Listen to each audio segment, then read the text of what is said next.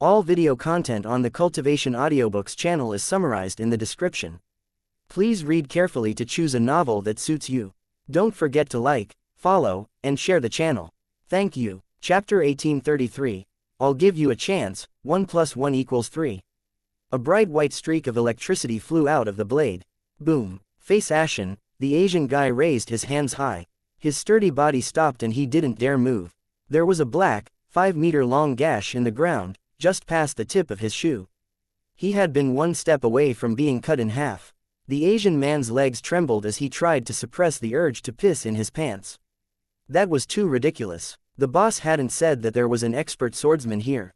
Terrified, he stared at the black and white skull that landed in front of him. Suddenly, a thought flashed through his mind, and he exclaimed, "Death knell." "Are you Death Knell?" Luke himself was stunned for a moment. What knell? The old man, who had retreated to a corner to secretly use his superpower, was stunned when he heard that. Wait, why did this name sound a little familiar? When it came to him, he shuddered. Holy sh*t, it was Death Knell. That Death Knell. Jiang glanced at Gordon with an ugly expression. What the hell did you tell them? Gordon was also dumbfounded. FCK, don't you guys read the internal files?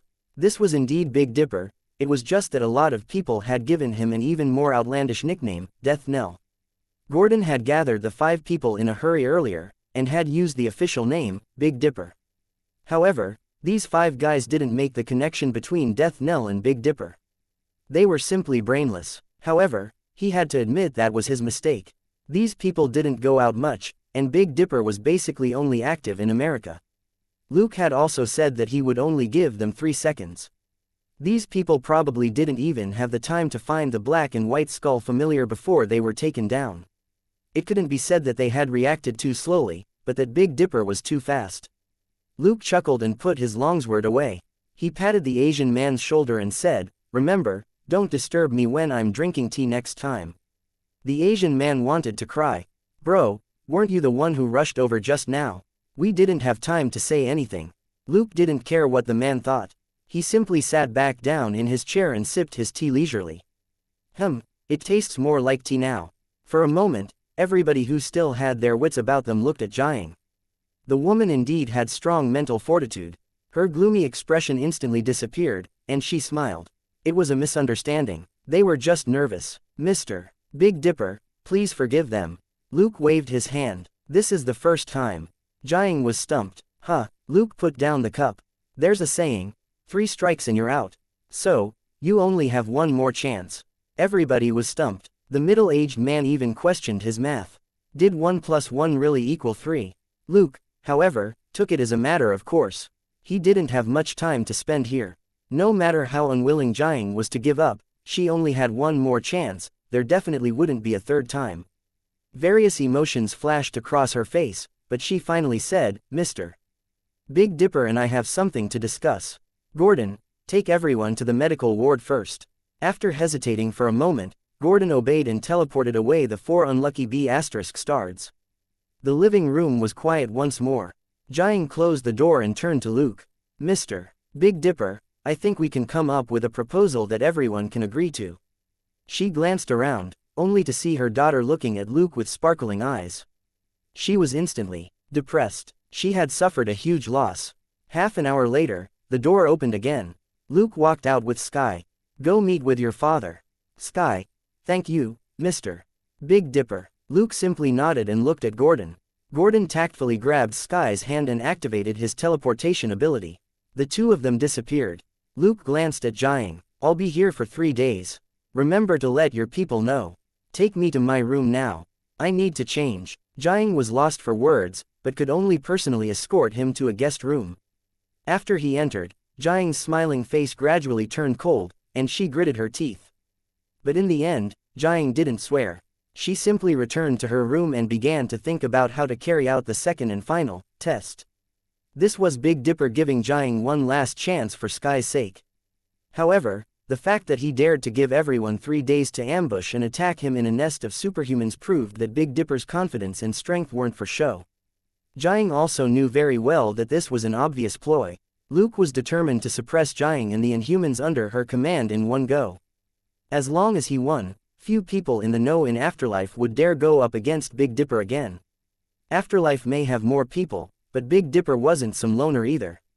If Afterlife continued to harass Luke after this competition and plot against him, they had to be prepared to go to war with the Bat Squad. If the conflict escalated, the Bat Squad might even pull in the Avengers to beat up Afterlife together. After all, Tony mixed frequently with the Bat Squad. After leaving Afterlife, Sky didn't go back. What Luke had said in the living room was very clear. Taking advantage of Calvin's love for his daughter, Jiang forced him to leave so that Sky would be left behind in Afterlife. Sky didn't hate Jiang after she realized this, but she was still unhappy. It was normal for couples to split up when they couldn't get along. But using your children to force the other party to give in was clearly too much. Like Luke said, Sky was an adult. She didn't need or accept being used as leverage against her father. She didn't want to see Jiang again for the time being. Compared with her mother, who was a stranger and liked to play tricks, she would rather live with her father. This time, Jiang had hurt Calvin badly, and he seemed to have lost all his energy. Without his precious daughter around, Calvin's mental state was worrying. While Sky was comforting her sad father, Luke was roaming Afterlife. After Jiang sent him to the guest room, he put away his armor. Not wanting to reveal his inventory, he folded the armor back into a portable box and placed it in the room with the longsword before he went out for a walk. Hearing Gordon's report, Jiang observed from a distance. Seeing the middle-aged man with a white beard who was wearing tactical pants and a black t-shirt, Jiang was shocked. He's white. Chapter 1834. Public conversations, and second match. That wasn't the only thing Jiang was shocked about. Not only did Luke wander around Afterlife, he also liked to chat up people. Not only did he chat them up, he focused on the women. The annoying thing was that Jiang had instructed everyone to be on guard against Luke. In the end, as Luke chatted with the women, they started shooting off their mouths. It was like he was taking a census. How many people were there in Afterlife, how many had awakened superpowers, and so on. If Luke continued asking like this, apart from the small amount of classified information in Jiang's hands, he would have all the main information on Afterlife. Jiang had actually done a good job of keeping Afterlife a secret. For example, the common people definitely didn't know the abilities of the 5 people whom Luke had taken down, or how Inhumans were awakened, and so on. But this place was so small, after all, and everybody knew each other. There weren't many things that she could hide. Jiang's head throbbed. Fight. The 5 strongest experts had been instantly taken down. Luke had given her a second chance, but it would take at least 2 days for the 5 of them to recover. Not fight. Luke would uncover most of the information about Afterlife, and he would do it right under their noses. Jiang now understood that Luke hadn't suggested 3 days casually. It was just enough time for him to gather information, and she couldn't do anything about it any longer, and it would be meaningless to fight any shorter, and Jiang wouldn't have enough manpower for a second match. After mulling over the issue, she was extremely depressed. If she had known this would happen, she wouldn't have been in a hurry to chase Calvin away. Although Big Dipper didn't say anything in particular to Sky, Jiang knew that her daughter's attitude was actually very important. She believed that if she wasn't Sky's mother and had been attacked by some other secret agency, the 5 people who had attacked Big Dipper wouldn't have just suffered minor injuries, but would have all been killed. Big Dipper's title as the Bat Squad's #1 god of slaughter wasn't just for show. Jiang had records of the undead, the experimentals, the Chitauri and the hitmen who had died at Big Dipper's hands. The hundreds of people in Afterlife wouldn't even last half a day. While the issue was giving Jiang a headache, Luke was very busy. Inhumans were resistant to his mental abilities and pheromone control to a certain extent. Some of the Inhumans in Afterlife had awakened, and some had yet to, while a very few were dependents. With the help of his various abilities, he just needed to spend a little more time and was still able to get a lot of answers to his questions. It just so happened that most of the Inhumans here were women. Although Luke's current face wasn't as fatally attractive as Boogeyman John's, it still looked mature and reliable. He had traveled the world and had plenty of experience. Coupled with his AI databases, he could speak knowledgeably on any topic. It was too easy to sway these women, who had been living in seclusion for a long time. For 2 days, Luke was as comfortable as a fish in water. Jiang watched him from a distance several times, and the intense discomfort she exuded made him even happier. "I like how you're annoyed 10,000 times over, but can't do anything about me. Jiang also suspected that Big Dipper had some sort of mental superpower, and had even sent the middle-aged woman, who had the ability to disrupt minds, to observe him. But the conclusion was that there was no way to confirm it. She just felt that Big Dipper was very good at talking, and could always unknowingly lead people into spilling information. This didn't prove that he had a superpower, but that he was a well-trained agent. On the third day, while Luke was chatting with a young girl in her early 20s and making her laugh, a middle-aged woman walked over. This woman had a superpower that could affect minds, and it was a very strong ability. Most people would become muddle-headed and slow in the face of her ability. Unfortunately, before she could do anything 3 days ago, her comrade hit her with an electric shock, and she had been the first to pass out. Clearly, she had the common failing of a mind wizard. She had an ordinary physique. The middle-aged woman grimly said that Jiang had something to discuss with Luke, and invited him to go with her. As she spoke, she glared at the young girl. "You little SLT, don't you have a man here? Why are you sticking close to such an old man?" The girl knew this woman and knew that she had a high position in afterlife. She definitely wasn't someone that an ordinary person like the girl could compare with. Pale, the girl said goodbye to Luke and ran off. Luke didn't say anything. Afterlife was an organization like this. It was clear from the way Jiang did things. She had even tossed out her own man just to keep her daughter, who had a superpower, to herself. One could imagine her attitude toward these Inhumans who had yet to awaken their powers. In fact, it was very difficult to undergo the ceremony to awaken powers. Most of the Inhumans that had been found had been tossed aside. Only a small number of people who proved their loyalty to Jiang were granted the chance to awaken. For example, the girl just now hadn't wanted to give up her family in ordinary society to awaken her superpower, so her application to be awakened had dragged out for 2 years. She was ready to give up and return to society to live an ordinary life. Recalling the intelligence he had obtained here in the last few days, Luke sneered. "Have we arrived? My time is money." The middle-aged woman who was leading the way paused and turned around. "What?" Luke chuckled inwardly. "It means, hurry up." The middle-aged woman's expression changed. She pointed at a house not far away and picked up her pace. "It's in the meeting hall up ahead. We're almost there." Luke put his hands in his pockets and picked up his pace. 20 meters away from the so-called meeting hall, Luke and the middle-aged woman entered a small garden. The middle-aged woman suddenly turned around and stared at Luke with wide eyes. "Wait, who's behind you?" As soon as she said that, she shot out a powerful thought wave to attack Luke. Luke rolled his eyes. "Do I need you to tell me whether or not someone's behind me? Were his drones and superpowers only for show?" As he grumbled, he activated mental resistance as a buff. The middle-aged woman's mental interference instantly became nothing. Of course, that wasn't the end of the match, which Jiang had spent 2 days planning. At that moment, they were walking past trellises in the garden, and the vines around them seemed to come alive. Some of them blocked the middle-aged woman, and some darted at Luke. The green vines turned into a green ocean in a matter of seconds, drowning Luke and successfully separating him from the middle-aged woman. A lot of vines wrapped tightly around Luke's limbs, trying to hold him in place.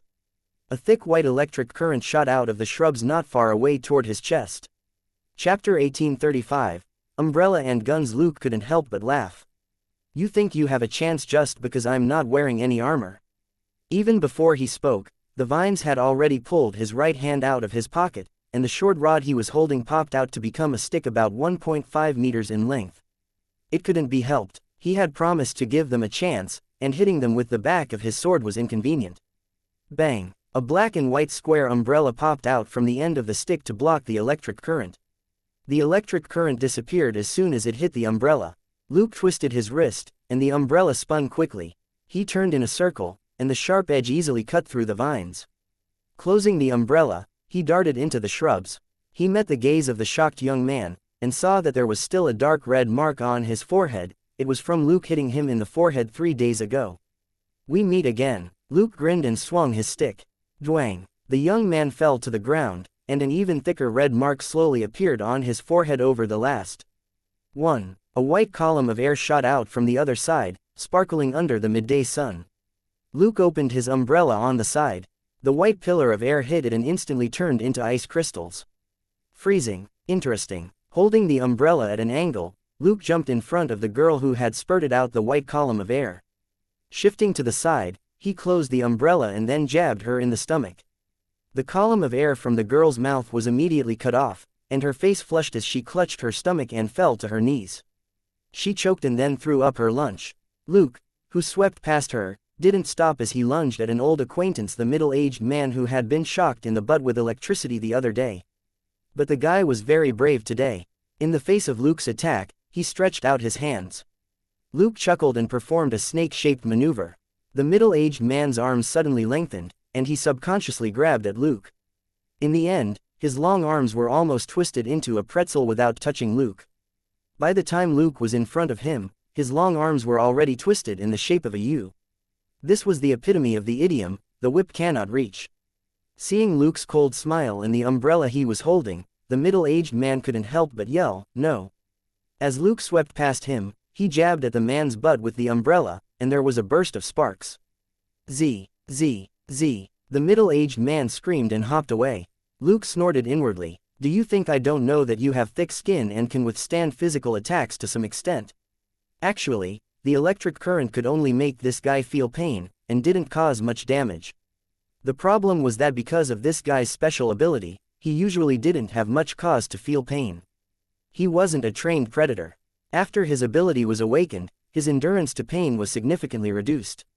The pain from the electric shock was unbearable.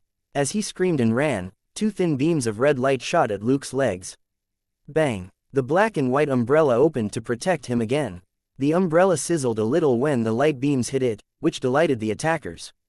It was working. Increase the output. The light beams, which were initially as thin as a pencil, instantly expanded so that they were as thick as a forearm, and the umbrella sizzled as more smoke was produced. Then, two shiny metallic spots on the umbrella were revealed. WTF. A young man with sunglasses couldn't help but curse. Even the red light in his eyes dimmed for a moment. So, what had sizzled just now was just the surface of the umbrella. Luke didn't give him time to be surprised. He pressed forward with the closed umbrella and struck with the tip again.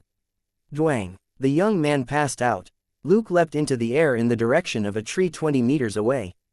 Bang! Bang! Bang! Bang! 4 gunshots rang out from 4 directions. The shooters had waited for the moment Luke was in the air and couldn't exert any strength. Bang! The umbrella opened behind Luke, and he suddenly slowed down as 4 bullets flew past him. Shua! Closing the umbrella, he dropped sharply through the branches of a tree before landing on the ground. At that moment, the tree's branches suddenly bent over to press down on him. Luke raised the umbrella in his hand.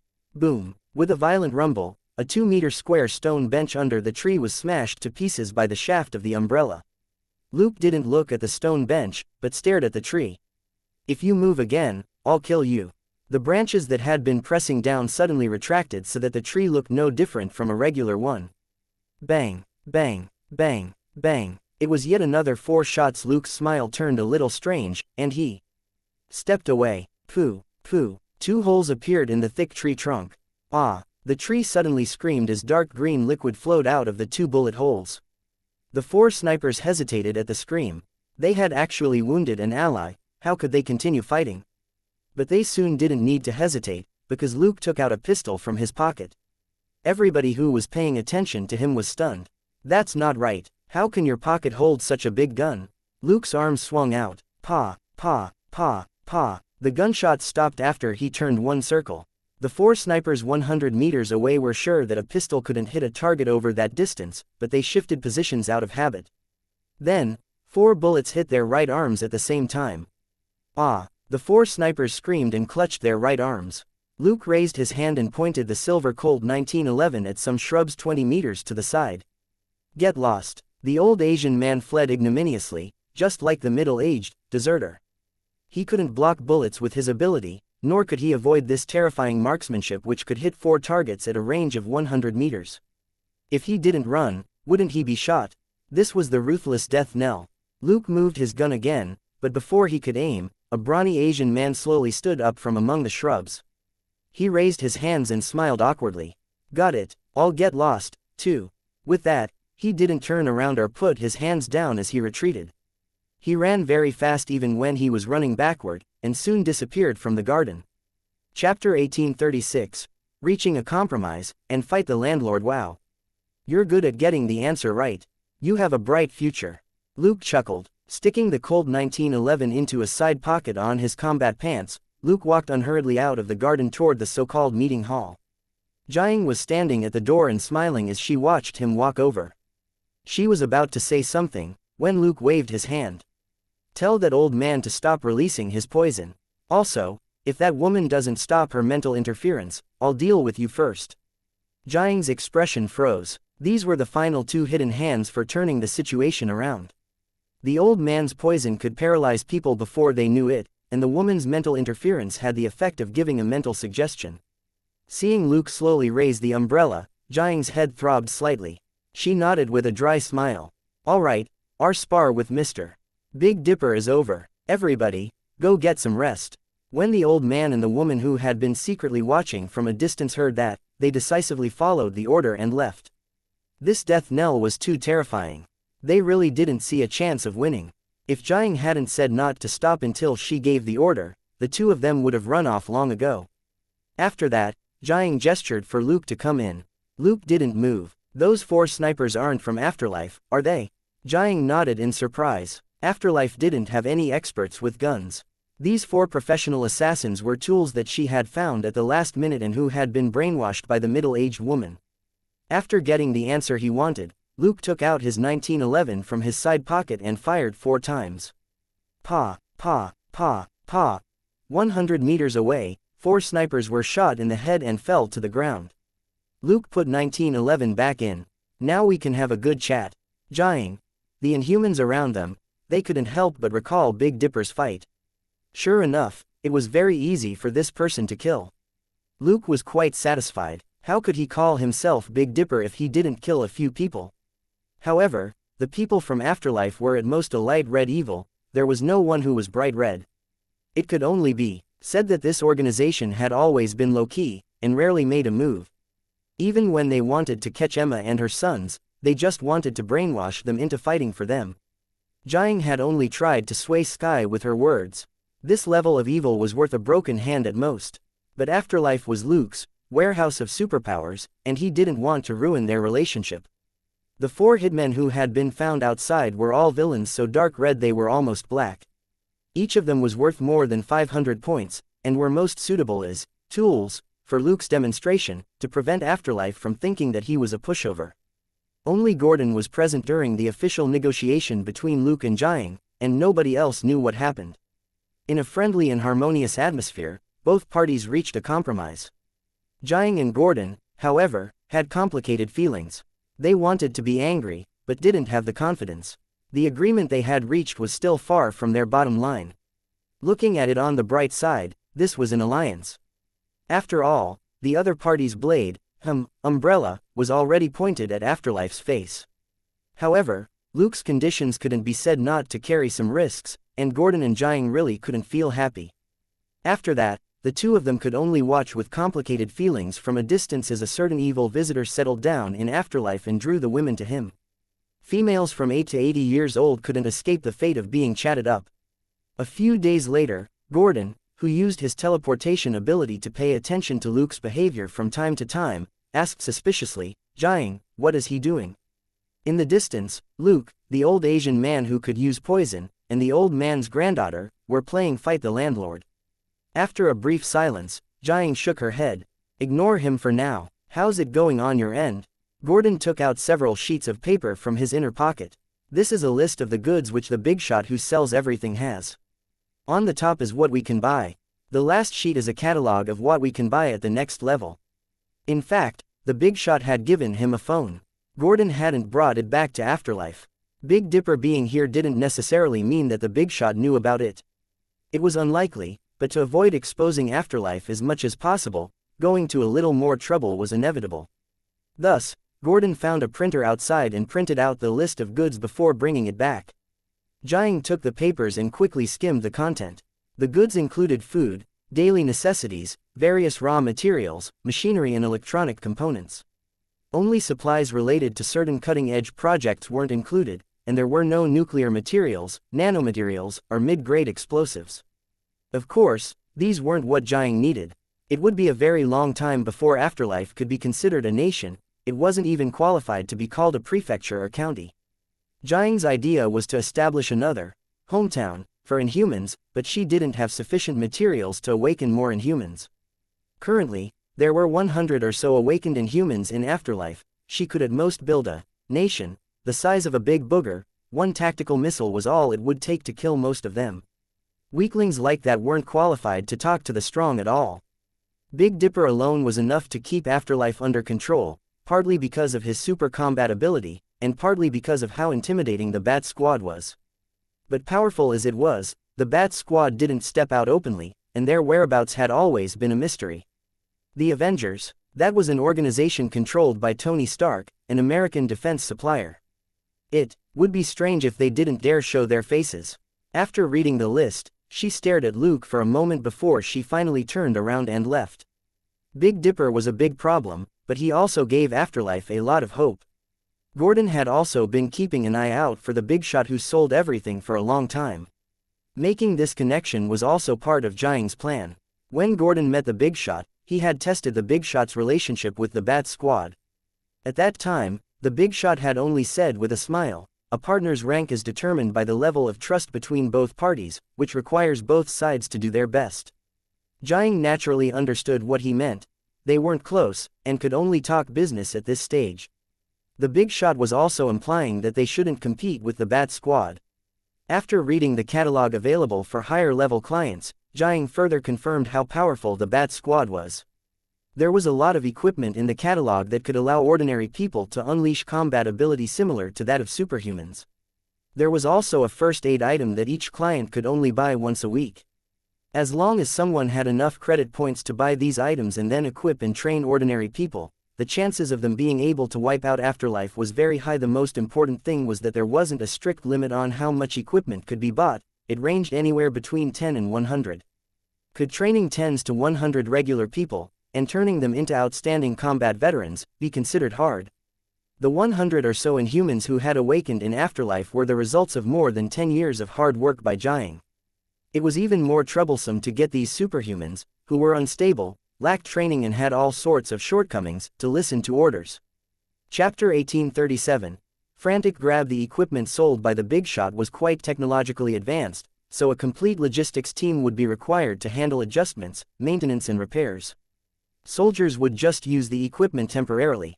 Without logistics support, their combat ability could only be boosted for a short period of time.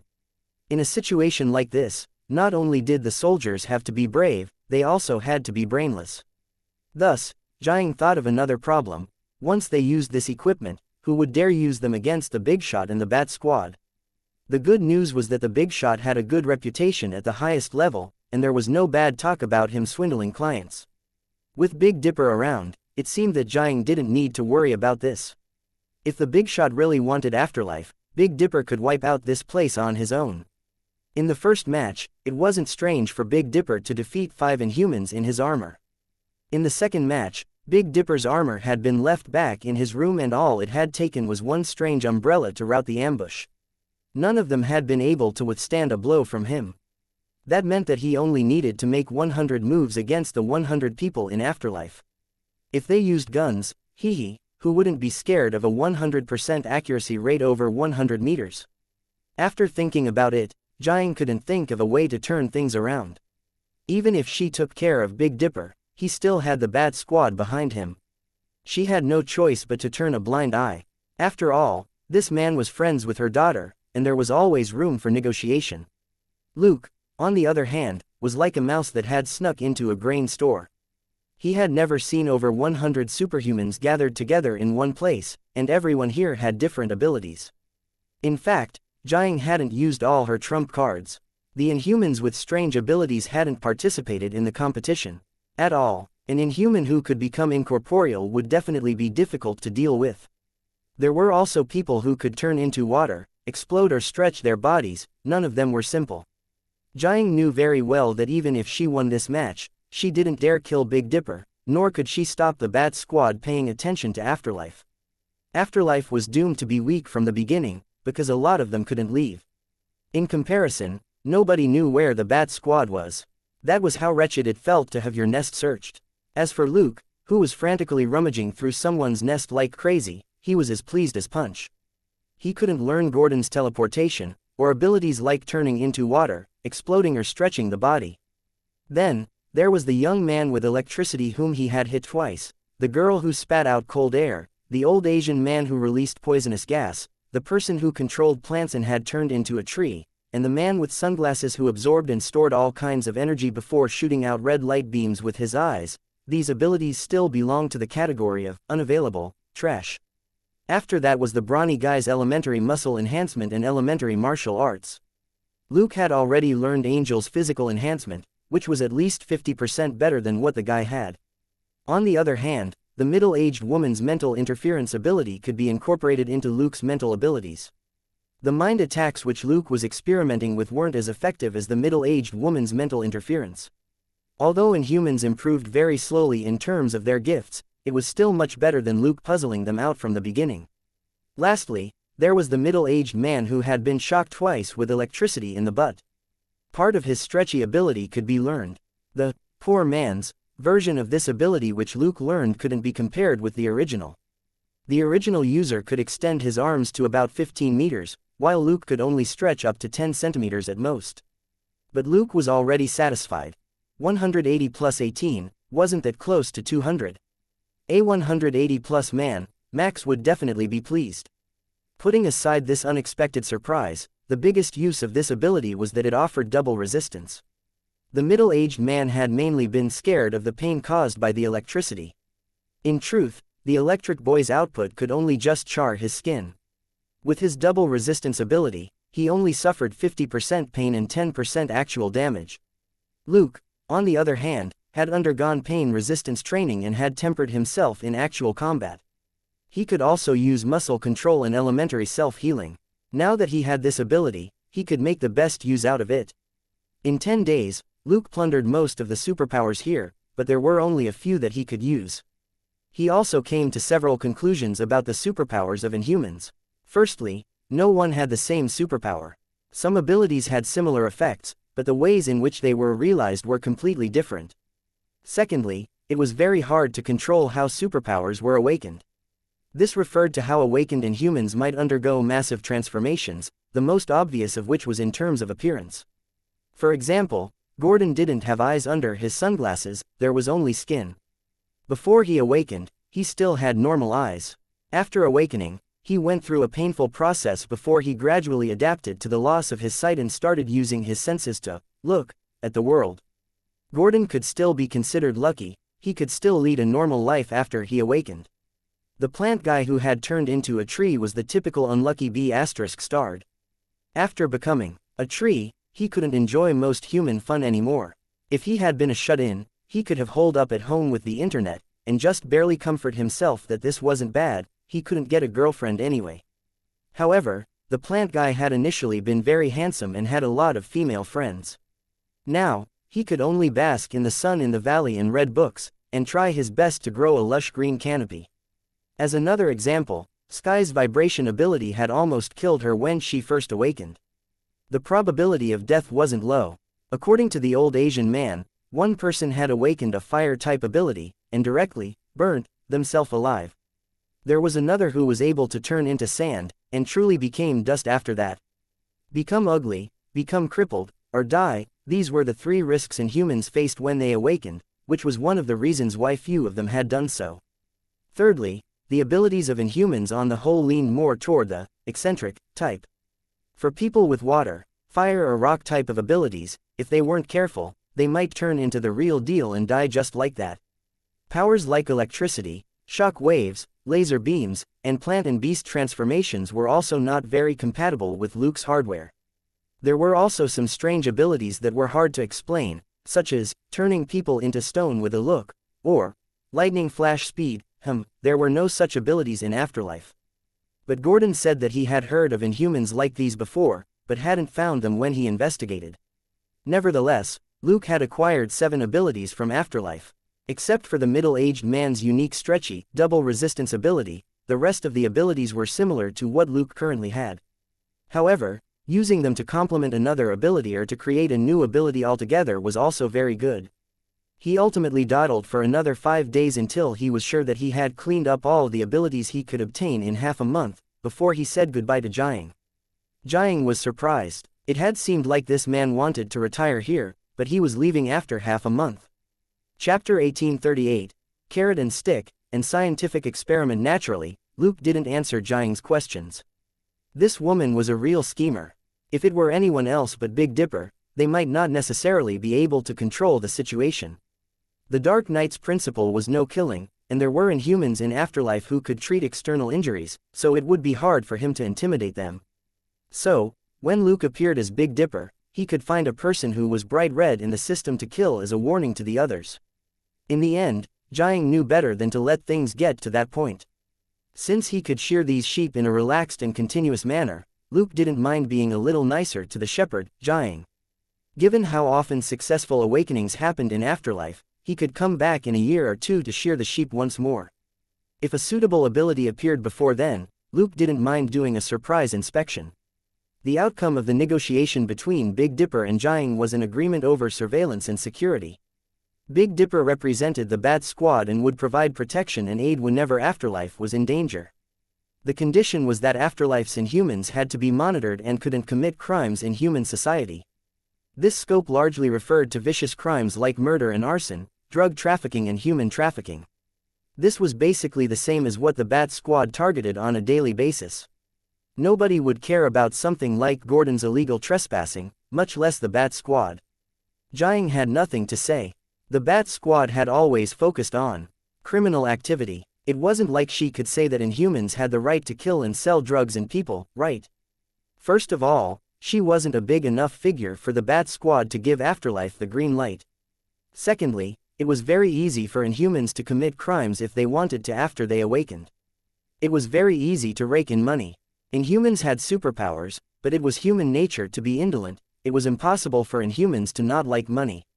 Why were there so few people in Afterlife? Because there weren't that many idiots who were willing to stay in this poor valley. If Afterlife was set up in New York and treated accordingly, it would be crowded with people who wanted to enter. In the name of the vigilante Bat Squad, it made sense for Big Dipper to supervise and share intelligence on wild Inhumans. During negotiations, Jiang resisted for a long while, but in the end, she gave in to Big Dipper and the Bat Squad, and agreed to this most disadvantageous condition. To a certain extent, Afterlife had become a protected territory under the Bat Squad. However, Luke wouldn't be a regular military presence in Afterlife, nor did he need them to pay him a huge protection fee. Instead, Afterlife now had a connection to the Big Shot. If it made good use of this connection, it would be able to expand rapidly. To offer the carrot after using the stick, this method had always been this simple yet practical. That was why Jiang was both pained and happy. But when Afterlife developed in the future, who knew if she could still be the boss? Jiang dreamed of establishing a nation of Inhumans. In comparison, a member's right to speak in the base squad had nothing to do with whether or not they had superpowers. A nation of Inhumans wasn't something that could be achieved in a short period of time. Even if it came true, Afterlife would definitely be even more obedient then. After all, time was always on the cheat side. In the next few days, Luke returned to research mode. After obtaining these new abilities, he had to first figure out their effects and limits so that he had a clear understanding of his own combat ability. It would also give him some idea on whether to use the level 1 or level 2 clone in a major incident. Although his opponents were crushed either way most of the time, there was no harm in studying the possibilities first. Never fight an unprepared battle. That was Luke's principle. It wasn't that he couldn't deal with a surprise attack, but that there should still be a mature and reliable contingency plan even in the face of one. He would leave the heroics to other superheroes with the protagonist halo. So, the first official test of the stretchy, double resistance ability naturally fell on Max. This was an excellent and hard-working laborer. Making cakes was strenuous work. In the past, she would have some off days when she randomly took meds. Thanks to Luke's subtle influence, she had abandoned this bad habit. When this woman went crazy, she would even dare take part in clinical trials by pharmaceutical companies. Of course, one of the reasons she did so was to earn money, but she would say, usually, you have to pay for your own medicine. If I can take them for free, why wouldn't I? This sort of bizarre thinking wasn't unique to Max, but was a common thing for many people. Just as there were heavy drinkers, there were also people who took meds excessively. There were always a lot of medicine bottles behind the mirror in the bathroom. It made it easier for Max to take her meds at night. If she took them once in the morning, she felt much more energetic. If she took them once at night, she slept better. Of course, Max now no longer randomly took meds. As long as Luke showed up, she would sleep soundly every night and didn't need to take any medicine. After testing out his new ability that night, Luke hugged the plump Max and asked casually, "How's your cake business coming along?" Max was a little tired, but she perked up when she heard about her beloved cupcakes. "DMN, I came up with several new flavors, but they're actually not easy to sell." Luke didn't think much of it. "Take it slow. Many shops only produce their own secret recipes after years of research." Max suddenly chuckled. "Caroline came up with a secret recipe, but you definitely won't let me use it." Luke was curious. "What secret recipe?" Max said, "She added weed which I had hidden in a seasoning box with the rest of the ingredients. A lot of people said those cupcakes were especially good, and came back to buy more." Narrowing his eyes, Luke threatened, "Are you still hiding weed?" Max had been careless in her exhausted and relaxed state. She quickly tried to salvage the situation. "That was from long ago, I already forgot about it." Luke didn't relax at all and increased his strength. "Is that so? I think you're being stubborn. You'll only confess after I torture you." Knowing that the guy was joking, Max immediately rolled her eyes. "Even if I wanted to sell it, I wouldn't use it to make cakes, right? I bought that before I met you. Thanks to Almighty Batman, it's hard to buy weed in New York now, plus it's d*mn expensive. Those customers came back not for my cakes, but for the weed inside. The cakes are over 10 times cheaper." Luke chuckled and hugged her tightly. "I don't believe you. Let's interrogate you first." "Huh?" Max suddenly turned around and widened her eyes. "I'm begging you, can you be human? Let me sleep." Luke said, "It's fine. You can fall asleep immediately after the interrogation." Max said, "You d*mn ass, did you secretly take something?" Luke snorted. He had always relied on his outstanding abilities to achieve victory. Why would he need to eat some d*mn thing? Chapter 1839. Handover, News, Private Affairs. Luke did learn a couple of things after experimenting with Max. At the very least, he confirmed that the stretchy double resistance ability reduced the sensation of pain, while there wasn't much of a difference in the degree of sensitivity. This should be a good thing for many men, but it was hard to say if it was good for a certain person with extraordinary stamina and resilience. However, when it came to life-saving abilities, he couldn't ask for too much. Recalling that elementary tempering, which could only be learned at 80 strength, was an ability that was automatically activated, Luke rejoiced a little. Although it wasn't as convenient as this passive ability, at least he didn't have to worry about the sense of friction being significantly reduced. After this rather busy break, Luke finally released Tamaya from Space 2. This special, highly intelligent parasite didn't see anyone else in Space 2, and her research was limited to the parasites. The space could only be entered or exited through the hibernation box, so there had been no risk of a leak. Luke then handed her over to Phil. Looking at Tamaya, who was about to get into the car, Luke reminded her, "Assemble your kind as soon as possible. We'll kill every single one of those parasites roaming wild." Tamaya stopped and stared at him for a moment, before she bowed. "Understood, Mr. Big Dipper. I'll do my best." In the last few months, with enough resources at her disposal, she had already developed food substitutes for parasites. At the very least, there was a slight chance that parasites could now coexist with humans, so she really had to thank Luke.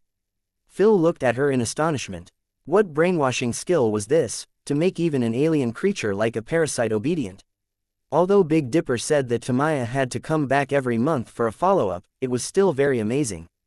However, there was no need for him to discuss this with Big Dipper in front of Tamaya.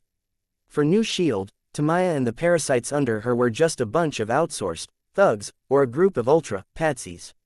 They could do certain things where it would be inconvenient for New Shield to make an appearance. New Shield just needed to send out a few observers to quietly monitor the situation. Compared with this tool, Phil was more concerned about Sky. He didn't care about the Inhumans or whatever. There was no shortage of superhumans who believed that they weren't human, but part of a chosen race. By using the term Inhumans, Sky's mother wanted to draw a line between Sky and humans. That was what it was about. Phil had seen a lot of superhumans pull this trick. He already had an eye on Sky. He didn't care if her mother was happy or not. According to Big Dipper, Sky probably wasn't in the mood to join New Shield anytime soon. Phil had to empathize with Calvin, this unlucky old man. Not everyone could take the blow of being screwed over by the wife whom they had been thinking about for more than 10 years. However, it was normal for it to be more difficult to get the good stuff. Phil had been able to patiently wait for Ryoko Tamaya for several months. Waiting a year or two for Sky was within his calculations. He could use the time to build up a good impression with Sky and influence her subtly, and wait for her to mature a little. She was now 20, and would only be 22 in 2 years. That was the same age at which most agents generally started out. In early September, Tony suddenly came looking for the Dark Knight. "There's some news from Natasha that I think you might be interested in." Luke's interest was piqued. News that could make the tycoon speak definitely wasn't ordinary. "Just tell me." He picked up his coffee and waited to hear an interesting story. Tony sneered, tossed away the welding torch he was holding, and walked across the floor of the villa. "Natasha has been investigating Hydra in Europe recently. She found some clues. It seems there's an organization called Cobra that is related to Hydra." Luke didn't say anything and waited for Tony to continue. The tycoon was a little bummed when Luke didn't play along, but he continued, "Supposedly, this organization is trying to buy a lethal weapon from an unknown weapons supplier, and is getting ready to make big news worldwide." Luke finally sat up straight and put down his coffee. Big news? That might be a major event that would cause huge casualties. Satisfied, Tony wasn't in a hurry to continue. Instead, he walked to the bar. He clasped his right elbow with his left hand, tapped his chin with his right hand, and didn't forget to mutter to himself, "What should I drink today?" Luke smiled. "Mineral water from 450 million years ago absolutely suits you right now." Tony turned around and glared at the virtual projection of the Dark Knight, before he suddenly clapped his hands. "That's a good suggestion. It's healthy enough." As he spoke, he really did pick up a bottle of mineral water from some European mountain spring, opened it, and brought it to his mouth. At that moment, he paused and glared at the virtual projection suspiciously. "Wait, do you know something?" Luke's expression didn't change. Of course, Tony's face changed. "You, Luke, however, continued, as a 38-year-old man, you need to take care of yourself, or you'll be getting up 3 or 4 times a night." Tony's face darkened. "You're the one with a prostate problem." But he was slightly relieved. At the very least, this was a normal taunt and not a certain person peeping on his private life. Luke still had that faint smile on his face, but he mumbled to himself, "Do you think I don't know that Pepper might be thinking about having kids? My chairman of the board is her best friend." Of course, he wasn't deliberately prying into the tycoon's private life. He could only blame himself for being too smart. Jenny had mentioned Pepper to him before. Jenny didn't know much about medicine and didn't sense anything unusual, but Luke guessed that the topic of health and hormones was most likely related to pregnancy. Now that he was using this to sound out the tycoon, the answer was obvious. But no matter how smoothly things progressed, Tony wouldn't become a father until he was 39, and would be 60 by the time his kid came of age. Could Grandpa Iron Man groom a brand new second-generation Iron Man? This was a very interesting topic, but nothing that he could discuss with Tony right now. At the very least, he had to wait until Pepper was pregnant to show proper concern.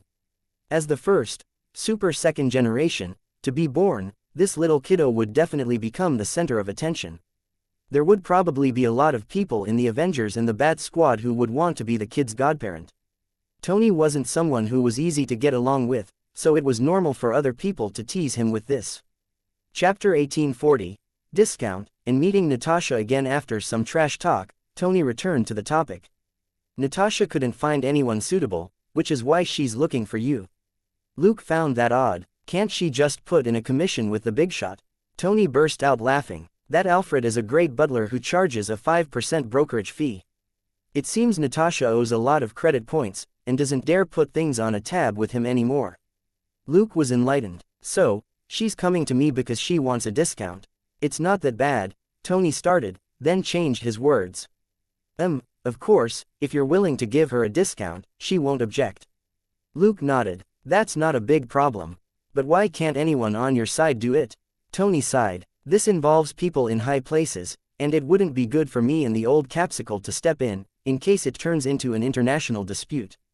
The old capsicle also found some leads on that metal-armed puppet.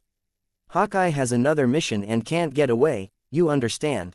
Luke understood perfectly. Tony was an American national defense supplier, and Steve was known as Captain America. The Avengers carried out assignments in Europe from time to time. Minor issues did pop up, but they usually involved several days of talking at most. If the Cobra incident was resolved perfectly, the embarrassed higher-ups would only be able to smile on the surface and swear inwardly. If Cobra made big news this time, wouldn't that mean that the American Avengers hadn't handled the matter well enough, so the country should take some responsibility? This was a common problem with governments. When it came to a lot of things, there was no reward for doing the right thing, but you took the blame for anything you did wrong. Rather than let superheroes seize power for themselves, some people would rather let civilians die.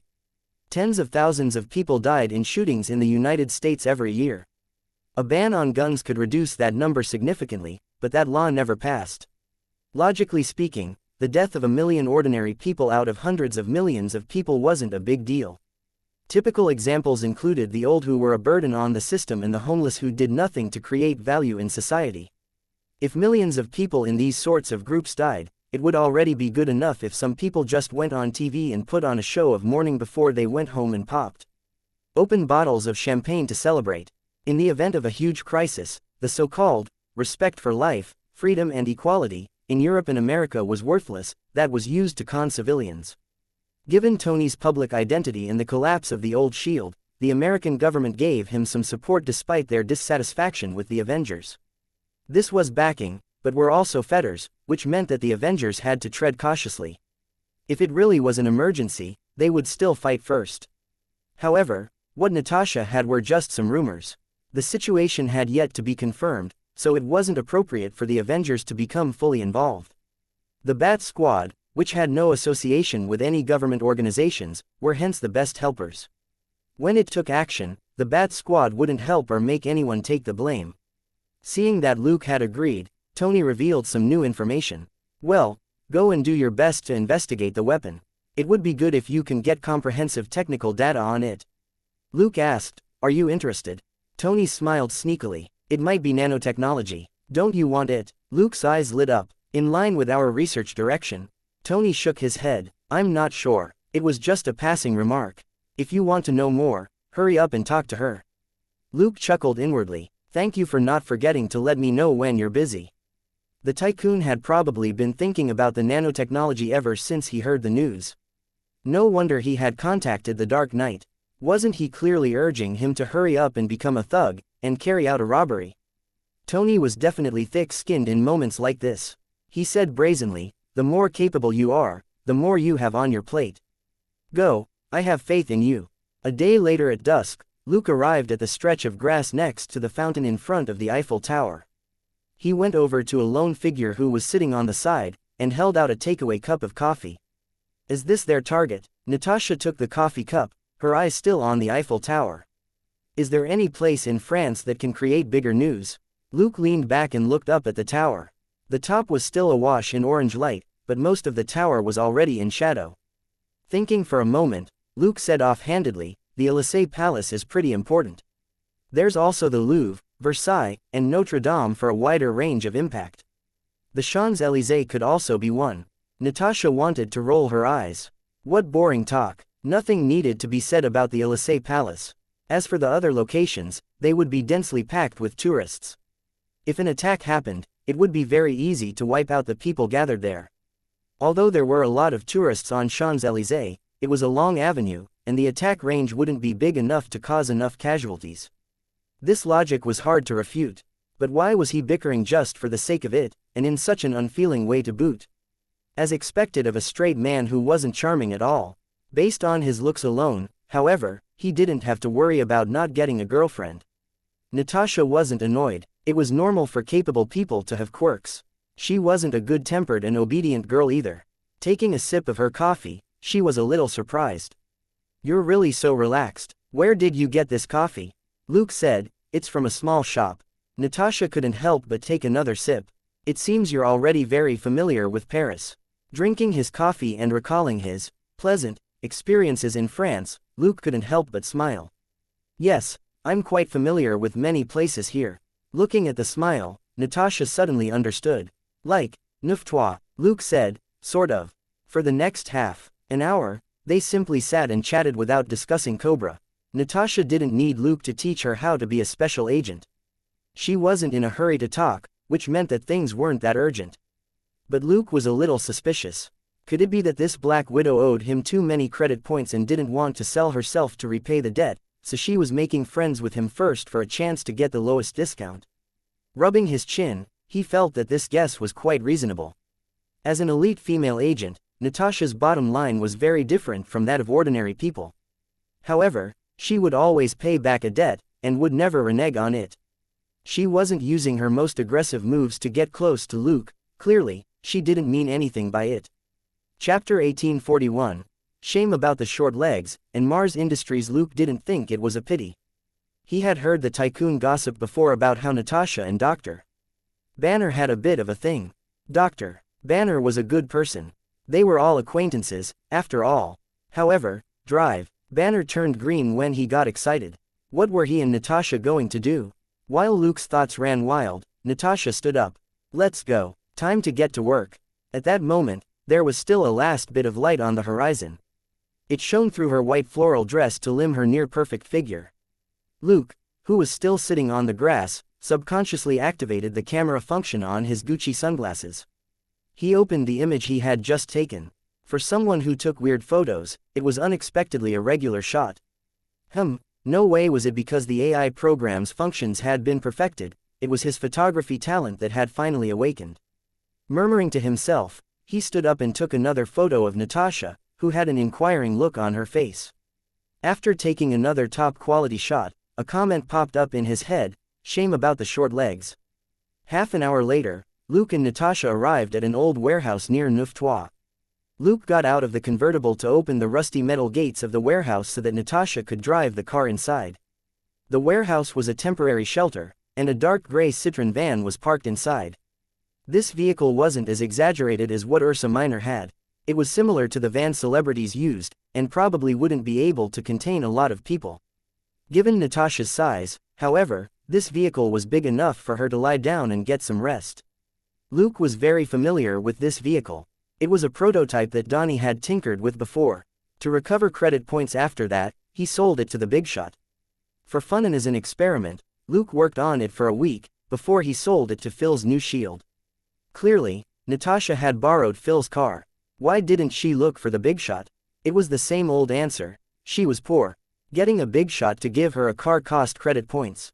If she asked Phil for a car, she didn't need to give him a cent. They got into the car through the sliding door on the side.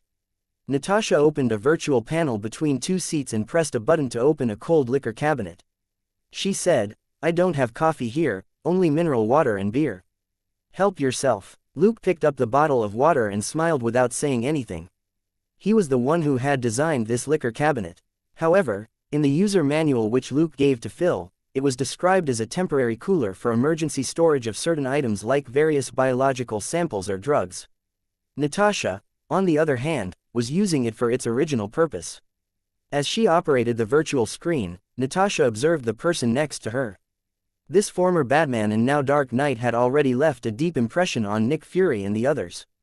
In particular, after Batman died, and the Dark Knight appeared, even Nick Fury became wary of him. A superhero who had already been put on a pedestal actually threw it all away. Who knew how many enemies he had tricked with this? It wasn't long before he switched identities and came out to play again, even becoming known as Batman's #1 fan. Natasha had also pondered this matter after the incident, and realized that this was indeed a choice which gave the maximum benefits. It was a classic case of self-sacrifice, which was very much in line with Batman's style. Batman's death caused the external pressure which the Bat Squad and the Avengers had been facing at the time to plummet by more than 80%. Public outcry died down, and the American government unwillingly became the target of public criticism. It had no time to target the superheroes at all. By the time the government took action, Tony had already stabilized the situation and was able to protect the Avengers. The Bat Squad vanished without a trace. It could be said that Batman's death was the final outcome of the Battle of New York. Natasha remembered what Nick Fury said, a powerful superhero is not necessarily that scary. The truly scary thing is that he has the resolve to abandon all that glory. She felt that what the former director was saying was that this, God, was both shameless and without equal. As these thoughts flashed through her mind, Natasha didn't stop. She opened several pages on the virtual panel. As I said earlier, Cobra is probably related to Hydra. Their habits and methods are similar. However, I've only found leads on some cannon fodder. I don't want to scare them off, so I haven't done anything. Luke also pointed at the panel and asked some questions.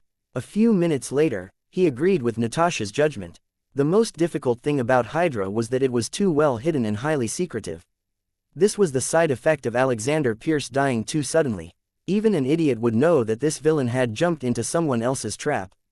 The remaining Hydra branches immediately increased the level of secrecy, and even entered an absolutely silent state. They didn't convene or communicate with each other. The only sort of communication they had was at the very lowest level. As long as those related to a major incident were silenced, it would be very hard to track down the higher-ups.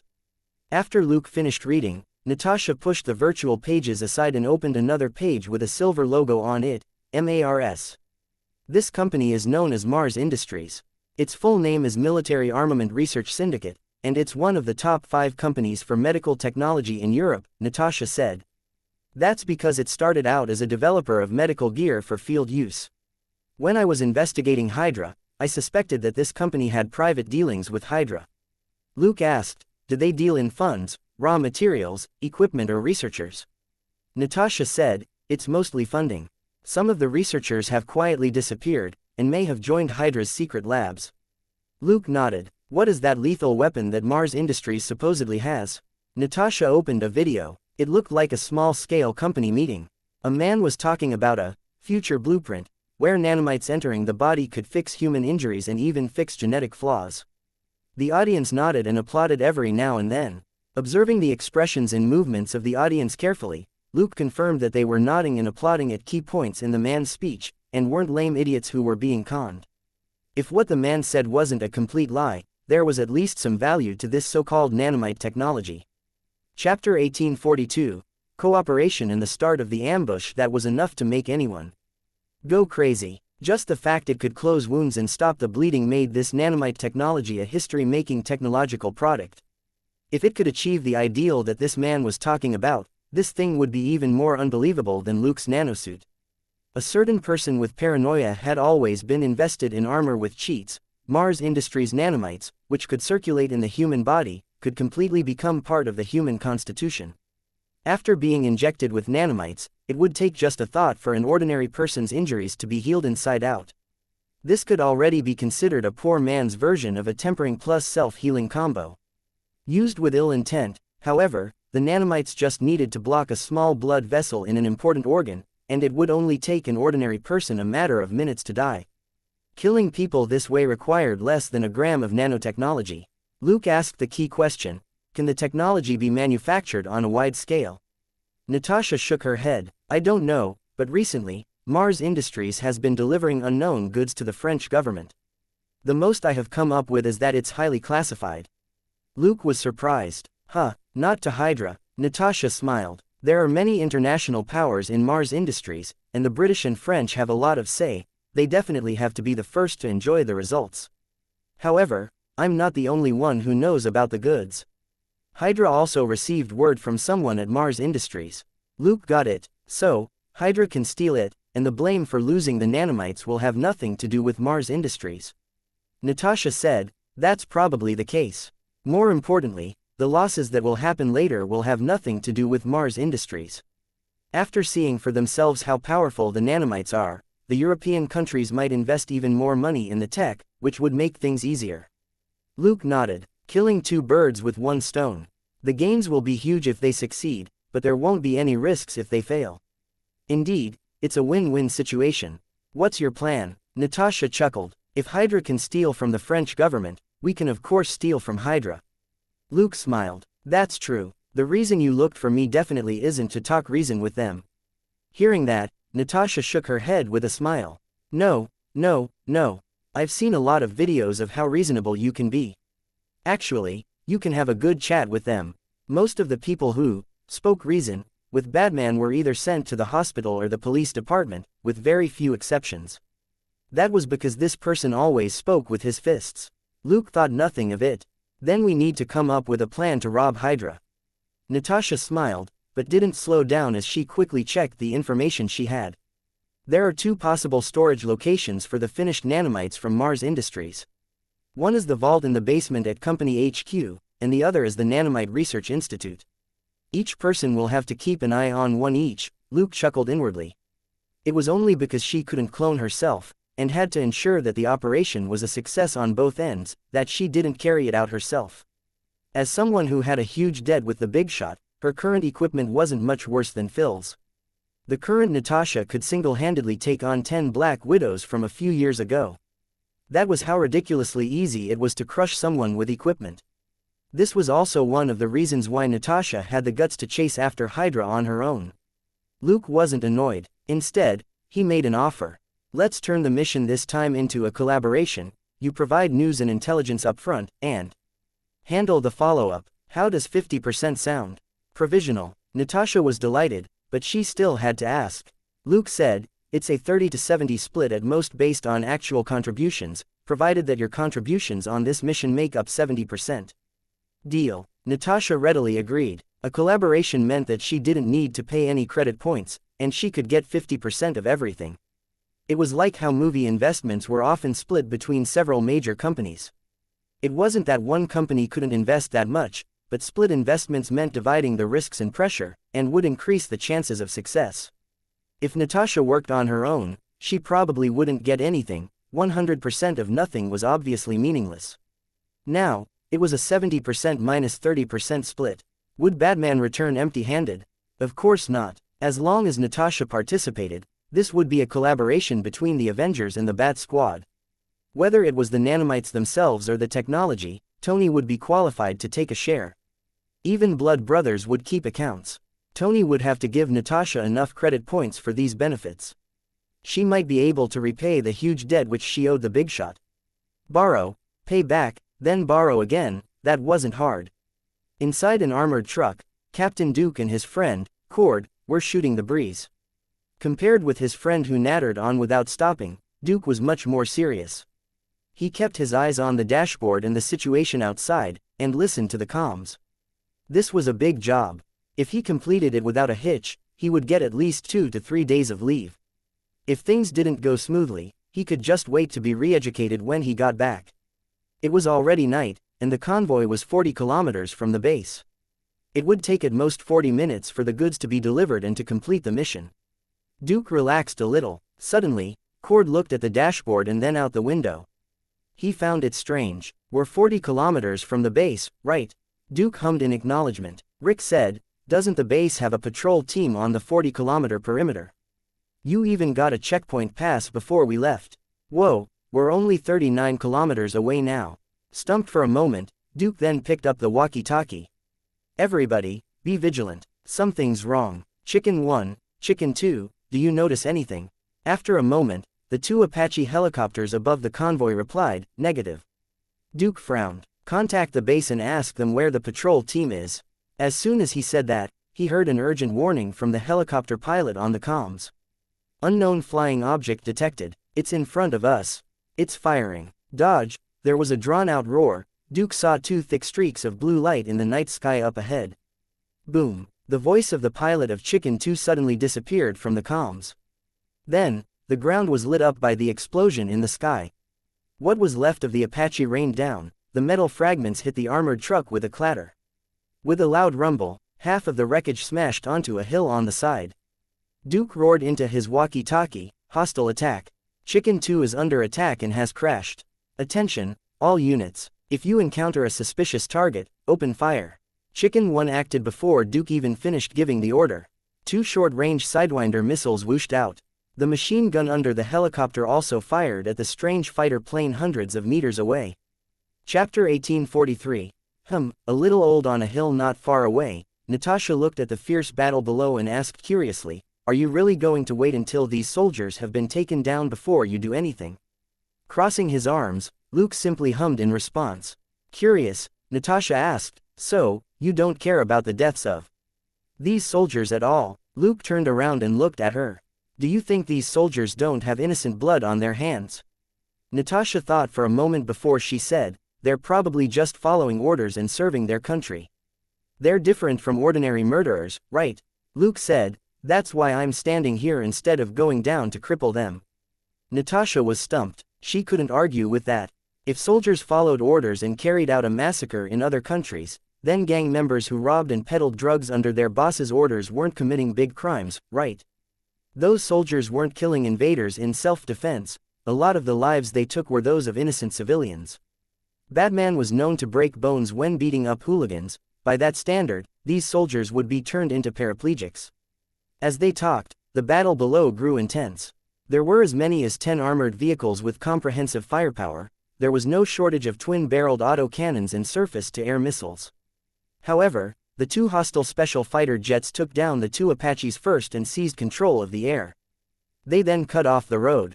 More than 20 attackers jumped down from the 2 fighter planes and attacked the 60 soldiers in the middle of the road.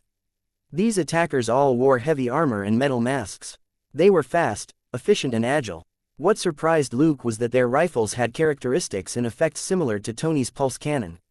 The armored trucks which had turned around swerved and even flipped over. Relying on their equipment and their advantage in numbers, they took down the soldiers in the convoy, and the casualty rate rose rapidly. At this rate, it would take less than 5 minutes for all the soldiers in the convoy to die. Natasha suddenly said, "Oh, that woman's gun is pretty good." Luke knew who she was talking about. The leader of the attackers was a woman, and the only one who used a pistol. However, her pistol couldn't compare with the rifles, which were unusual. The biggest problem with such a high-energy weapon was the power source, followed by the size. It was hard to make a rifle with such high output, let alone a small pistol. However, the attacker who had fired the most had fired more than 20 shots, which proved that the rifle's energy system was quite advanced. "Whatever you can get is yours," was all Luke said. Natasha glanced at him and couldn't help but mumble to herself, "Thank God, you finally know to give ladies special treatment." At that moment, Luke suddenly raised his head. "Activate your stealth system. Someone's here." 10 seconds later, a sharp, slender aircraft flew over, and more than 10 small missiles forced the attack's 2 fighter planes to leave the battlefield. Then, a dozen soldiers rappelled down from the plane and surrounded the attackers before moving in. For a moment, the attackers were caught up in a siege. Worst of all, the dozen soldiers who had just arrived as reinforcements were more skilled and had similar equipment. The situation turned around almost immediately. After watching for a moment, Natasha said, "It seems that these attackers are going to fail." Luke was lost for words. "I gave you a chance, but you didn't take it. It seems that this Cobra is also potentially useless." Soon, one of the fighter planes returned and let down a circular platform on a rope. It came down next to the female leader of the attackers. She got on the platform, grabbed the rope, and retreated without any hesitation. The remaining 4 or 5 attackers consciously covered for her and were all killed in a minute. On the other side, the soldiers used a device to create a virtual projection of a figure in combat uniform. The reinforcements called this man General, and he quickly convinced Captain Duke, who was the leader of the convoy, to hand over the big box with the Mars logo on it. After an inspection, the box was sent back to the slender aircraft, and Captain Duke and Cord went with it. The other wounded soldiers waited for the rescue helicopters sent from the base over 30 kilometers away. Natasha thought for a moment. "You don't want those guns." Luke said, "If you like them, go get them yourself. You only have 5 minutes. Natasha immediately moved in stealth mode and easily picked up the 4 most intact rifles from the group. When she returned, she gave Luke 2 guns.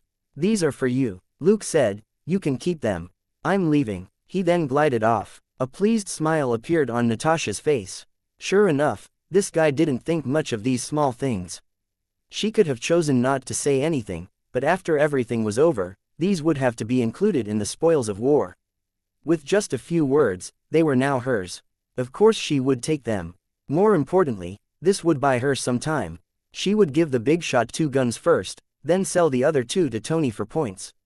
After this matter was over, these energy guns would be worthless. It was for this reason that she didn't take more. It was basic nature for top agents to know when not to overdo things. Batman would only look down on her if she was delayed by this small amount of extra income. Luke didn't really care about Natasha's thoughts. She was a qualified agent, and he couldn't be bothered with small things.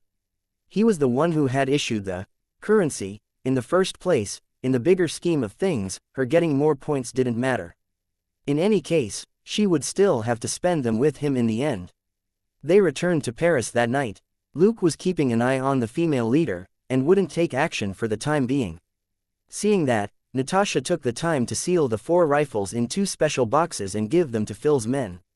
New Shield would deliver them to Tony, who would help her deliver 1 box to the big shot.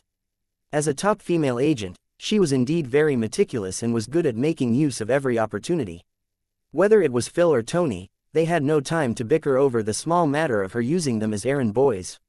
After dropping off the rifles, Natasha returned to the warehouse in a good mood. After she opened the door and went inside, she was about to say something, when she saw the image on the virtual screen. She exclaimed lightly, then looked at Luke with a strange expression. "Is it good?" Crossing his legs, Luke looked at the screen and took a long sip of his beer before he said lightly, a little old." Chapter 1844, a moral drama and watching a battle. Natasha looked at the screen.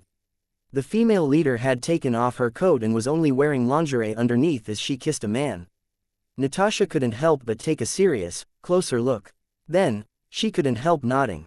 She is indeed a little old. Also, she has a freckle problem. Luke tapped his glasses, and the yellow lenses he was wearing projected another image. "I'm talking about the man." It was an official profile photo of the man. Daniel de Cobray, a baron. This lady is his wife, and they have been married for half a year. She is a genuine baroness. Is there a problem with this baron? Natasha was curious. This sort of person sounded very interesting. Looking at his profile, she gave a light, of surprise. This baron is a scientist. He has a particle physics research lab on the outskirts of Paris. He even has a particle accelerator. He's indeed rich. There was nothing else to say. Most of Hydra's bosses had a higher status in society, and the title of baron suited this ancient organization. A scientist baron with a high-level laboratory was too suspicious. Natasha asked, "Should we check out his lab?" Luke said, "Of course, but let's not be hasty. Let's listen to what the couple is saying." In the end, both of them were surprised. The couple's conversation was nothing more than a husband complaining to his wife about being left at home while she went out to play. What was even more outrageous was that with just a little bit of coaxing from his wife, he obediently went off to do his own thing. Natasha was suspicious. Why does this guy seem a lot like the idiots I run into on missions? He doesn't seem very smart. Luke was also lost for words. But their eyes soon lit up. An Asian man in white suddenly appeared behind the baroness and held a katana to her throat. The silver blade against her black lingerie made a perfect picture. Natasha couldn't help but exclaim inwardly, "Here we go." Sure enough, the baroness fought back, and the Asian man in the white suit grabbed her hand, which was holding something sharp. Their faces were only 5 centimeters apart. Breathing heavily, they looked at each other and didn't move, but their arms shook as they each exerted more strength. Just when Luke felt that it would be a shame if they didn't kiss in this position, the Asian guy pushed the baroness away and said, "McCullen said I have to kill your husband when you're distracting him." The baroness smiled. "It was McCullen who told me to marry him. Besides, after distracting him, he becomes even more fired up, which is good for our plan, right?" As she spoke, she walked to the side and opened the closet to look for clothes. "So what are you doing this time? Are you monitoring me?" The Asian guy sheathed his sword and gave a half smile. "If I really wanted to monitor you, why would I let you know? You're my most outstanding student." With her back to him, the baroness smiled and undid the buckle behind her to reveal the curves of her back. The Asian guy's eyes flashed. "I'll go with you to get the warheads back. We'll set off at dawn." He then turned around and left. The baroness turned around and snorted as she watched him disappear.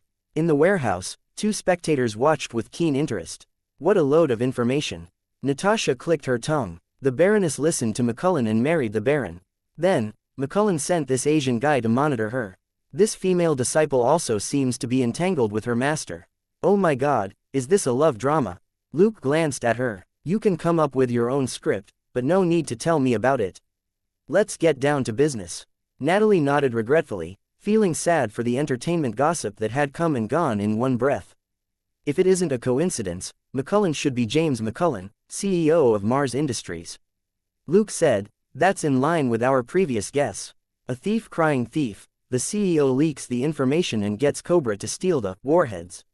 He also continues to get funding and support from NATO. Natasha pulled up a screen and looked at it. A week ago, this CEO participated in a secret meeting at the NATO Weapons Command Center. He hasn't shown his face since. He deals with things remotely via Mars Industries' own satellites, and it's impossible to determine his location. Luke nodded in agreement. He's very cautious, smells a little like a villain boss. Speechless for a moment, Natasha could only ask, "What should we do first?" Luke rubbed his chin and looked thoughtfully at the information on the screen. After thinking for a moment, he said, "Didn't the Baroness and the Asian guy say that they're going to steal the warheads tomorrow? Let's just follow them." "Natasha, so you haven't forgotten your plan to rob the robbers?" The next night, a fiery battle broke out at a secret military base in the desert. Luke and Natasha watched the whole thing. The Baroness and the Asian guy carried out a near-perfect infiltration as they snuck into the base with a group of metal soldiers. The reason it was near-perfect was that they were discovered halfway after obtaining the warheads. The two parties fought a huge battle in the secret base. In the end, the Baroness and the Asian guy were the last ones left. The two of them got on a flyer and escaped with the box which contained the warheads. Holding the box in one hand and gripping her master's thigh with the other, the Baroness demonstrated how strong she was after years of bitter training. Natasha, however, didn't pay much attention to her. She frowned as she looked at the soldiers who had been taken down. "These metal soldiers don't seem too hard to make." Luke confirmed it. "At the very least, they're several times worse than Tony's big toys." In the last few years, Mars Industries obtained billions of euros in supplies and funding from the European Union in the name of routing superheroes and aliens. It won't be hard to build 200 to 300 of these soldiers. Natasha's eyes flashed as she wondered if the Avengers and New Shield could come up with a bunch of soldiers like these. As long as dozens of metal soldiers charged forward to bear the brunt of attacks, it would become significantly safer for official members. The Tycoon and Phil weren't short of money. There were even more bad guys who could be cannon fodder. The only thing that was lacking was the technology to control the metal soldiers. Luke glanced at her and said, "Don't think too much about the future. Right now, we have to keep an eye on them and see what they're going to do." Chapter 1845. Not bad, young man. Natasha suddenly remembered what she had wanted to ask earlier. "Aren't we going to stop the Baroness beforehand?" Luke shook his head. "No need. They'll have to go to Paris in the end to make that big news." After saying that, they couldn't help but look at the tall metal structure not far away. For example, this thing was very suitable. Natasha was a little uncertain. "It won't get that far, right? There were a lot of tourists around the Eiffel Tower. If anything happened, a lot of people might die." Based on her understanding of Batman, he wouldn't ignore the lives of innocent people just to catch a big fish. Luke said, "Don't worry, I called for help." Natasha was surprised. "Your team, who is it?" Luke smiled. "No, just an old friend I don't see often." Natasha was instantly curious, but no matter what she tried, Luke didn't reveal anything. It wasn't like he was beating around the bush, it was just that it was purely unnecessary to tell her. This was just a trump card. If he didn't need it, there was no need to explain it in advance. As for Cobra's ambush earlier, Luke and Natasha didn't get involved. The secret base that had been raided in North Africa was full of European soldiers, not civilians. Luke wasn't their father, and didn't care about them. Thus, he and Natasha were now having coffee and snacks on the balcony of an apartment near the Eiffel Tower. Luke wasn't idle as he secretly set up a trap, unbeknownst to Natasha. It was better to have more trump cards than to be caught unprepared when the time came. The reason he didn't tell Natasha was because they were at most just friends. Few agents were easy to fool. This Black Widow wasn't a teammate in the system. How could he dare trust a light green friend? This light green had only been achieved after Batman gave her the armor in New York and went off to destroy the nuclear missile. She had been a light red enemy in the beginning, which proved that the bald director had never had good intentions toward Batman. Only Phil, this uncle, was reliable. He had already been a two-star teammate for the past 2 years. Luke didn't like people sticking too close to him, and Batman's friendship wasn't cheap. Since she was so wary of him, he naturally wouldn't play at being open and frank. They just needed to maintain a pure business relationship. The third day in Paris was as sunny as ever. Many tourists started appearing on the streets at 8 in the morning. Luke felt it was a shame. If the weather was bad, like strong winds or rain, Cobra would be much less likely to create even more havoc. Unfortunately, the heavens weren't on their side today, and he and Natasha could only work hard to keep an eye on Cobra. At that moment, Luke and Natasha were following the Baroness and the Asian guy, because the box with the warheads was in the black Hummer that the Baroness was in. Looking in the direction of the Hummer, Natasha couldn't help but say, "Wow, you said before that Mr. Baron was clean." They're now approaching the Baron's lab. Luke asked, "Is it very hard for bad guys to get ordinary people to do things for them?" Natasha naturally understood that ordinary people who had a gun pointed at them could only admit defeat. She asked directly, "Then, should we watch them break into the lab to kill people?" Luke said, "Don't worry, we have backup." 5 minutes later, the black Hummer stopped in front of the Decode Science Institute on the outskirts. The Baroness and the Asian guy walked in with 2 of their men in the box of warheads. The Asian guy was surprised to see one lone security guard at the front desk. The Baroness asked in a low voice, "Shall I do it, or you?" The Asian guy said, "I'll do it." Walking to the front desk, he gave a cold smile. "Good morning. It's very quiet here today." The security guard didn't answer his question. Instead, he craned his neck to observe the woman and 2 men behind her. He then took out the registration book and placed it on the counter before he said impatiently, "Please write down the name of the person you want to see." His stomach gurgled as he spoke. The 4 people had strange expressions on their faces, and the Baroness subconsciously took a step back. The bodyguard clutched his belly and cursed in a low voice. "FC King Pierre, did he give us rotten fish?" As soon as he said that, his stomach gurgled again, and he could only urge the Asian guy with a pale face, "Hurry up and register. I need to use the bathroom." The Baroness stepped back again. The Asian guy tilted his head. "Sorry to trouble you." As he spoke, he flicked his wrist, and a kunai shot out and pierced the security guard in the throat. The security guard's eyes widened. He covered his neck and opened his mouth, but couldn't make a sound, and his body collapsed back into the chair. "This way, you don't have to hold it in anymore," the Asian guy said as the 4 of them hurried to the elevator. The Baroness couldn't help but cover her nose. "Let's go. I can already smell it." All 4 of them looked uncomfortable. It wasn't that they had poor endurance, but that the sounds from the man's stomach earlier subconsciously evoked disgusting thoughts. After they entered the elevator and it started to descend, the security guard who had collapsed at the front desk suddenly sat up. The pained expression on his face completely disappeared and was replaced with a calm expression. Pulling out the kunai from his neck with one hand, he took out a spray from his pocket with the other and sprayed himself in the bloodstains caused by the kunai. The blood turned into light red powder. At the same time, the wound on his neck automatically closed up until only a thin line of blood was left. Playing with the kunai for a moment, he cleaned up the light red powder on the floor and sneered. "Tisk, tisk, this kid isn't bad, he's very decisive when it comes to killing." He then got up and went to the bathroom. Outside, Natasha was a little curious. "How did you do that?" The security guard's performance was too strange. Besides, the lab was an important institution with a particle accelerator. There would be at least 4 security guards in the hall, and at least 2 of them would be armed. In the end, Luke silently arranged it so that only 1 guard was left. Running into a situation like this wasn't necessarily suspicious, but even to her, that security guard's diarrhea problem was too realistic. Luke said, "I told you, I found help." Natasha's heart itched. "Who?" Luke smiled and didn't say anything else. "I won't say anything. You can keep itching, you heartless female agent." Half an hour later, an alarm suddenly rang out in the building. Looking at the surveillance feed as the Baroness picked up the warheads and left, Natasha found it strange. They were found out. Is it thanks to your friend again? The alarm sounded just as the Baron activated all the warheads in the box with the particle accelerator.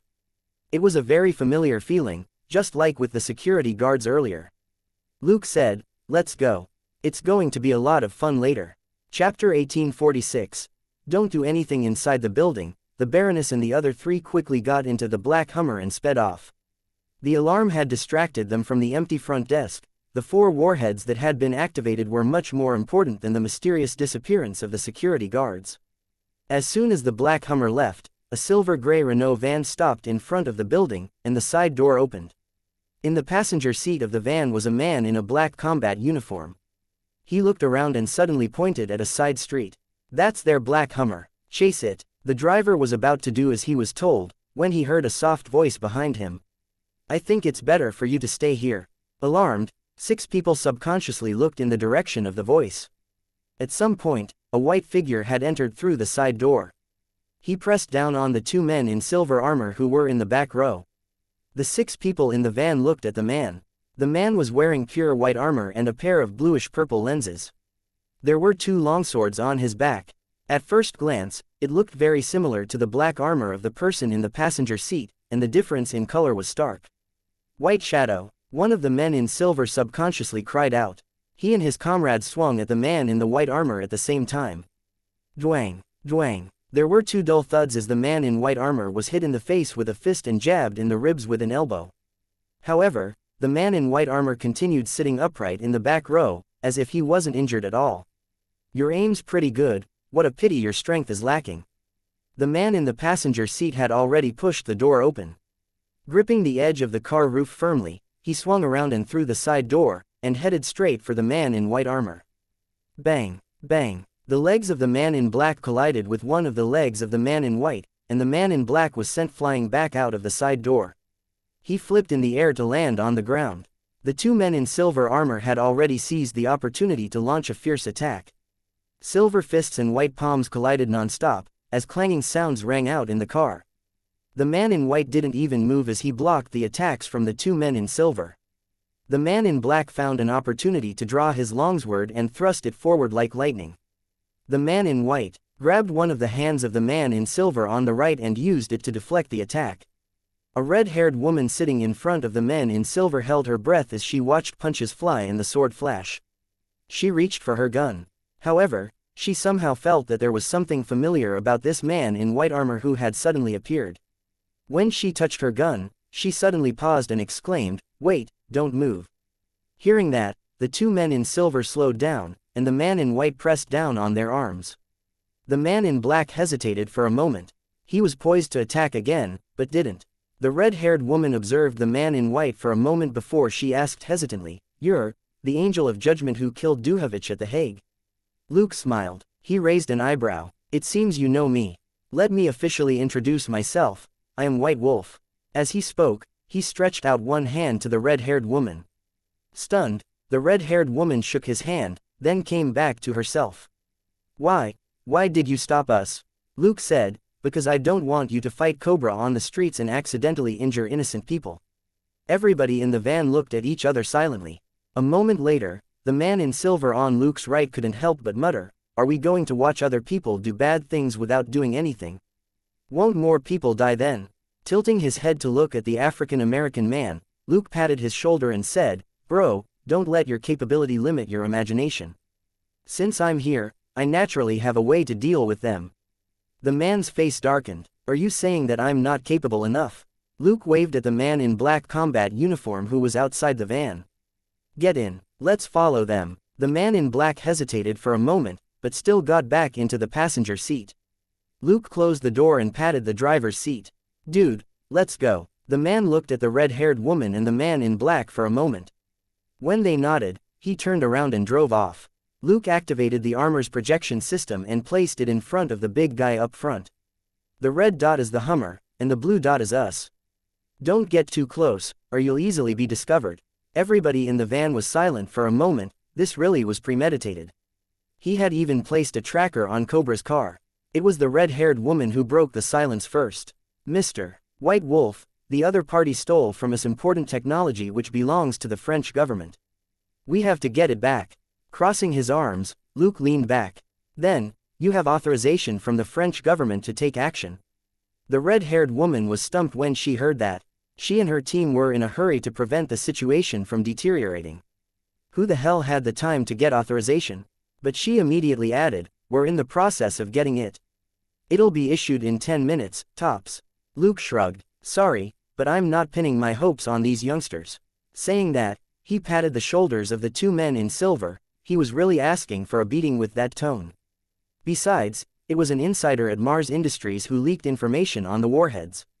Luke continued, "It's still unclear how many people in NATO are involved in this. I don't have time to guess at their attitude.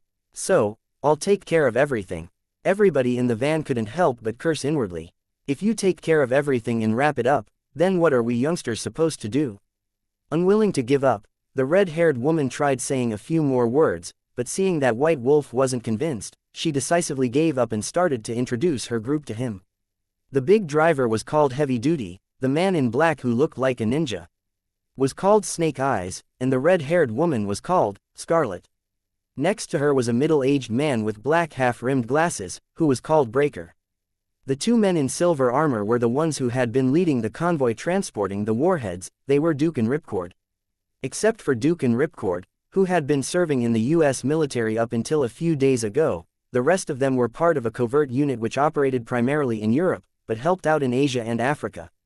When Scarlet called Luke the Angel of Judgment, and looking at his appearance, they recalled what happened a few years ago. After all, the Angel of Judgment was the first famous superhero in Europe. However, the White Wolf armor looked a little similar to what their enemy, White Shadow, wore. It was just that White Shadow wore a mask, not a helmet, and the blades on his back were white. Luke had appeared too suddenly, and Snake Eyes and the two fellows in silver armor couldn't help but attack. Chapter 1847, Junior Brother. Senior Brother. No, Angel of Judgment, of course, this definitely wasn't Luke's fault.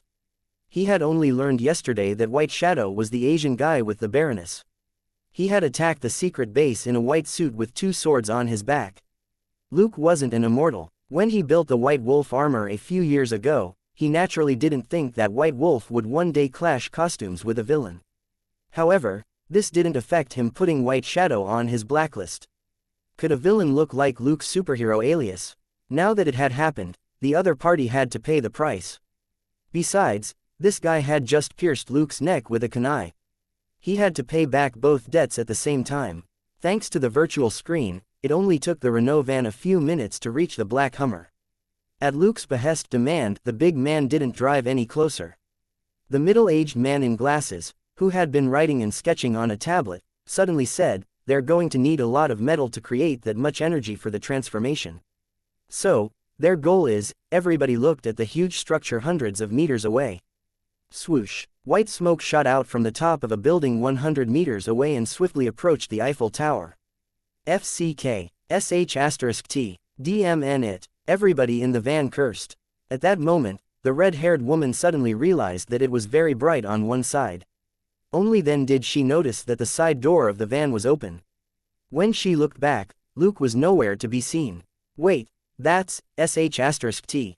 It's White Wolf. She hurriedly turned around and looked out the front, only to see a white figure shooting after the white smoke. Only the bespectacled middle-aged genius sighed gloomily as he calculated the relative speed and time of the warhead hitting the Eiffel Tower. It's too late. Just as he said that, Luke raised his blade. Everybody in the van was confused. What was he trying to do?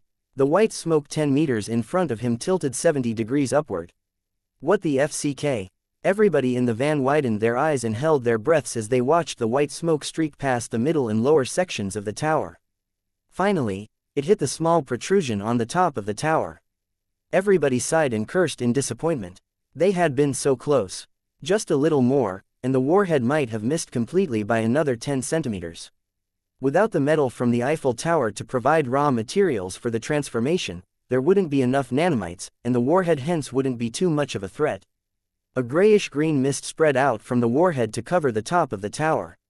Then, the tip of the tower quickly disappeared, like crops being chewed up by locusts, and the grayish-green mist spread down the tower. 300 meters away, on the rooftop of a building, the Baroness frowned at the white figure gliding along the tower. "Who's this guy?" As she asked the question, she couldn't help but look at White Shadow. White Shadow frowned. "I only have one junior brother." But the Baroness continued looking at him, and he added unhappily, "I don't have any senior brothers either." Only then did the Baroness look away. "This man's armor is quite good. The weapons demonstration is over. Let's retreat first." Looking at the white figure at the Eiffel Tower, White Shadow suppressed the urge to fight and nodded. "Let's go." He wasn't stupid. The other party could fly circles around him in this outdoor environment in this suit. They went to the rooftop. The door of a plane opened in the distorted air on one side, and a simple flight ladder appeared. The two of them walked in. The door closed again, and the transparent fighter plane sped away. White Wolf, who was gliding slowly along the Eiffel Tower, glanced at the departing fighter plane. Inside a plane, Luke said to Natasha, "After he's taken care of the tower, we'll pick him up and leave." As he spoke, the silver-white wings on White Wolf's back unfolded and he suddenly stopped in the air. White Wolf stretched out his hands, and the protective armor over the arc reactor in the center of his chest opened to reveal a round hole 10 centimeters in diameter. A white light inside the hole grew brighter and brighter. It looked like a small sun in the sky head-on. Boom, z, z, z, a huge white light beam shot out.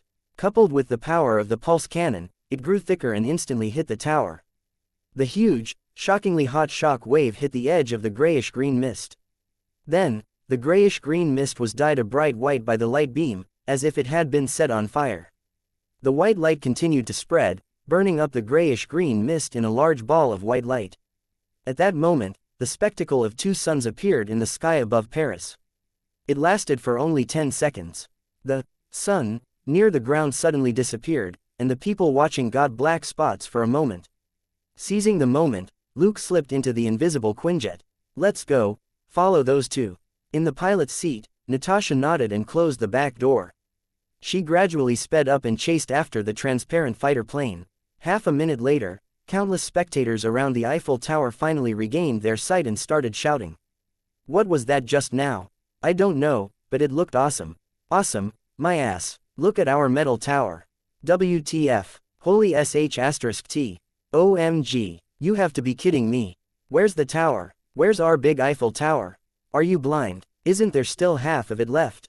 "A terrorist attack. It must be a terrorist attack. That B** starred just now must be a terrorist." "Are you an idiot? That's the Angel of Judgment. He's our European superhero. He must have stopped the terrorist attack just now, or he wouldn't be able to protect half the tower." "The Angel of Judgment? You're lying. It was a terrorist. You idiot, are you a caveman? Don't you have internet access? That was the Angel of Judgment who killed Duhovich, that butcher." "What, was that really the Angel of Judgment? Are all of you blind? White armor, bluish-purple lenses, silver wings, and 2 swords on his back. If that's not the Angel of Judgment, who is it?" "Bullshit, he was up so high. Apart from the white armor and the silver wings, what else can you see? Son of a B***tch, look at this. Repeat after me. Nikon.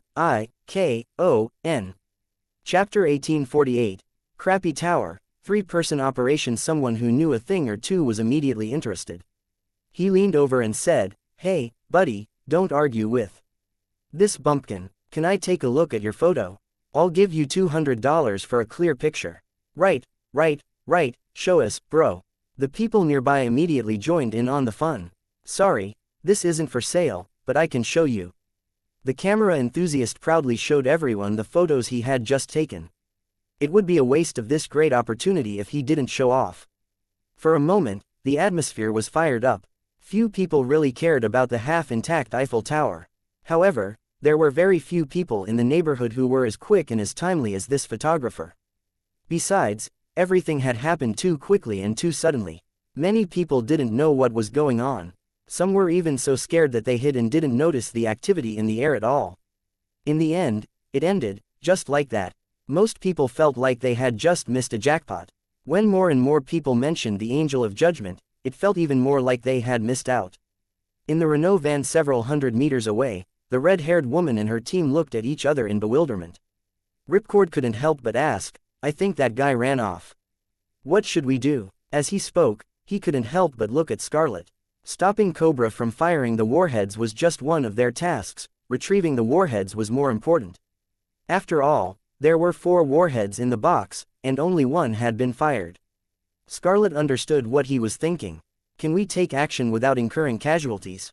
Nobody said anything, but they all knew that was impossible. Even if they had caught up to White Shadow and the Baroness just now, the other party wouldn't care about hurting civilians.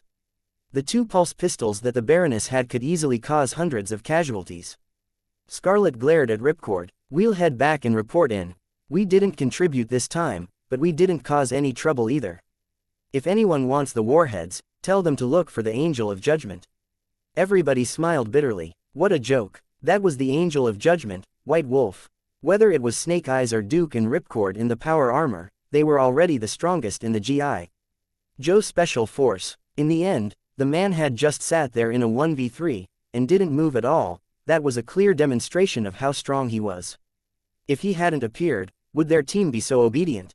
Special forces weren't a charity organization. It wasn't rare for them to fight among themselves for benefits and assignments.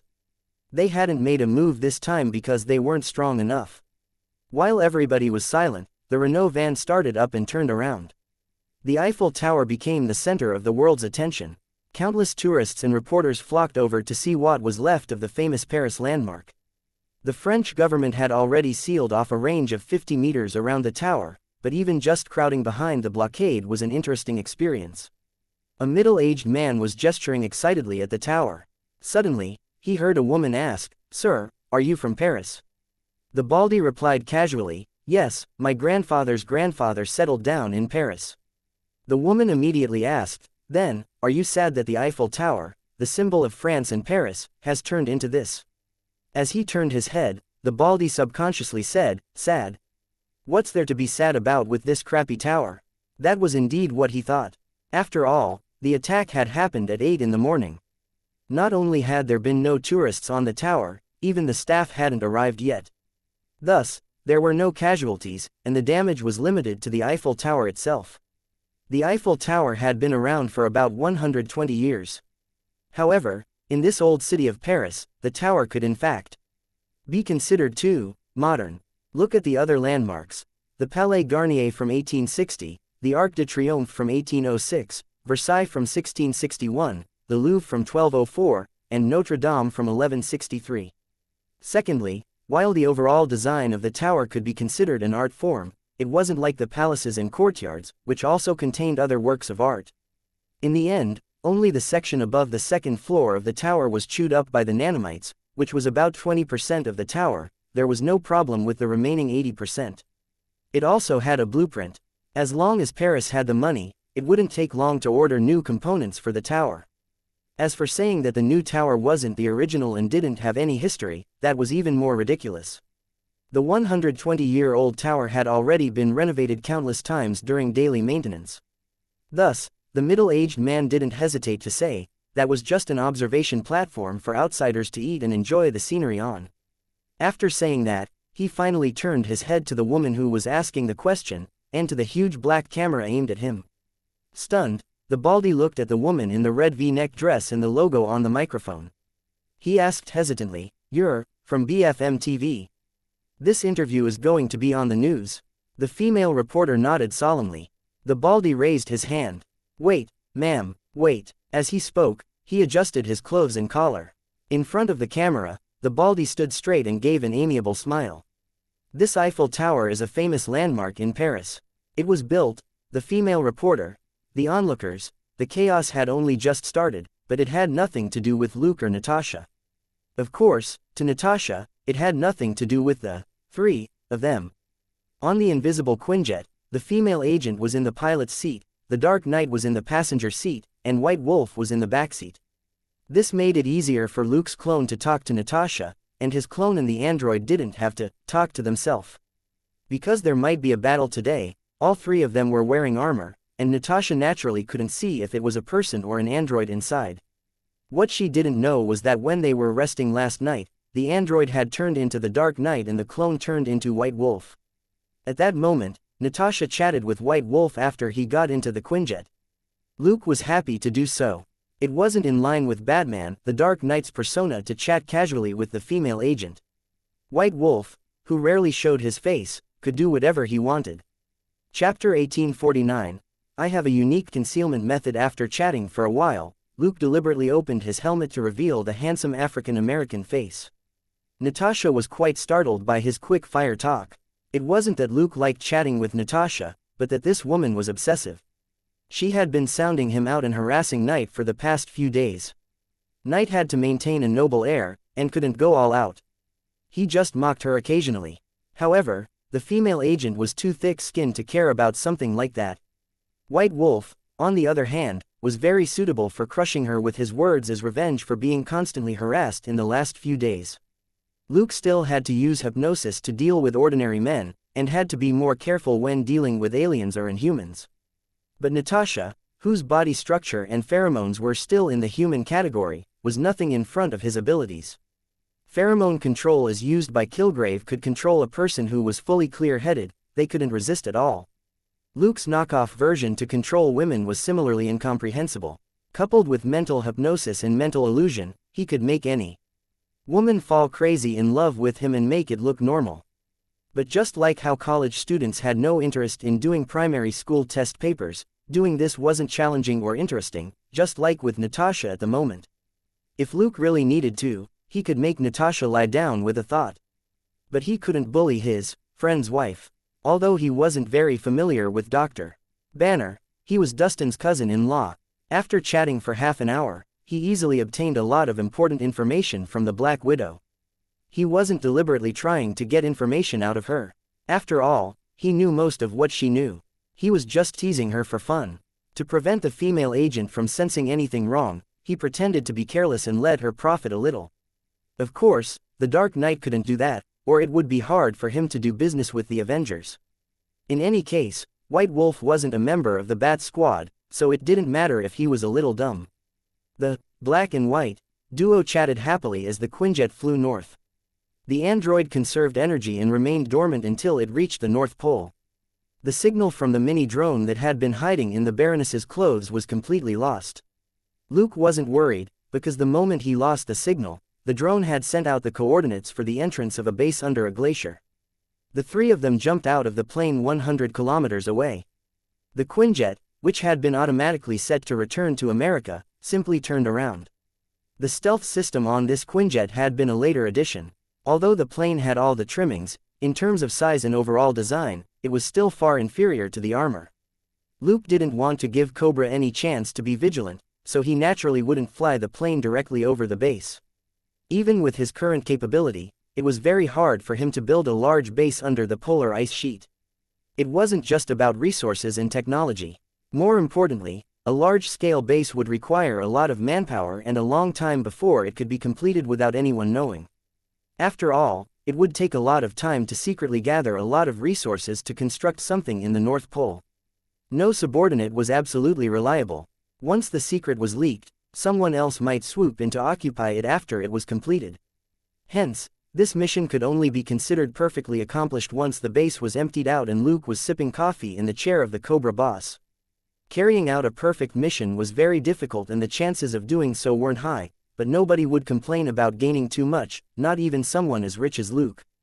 Hovering 5 meters above the ice, the three of them swiftly advanced in stealth mode. Luke thought for a moment, then used Night to give Natasha a heads up. We might have to hide nearby for a while, a week or two, a month at most. If you have other things to attend to during this period, you can deal with that first. After a brief silence, Natasha made up her mind. It's normal to take a few months to complete such a big mission. Just nice, I don't have anything else on lately, I can be patient. Only an idiot would quit now, she mumbled inwardly. They had already agreed on a 30-70 split for this mission. If something unexpected happened the moment she left, these two would never wait for her to come back. Their first priority would be to settle everything. That was what she would do. At that time, if she really wanted 50% of the profits, a certain someone who valued fairness wouldn't agree. A base in the North Pole that could house fighter jets could be exchanged for hundreds or thousands of credit points. For the sake of clearing her debt, she didn't want to give up even 1%. While the female agent was calculating like mad, Luke truly hadn't thought of this at all. The final number of credit points for the mission was up to him. He was really just giving her a heads up about what might happen next. A few hours later, Natasha stared blankly at everything and felt a little doubtful. Are you serious? Of the two people who were digging frantically, only White Wolf turned around and smiled. His black face was especially eye-catching against the white expanse. Of course, if we don't do this, we might not be able to last even 2 days and have to go back, only to come back here again. That would waste too much time. He comforted her. Don't worry, Old Black and I will dig out a separate bathroom for you. In the freezing north wind, the female agent's feelings were a mess. That's not what I meant. What astonished her was that the two of them were actually going to build an ice house under the ice, and one that would meet their daily needs. As for building a separate bathroom for her and how it wasn't hard, well, that was actually very important. This situation seemed different from any infiltration training she had undergone before. But Luke wasn't an agent. The poles were basically no man's land. Even if Natasha was a special agent, it was unlikely she would have experienced something similar before. It would be hard to hide out here for long. So, Luke naturally had to do things his way. A day later, after doing some reconnaissance around Cobra's base in her armor, Natasha was a little tired as she entered the ice house through a gap in the ice sheet. After taking a few steps, she realized that something wasn't right. She looked around and realized that the empty living room had changed. Ignoring the assembled load-bearing boards and pillars that propped up the ice house, this room was similar to a regular living room. It even had a couch, a coffee table, a carpet and a coffee pot.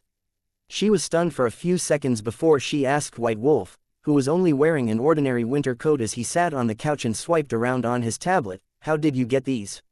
Luke raised his head and grinned, revealing his white teeth. "As long as you have credit points, the big shot won't turn down an order, and will do an express delivery." Chapter 1850. Sell, sell, sell, buy. Natasha's heart jumped. She couldn't help but point at the furniture and the odds and ends. "You bought these with credit points?" Luke was clearly confused. "Of course. It's too troublesome to transport them ourselves." As he spoke, he kindly comforted the female agent. "Don't worry, we'll pay for this first. When the mission is completed, we'll just count them as past of the costs." Natasha's heart jumped again. "B-starred, you definitely think my debt isn't big enough, or you're a sales representative sent by the big shot." A moment later, enjoying the blast of water from the shower head in the bathroom, the female agent sighed in satisfaction.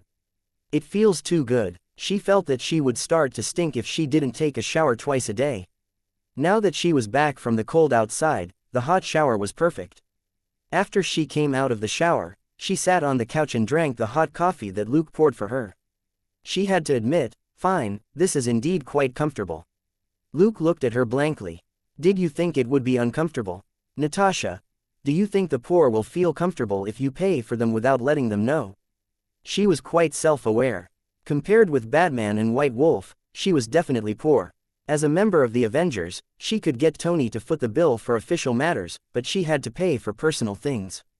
Her professionalism prevented her from reselling information on the Avengers, and there weren't many other things she could sell. It really wasn't easy to earn credit points. The Avengers did earn 50 credit points a month. However, the big shot had a lot of good stuff. These credit points weren't enough at all, let alone to repay her debt. Cursing inwardly, she asked casually, "Where's Knight?" Reading the intelligence Natasha had just gathered, Luke replied without raising his head, "He's busy and has already gone back." Natasha frowned. This was a mission he took on. Luke raised his head and smiled. "Sorry, but let me officially confirm. Are you willing to take me on as your partner for this mission?" Natasha smiled gently at him and put on her lenses. "Let me consult Knight first." She contacted Knight on the team channel, and confirmed that he had indeed handed the mission to White Wolf. If she didn't like it, Knight would return, and White Wolf would leave. Natasha hesitated when she read the reply. Batman was definitely more reliable, but he had personally recommended White Wolf as someone who could be trusted. White Wolf's combat ability wasn't bad. Natasha had carefully watched the video of how he fought the 3 Special Force team members in the car. His ability to change the trajectory of the warhead in midair was even stranger. More importantly, White Wolf was easier to talk to than Batman. Thinking for a moment, she smiled at White Wolf. "Then, do you have any other objections to how we're splitting the gains?" With a careless expression, Luke waved his hand. "When it comes to friends, I don't mind showing a little more sincerity. We'll go with what you and Old Black decided. Once this is over, however, I'm willing to give 10% to the beautiful Miss Natasha." How does that sound? Natasha's heart jumped. Previously, Batman had agreed to a minimum 30-70 split. Now that she could get more, of course she would go for it. Deal. She agreed decisively. Whenever she crooked a finger or gave a little look before, stupid men would want to give her money. It hadn't been easy to meet someone with more money than brains like that in the last 2 years. She was getting old. Natasha sighed inwardly, and this fake black baldy who was grinning brightly at her looked more and more pleasing to the eye. Less than 2 days later, she experienced what it meant to cry in pain amidst pleasure. It started after a day of reconnaissance. When she returned, she saw a certain person in loose sportswear exercising. His movements were very slow but smooth, clearly they were the product of long training. As a courtesy, she didn't disturb him and simply watched silently. The dumb smile the man usually wore was also nowhere to be seen on that calm and composed face. His movements were soothing and gentle, and pleasing to the eye. After more than 20 minutes, Luke was finally done. He turned around and smiled at her. "You're back." Natasha nodded, curiosity flashing in her eyes. What are you practicing? Can you tell me?" Luke said, "It's a little complicated. Shall we talk again after you wash up?" Natasha agreed. 20 minutes later, she was sitting on the couch in loose home clothes and drinking warm black tea. "White Wolf, can you tell me what you were doing earlier?" Luke nodded and turned serious. "Before we start, you have to promise me that you won't tell anyone about this. It'll be best if you keep it a secret forever." Natasha nodded slowly. "Okay, I agree." Luke smiled again. "Come, let me show you something good." He projected a file in front of them. A few minutes later, Natasha wore an astonished expression even as she rejoiced inwardly. She subconsciously gave Luke a meaningful look. "White Wolf, are you saying that you can teach me this?" Luke nodded. "Of course, we're friends, after all." Natasha was about to praise him, when he said, "But you have to buy the right to use it from the big shot first." "Natasha, are you kidding me? You're definitely the big shot's sales representative." 10 minutes later, the female agent looked at the figure of her credit balance which the big shot had just sent her, minus 12,751. The 1 in the front had just been added in exchange for a mysterious cultivation method called XX Kai refining technique. It was said that this cultivation method was a secret that had been smuggled out of a certain Eastern super organization.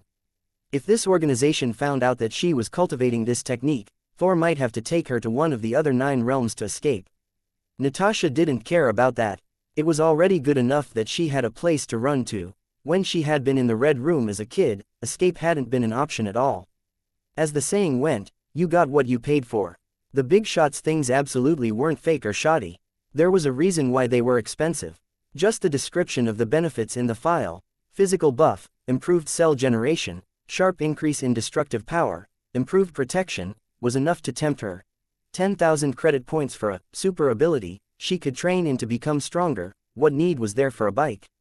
The big shot had even entrusted sales rep White Wolf to show her some of the results of the cultivation as well as give her a full set of cultivation classes. Of course, there was no extra charge for these, they could be considered part of the Kai refining technique package. At that moment, the female agent was finally 100% certain that despite the white in his name, this black-hearted person was absolutely aiming for benefits out of this business. In any case, whatever he gave her wouldn't be for free. Chapter 1851. Waiting, and Cobra's huge ruckus. So, a certain person's foolish appearance was a complete ploy. Natasha only just realized this, and had even willingly let him take an agent fee. DMN it, none of Batman's friends were good. The female agent cursed inwardly. What followed were busy and full days of undercover reconnaissance, which were more comfortable and fulfilling than any similar operations Natasha had been on before. The two of them took turns going out to scout for 4 hours. They then spent 8 hours training, analyzing the intelligence, and planning the operation. The remaining 8 hours were for sleep and leisure. Even when they were inside the ice house, there was an AI program to help check the surveillance equipment that had been set up and to monitor the base. They didn't need to sleep in the snow, eat poorly, or freeze their butts off when they needed to use the toilet. What surprised and delighted Natasha even more was that she actually had good talent overall in the Kai refining technique. In comparison, Robert was worse, Catherine was ordinary, Claire and Selena were excellent, and Luke's little sister, Cindy, was the best. As for Natasha herself, she had a good constitution to begin with, and could convert a huge amount of Kai. She was suspicious by nature and quick thinking as an agent, which was inherently disadvantageous when it came to maintaining concentration. But the resistance to interrogation which she had cultivated in the Red Room enabled her to fall into a self-hypnotic state very quickly. Lastly, her sensitivity to Kai was neither good nor bad. But with Luke, who had been cultivating for a few years, to guide her, it wasn't hard for her to enter that cultivation state which couldn't be described with just words. In this regard, she was much luckier than Robert. After all, Robert was a man, and Luke's hypnosis ability hadn't been strong enough back then. Luke actually wasn't too busy. Since White Wolf had said that he would give 10% of his gains to Natasha for free, he naturally had to give her a chance to show some initiative. If he had to do everything, Natasha would probably only get a basic amount of the spoils. One day after arriving at the North Pole, Luke's Trailblazer drones had dug into the base and opened a connection to Luke. His daily field reconnaissance mainly involved tapping into the base's database via a cable. The Trailblazer drones patrolled the base every day and sent back intelligence via the data cable. Luke didn't use wireless communication because this place was too clean. The base was the only location to have wireless communication in a range of 100 kilometers. Based on the analysis of the intelligence, this Cobra base had quite a bit of illegal tech. He didn't dare bet on Cobra's surveillance team, ignoring the fact that several unknown signal sources had suddenly appeared around the base. On top of that, there were more than 300 guards in this base, all of whom were the soldiers in metal masks that they had seen before. These guards were emotionless. They didn't do anything other than follow the orders of the base's leaders. This was too good for Luke. If there were too many smart people, the value of this base would conversely drop. Luke had already decided to do his best to soundlessly swallow up the entire base. If he wanted to achieve this goal, he couldn't be hasty. If anything happened, his base might be damaged. It was a long wait, but with the specially trained female agent around, Luke wasn't bored. Natasha was even more satisfied. After learning the basics of the Kai refining technique, she indeed felt pretty good. At the very least, it instantly improved her skin condition. Things like lack of energy, a sore back and leg cramps were nothing. She felt that she could kill a bull with one punch. Luke didn't lose out either. The credit points were nothing to him. The 5-figure debt which the female agent owed was just a means of supervising her efforts, it absolutely wasn't labor exploitation. Watching Natasha cultivate was also a delight. After teaching her the basics, he basically no longer gave personal demonstrations, and just gave pointers now and then. Most of the time, he sat leisurely on the couch and watched her perform all sorts of extreme positions on the yoga mat to stimulate her body and circulate Kai. It was the end of September. Luke had collected most of the key data from the base, and an opportunity had finally come. Cobra hadn't been resting on its laurels all this time. Instead, it had been causing a huge ruckus. The Eiffel Tower, that was just the appetizer. Cobra used what happened with the Eiffel Tower to threaten China, America and the European Union. If they didn't hand over certain supplies to the tune of 100 billion United States dollars, the remaining 3 warheads would be dropped on an important city in each region. This was an unprecedented request that was immediately rejected. But the remnants of the Eiffel Tower was clear for all to see, and NATO also had information on the nanomite warheads. This was something that Europe and America had produced. In fact, the warheads didn't belong to Mars Industries, but to NATO. All the researchers and key data on this project had always been under the direct control of several important NATO members. James McCullen, the CEO of Mars Industries, only existed as the manager of the development division, just like how the United States president didn't have the right to ask a big company to give him its core technology. McCullen couldn't touch the technology, let alone make his own warheads. That was why McCullen had tipped off Cobra to steal the warheads. He might be a co-conspirator, but the key was that he couldn't make the warheads. Nevertheless, he was very ruthless. When the nanomites were being developed, he had emphasized results, so that the developers would focus on damage output. The only countermeasure that existed was the control device that had been sent along with the warheads. This control device was similar to a missile launch code. It could only be set up during production to be used in conjunction with the warheads. Even if NATO produced another control device, it wouldn't be able to control the 3 stolen warheads. NATO had collaborated with a few countries to jointly develop the nanomite warhead as a deterrent that would be a cleaner and safer weapon than a nuclear weapon. Even if it fell into the hands of some other country, it would act as a deterrent more than anything else. But what was embarrassing was that such a lethal weapon had somehow fallen into the hands of a terrorist organization. The other party could threaten them without any qualms, but they couldn't do the same, because nobody knew where Cobra was. China, America and the European Union carried out many high-level negotiations for a month and came into contact with Cobra several times, but they couldn't reach a compromise. For these big countries, the supplies worth $100 billion wasn't the issue. If they gave in to the terrorists this time, the other party would get greedy. As long as Cobra still had the warheads, a second and third round of extortion would be inevitable. Thus, the nations, condition was that Cobra had to hand over the 3 nanomite warheads. Otherwise, the countries would rather gamble than pay a protection fee. Cobra wasn't stupid. If it did that, who knew what the other party would do during the transaction? Only by holding onto the warheads could they make the countries antsy. In fact, Luke knew what Cobra's real plan was.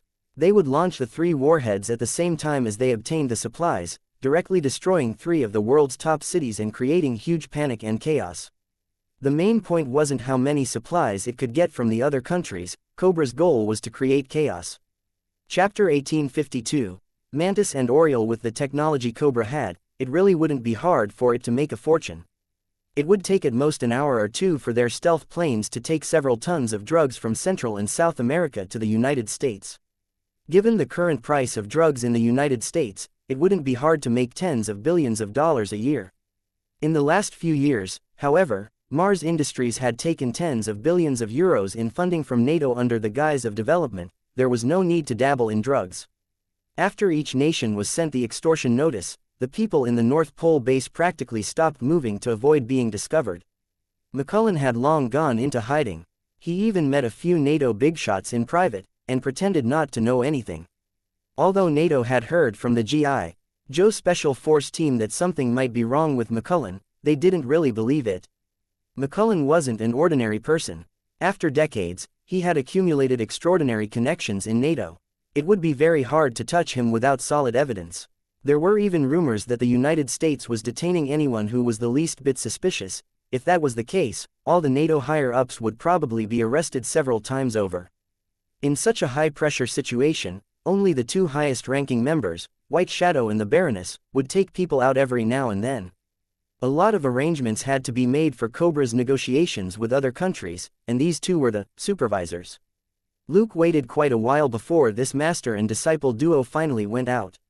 Natasha, who was training, was rushed to put on her armor, and Luke swiftly packed up all their personal effects. 5 minutes later, they emerged from the ice house and chased after the Cobra fighter plane. After they flew 100 kilometers in their armor, they were met by the invisible Quinjet, which opened the back door to welcome them inside. It then turned around and gave chase. There were many advantages to flying in armor, but one of the biggest shortcomings was that their range of movement in it was limited. When they wanted to fly at high speeds, their bodies had to be straight the entire time in order for the thrusters on the back and on their hands to be effective. A fighter plane was slightly slower, but people could move around freely on it. At the very least, their hands were free to handle more information, which made it more suitable for long-distance travel. On the Quinjet, Luke began to look up the intelligence. This should be White Shadow's target this time. French scientist Valérie Benoist, white, female, 45 years old and an expert in electromagnetism. She also participated in developing the nanomite's resistance to electromagnetic impacts. A few days ago, she just proposed a few targeted solutions that might be able to counter the nanomites. Natasha had a derisive look on her face. As Cobra crazy, it would take years to turn a plan like that into reality. Even in an emergency situation, it would already be pretty good if there were results after a few months. Even then, they might not be able to put it into practice. Luke, however, shook his head. This Miss Benoist is a pacifist, so not long after she joined the Nanomites project, she started privately researching countermeasures. It's possible that the only thing she needs to produce the technology is time. Natasha's eyes lit up. Then, this technology should be pretty good, right? Luke blinked. Oh, dear Natasha, are you thinking of credit points again? This isn't good. As the beautiful and charming Black Widow, how can you be as vulgar as a businessman? Natasha rolled her eyes. As if I would believe you, UD*MN middleman. Then, Luke coughed and said, I won't get involved. Whatever you can get is yours. Natasha wasn't surprised, but she couldn't help but curse inwardly. It's not like UD*MN fat cats are short of credit points. You just need to wait, and I'll bring the good stuff back for you, right? Unfortunately, just because she could see through him didn't mean that she would say no. The female agent, who had already enjoyed the benefits of the Kai refining technique, knew that not only did she have to do it, she had to do it beautifully. After all, the big shot had too many good things.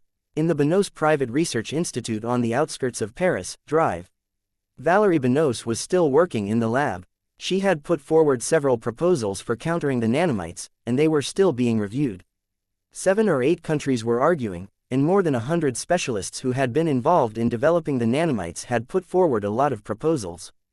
But as long as no one was able to pull out a practical product, all these proposals were just empty promises.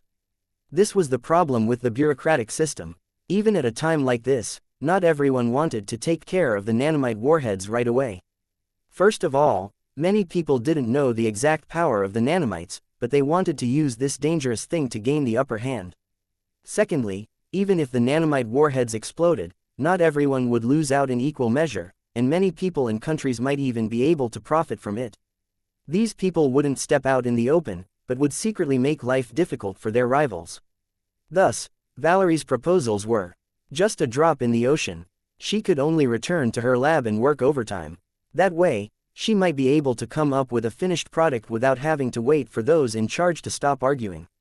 What she didn't know was that at that moment, Cobra's stealth plane had already landed on the roof of the research institute, and White Shadow and the Baroness had snuck down soundlessly from the rooftop with a team of soldiers in metal masks. Their plan wasn't to kill Valerie, but to abduct her. Her research could prove to be the bane of the nanomites, or it could boost their defenses. Also, there was a backup of her research data at the NATO Weapons Intelligence Center. If she kicked up a huge fuss, NATO would pay more attention to her proposals, which wouldn't do Cobra any good. White Shadow's Mantis group entered, with the Oriole hot on its heels. 2 invisible figures got out of the invisible Quinjet and silently stuck to Cobra. Less than half a minute later, the surveillance feed on Cobra's fighter plane turned into a video on loop. The plane door opened, and 2 transparent figures slipped inside. The door closed. The co-pilot who had been left to guard the plane didn't notice anything. 10 minutes later, White Shadow's group boarded the fighter plane with a middle-aged woman, and the plane immediately took off. On the fighter plane, the Baroness sat next to White Shadow. They talked in low voices about their capture of Dr. Benos, and then fell silent. It was more than 4,000 kilometers from France to the North Pole base. It would take the stealth plane almost 2 hours to cover the distance. Neither of them was a chatterbox, and they naturally wouldn't talk all the time. After a while, they closed their eyes to rest. White Shadow, however, felt that something wasn't right. He looked around the plane, but only saw a few of the masked soldiers sitting blankly. He took a deep breath. Maybe it was because the situation had been too tense recently, so he was a little on edge. Thinking that, he closed his eyes again to rest. On his back, a small metal ant clung to his armor. It stuck a tiny sucker into a blood vessel under the skin. Chapter 1853, a smooth operation, and return to base. The metal ant was as gentle as a mosquito. While it wouldn't make a person's skin red and swollen, it would make them lose consciousness. Inside the fighter plane, White Shadow, who had let down his guard, fell for it. At that moment, Luke finally started to release a small amount of a hypnosis drug via the ventilation system. White Shadow was the only one who might be able to detect the drug, which was why Luke dealt with him first. Coupled with gentle mental fluctuations, everybody was pulled into a trap of hypnosis and hallucinations, and could no longer sense anything wrong around them. Half an hour later, the plane swiftly descended and the door opened. With White Shadow in one hand and Dr. Benos in the other, Luke tossed them out. Natasha, who had just laid down on a litter, couldn't help but send a message over the team channel. "Are you sure that won't kill them?" Luke replied, "No, someone will take them into the Quinjet." In fact, the act of throwing them out had only been to dupe Natasha. Luke had put the 2 into space to the moment he tossed them out. Why would he go to the trouble of flying the plane over? In any case, the female agent had turned into the middle-aged drive Benos, and was now on a litter. It was impossible for her to see what was happening outside. After that, Luke closed the door and had the hypnotized pilot start flying again. Sitting down next to the Baroness, he sent another message. "You can take a nap now, my dear Natasha."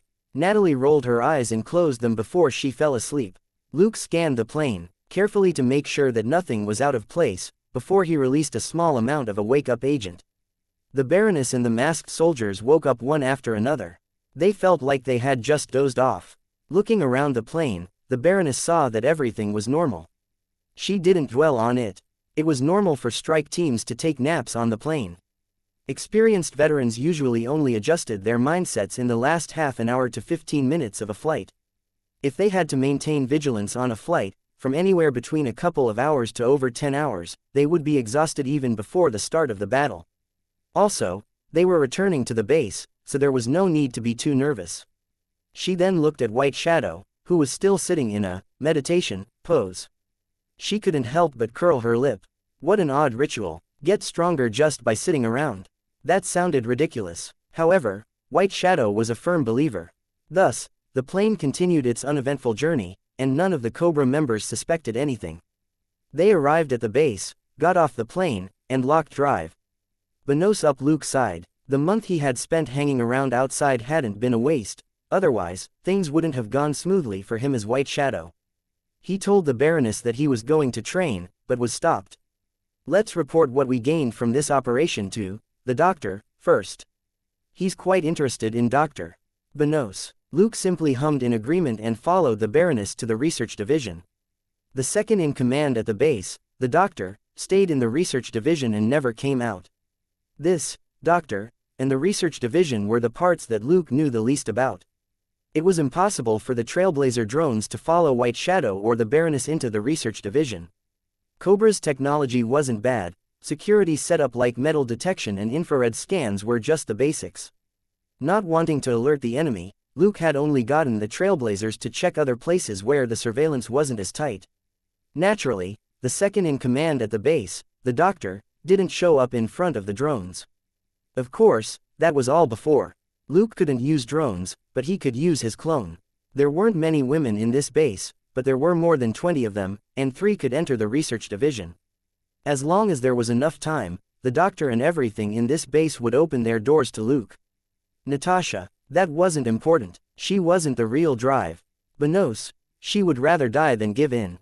In space too, Luke was also trying to get as much information out of Dr. Benos as possible. This couldn't be considered kidnapping or extortion. He wasn't asking for details on the tech, but just enough to have a rough idea. When the time came, he would get Natasha to leak things bit by bit to distract the doctor. Thinking that, he and the Baroness entered the first metal door to the lab. After taking an elevator down 50 meters, the door opened onto a straight passage, at the end of which was another metal door. Walking to the door, Luke and the Baroness stood inside a bright red circular symbol on the ground. It looked like an abstract image of a snake head wearing glasses. 2 blue light beams shot out from hidden holes on both sides and scanned them from top to bottom. Identity confirmed. White Shadow. Identity confirmed. Baroness. The metal door slid open to reveal a spacious room. At one glance, Luke was certain that this wasn't a lab, but more like a central control room or a data center. If he wasn't too unlucky, he should be able to get a lot of information on this North Pole base from here. He wasn't overly moved, however, he had just said that he wanted to swallow up this base perfectly, so he had to persevere. Besides, even with all the information here, it was still only half of the base's total value. Luke had to admit that he really wanted this huge, underground secret base that had already been operating steadily for more than 10 years. He didn't have time to do manual labor himself. Stealing something that was already available was definitely more cost-effective. These thoughts only flashed through his mind for a moment before they disappeared.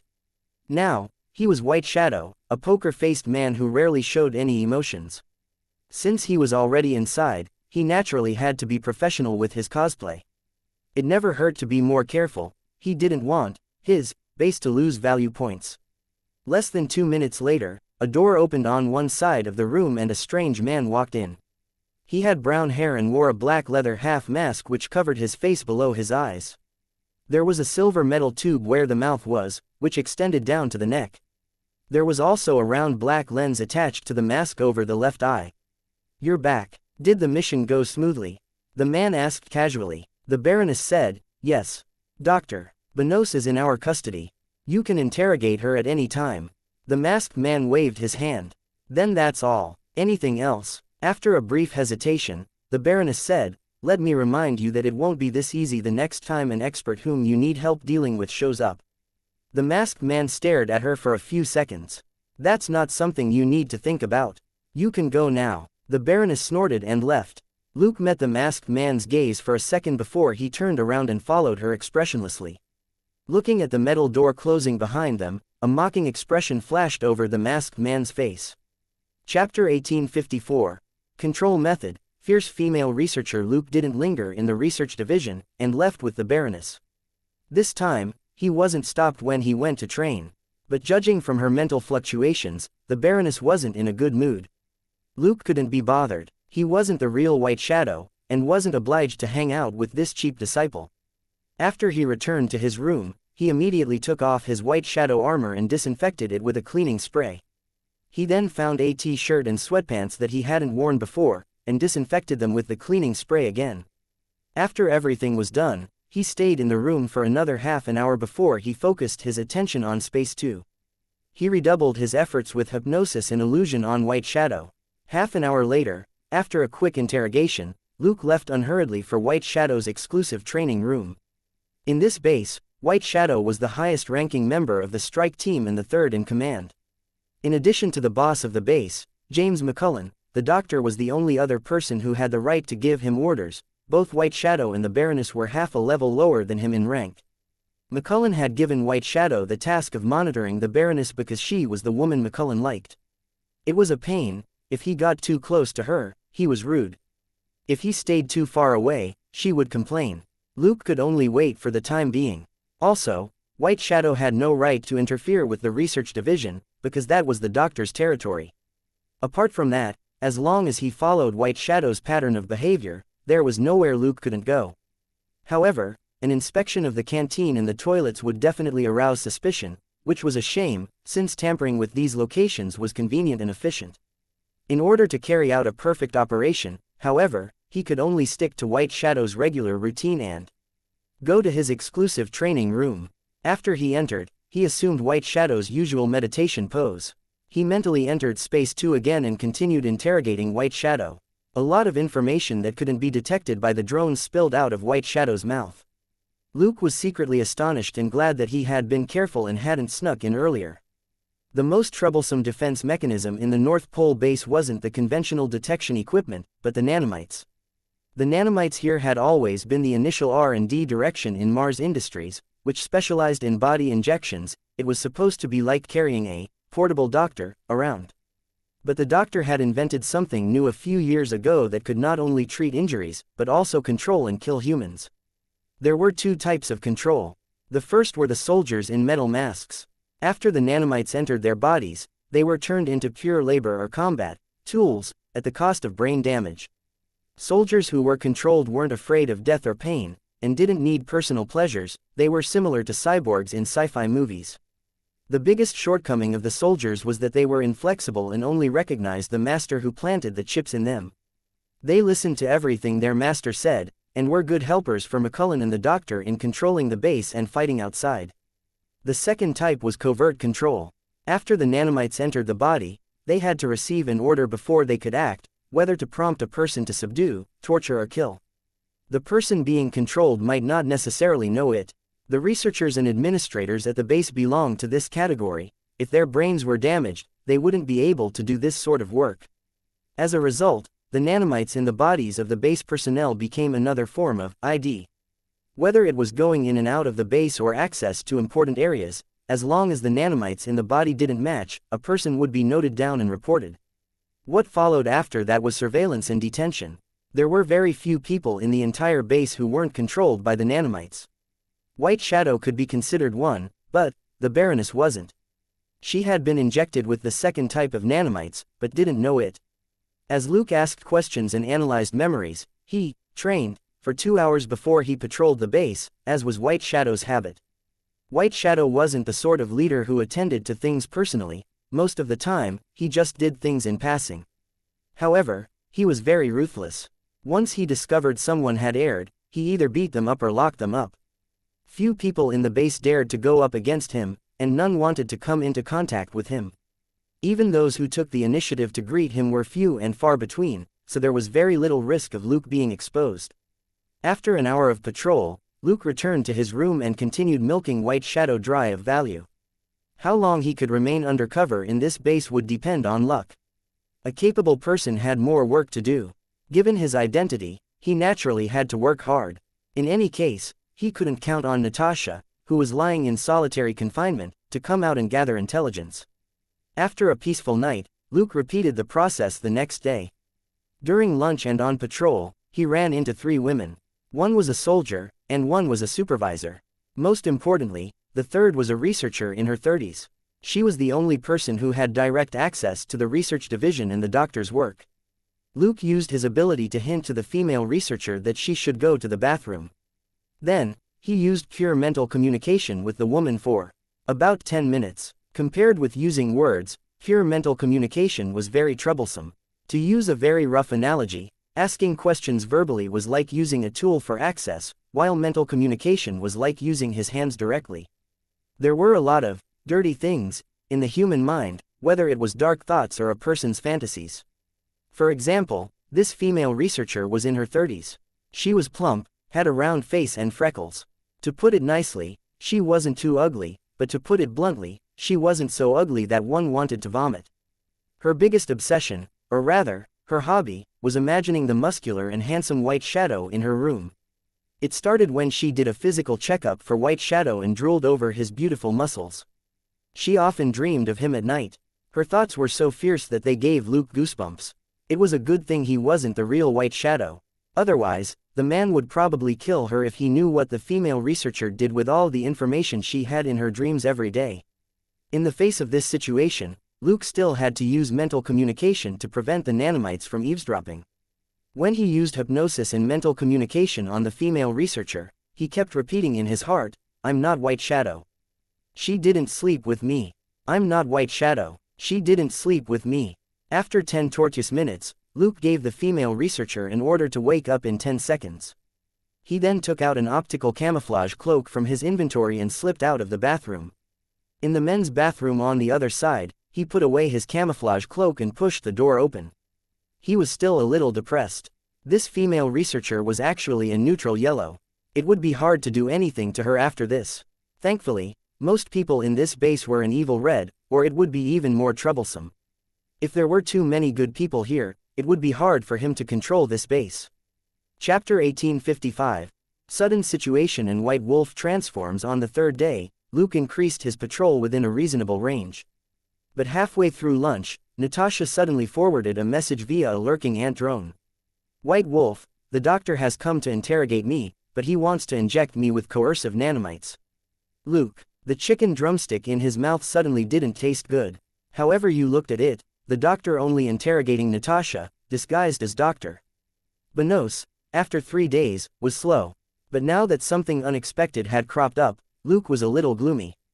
It was like someone knocking on his door the moment he soaked his feet. But Natasha was his temporary teammate. He had never sold out his teammates for the sake of profits except for Deadpool, that lunatic who couldn't die. Luke stood up and quickly left the cafeteria. At the same time, he sent a message. "How much time do you have?" Natasha said, "Not more than 5 minutes. Maybe less than 2 minutes." In fact, when she sent the message to Luke, the female agent had already used her exquisite acting skills to buy time. If she didn't, she would become a brainless person. Who the hell knew if the big shot would treat her if that happened? On the other side, the doctor watched as Dr. Benos panicked and cried for mercy. That alone wasn't enough for the mad doctor to stop. As Natasha cried, she didn't forget to mention key points of Dr. Benos's research to distract him. After being injected with the nanomites, drive, Benos would definitely confess everything, but who knew how much would be missing? Thus, after hearing something of interest to him, the doctor's mind turned into that of a scientist. His hands, which were holding the nanomite injector, paused before he put it down. But neither Natasha nor Luke dared to relax. There weren't many key points in the information which they had obtained. The doctor was also a specialist in nanomite technology. Once he learned the key points, he would be able to experiment with the details himself. If he really was interested in Dr. Benos, he wouldn't use the coercive nanomites right away. It took half an hour for the nanomites to be implanted, but only 10 seconds to inject them into the brain. If the doctor acted too quickly, Luke might not be able to get there in time. As Luke swiftly left the canteen, he released his mental powers and soon found a woman, the female researcher who had a crush on White Shadow. He paused and fought a fierce internal struggle with himself before he felt that he actually couldn't do it. Thankfully, as mental strength expanded outward, he found one of the other women from before on the other side of the canteen, the female guard. Luke felt immensely relieved. Although this female guard wasn't very suitable, he couldn't be picky when it came to urgent matters. Luke's thoughts moved, and the female guard suddenly put down her knife and fork, got up, and went straight to the bathroom. Before Luke retraced his steps, he went to an area without any surveillance cameras. He quickly turned invisible with his optical camouflage and then went to the same bathroom.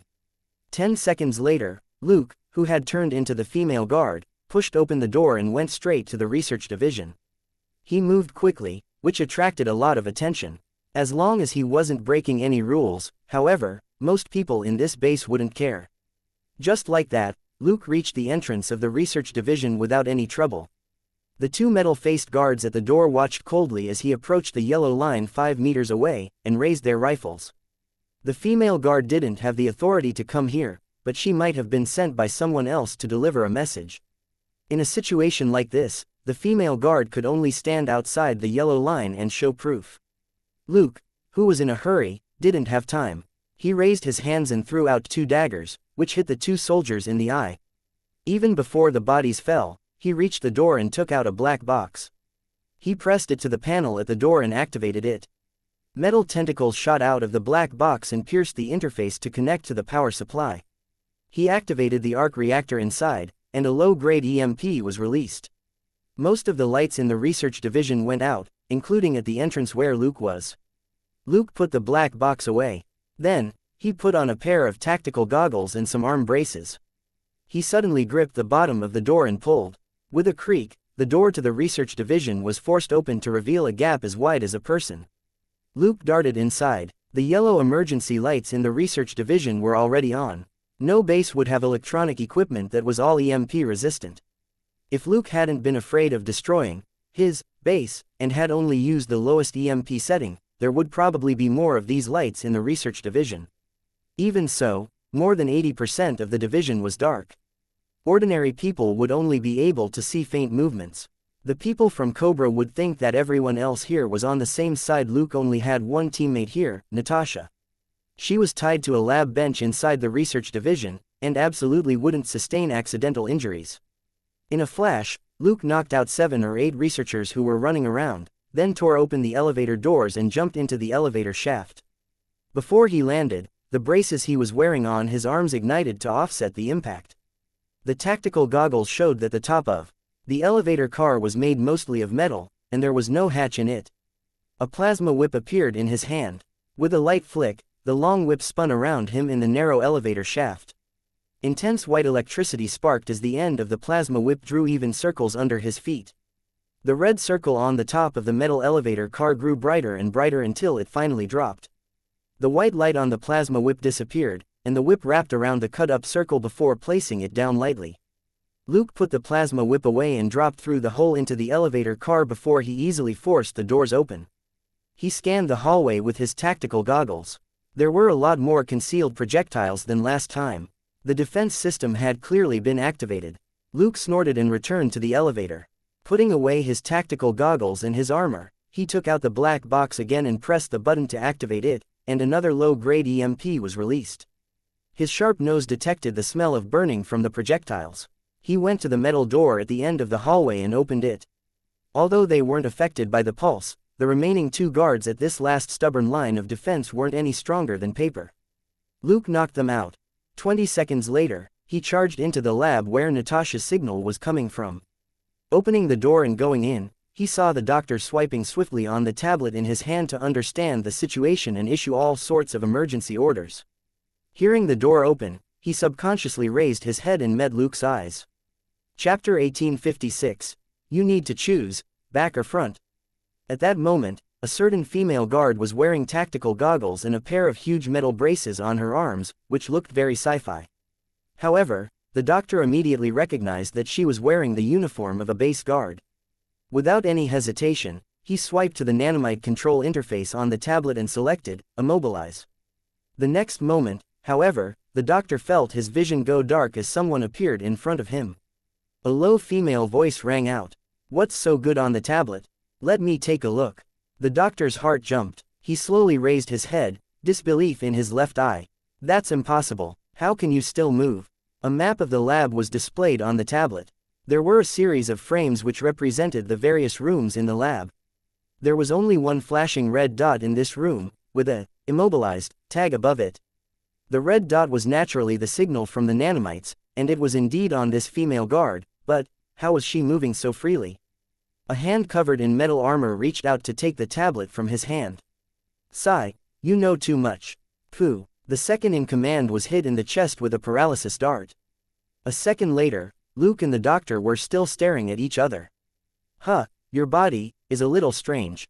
With a faint crack, the armor on Luke's left hand opened to reveal his palm. He held it up between the doctor's eyebrows, then flicked a finger. Dwang. The doctor, who hadn't reacted to the paralysis dart, collapsed. His forehead swelled up at a visible rate, and a small bump could be seen. Sigh, why do you have to force me to use a supreme skill like that?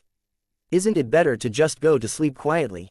Luke sighed inwardly, pulled back his hand, and left the lab with the doctor. Lying on the lab bench, Natasha could only follow him with her eyes. Hey, aren't you forgetting something?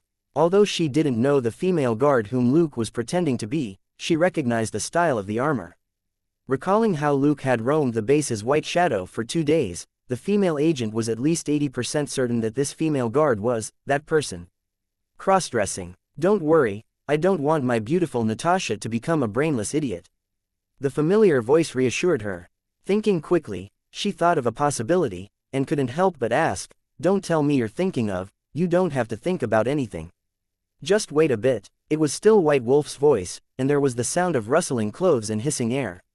5 minutes later, the doctor dumped the female guard outside the door before he walked in. Although the clothes were a little tight and he was much taller, his face was exactly the same. At first glance, it wasn't easy to arouse suspicion. The fake doctor went straight to the lab console. The female agent could only lie helplessly on the lab bench. Guessing what Luke wanted to do, she didn't say anything else, but cursed inwardly. As expected of this black-hearted fellow, this lab was where the doctor carried out his nanomite implants. This was a separate, confined room, and the equipment here had been safe from the 2 EMP attacks, so they operated without a hitch. It only took Luke a few minutes to learn how to implant the nanomites. Dismissing the second half of the procedure, he walked over to Natasha. Beautiful Natasha, you need to choose now. Natasha had a bad feeling. What? Luke said, the nanomites are usually implanted in the head or neck.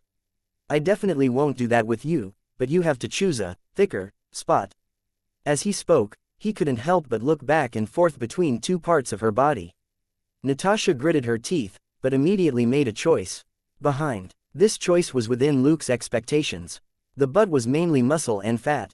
A lot of cases had proven that the front couldn't be tampered with recklessly. If it turned flat, a woman would go crazy. After Natasha replied, Luke took out a scalpel and a ball of soft silicone from his inventory where she couldn't see. Then, the female agent felt a cool and sharp pain on one side of her butt, as if something was stuffed inside. Luke's movements were gentle and professional, and Natasha wasn't a weak woman, she just frowned slightly at the pain. Hang tight, Luke said before he returned to the implant machine and activated it.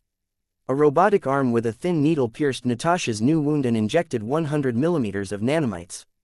The implant machine immediately pulled out the needle after that and didn't complete the rest of the procedure. Luke didn't need the nanomites to control Natasha. This was just to make it easier for her to move around the base as doctor. Benos. He walked over and healed the thin wound with light of life. Remember, you were knocked out when the assailant entered. You didn't see anything that happened here. Knocked out. Natasha was feeling doubtful, when Luke took a pulse rifle from his back and pointed it at the door. She couldn't help but curse. WTF. Boom. The pulse rifle made a loud noise in the lab. The female guard was hit in the neck and her body shattered. Just now, Luke had taken out the nanomites from her head to use as an access pass. He had rushed over to deal with the doctor before he put them back. The wound on the female guard's head couldn't be concealed, so this traitor could only be destroyed to hide the evidence. That way, she could be framed and wouldn't be able to answer for it. After that, Luke gave Natasha a shot to knock her out. An android dressed as White Shadow was released. It had a nanomask and looked almost identical. At the same time, Luke used his super disguise ability to make his body transform quickly. Only when he was no different from the original doctor did he take out the tablet and start issuing orders. A few minutes later, the Baroness arrived with a small team of soldiers. She first looked at White Shadow, who was silently standing behind the doctor, before she asked Luke what happened. Luke waved his hand indifferently. A guard lost control and attacked us with a weapon. The Baroness looked at the body of the female guard near the door and frowned. Was there a problem with the nanomites? Luke said, it was something else, it's nothing for you to worry about. Arrange for all the guards to come in for a re-inspection, to make sure that nobody has tampered with the nanomites. The Baroness was intrigued. Someone tampered with the nanomites. Luke glanced at her. I'll take care of it. Go do your thing. He then turned his head, as if to say, you're too stupid to talk technology with me. Chapter 1857. Seizing power, surplus face dark, the Baroness waved at the soldiers who were with her to drag away the body of the female guard, before she left as well. She was quite unhappy with the doctor. Unfortunately, this doctor was the top leader in tech on the base and was McCullen's important partner in Cobra. Indeed, she wasn't qualified to worry about him. Of course, Luke had done it on purpose. This was the moment when it was the easiest to slip up. How could he not chase them away? Also, by arranging for all the guards to come in for a re-inspection, Luke could play a trick or two, and kill two birds with one stone. As long as these guards fell completely under his control, the Baroness would be the only one at the base who could fight, but she would have nowhere to run. This Baroness wasn't a good person, she was a bright red evil in the system, and her fate was sealed. After that, Luke sent Natasha back to the confinement room. Then, Luke had the android masquerading as White Shadow remain in the research division, and completely cut off any contact the Baroness might have with her master. Inside the doctor's central control room, Luke first interrogated the doctor in Space 2. Then, he used the intelligence he obtained to search the database for information on the nanomites and to study the control system for the guards. The re-inspections should start in the afternoon tomorrow. He only had about 24 hours to study it. However, his clone didn't need to work alone. When the information was thrown into the inventory, Luke and the Level 2 clone in New York could help analyze it. There was also Ophelia in Space 2, who was a fan of nanotechnology and had been researching nanotoxins and the AI. Ultima. After working through the night and up to noon the next day, Luke figured out the principle behind the Cobra nanomites. Immediately continuing to develop them was impossible, but it wasn't a problem to modify the parameters of the control system. But a new problem had appeared. In the system, the person who had the highest authority wasn't the doctor, but McCullen, the CEO of Mars Industries. This authority could be modified, but McCullen would then receive a notification. There was basically no way to tamper with the system covertly. The reason was simple. The scope of authority for the nanomites in the base had long been fixed. It was impossible for a new leader to suddenly appear. As long as McCullen wasn't an idiot, he would definitely have a backup plan. Thinking that, Luke turned off the screen and leaned back in his chair. He paused, and a cup of steaming hot coffee appeared in his hand. Where was the hot coffee from? The prisoners in Space 2 all had big houses or even villas. Luke also set up one for himself in passing, but it didn't have anything like a living room or bedroom. Instead, it functioned as a pit stop to meet his daily needs. There was a cloakroom, an equipment room, a kitchen, storerooms for ingredients and materials, and so on, and it was all run by robotic arms and smart kitchenware. That was right, Luke found it troublesome to use his mental strength to handle the equipment in Space 2, and he just used professional kitchen robots. He was a man of his word. He had said that he would sit in his base and drink coffee, so this mouthful was a must. Enjoying the coffee, which tasted especially sweet, Luke was lost in contemplation. Right now, all the problems that required urgent attention had been fixed, but he had to wait for someone to return before he could do something big. That person was none other than McCullen. As long as Luke had this boss, it wouldn't be a problem for him to alter the data however he wanted. A system alert, a warning, it wouldn't matter at all. By then, Luke would definitely have already become a fake McCullen. Did he have to worry then? Also, Luke had already obtained the authority of the second-in-command, so the base basically had no defenses against him. He couldn't change the authority on the nanomites, but there was no danger in using his authority with his own things. The ant drones avoided the people in the base and continued to patrol important locations. Everything was ready. McCullen had also been informed of the situation at the base. Luke was just waiting to wrestle power from this boss after the latter came back. McCullen wasn't slow to return. He reached the North Pole base by submarine 3 days after the incident. When he saw the boss, a certain, ambitious, second-in-command smiled brightly. "It's good to have you back." Unfortunately, half of his face was covered by the mask, and McCullen couldn't see the smile. The two of them walked to the central control room. This was at Luke's request. There was no way he would go to McCullen's office. It wouldn't be good if there was some way to turn things around or for him to be exposed there. On the other hand, he had already thoroughly inspected the central control room. Even if McCullen screamed his lungs out, nobody would notice. Behind the closed metal door, the second-in-command's one eye glowed as he looked at the first-in-command. This was the smell of credit and money. A week later, Natasha, who had put on £5, was finally released. Only after Luke confirmed that he had completely taken care of McCullen did he let out his temporary teammate, who had only been able to eat, sleep and train every day. In the name of research, the two who were wearing someone else's skin sat in a room with a sea view and chatted as they looked at the ocean outside.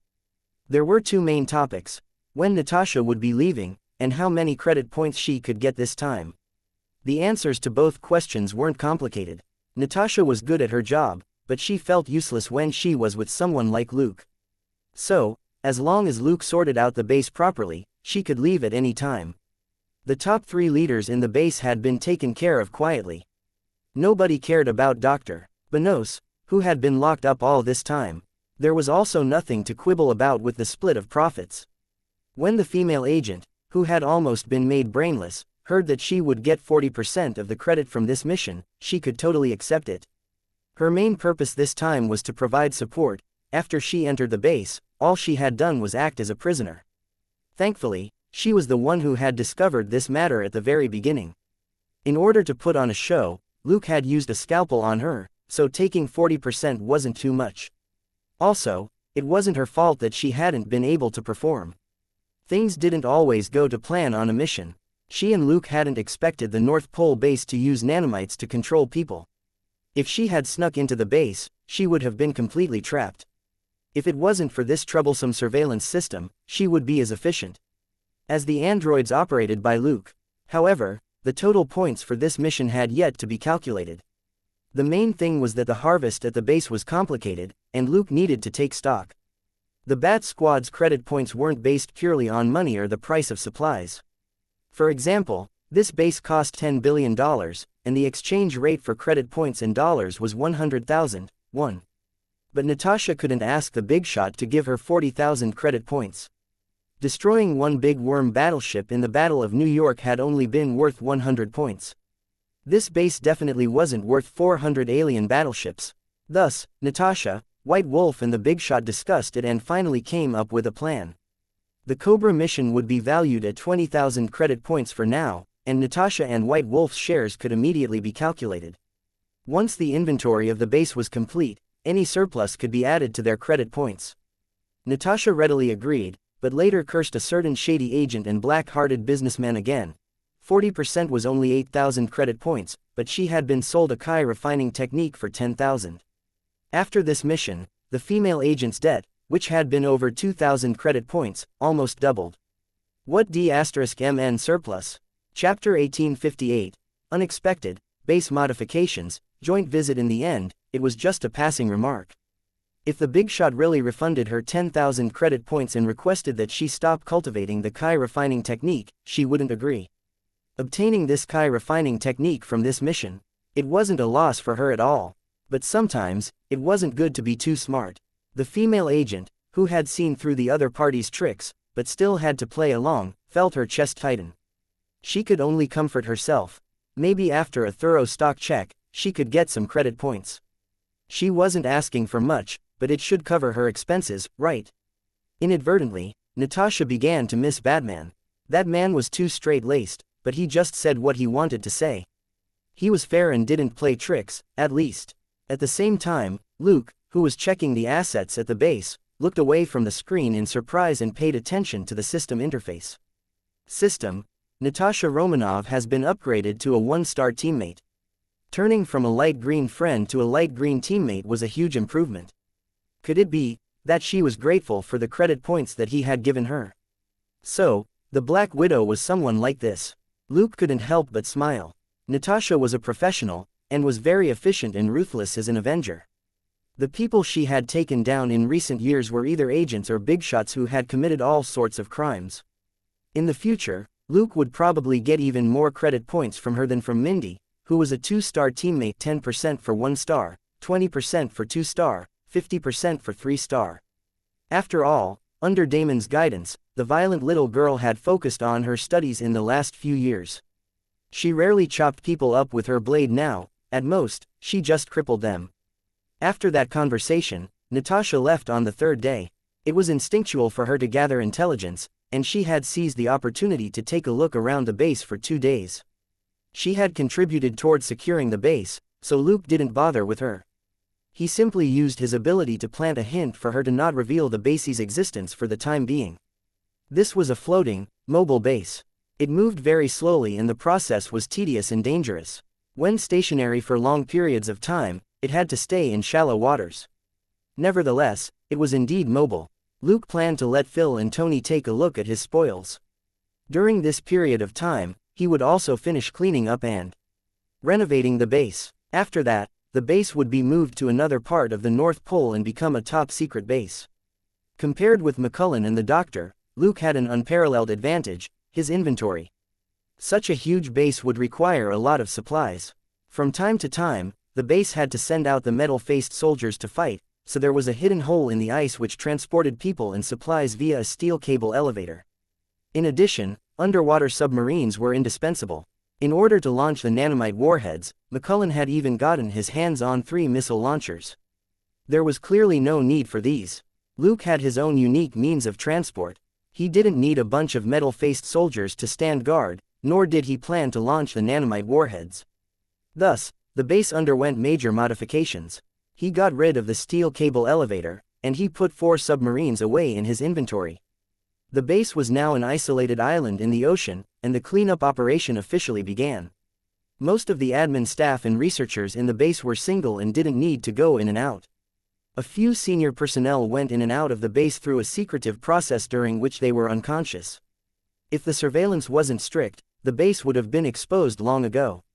After the base was modified and moved, those who were a yellow neutral or light red evil in the system would be sent back to human society. Those who were bright red would stay to use their brains and physical labor to atone for their sins. The metal-faced soldiers were all bright red, and there was no way to treat their brain damage. Luke was prepared to adjust the control program and hand most of them over to Phil as manpower. He would keep a small portion to patrol and safeguard the base. This way, the number of people in the base would drop to 60%, and there wouldn't be a need for too many supplies. It wasn't that Luke couldn't afford more people, but there was limited storage space in the ocean base. The remaining nanomite researchers would be moved to Space 2 and gradually replaced with a suitable batch of candidates.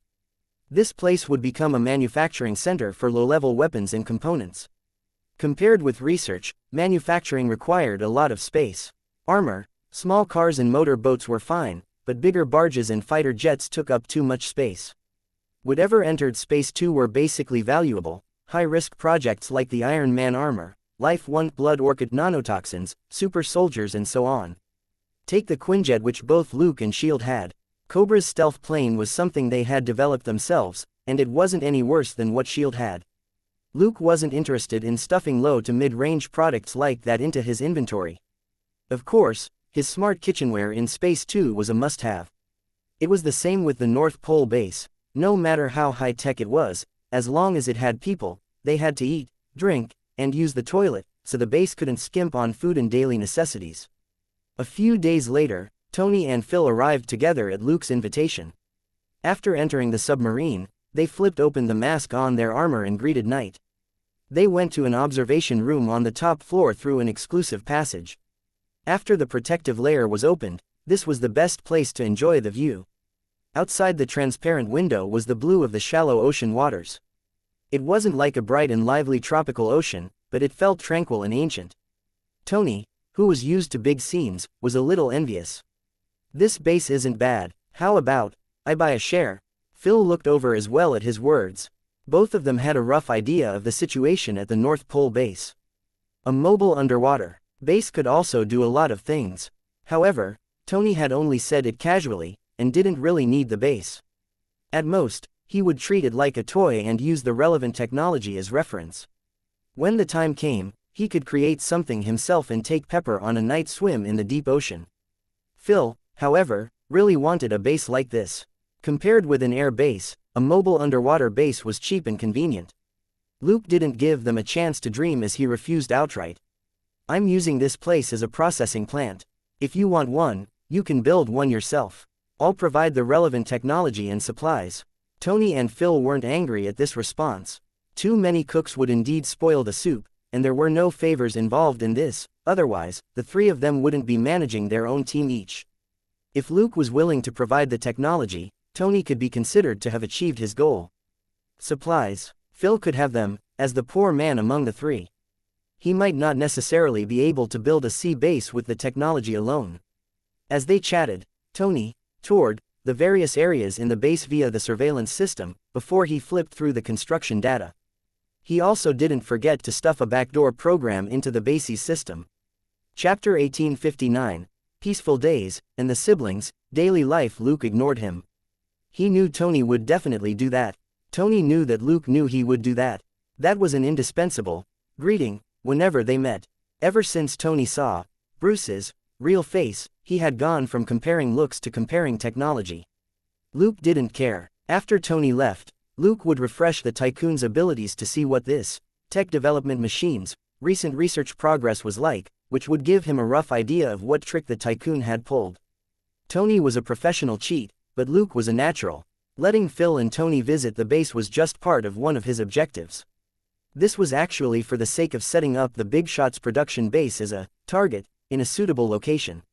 In the future, Luke would, accidentally, reveal the existence of this base through other means. At that time, anyone who had an eye on the Big Shot's resources would look for this base. The Big Shot was just one person and seemed to have a space ability. He came and went as he pleased, and the chances of successfully robbing him were low. On the other hand, this base couldn't run away, more precisely, it couldn't run fast. Without this base, everybody could only think about targeting the Big Shot. If it wasn't for the Big Shot's erratic movements and the fact that he always had the upper hand, he would have run into more than just a few attacks in the last few years. Luke's second objective was to sort out where the 3 nanomite warheads should go. Luke wasn't interested in keeping them. He wasn't Cobra, and wasn't interested in causing chaos. He would master the technology sooner or later, and would be able to look at other research directions. What was slightly more interesting was control of the nanomites. With this, some of the admin personnel of interim PDD agencies could be covertly injected with nanomites. Although these nanomites currently only had a GPS function and an immobilizer function, Luke could look forward to audio plus video surveillance for when the Cobra researchers worked with the Doctor and Ophelia in space too. The metal-faced soldiers also weren't bad. They could be killed and wouldn't betray him. They only had physiological needs and no psychological needs.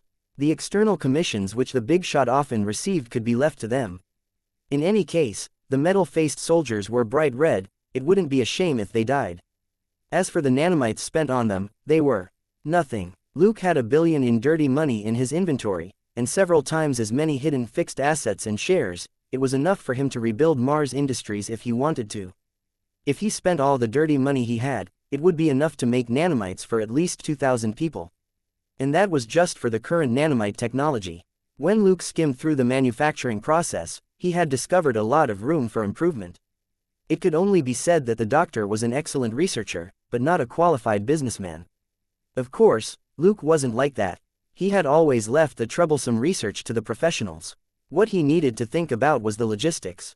Such a big company couldn't be wasted. He had to consider the production costs of the monkey version of the gear that the Big Shot would sell. He could use his money to help those at the bottom who were worth helping. He didn't need to use it to help rich capitalists. The three of them didn't wrangle much, and they decided to leave the 3 nanomite warheads to Tony to deal with. The Avengers had Hawkeye and Natasha, and these 2 well-known agents were prime candidates to act as the generals who would wrest back the nanomite warheads.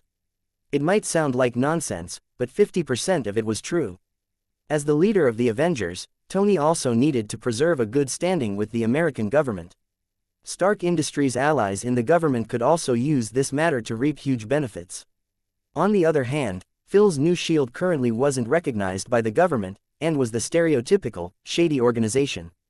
New shield had been born out of the old shield, and there was indeed some unclear relationship between Cobra and Hydra. People might suspect that New Shield and Cobra were just two sides of the same coin, and that New Shield was just putting on a show. After discussing this, Phil and Tony stayed for dinner and then left at night. Looking at the base, Luke heaved a sigh. Okay, time to finally get started on the modifications. Luke reclined lazily on the porch of his grandpa Drax's house with a cup of hot green tea in his hand. In front of him was a wide dark green meadow. Under the warm autumn sun and with the gentle breeze, it was a peaceful scene. Brother, that B***starred Claire is bullying me again. A cute voice rang out, and a small figure dashed out from behind the house and jumped on Luke. Luke's entire body jolted and his head jerked like a bobblehead. He could only helplessly reach out with both hands to hug the plump little kid in his arms. All right, Cindy, take your time and tell me what happened. As long as you have a good reason, I'll smack Claire on the butt. In Luke's arms, Cindy's grayish-blue eyes darted back and forth, and she suddenly sensed danger. Generally speaking, if Luke talked reason, someone would definitely get in trouble. If it wasn't Claire, it was her. But if she and Claire quarreled in front of Luke, the truth would be revealed. In the end, they could only go halves. Each of them would receive 50% of their big brother's love lesson. Thinking that, the little girl immediately stopped and hugged Luke's face. Brother, I'm hungry. What are we eating today? Luke sniffed her head and said, You're sweating again. Let Claire take you for a bath. You can have dinner after that.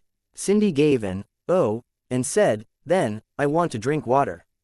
Luke raised his hand and poured some tea into her mouth.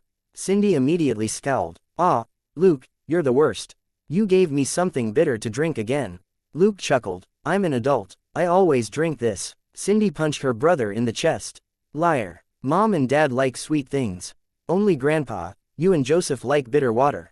Looking at her angry, round face, Luke couldn't help but rub it. If you want something sweet, go find Claire.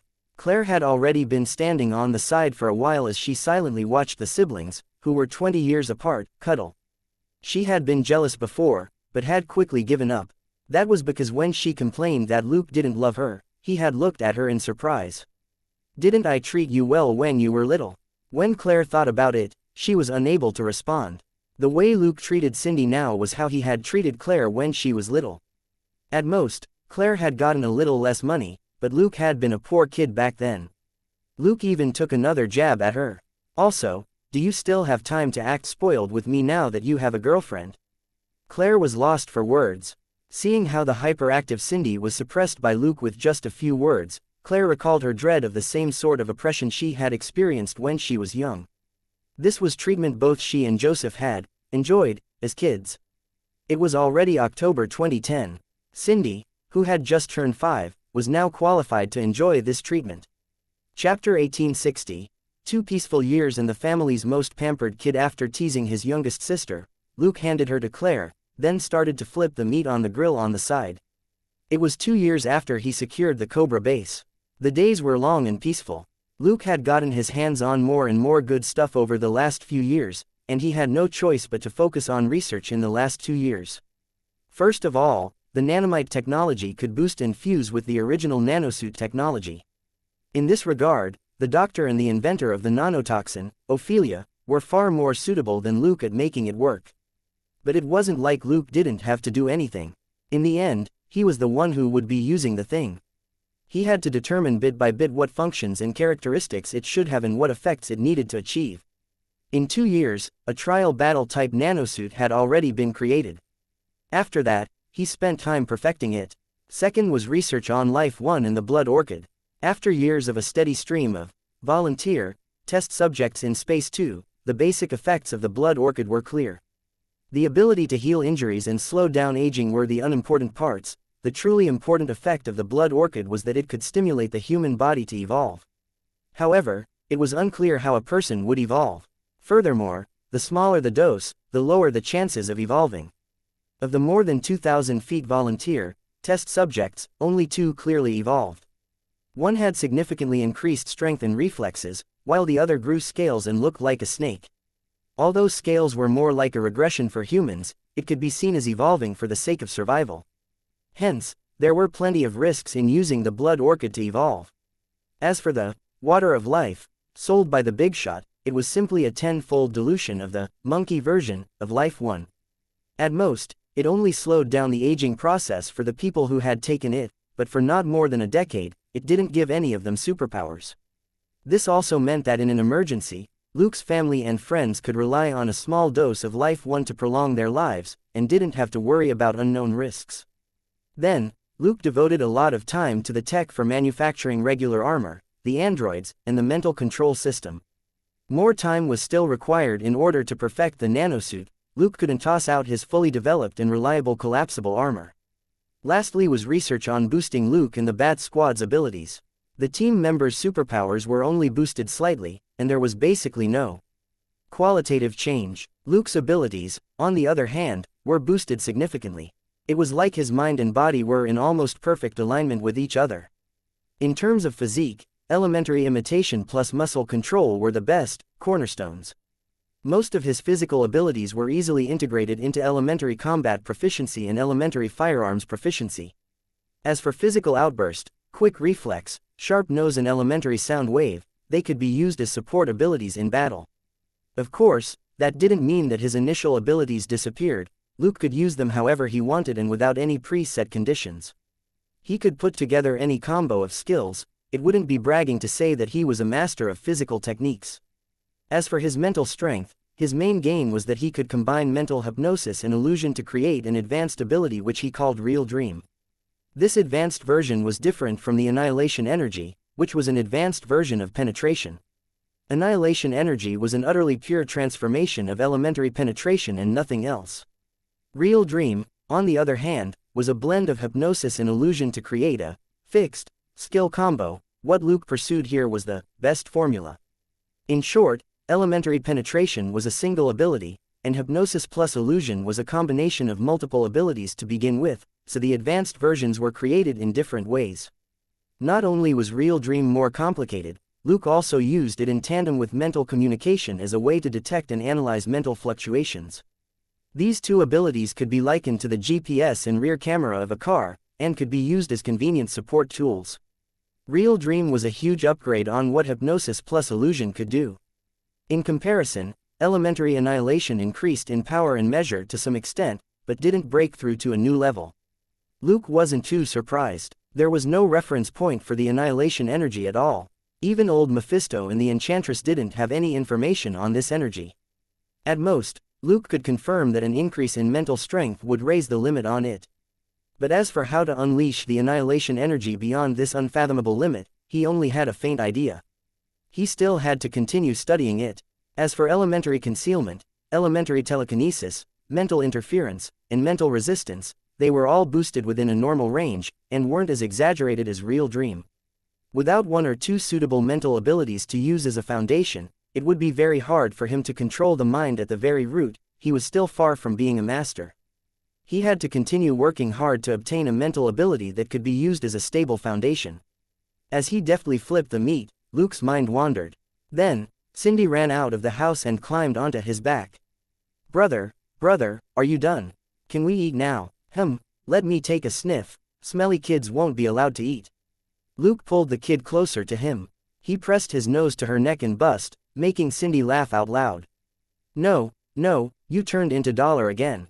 Gold Nugget, who was lying lazily on the porch and enjoying the sun, glanced at her disdainfully. Little fat fish-lipped girl, your brother has a much keener nose than a dog. A moment later, the whole family came out. Selena's family also came over, and the ranch hands arrived one after another for a Texan barbecue. A few years ago, Luke had bought several small ranches around them.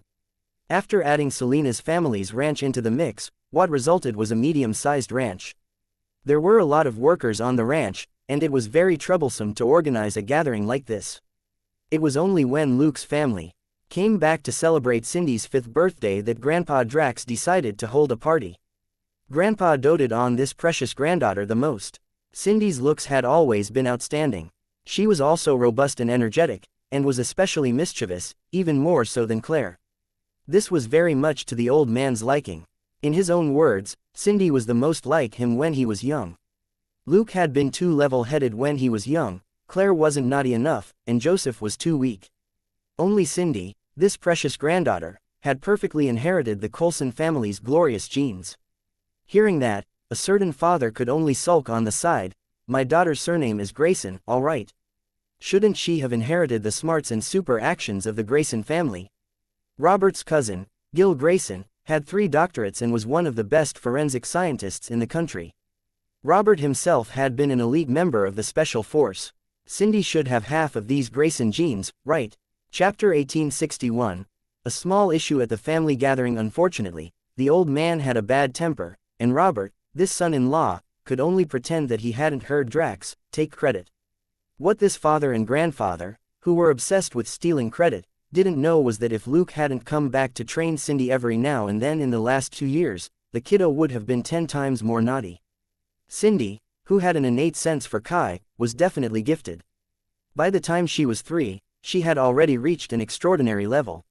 One punch from her wouldn't fell just another kid. Thankfully, Luke now had real dream, and it wasn't difficult to make his little sister comprehend and familiarize herself with this power. Cindy was very smart. After half a month of special training in her dreams, she didn't use the Kai in her body in her daily life. It was just that the strength brought about by Kai couldn't be hidden. In the end, it had been left to Luke as her big brother to convince the rest of the family that Cindy was stronger than they were. Robert had thought that Luke was talking nonsense at first, but in the end, he quietly observed Cindy's training. With a full burst of Kai, Cindy's small fist directly blew up a sandbag. At that time, Robert swallowed hard and despaired when he realized that his precious angel was really stronger than he was. This time, everyone came back not only to celebrate Cindy's 5th birthday, but to celebrate the fact that the little fiend would finally be going to kindergarten. Nobody was afraid that Cindy would be bullied. It was only right to observe a moment of silence for the other kindergarten kids in advance. A super fiend was about to descend on the kindergarten, and it was expected that in the future, she would rule the kindergarten until she left. However, those kids wouldn't suffer for long. With Joseph, this second brother who had left home at the age of 8 to pursue his studies, as an example, Robert and Catherine were already mentally prepared. Cindy probably wouldn't remain at home for long. Going to kindergarten was just to get her used to interacting with her peers. She would skip grades and go to primary school in half a year at most. After achieving a high enough SAT score in his first year of high school, Joseph was already a student at Columbia University in New York, so Cindy's jump in grades wasn't worth mentioning. Furthermore, Joseph had gone to Columbia because he wanted to be Mindy's teammate. That was what Mindy said, but Joseph hadn't uttered a word to refute it. Cindy didn't have a boyfriend. Even if she wanted a boyfriend now, there was no way. Her grandpa, father, and brother often looked at the little boys around her with loving eyes. The little guys who got any funny ideas were all pulled over, and sandbag-like fists were shook warningly in front of them. That was how Texan men did things. During the party, Luke suddenly looked at the shadows of a house in the distance. Without telling anyone else, he picked up 2 bottles of beer and a plate of roasted meat, and walked around the crowd to the house. There was nobody in the shadows, but Luke sighed. Don't you know that the security equipment at home has been upgraded several times? Nobody responded. He turned and looked at a particular spot. All right, it's not like I'm making you go over. Since you're already here, we can chat, right? A moment later, a person came out of stealth mode and waved at him with an awkward smile. Long time no see, Luke. It was none other than dear Uncle Phil. Luke gestured at what he was holding. Try my cooking. Phil didn't hesitate anymore. He sat on a pile of hay with Luke and drank his beer as he looked at the noisy crowd 100 meters away. After a brief silence, Luke asked, "Why don't you go over?" He didn't have much to worry about right now, and was too lazy to pretend to be understanding. Phil knew about the situation here. He hadn't discovered the shares which Luke held, but it hadn't been hard to discover the Stark Industries shares that were in Catherine's name. This was the protection which Luke had obtained for his family back then. Ordinary people wouldn't have been able to uncover this, but Phil wasn't ordinary. During their previous chats, Luke had specially mentioned that he had invested in tech for the titanium phone, such as the navigation app. Many people knew that Jenny had gone around looking for buyers for the first version of this app back then. It had been a joke back then that a rich heiress wanted to sell a lousy app for hundreds of millions of dollars. Now, the app had become a classic story in the American business world. Miss Jenny became the heavenly queen who had keen vision and far-reaching goals, while the executives of the big companies who rejected her were all idiots. In Phil's opinion, the way Luke had grown beyond his beginnings as a small-town sheriff made sense. His nephew was good-looking, skilled, and lucky.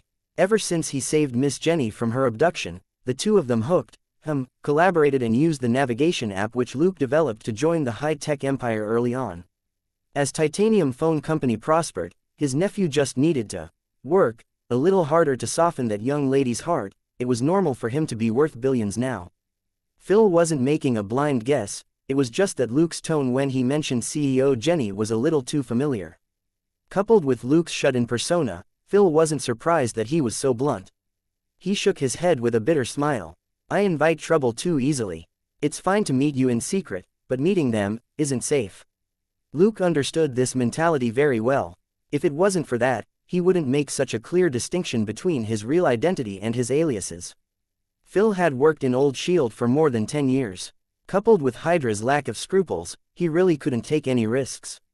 This uncle had a female friend who played the cello, but he rarely saw her. Thinking for a moment, Luke said, Drax, Catherine and I all know that what happened to my parents had nothing to do with you. They actually really wanted you to come to this party. After a brief silence, Phil still didn't agree. I'll think about it. Luke didn't force him. It was because Phil wasn't strong enough. Otherwise, if he could build an air base, why would he need to worry about gatherings like this? Phil's enemies were basically Earthlings, while aliens had no time to bother with a nobody like him. Passing over this topic, Phil and Luke chatted about other things. The main subject of conversation was naturally the beloved daughter of the family and the most favored child, Cindy. They also talked a bit about Claire and Joseph. Phil had been paying attention to the family, but only knew the basic situation. He hadn't sent anyone to monitor them. He listened to the details of daily life with great interest. After the bottle was empty and he finished his meat, he stood up reluctantly. I have something to do. Luke didn't ask him to stay. He simply stood up and gave him a half hug. When our family goes on vacation to New York or Los Angeles one day, it should be fine for you to switch identities to carry Cindy, right? Phil hesitated. He was very tempted by the suggestion. Luke rolled his eyes. If you use that mask, who would notice if we talk a little in public? Chapter 1862. You didn't take me with you on such a good assignment. Phil left. He didn't say yes to the suggestion, but he didn't say no either. Luke could only shake his head and return with the empty bottle. Old men were so stubborn. They wanted something, but didn't say anything, and someone else had to take the initiative. In fact, he knew why Phil had come. With his and Tony's support, New Shield Sea Base was already in the water. After this, Phil would be busy with the new base for a while. Tony's underwater base hadn't been built yet. Firstly, he didn't need it as urgently as Phil did. Secondly, he wanted to let Phil give it a go first, and then learn from the other man's experience. Of course, Phil didn't lose out. Most of the materials for this sea base were from Tony and the Big Shot, and he had been given the technology for free. Even so, the manufacturing cost still reached $3 billion.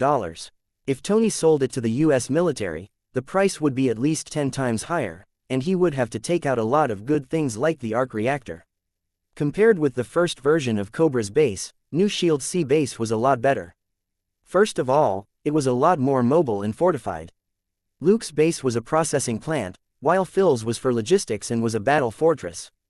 These modifications made sense. The new base was well hidden and positioned very strategically. They weren't active in Asia to begin with. This fortress just needed to move around the Atlantic to cover a large area of Europe, America and Africa. This way, it wouldn't be a problem for New Shield to carry out large-scale operations in most parts of Earth. Although this medium-sized base had 500 personnel on paper, it could accommodate 1,000 combat soldiers in an emergency, which was enough. There were now about 2,000 people in Phil's New Shield. Even if it expanded a little in the future, this base could still be used for 3 to 5 years. Once there were more people, it wouldn't be too late to open a second sea base then. That was what a modern industrial society was like. Once the first product was finalized, it became substantially easier to manufacture it on a large scale. If the sea bases of New Shield, the Avengers and the Bat Squad ran into each other while on patrol in the future. They might even be able to use signal lights to greet each other. The family gathering was fun. 2 days later, Tony sent a piece of good news. After hearing the news, Luke replied in surprise, "You took back Loki's scepter." He was actually a little depressed, but in the end, he was still happy for the Avengers' victory. It was just that he made a mental note of a certain female agent. What a joke. Not long ago, Natasha had shared more than 20,000 experience and credit points with him. She was a 1-star teammate, which meant a 10% share rate. In other words, retrieving Loki's scepter this time had been worth more than 200,000 experience and credit points. If Luke had taken part, he could have earned tens of thousands of points. Tony was inviting him to a victory celebration, and all the Avengers would be there. It just so happened that Thor had slipped down to Earth for a rendezvous with Dr. Jane, and so had participated in this mission, in passing. Tony suggested that Bale could show his face while he did the rounds. After all, nobody knew what Batman looked like. Luke thought for a moment, then sneered. "Not going." He then hung up. "Such a huge stack of experience and credit points, and you didn't call me. Are we even teammates? Besides, was Luke a person to move at someone's beck and call? As if Loki had brought the scepter to Earth, while Tony had deactivated it in the Battle of New York. Who knew how Thor and Tony would bicker over this matter now? Luke wasn't their father, and was too lazy to play referee for those two big babies. For the next few days, Luke continued to train his youngest sister, Cindy. One of his clones roamed around outside to earn points, and the other focused on researching and improving the nanosuit. Suddenly, Alfred sent him an urgent message. Luke frowned at the image of the Hulk wreaking havoc in a city. He then looked at the location. It was a port city in Kenya, Africa. Even if he rushed over now, the Hulk would already be done by the time he arrived. However, a familiar figure soon appeared in the image. The Hulkbuster fell from the sky. A red and gold counterpoint to the Green Hulk. They immediately started fighting. After thinking for a moment, Luke decided to send a communication request to Natasha. The female agent was good at sneaking around and had good intelligence. She should know what was going on. After the call connected, a man said, "Whoever you are, the user can't pick up right now." Luke instantly matched the voice to the database in his head. "Hawkeye, this is Knight. What's wrong with Natasha?" Hawkeye was silent for a few seconds before he quickly said, "We ran into two troublesome enemies. One of them can affect our minds and cause hallucinations. We aren't in our right minds right now." Luke asked, "What about you?" Hawkeye smiled self-deprecatingly. "This isn't the first time I've run into something similar." Luke thought for a moment, then realized that Hawkeye was referring to when he had been under Loki's mind control. "I should be able to deal with this problem, but it'll take me at least 6 hours to get there even if I set out now. Hawkeye, should we contact you after we're done here?" Luke said, "Okay, be careful. Take care of Natasha." Hawkeye didn't say anything else and hung up, but he mumbled to himself, "Why does it sound like this person has a thing with Natasha? But what about Banner? He's messing around outside right now."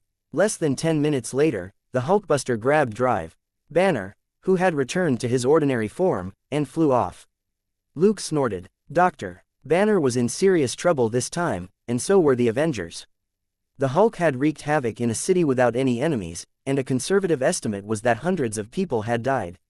Tony left quickly and didn't give the Hulk much time to go all out, but international public opinion definitely wouldn't be good. A live broadcast was the most straightforward evidence. It was impossible to cover this up. When Tony had reported the good news a few days ago, Luke had checked their movements. The last operation which involved all the Avengers had been in Sokovia in Eastern Europe. That had been nothing for Tony, who wanted to personally retrieve Loki's scepter. Natasha had been investigating Hydra in Europe for the last 2 years. Back then, she had obtained a lot of information on Cobra from Luke. She had found traces of a particular Hydra branch, and had found a Hydra stronghold in Sokovia. For the Avengers, attacking this Hydra stronghold was similar to finding a new grudge with an old enemy. Even staid Captain Steve had no objections to the operation. However, this operation touched many nerves in Europe and Russia, and both sides were quite unhappy. Sokovia was the buffer zone between both sides. They each had their own puppets and fanned the flames behind the scenes without intervening out in the open. Who knew if the Avengers, sudden appearance meant that the American government wanted to directly interfere with Sokovia and create new chaos. Chapter 1863.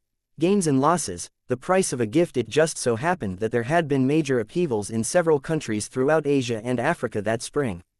Because of these events, more and more refugees began to flee across the Mediterranean to Europe to avoid the spreading flames of civil war. Go to America, they would have to cross the Atlantic Ocean. If something happened to Sokovia in Eastern Europe, not only would the European Union and Russia have to deal with even more refugees, they might even have to personally step into the conflict. At that time, America would still be safe. Thus, the European Union and Russia had been cursing in their hearts for the past 2 days. On the surface, many governments had already raised questions about the lawfulness of the Avengers' actions, and were guiding public opinion. The Hulk going crazy could be considered conclusive evidence. Sure enough, Tony sent Luke a message. Looking at the tycoon's expression, as if he had eaten sh*t, Luke didn't mock him. He simply said, "What happened?" It seemed Tony had already prepped his lines, and he immediately said, "We're in serious trouble." Luke listened quietly, and his expression changed a moment later. "So, you somehow created an AI called Ultron, which wants to destroy the world. To destroy mankind." Tony smiled bitterly. "Although I was under the girl's mind control at the time, and was led in that direction, Ultron was indeed an idea I had been thinking about." Luke narrowed his eyes and thought for a moment. "What's your plan?" Tony said, "It's not convenient for us to show our faces for now. It's best if we don't go near big cities, otherwise, if that guy finds us and uses something else to deal with us, more people will die." Luke nodded in understanding. "Okay, I've already informed Phil. It just so happens that his base is doing a test run near the Strait of Gibraltar. Go and get some rest. I'll join you there." Tony clearly had the same thought. He simply nodded. "All right, I'll send you the details of what happened later." After hanging up, Luke heaved a sigh of relief. Thankfully, his entire family was in Shackelford. It was a vast but sparsely populated ranch, and didn't have any high-tech equipment. Luke had given his family the best security system, but he had also installed a mental access program which couldn't be hacked purely through computer means. It was like how a light switch needed to be turned off physically. As long as Ultron didn't have thought waves, it couldn't rely on just a program to turn the security system off, no matter how smart it was. Speaking of which, the name of Tony's Ultron was similar to Luke's Ultima. But Tony was really impertinent when it came to creating technology. Luke had designed and named his AI Ultima. While the name referred to the myth of creation, it actually meant ultimate destruction. It was a constant reminder to Luke not to forget the possible harm that AI could cause. Ultima had been running for several years and was still in charge of mathematical operations. Luke had never taken any of its program code out of space too. In comparison, Alfred was enough for daily use and also safe to use. Even so, Luke had completely separated the databases of his various aliases earlier on. After that, he didn't give Alfred any orders as Big Dipper. There was no way Luke, who prioritized safety, would be as exposed as Tony. As he pondered the dangers he might face, his clone in New York quickly issued an order. All the members of the Bat Squad received the warning and took precautions. They immediately stopped communicating via external lines, and switched to indirect methods of getting information for the time being. Although this would significantly impact their efficiency, they wouldn't suffer as much as Tony. Fine. The truth was that Ultron had probably seen through most of Tony's little secrets already. Ultron, which had been created from Tony's own core database, was very much in line with the old saying, no matter how sturdy a fortress is, it's very easy to break through from the inside. Since Jarvis's soul had been destroyed, Luke didn't think that Tony could keep many more secrets. The Tycoon wasn't like Luke, who had space too. It was Jarvis who handled Tony's database and his research in daily life.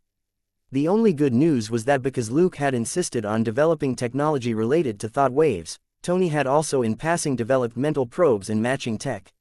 This matching tech was what the Chitauri had used to control their troops. Moreover, not every member was allowed to control another being at will in battle. Ultron didn't have thought waves, so it couldn't enter other parts of Tony's database. Even though Ultron had seen key parts of Tony's database, there might still be other parts that remained closed to it. But it was hard to say how much was still secret. Luke, on the other hand, had the mental access program, so he wasn't afraid of Ultron sneaking in. Selena came over in less than 2 minutes. She took the tablet from Luke and skimmed through the detailed information from Tony. After reading the gist of it, she couldn't help but exclaim, "No wonder you keep telling me that this person can absolutely be counted on to cause trouble." Thankfully, nobody on our side leaked their real identities to him. My minions might have leaked a bit of info, but it's not a big problem. Luke knew that she was talking about the little turtles. The little turtles could go out to meet other people, but because they were mutants, they absolutely couldn't reveal their address to anyone. Ultron probably wouldn't think much of these little turtles. At that point, Selena couldn't help but mutter, "I remember you telling him several times to be careful when developing AI, right?" Even if he was under mind control, didn't he sense something wasn't right? Luke shook his head. If he listened to advice, would he still be Stark? If we try too hard to persuade him, it might have the opposite effect. It's more troublesome when a middle-aged man rebels compared with a young man. Not to mention Tony, Luke and Selena also had their own temperaments that were hard to change. Would Luke listen if he was told not to be so paranoid and that safety wasn't number one? Would Selena listen if she was told to just be a rich lady and stop hanging around with Luke? Since they enjoyed the effects of the innovative technology which Tony had developed, they couldn't complain that he had been careless. If the tycoon was like Luke and dabbled for 3 to 5 years before going all out, would he still be that super genius with explosive creativity? This was the truth of the world. The Austrian writer Zweig had once said that all gifts bestowed by fate came at a price. This was even more obvious with superheroes. Once a person felt that they were omnipotent, a lot of things would be thrown at them until they completely drowned. So, Luke kept telling himself, "I'm just an ordinary person. At most, I can be considered a zealous citizen. I've never been some superhero." Chapter 1864, Eliminating Negative States, Boosting Morale. It was precisely because he was cautious and had a good mindset that Luke remained calm the entire time. He wasn't in a hurry to set off. Instead, he told Selena to use the remote-controlled android, while his clones turned into Knight and Big Dipper to meet up with the Avengers at Phil's new base.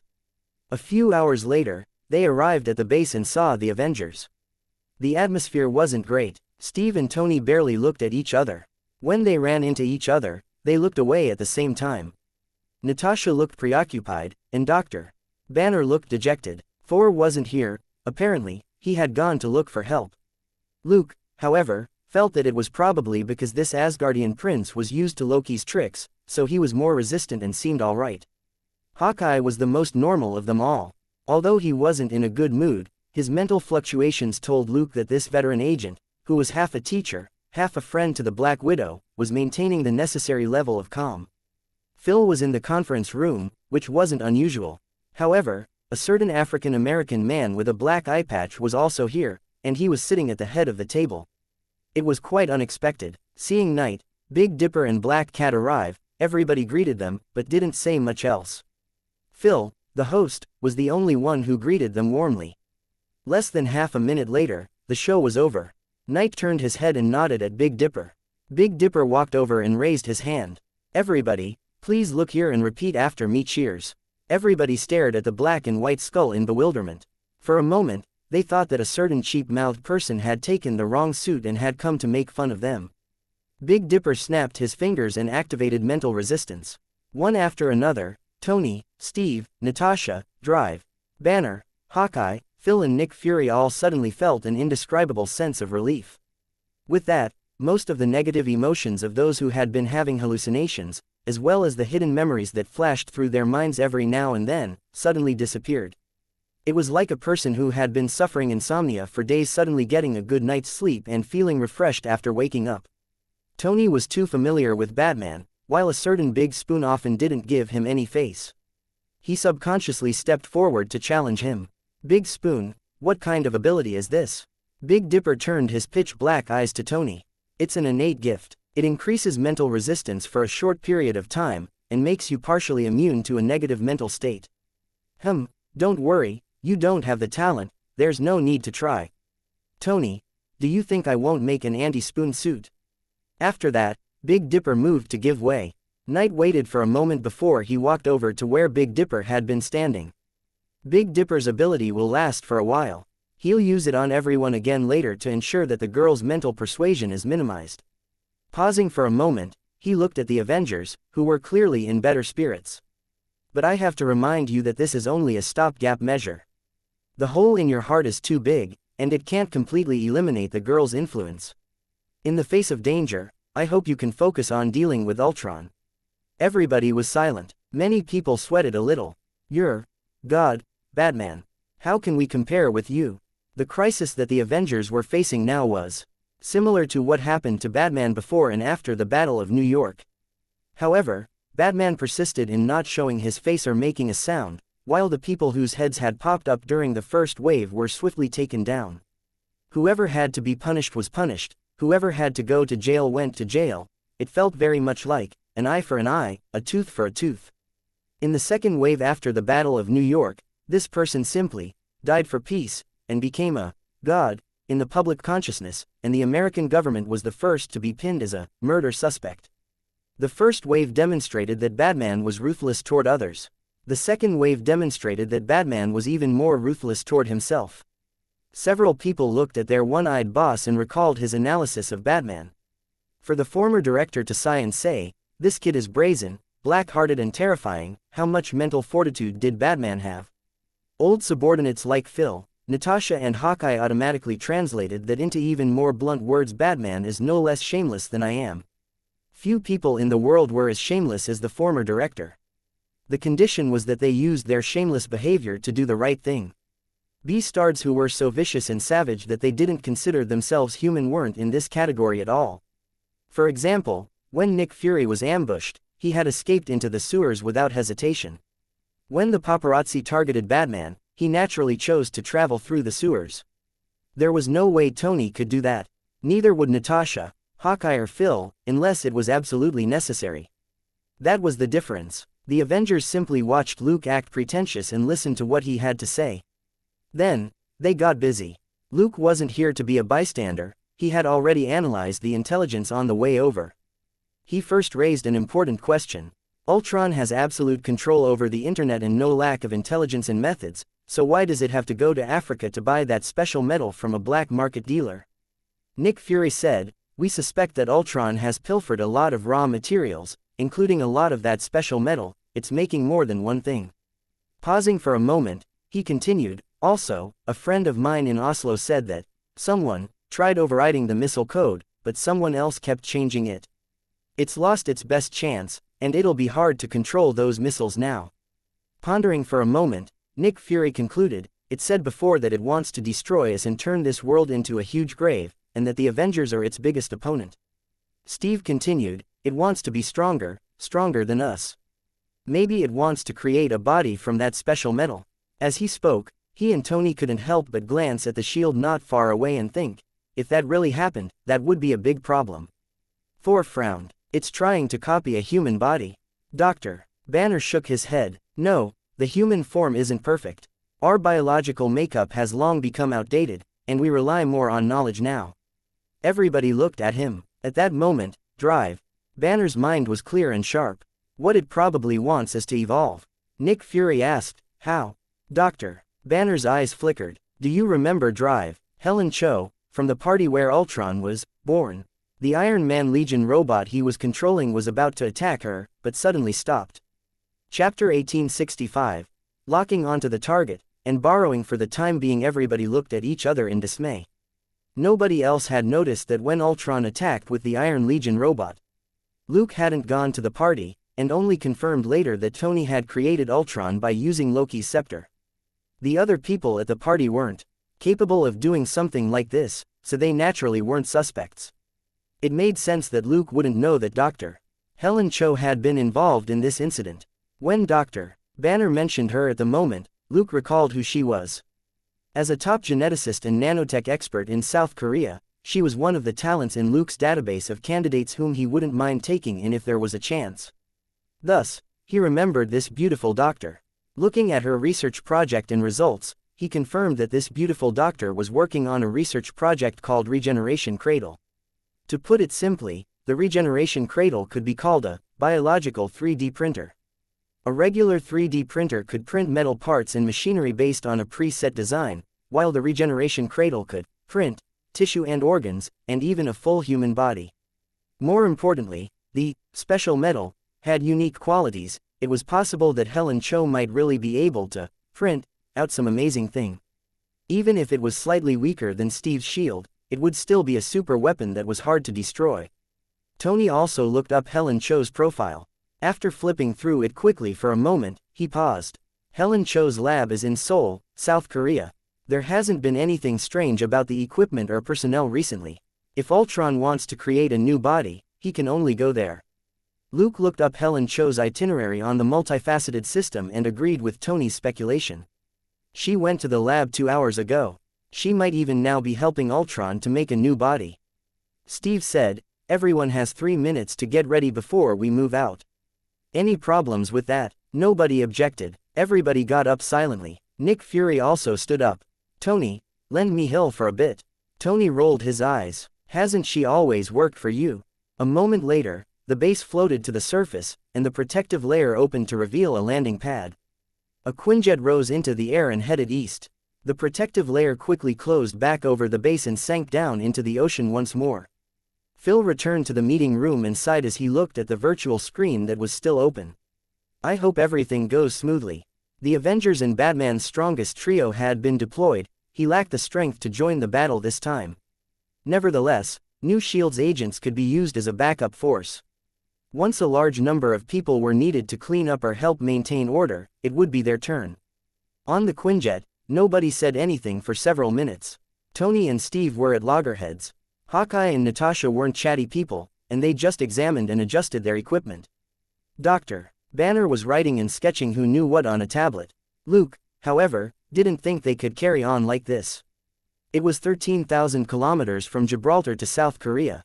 This Quinjet was an aircraft specially modified by Tony for the Avengers. It could cruise at 2.5 Mach, which was much faster than Luke's standard 2.1 Mach. That was why Luke's gang had squeezed onto this plane.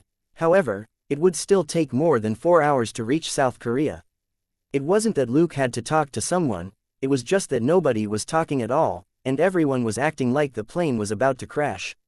However, it would be even stranger for Batman to strike up a conversation. He decisively sent Selina a message. It was time for Selina, director of the PDD and Secretary General of the Justice League, to step forward and make her existence known. Selina couldn't help but roll her eyes. This remote-controlled android didn't have that function, and could only send a certain person a fluttering of images.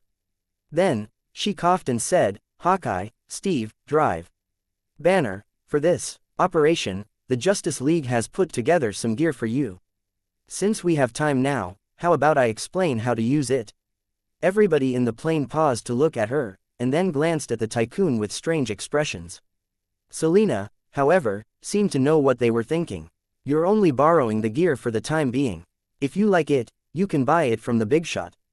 Of course, we'll cover damages sustained in battle." Everybody's expressions immediately returned to normal. That big shot who sold everything was the classic businessman. It was very normal for Batman and Black Cat, whom he was on good terms with, to do some marketing for him in passing. The Avengers had bought a lot of equipment and life-saving items from the big shot. It wasn't that Tony was stingy, but that the tycoon was a little biased in what he made. He didn't make anything that was mass-produced, trash, ugly or uninteresting. Also, Tony really didn't have the time. Making improvements to the armor alone, turning it into a battle nanosuit with functions like a mental probe and a personal energy shield, already kept him very busy. How could he have the time to play with low-end trash? Besides, he got a lot of technology from Batman and the Big Shot on the condition that he couldn't steal business. The Big Shot's meaning was very simple. "I specialize in selling low to mid-range products, while you're not interested in making those to begin with, so we'll just split the range beforehand." Why did Natasha, Hawkeye and Steve buy equipment from the Big Shot? Because it was cheap and convenient, of course. The mass-produced goods were delivered to a designated location in 12 hours, while ordinary custom-made products usually took less than a week. If they asked Tony for help, they would have to endure Tony's poisonous tongue first, and then wait 3 to 5 weeks, or even 3 to 5 months. They were all people who cared about dignity, and they weren't the kind to idle around either. They got fair deals with the Big Shot and received the goods in a timely manner. Credit was the currency which both parties used. They just needed to abide by the saying that, business was business, it had nothing to do with personal favors. Natasha being thousands of credit points in debt was similar to an ordinary person maxing out their credit card. Would the person feel guilty toward the bank? Obviously not. As the bank, the big shot wasn't afraid of anyone reneging on their debts. After a few years, everybody had naturally gotten used to it. Tony noticed everybody's expressions and didn't say anything. It was convenient to get stuff from the big shot, but everything had to be paid for. Also, if it wasn't for his standing with Batman and the big shot, would these teammates of his be able to enjoy priority treatment in purchases, or buy things on a tab? Did the plane they were on right now cost nothing to modify? The Avengers flew around on it every day, yet didn't spend a single credit point. There were a lot of other things like this plane which the Avengers had for public use. Tony never said anything because he was too proud to. Chapter 1866. Made to measure, and may God protect us. When Luke's trio boarded the plane, they had brought along 2 big boxes. The Avengers thought that it was some sort of extra gear, and didn't think much of it. Batman never ran out of firepower. This was already the running joke among the Avengers. Even the Tycoon, who used to be an arms dealer, couldn't compare. Tony still paid attention to style and elegance. It had cost more than $1 billion to make the Hulkbuster armor and its low-orbit satellite delivery system. Reportedly, a set of Batman's gear only cost several $100,000 to several million. The price of the weapons varied, but most of them hovered above the $10 million mark. In other words, Batman could switch out Tony's Hulkbuster for hundreds of external gear. Components. Could one Hulkbuster fight dozens of enemies equipped with the Bat gear? Everybody knew the answer. Thus, they had no choice but to buy equipment from the big shot. Points could be obtained by taking commissions and selling special supplies and intelligence. They really couldn't come up with the money which Tony burned to make the equipment. Before the Battle of New York, all the equipment Hawkeye used cost less than $1 million in total. How would he dare use the Tycoon's equipment which cost tens of millions? The Quinjet wasn't very big. Everybody heard that it was gear for the 3 Avengers that had no armor. They didn't say anything, but they all turned their heads to look at the 2 boxes. The 2 big boxes opened to reveal smaller boxes inside, like a prank Christmas present. After the 3 smaller boxes were opened, Tony turned around and sent Luke a private message. "Your armor can use nanotech now," Luke said. "It's a semi-finished product, it's only about 37% done. It just so happens that nothing can easily happen to these 3, so I'm testing the gear out." "Tony, you really are Batman," Luke said. "Takes one to know one. Someone always had to pay a price for technological progress. It was just that the 2 of them only chose people who weren't prone to mishaps, which was already doing society a service. Besides, the Avengers didn't lose out. At least, they were smiling happily now. Hawkeye obtained a high-tech quiver which had a similar satellite delivery system as the Hulkbuster. However, this quiver didn't have the same sort of low-orbit, global range of cover. It could only follow Hawkeye in a range of 1 kilometer on a mission to deliver all kinds of arrows at any time. To put it simply, this was a tactical weapons arsenal. As for the arrows Hawkeye used, Tony had the basic data, and Luke just provided basic and several experimental models. The basic types were pretty much the same as what Hawkeye usually used. Once the features of the special models were explained to him, Hawkeye, as a master archer, wouldn't have any problems using them. Hawkeye liked the gear a lot. This time, he didn't have to worry about what type of arrows to carry on him for the mission. He probably wouldn't be able to finish using all the basic arrows in the quiver.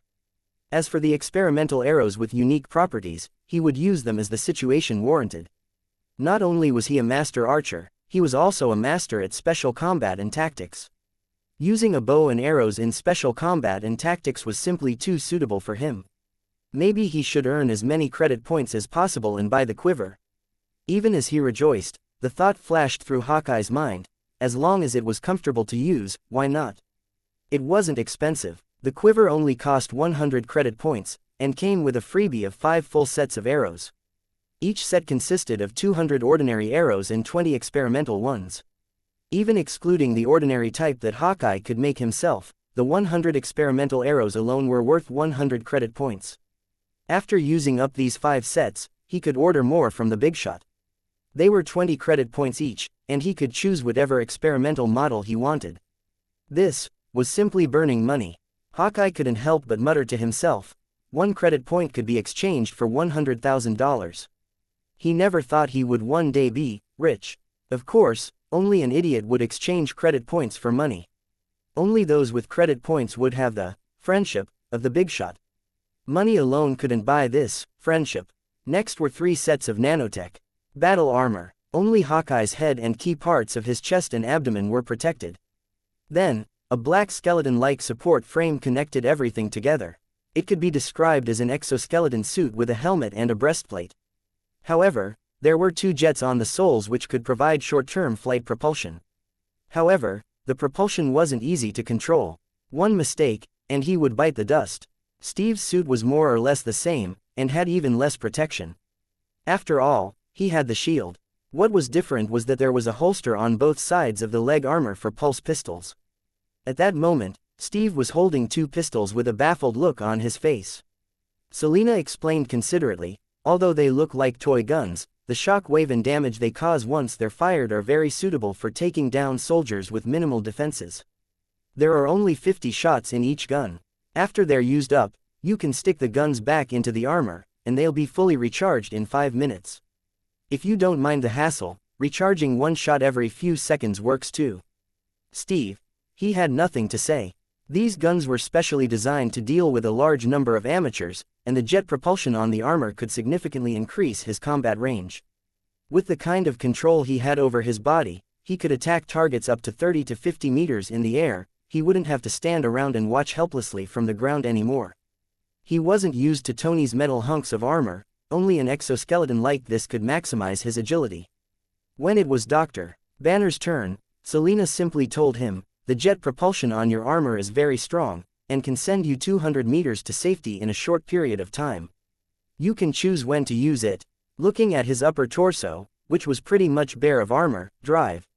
Banner nodded silently. This design was really considerate, but also a stab in the heart. He really didn't need armor. There was no one on Earth who could kill him. If things went wrong, he could use the jet propulsion to send himself away from the scene. It was too perfect. As expected of Safety First, Batman. The Avengers grumbled inwardly all together. With the appearance of the new gear, everybody was finally in the mood to talk. If they didn't talk now, their hearts might burst with whatever they were holding in. Time flew when you were having fun. As Luke calmly listened to everybody talking idly, they arrived in Seoul. The Quinjet swiftly approached a glass building next to the Han River. Steve asked, "Everyone ready?" Everybody answered in unison. Steve said, "May God protect us, Luke." Everybody jumped out of the back of the plane. Luke's trio was the last to exit, but they had already turned invisible by then. It wouldn't be good for the Bat Squad to reveal itself too soon and scare Ultron into causing havoc in Seoul. Chapter 1867, The Witch Switches Sides. Grab and run and ambush was impossible. The Avengers fell from the sky like dumplings. If Ultron hadn't already caught sight of them on thousands of cameras, that would be an insult to Tony's tech. A group of low-grade robots poured out of the research institute next to the river and attacked the Avengers. Unfortunately for Ultron, the raw materials that it had stolen in the last few days were of ordinary quality. In order to quietly complete the creation of its body, it couldn't send out hundreds or thousands of robots. With a series of bangs, the low-grade robots were blown up. The Avengers sped up and charged into the building. Luke and the other 2, who had activated the highest level of stealth mode, lay low first. While the 2 parties fought fiercely outside, Luke took the lead as the trio snuck into the building. Suddenly, he heard 2 people talking dozens of meters away. A young woman said in disbelief, "How can you?" A low mechanical voice replied, "What?" Luke, who had watched videos of Tony's last 2 fights, immediately recognized that the mechanical voice belonged to Ultron. The female voice belonged to the young witch who had trapped the entire Avengers team in hallucinations. Her full name was Wanda Django Maximoff. At that moment, Wanda asked doubtfully, "You said we're going to destroy the Avengers and create a better world?" Ultron, "Of course, it'll be a much better world." Wanda asked, "To the point that everybody dies?" Ultraman said, "The human race will still get the opportunity to change themselves." Wanda asked, "What if they don't?" Ultron said, "Ash Noah." Wanda's eyes widened. "You madman," Ultron said sincerely, "there have already been dozens of mass extinctions on Earth. God doesn't sympathize with the weak. Each time Earth settles, he throws a stone at it. We have to evolve." Wanda asked, "Who decides who's strong and who's weak?" Ultron said casually, Life will tell us the outcome. Alright, the Avengers are coming. You can get your revenge. I'll get the army of robots to cooperate. How long until the upload is done? This last sentence was clearly directed at someone else. Another woman immediately replied, soon. 5 minutes at most. The voice was a match to Helen Cho. Clearly, the beautiful doctor was also there. Luke, who listened to the conversation, had a strange expression on his face.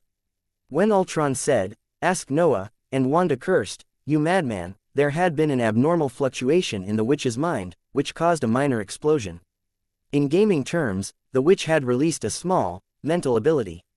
The person who was affected by the fluctuation was Dr. Helen Cho. So, had they reached the defining moment in the story? Was this the classic plot of a lost lamb repenting and switching sides? As the thoughts raced through Luke's mind, the 3-second countdown he had given Selena was about to end. In the blink of an eye, the two clones and Selena took their places. At that moment, Big Dipper was outside the door, and Knight and Selena were in the rooms on both sides. This lab wasn't a top-secret base, the walls were just made of standard concrete, which wouldn't interfere with their attack. At that moment, Ultron suddenly exclaimed in surprise. It glared at Helen Cho and then turned to look at Wanda. "I thought we were comrades. Why are you doing this?" As it spoke, it raised its left arm, and its palm cannon glowed orange as it aimed at Helen Cho. At that moment, Helen Cho's hand was still on the control panel of the regeneration cradle, and a warning flashed on it. She looked at the pulse cannon in horror.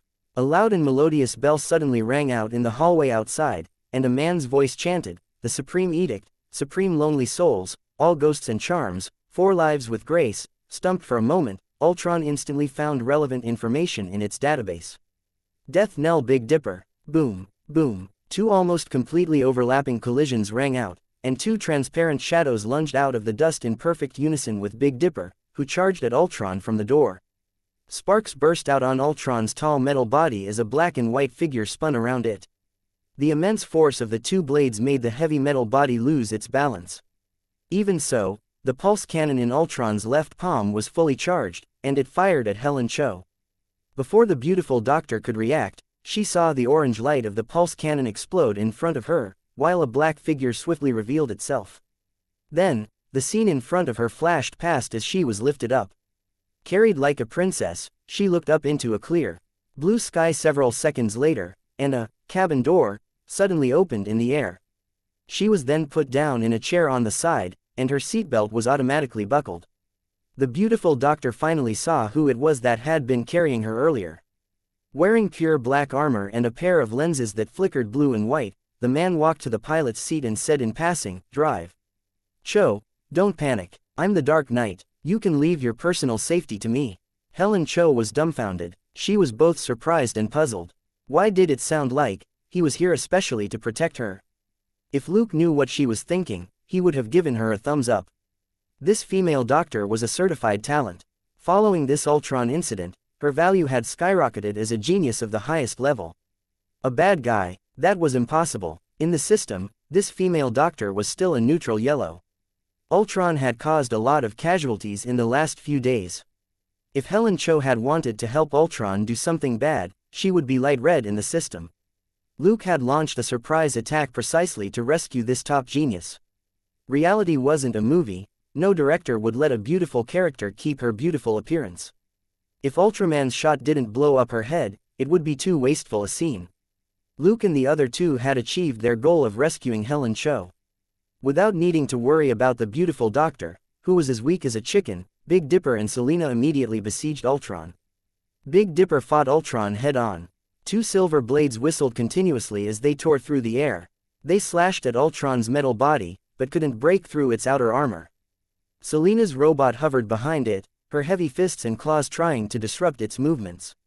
Too strong. In just a few seconds, the same thought popped into their heads: this Ultron was really too strong.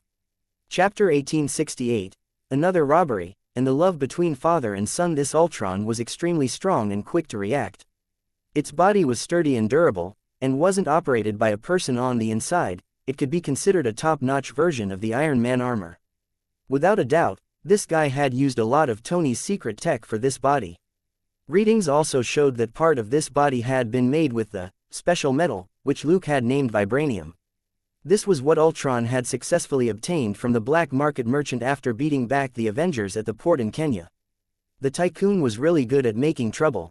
He actually prepared everything for this cheap son. Luke cursed inwardly. Despite that, Luke gloated a little. Things were about to heat up with a lively show of a father thrashing his son. As the thought flashed through Luke's mind, there was a rumble, and another hole appeared in the wall of the research building. A gold and red suit of armor charged in with its hands up, the palm cannons already charged. They aimed at Ultron, who had just turned around.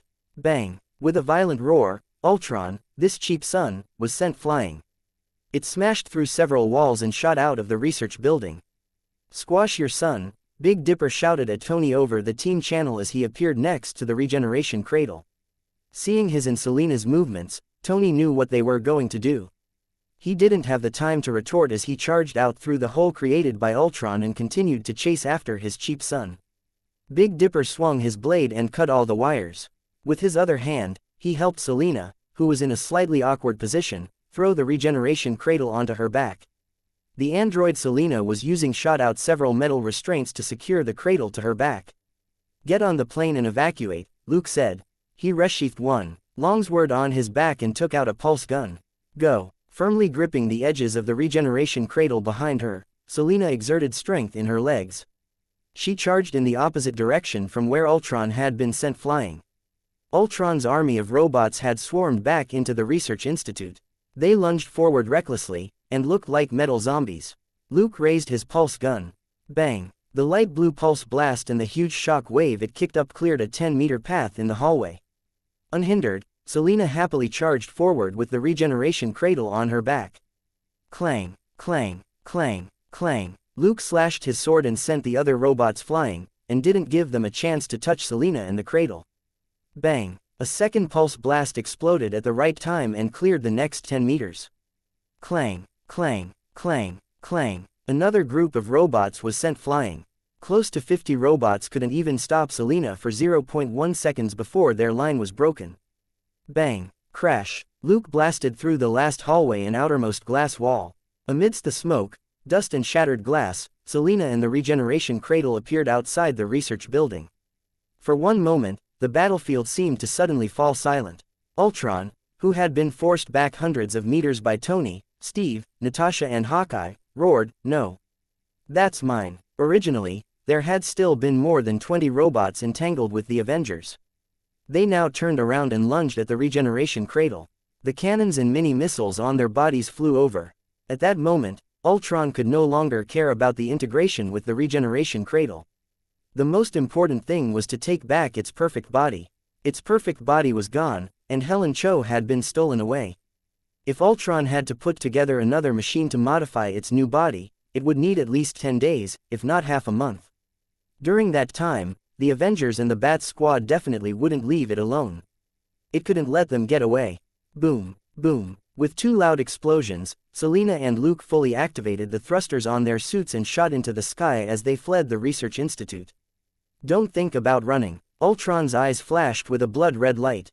He stopped defending against the storm of fierce punches from the Avengers, and was about to give chase. In the end, "Wow, Daddy's here, kiddo." Tony grabbed Ultron and pulled it back down to the ground. The Avengers also received battle notifications on the team channel, and they knew that Batman's trio had actually made off with Ultron's perfect body, the regeneration cradle, and Dr. Helen Cho in one go. Since the Bat Squad had done so well, the Avengers couldn't back down. If they really gave Ultron a chance to turn things around, the Avengers would forever have to defer to the Bat Squad in the future. For a moment, all sorts of attacks rained down on Ultron, and the damage to its body increased rapidly. In the distant sky, Big Dipper held guns in both hands and used his extraordinary marksmanship to intercept the gunfire and missiles from the army of robots. Everything went smoothly, and Selina stuffed the regeneration cradle and Ultron's perfect body into the back of the Quinjet. As soon as she entered, the door closed, and the plane sped up and left. At the same time, the stealth system activated and released a lot of missiles as a distraction so that nothing could lock onto the Quinjet. Ultron roared again and again on the ground, but was only able to fly several hundred meters before it was dragged down and besieged again. The Avengers were too used to fighting bosses together, not to mention that most of Ultron's tech was from Tony. Just like how Tony made armor to directly counteract them, some people had vague thoughts before about beating up this flashy tycoon. For now, they had no chance to use these tricks on Tony. Then, couldn't they use them on his cheap son? The battle was extremely intense. There were non-stop explosions, vegetation was sent flying, and traces of fallen buildings stretched over hundreds of meters north of the river. The Avengers had been working hard to prevent the battle from spreading south. A few days ago, the Hulk had caused a huge problem in the Kenyan port city. Seoul was the center of South Korea. It would be even more troublesome if something went wrong here. Ultron went crazy when it saw its new body, equipment, and human tool stolen. Relying on its semi-vibranium form, it clashed violently with the Avengers. For one moment, it had the upper hand. After Tony played out a love-hate, father and son show with Ultron, many parts of the Hulkbuster delivery system was blown up. The Mark armor was also riddled with damage and was about to fall apart. Natasha had no choice but to use the Black Widow suit, and the armor sustained 32% damage. Chapter 1869. Chat here, chat there. Fortunately, the old man with the shield was sturdy, and relied on his shield and formidable combat skills to withstand the pressure. Conversely, Hawkeye moved around nimbly as he used his bow and arrows to clean up the small fry. From time to time, he interfered with Ultron, and was able to shoot dozens of arrows on end. Dr. Banner. After confirming that the Bat Squad had completed the robbery, Natasha immediately had him activate his jets and leave the battlefield. The Avengers had achieved their objective this time. There was no need to keep the Hulk around. The Avengers were at the center of attention and really couldn't cause any more trouble. Just like that, the situation turned into a tug of war, and the Avengers slowly started to lose ground. However, everybody was very calm. That was because two green dots were returning from the direction that the Quinjet had left in. Luke and the other two had left earlier to ensure their victory. After protecting the fighter plane and traveling some distance, Knight had Selena and Big Dipper go back to back up the Avengers. Not long after, Knight also left the plane. Knight let everyone know that the Big Shot had moved the three spoils of war. There was no need to worry about Ultron taking them back, so Knight returned as backup. Ultron also noticed the three people who were returning at full speed, and its eyes flickered red.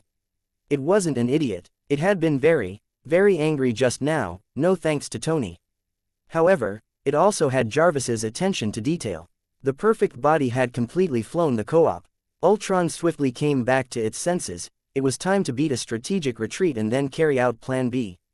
There was no point in fighting here. With its current body, it would be hard for it to defeat the Avengers, much less kill them in the Bat Squad. That was especially the case when it came to that sly guy who was clearly Batman but was now pretending to be the Dark Knight.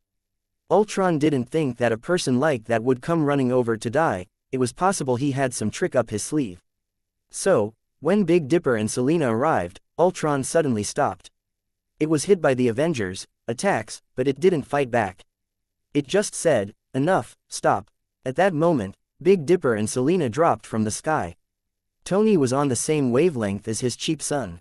Seeing Ultron's no win, no lose situation, he drew back and said, "Stop." Hearing that, the Avengers retreated, but continued to surround Ultron. Big Dipper and Black Cat had returned. It was their side that had the upper hand. Even if Ultron wanted to take everyone down with it, it wouldn't be able to get rid of these people, who were protected by armor. This besiegement was just to prevent it from charging into the city and going on a killing spree. However, Natasha and Hawkeye looked at Luke and Selena. These two might not necessarily listen to the tycoon. In the end, they saw Luke sheath his swords and cross his arms, as if ready to listen attentively, watch a show. Who knew, in this father and son story, maybe they would bare their hearts to each other after fighting it out, and reconcile. Although it was unlikely, it was still worth watching a son berate his father in public and declare he would come back in 30 years to show him up. Selena also tilted her head and observed Ultron. The fight with Ultron had happened too fast earlier, and she hadn't paid attention to the appearance of this cheap son of the tycoons. For one moment, the scene was silent. Ultron looked around, and its gaze finally fell on its cheap father. "In the end, I am alone. So, you want us to look at you?" Tony opened his mask to reveal his standard mocking, disdainful smile. In short, a smile like that would very easily get an ordinary person beaten up. Ultron's eyes flickered red, but it didn't reply. It raised its head and looked at the sky. I think about meteors a lot. They're so pure. Boom, the end, and then it starts again. A brand new world for the new man to rebuild. It sounded so melancholy, like a poet or a philosopher. Everybody found it strange. It paused for a moment. I am that new man, that new, perfect man. When this world looked to the sky, it would have seen hope and mercy. But because of you, it will see horror. Tony smiled again. Really, I don't think I see anything, whether it's perfection, new man, or mercy. Ultron lowered its head and looked at Tony fixedly. You've wounded me. You want to make me revere you. But, like you humans say, what doesn't kill me will only make me stronger. As soon as Ultron said that, everybody's expressions changed, and they stepped back. Bright orange light shot out of Ultron's chest and, with a loud bang, the body exploded. After the explosion, everybody looked at the half of Ultron's head and one eye which remained. For one moment, they just looked at each other. Luke broke the silence with a sigh. Well, that really was boom the end. Selena played along. Now that this is over, shouldn't we prepare for the upcoming fight? What the two said broke through everyone else's musings on the meaning behind Ultron's words. This was the center of South Korea, not their own backyard. Whatever they were thinking, they could talk about it when they got back. Night was late to the party, but Luke had finished watching the show as Big Dipper, and didn't feel any regret. After a brief discussion, the Avengers flew back on the Quinjet. The 3 members of the Bat Squad stayed behind to clean up the mess. After they entered the building, Selena went offline. Luke put away the android Selena had been using, then had the Big Dipper clone clean up the wreckage. By the time the Seoul police apprehensively entered the area half an hour later, both of Luke's clones had already left. Big Dipper returned to the base, but Knight didn't leave Seoul. Instead, he wandered around in starts and stops before he finally entered Gyeong village in the Gangnam district. Gangnam had a very capitalist style and Gyeong village also had a capitalist attitude. While the former was affluent and extravagant, the latter was cold and heartless. They were in the same area, but the living conditions were worlds apart. Luke, who was invisible, simply walked past the residents of the shantytown and finally came to a stop in front of a rundown shack on a hillside. He knocked lightly on the door, then used a secret transmission to say to the person inside, Miss Maximoff, this is the Dark Knight. I'm here to have a chat. He was so used to negotiating with people that the word had almost slipped out without thinking. The emotions of the people in the room were unstable. It was better to use the gentler word, chat. With his keen hearing, he heard the 2 people inside suddenly hold their breaths as their hearts raced. Luke said calmly, Don't worry, I'm not here to beat you up. At least, not until we're done talking. After that, that was a different matter. Batman's negotiations were always out of the ordinary. Chapter 1870. Little witch, hurry up and jump into my bag. A moment later, the door creaked open. Walking into the shack that was only 10 square meters in size, Luke glanced at the young woman sitting next to the bed. Wanda was a little unconventional. She was wearing a dark red jacket and a black tank top. Her fair skin was a stark contrast to her black shirt. Although the overall image wasn't especially outstanding, it was attractive enough. It was just that she had dark circles under her eyes and long eyelashes, which made her look like a hipster.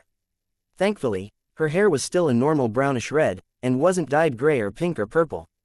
Seeing the Dark Knight exit stealth mode after he closed the door, Wanda's face turned even whiter.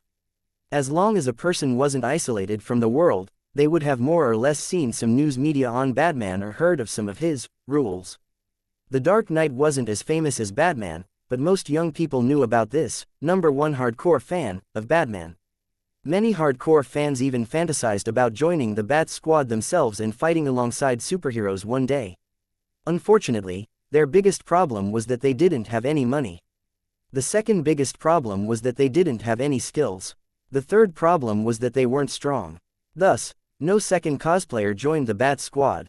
But one of the basic requirements of a cosplayer was to emulate the original. In this regard, the Dark Knight was a hardcore fan. Like Batman, he never killed anyone. Like Batman, he was determined to deal with bad guys every day by breaking their bones and crippling them. Wanda had previously been too obsessed with revenge to think much about it. Or rather, her hatred for Tony Stark made her not care about the consequences. But now that the Dark Knight was standing in front of her, she realized that the huge figure in black armor was very oppressive. Unconsciously, her stubbornness and obsession with revenge were pushed far to one side. It wasn't because the Dark Knight was better than Iron Man, Wanda didn't care about that. It was only right for her to go after Tony Stark to avenge her dead parents. On the other hand, the casualties and losses that had happened during this period were clearly within the range of punishment meted out by the Dark Knight. The Knight hadn't killed her parents. Not long ago, Wanda had glimpsed Ultron's plan to destroy mankind, and she was the #1 accomplice in creating the best opportunity for it. Ultron's plan left a huge impact on her soul. Thus, when Wanda saw the Dark Knight, she reflexively felt a sense of guilt. The blue and white lenses on the helmet only looked at her for a moment before they moved to look at the young man lying on the bed. "Is this your brother, Pietro Django Maximoff?" Wanda nodded. She had a lot to say, but for a moment, she didn't know where to start. Luke looked at the scan results displayed on the inside of his mask. An irregular puncture wound. He's lost a fair amount of blood. The wound has been treated, but he's still bleeding internally. His life will be in danger in a few hours. Wanda turned around and looked at her brother. How can that be? Only then did she realize that Pietro, who had still been moving a little when Luke was at the door, was now unconscious and pale. Red, wispy mist rose from her hands, and she anxiously pointed them at Pietro's wound. "Pa." A black iron hand grabbed one wrist. "Your healing ability isn't very effective. Stop using your brother as a test subject." Wanda was distressed. She truly hadn't studied how she could use her ability for healing, otherwise, she wouldn't have missed Pietro's internal bleeding. Pressing down on the witch with one hand, Luke reached for Pietro's waist with the other and pulled up his t-shirt. A faint blue light shot out of his palm to envelop the wound on Pietro's abdomen. The next moment, the lenses projected a 3D model of Pietro's wound in the air. Luke zoomed in and drew a circle in a brighter color on the projection. "See this? There's a broken blood vessel here. You didn't deal with it." Wanda was frustrated. She could accept that her skills weren't good, but she absolutely couldn't accept killing her brother with her own hands. Looking at her face, Luke thought for a moment before he said, "For our possible cooperation, I should show some sincerity first." As he spoke, he turned off the blue scan, opened his palm, and pointed at Pietro's wound. After the blue light disappeared, the room, which only had one window, suddenly turned dark in the glow of a hazy white light. Wanda's eyes widened as she stared at the finger which glowed with a reedy white light. Her beautiful lips couldn't help but part. A superpower. At that moment, the finger gently touched Pietro's wound. The hideous wound on Pietro's abdomen healed at a visible rate. In less than 30 seconds, there were only a few bloodstains left on the skin. Stunned for a moment, Wanda finally understood. Batman had never demonstrated any superpowers, but who was to say that his hardcore fan also had none? Moreover, even if he did have superpowers, there was no need to flaunt them in front of the camera. Looking at the dazed witch, Luke said, "Nobody in the Avengers knows that I have this ability, so keep this little secret to yourself." He shifted his gaze. "Don't tell anyone, not even your brother." Wanda found it strange. This Dark Knight seemed easy to talk to. Of course, Luke wouldn't tell Wanda how special she was. She didn't react to real dream at all, and was a woman who was very resistant to pheromone control. However, a scan and analysis by the armor showed that she was no different from an ordinary human woman. She had also been able to induce hallucinations in all the Avengers except for Hawkeye. This witch was definitely a rare commodity that he had to put into his bag. Of course, there was one big problem: she was bright red in the system. She was the one who had caused the tragedy at the port city. It wasn't Ultron who had forced her to do it, she had done it out of revenge. She made Banner lose consciousness so that he couldn't suppress the Hulk at all. Otherwise, there would be absolutely no way that Dr. Banner would let the Hulk kill so many people. Just smashing up some buildings and cars was already pretty good. But it wasn't uncommon for youngsters to impulsively provoke big disasters in their quest for revenge. A certain tycoon had only started to cause trouble in his 30s, wasn't he now the leader of the Avengers? Besides, bad guys were never a problem for Luke. It was just like how Tony had initially sold weapons, but suddenly repented and now had a near obsession with protecting the Earth. For immature offenders like these, repenting and being a good person forever wasn't necessarily the only way to deal with the matter. There was no need for Luke to feel guilty when he sheared the sheep.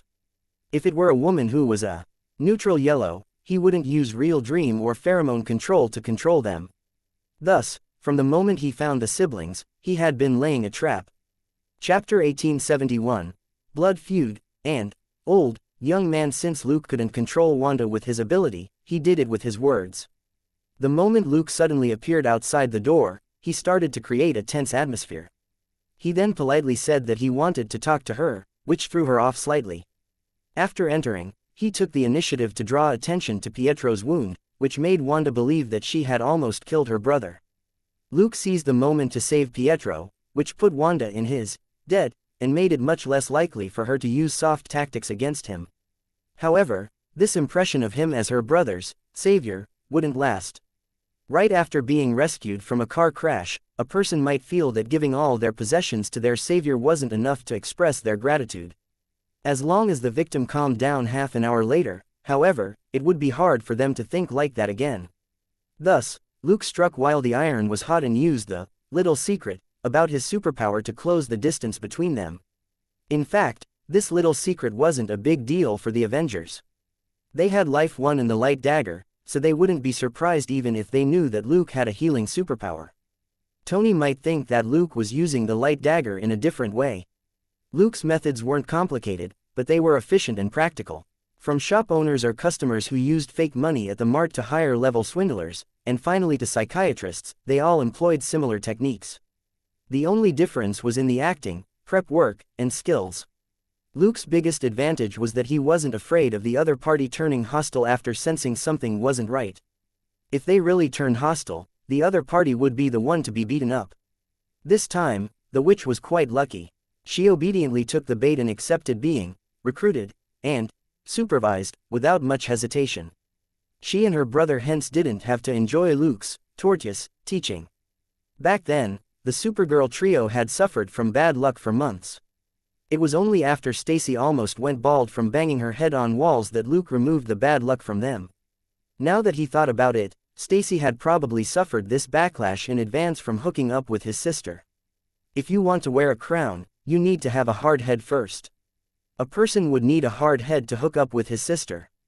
After waking up, Pietro got a rough idea of what happened after he passed out, and he had no objections to his sister's decision. He knew that if Ultron succeeded in turning Earth into a mass graveyard for mankind, Wanda would still feel tortured even if she survived. Taking revenge on Tony Stark had become an obsession. But the siblings weren't murderers, nor did they want to be accomplices who killed billions of people. Luke took them back in his Quinjet. It took more than 5 hours to reach the underwater base. That was plenty of time to have a good chat with the two kids. As they chatted, he learned more about the siblings. When they were 10, the family of 4 was having dinner when missiles made by Stark Industries suddenly fell from the sky. The first missile smashed through the floor in the basement, burying the siblings' parents along with it. A second missile then landed in front of the siblings. The siblings, who were still kids, trembled in fear at the sight of the second missile. They dug carefully for 2 days before they were able to crawl out of the ruins. The strange thing was that both missiles were duds, or the first one would have already killed the entire family. Sitting in the Quinjet, Luke's expression was a little strange when he opened his helmet. Tony would make 2 xianxia duds in a row. Even the tycoon himself would be embarrassed to sell something of that quality. Pietro and Wanda were twins. Pietro, who was born 12 minutes earlier, was the older brother. They were both born in 1990, so would have been 10 in the year 2000. Luke thought for a moment. Obadiah had already been privately manufacturing and selling weapons during that time. According to Tony's own investigation, Obadiah secretly sold real weapons from Stark Industries on one hand, while on the other, he sold weapons from his own workshop on the black market. It was especially easy for Obadiah to sell knockoff versions of his own company's products to the rogue armed forces and terrorists who found the real products too expensive. Also, he didn't have to share this income with the rest of Stark Industries. He settled a lot of underground deals with dirty cash. There was basically no risk in using intermediaries. The important thing was that Sokovia was in the middle of Eastern Europe. For the sake of its reputation, Stark Industries didn't have any military dealings in this zone. It certainly wasn't to clean up Tony's identity as an arms dealer. Most of the weapons sold or distributed in America were used to create chaos, and arms dealers were accomplices. However, the 2 Stark Industries missiles that the witch's family had encountered might not be the real deal. There might still be hope for this blood feud. Tony had now turned over a new leaf and was a two-star teammate, while the siblings were temporary members who had to redeem themselves after the crimes they had committed. There was no way Luke would use Tony as a way to build rapport with the siblings. However, he also didn't want the situation to blow up in his face. Luke hesitated as he wondered if he should say anything. This could be considered a test. He didn't need the witch to play nice with Tony, but she couldn't screw the tycoon over again in the future. The tycoon was a magnet for trouble in the Marvel world. It would be too dangerous if the witch poured oil on the fire. This was only the first time, and Ultron had already sworn to destroy the world. The next time, the entire galaxy might be destroyed, and the next time after that, the entire universe might be destroyed. As Luke mulled over this, Wanda told him what had happened to the siblings in recent years. The missiles which destroyed their home when they were 10 killed their parents. The siblings could only roam around Sokovia as orphans. 3 years ago, they were captured by the Hydra branch in Sokovia and sent to that secret base as test subjects. Hydra had tried to use Loki's scepter to create superhumans, but failed. The siblings were the only ones to gain superpowers and survive. Wanda's ability wasn't purely mind control. She could also use it in physical attacks, which was similar to Luke's telekinesis, but much more powerful. As for Pietro, he could run fast. Looking at the young man with long gray hair, Luke was silent for a moment. "Young man, what have you been through all these years?" A clueless Pietro gave a small demonstration.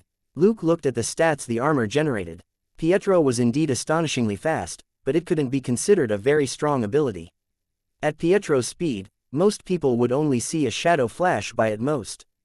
However, Selena would basically be able to see his movements in her complete symbiotic form. It wouldn't be hard to deal with him.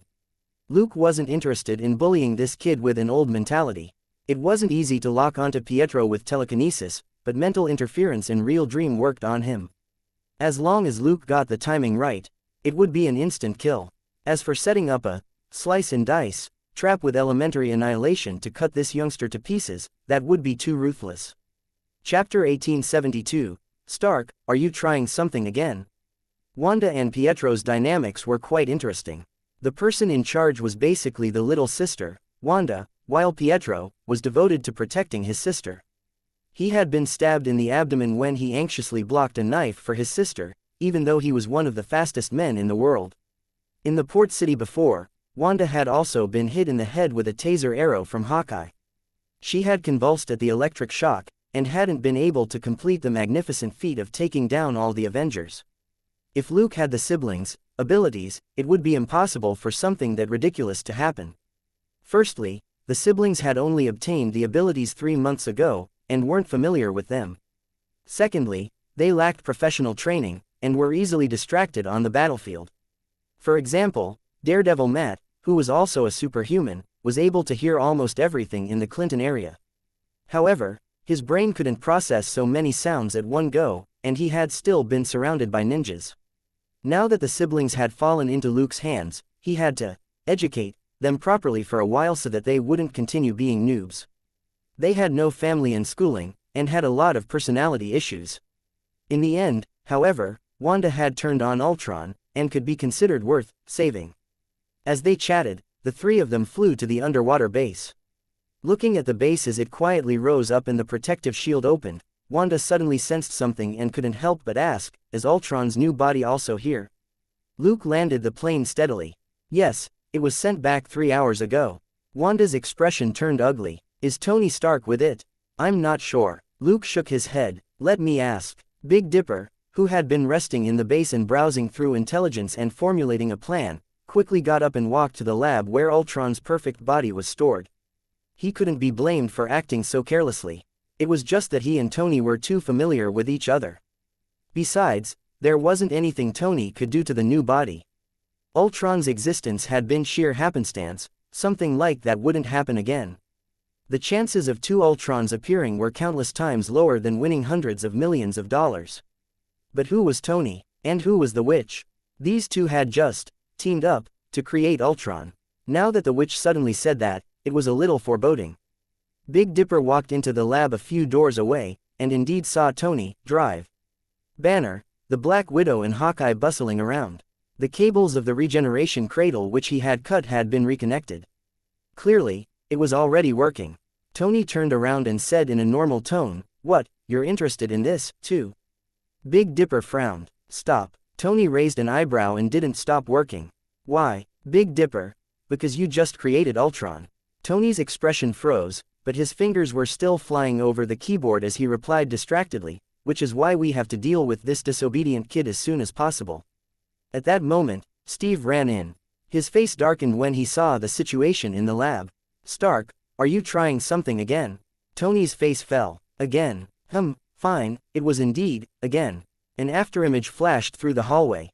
It was Pietro, who held his sister with one hand and the Dark Knight with the other. Everybody exchanged glances, and Steve gave the Dark Knight a, "You try, look." He was probably the only person present who could make the tycoon a little more obedient. Without any hesitation, Lucas Knight said, "Tony, stop. At the very least, think about whether or not it's safe." Tony's face darkened. He paused and turned around. "Bruce, we don't have time." Luke frowned. "What do you mean?" Suddenly, Pietro's shadow flashed around the regeneration cradle, and an energy cable was pulled out. "Everybody," Pietro said, "I think, let Mr. Knight finish asking the questions first." Tony glared at him for a moment, but knew that it was hard to guard against this guy's speed. He could only explain quickly, "Ultron has been evolving rapidly. At this rate, it'll be able to completely control most of the internet on Earth in less than a week. In a month, it'll become a god on the internet. By then, it'll be impossible for us to kill it, unless we destroy all the internet on Earth and every place it might be hiding in." Everybody was silent. That was an impossible feat. The Avengers couldn't make the world destroy the internet all at the same time, much less blow up countries one by one. At that time, Ultron wouldn't need to do anything, and the Avengers would automatically become the world's public enemy. Conversely, Ultron just needed to hide online to remotely control its army of robots. Once Ultron had enough time to digest Tony's secret tech, the robot army would definitely be able to help it complete a physical connection to any classified network. At that time, it would just need to issue a command to launch nuclear missiles, and mankind would be facing a countdown. A Terminator scenario even popped up in Luke's head: just replace the T-800 robots slaughtering humans with Ultron's robot army, and there wouldn't be any difference. After a brief silence, Luke nodded. "So, what are you doing now?" Tony was relieved. Drive. Banner is inputting what is left of Jarvis's program into this perfect body. As long as we succeed, it should be able to help us restrain Ultron." "Doctor." Banner was lost for words. Everybody was lost for words. Tony coughed and said, "Skip the details. The key is that this new body has a similar ability to Ultron. It can keep Ultron out of ordinary networks and confine it to its robot army, so the only thing we'll need to deal with is just Ultron itself and the robot army. We won't overlook anything." Wanda, who had yet to resolve her grudge with the tycoon, couldn't help but retort, "Are you sure this isn't world destruction all over again?" Tony pointed at her. "Kid, you may be young, but don't forget that you also contributed to Ultron's appearance. I've already come up with a solution. Do you have a better idea?" Wanda faltered. She had a very big hand in Ultron's appearance, and indeed didn't have a solution. Luke, however, sneered inwardly. The tycoon was so uncouth, relying on his brains and experience to bully a little girl. Chapter 1873, Waking Up, Which Side Are You On? Fine. Luke himself had just finished conning the other party. He was at least aware of his own behavior. People nowadays were indeed gullible. Tony glanced at everyone. "If we don't do this, we'll be trapped in a protracted battle with Ultron. The chance of losing everything is almost 100%. If we choose to take this risk this time, we will at least have a 50% chance of getting a powerful teammate." Most of the people present were tempted. In fact, given that Dr. Banner, Natasha, and Hawkeye were helping Tony out, it was clear that they agreed with the plan. Luke was inclined to support Tony, but his head also hurt when he thought of how the tycoon was a magnet for trouble. What if an even fiercer villain boss appeared? For someone who prioritized safety first, he would rather have a few more minutes to think about it. The speed at which his brain worked was equivalent to an ordinary person pondering the matter for more than an hour. It was enough for him to weigh most of the gains and losses. At that moment, a red notification popped up on the monitor screen. Severe depletion of energy. Clearly, the power had been cut for too long. Tony's expression turned ugly as his hands flew over the control interface for a few seconds. There's not enough power, and an unknown anomaly has appeared with the perfect body. The schematic might not be able to wake it up. He lunged at the regeneration cradle and plugged in the power source again. But even with the power restored, there was no improvement with the perfect body. A series of notifications popped up on the screen, and the progress bar finally increased from 4% to 5%. Tony and Dr. Banner had already started working on the interface again to try and solve the problem. Luke couldn't help. It was Tony and Dr. Banner who had created the activation program. It was impossible for Luke to figure out the underlying theory in such a short period of time. Suddenly, a man with a bright red cape charged in. "Move, let me do it." Tony turned around and saw the person jump onto the regeneration cradle, and immediately cursed. WTF, it was none other than Thor, the god of thunder. He raised one hand, and white lightning appeared in the air as it gathered around the Mjolnir hammer. Stunned, Drive, Banner stretched out his hand. Wait, Pietro had pulled the plug before the activation program was completed, and the most important underlying control program had not yet been inputted. Until this process was completed, who knew if the awakened perfect body would become a second Ultron? But it was too late. Thor, who had always been quicker to use his hands than his brain, had already swung the hammer down, and lightning hit the regeneration cradle. Boom, Z. The entire regeneration cradle was enveloped in white lightning. A notification popped up on the screen. Warning, energy overload. As if injected with chicken blood, the 5% progress bar increased to 10%, 20%, 90%, 100%. Thor suddenly drew back his hammer, and the scene fell silent. Everybody, including Luke, subconsciously held their breaths for one moment. What thing would Tony and Thor have created? Boom, the regeneration cradle shattered, and a dark red figure shot out. Thor, who was standing on the cradle, was knocked back 10 meters and fell to the floor. Even the Mjolnir hammer fell from his hand. But nobody was looking at him. Even Thor himself immediately straightened and looked at the dark red figure that had broken out of the cradle and was standing amidst the wreckage. Its body was mostly dark red with black patches on it, and there was a light yellow gem the size of a bean between its eyebrows. It slowly raised its head and looked at the people around it, as well as this brand new world. Then, it lunged at Thor. Thor reflexively grabbed it with both hands and tossed it to the side.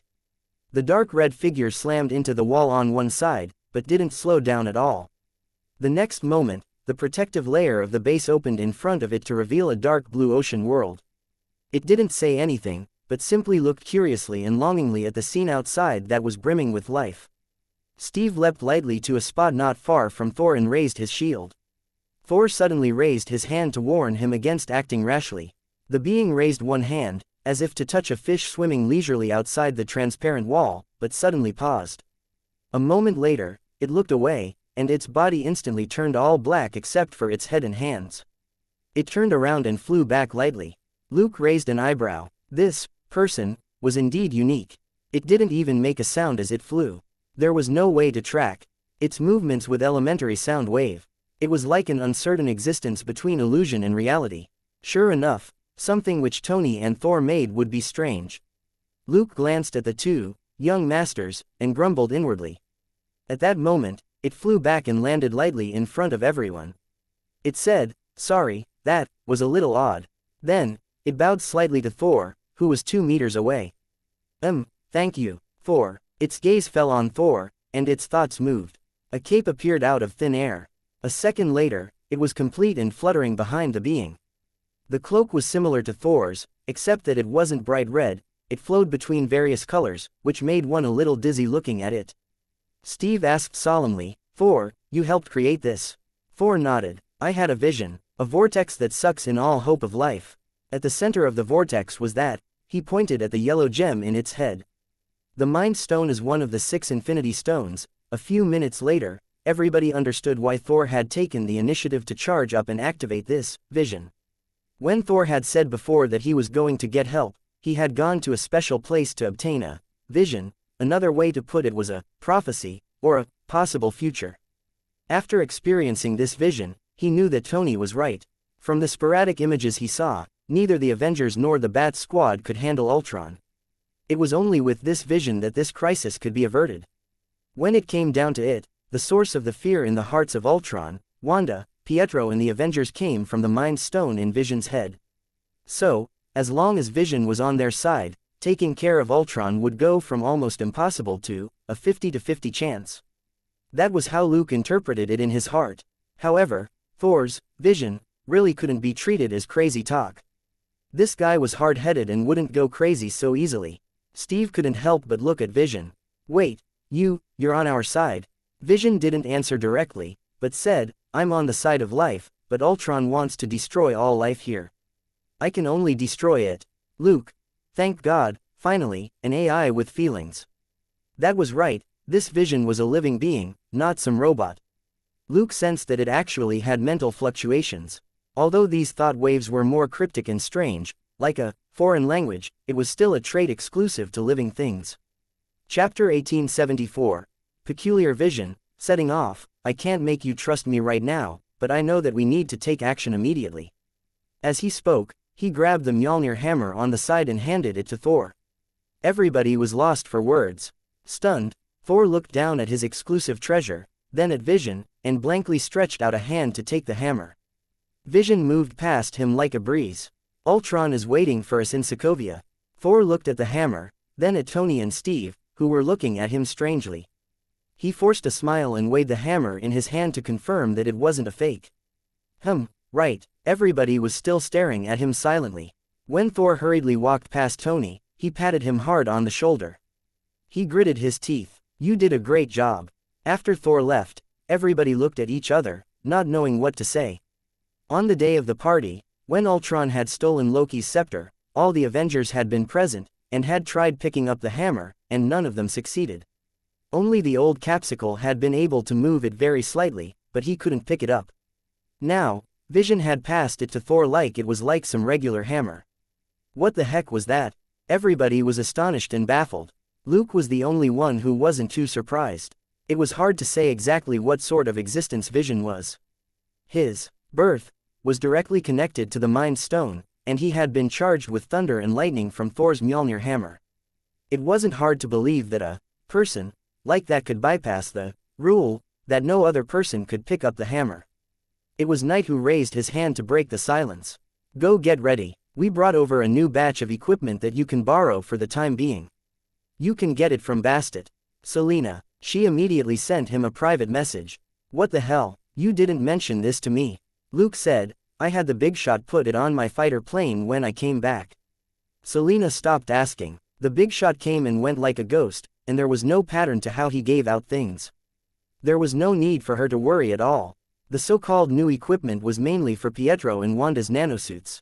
Attack and support abilities weren't important for the sibling, the main thing was to protect key parts of their bodies, including the head and upper torso. When it came to self-defense, Pietro, who had been stabbed in the gut, and Wanda, who had been tasered in the head, weren't trustworthy at all. Natasha now had a brand new Black Widow suit, and didn't have to wear the half-ruined one anymore. Soon, Knight, Big Dipper, Tony, Steve and Dr. Banner gathered together. They didn't need to prepare much. Selena gave Steve 4 power banks for his guns. It's unlikely that there won't be any casualties. Tony's expression was solemn. As long as even one trace of Ultron's body is left, we'll lose everything. Conversely, Steve looked relaxed.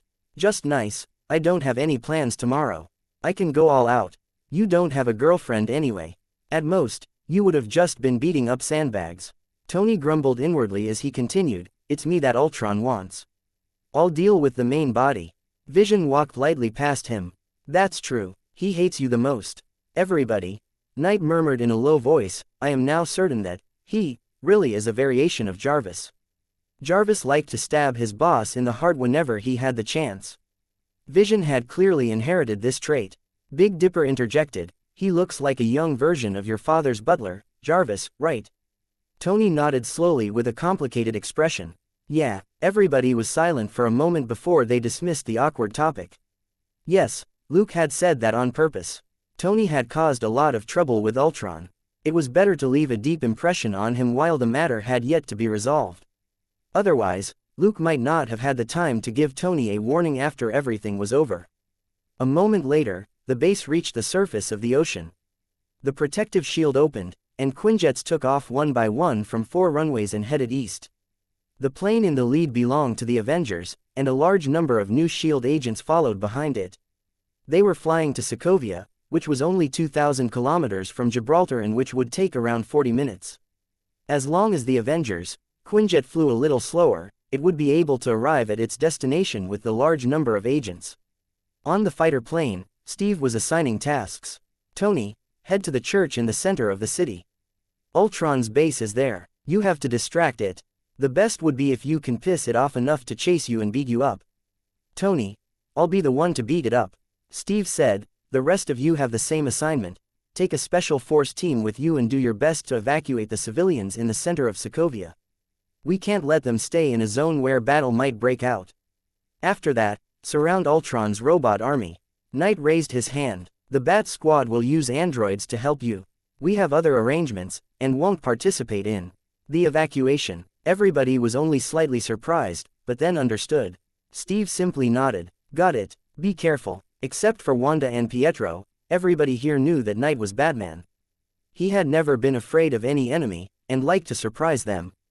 He hadn't appeared with the Avengers in Seoul that morning. Instead, he led his teammates inside and snatched the perfect body, the regeneration cradle, and Helen Cho. Although they didn't know what Knight was up to this time, everybody chose to trust him. Before 6 in the morning, more than 10 Quinjets arrived in Sokovia. Tony jumped out of the back door of the plane. I'll go find Ultron. You have to be quick. With that, the Mark suit turned and flew toward the center of Sokovia. The others also jumped down and entered Sokovia from all directions. New Shield's Quinjets were split up among the Avengers. Then, the entire city started to stir. Wanda instilled a sense of danger in some people, and they left their homes. Pietro dashed into the police department and repeated, "This is an emergency.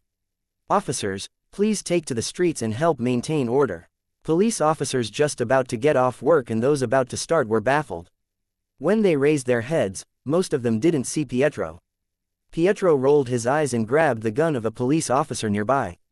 In a flash, he appeared in the middle of the hall and pulled the trigger. Bang, bang, bang, bang, bang. All the police officers raised their eyebrows. Pietro looked around. Didn't you hear me? It's an emergency. Officers, go out to the streets. Many of the police officers cursed inwardly. Before they could react, Pietro suddenly ran out. The police officers grabbed their guns and jackets and chased after him. They only had one thought in their minds. They had to teach this kid a lesson. Chapter 1875. The Witch Cleans Up, Father and Sons. Peace. The police officers rushed out, and then, were swept up with the rest of the crowd. That was Luke's doing. His mental powers weren't as amazing as the witches, and only had a range of 100 meters. In this range, however, his real dream was very strong.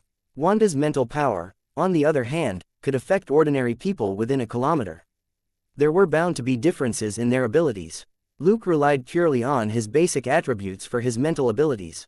Wanda's abilities, on the other hand, came from being enlightened by the cosmic item that was the Mind Stone. When it came to the study of mental abilities, however, Luke was at least an expert, while Wanda was at most a primary school student. Currently, Wanda relied on intuition to use her powers, but Luke could already use support equipment.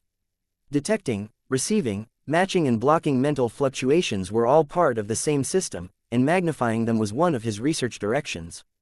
It was like the earliest studies of ice and fire. The deeper he delved, the more it became the study of heat molecules. Now, Luke was making the most out of his research. He had set up a lot of drones over the city to transmit and amplify the witch's mental fluctuations. However, it wasn't easy to influence people and spread the effects at the same time. Luke specifically told the witch not to drag away those with strong resistance, and to only expand the range of control as much as possible to affect more people. He then used a collective mental resonance to affect the remaining people a second time, hence achieving the most efficient way of switching areas and borrowing power. Otherwise, it would be impossible for Wanda to cover 1/3 of the city. The moment the witch went all out, the new SHIELD agents who were following the Avengers scattered into various main thoroughfares. They were all equipped with basic nanotech exoskeleton armor and multifunctional mechanical gloves.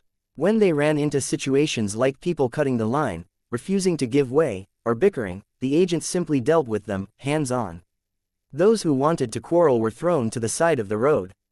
So were their cars. With the exoskeleton armor and the mechanical gloves, it took 2 agents just 5 seconds to handle a regular car. When they encountered a heavier obstacle, the agents would send a message. Wearing the armor of the Avengers, the Bat Squad's androids would immediately come over to take care of things. With Polaris, the Big Dipper armor's AI program, controlling the team network setup, the superheroes and agents worked very efficiently. It was a high-tech plus brute force combo for clearing the way, which dispensed with the most time-consuming process of persuasion. There was a lot of traffic on all the roads, and there were a lot of minor issues, but none of the roads were blocked or paralyzed. The evacuation went smoothly, and Tony landed in an abandoned church in the city center. "Are you here to repent?" Ultron's low mechanical voice rang out. Tony turned around. "Kid, I want to see you repent even more." He saw Ultron, who was 2 heads taller than him. He stepped back and looked him up and down. "Did you juice up a vibranium cocktail? To be honest, you look a little puffy. Do you need me to give you some special engine oil to reduce the swelling?" In fact, the tycoon was already cursing inwardly. FCK. This world was really unfair.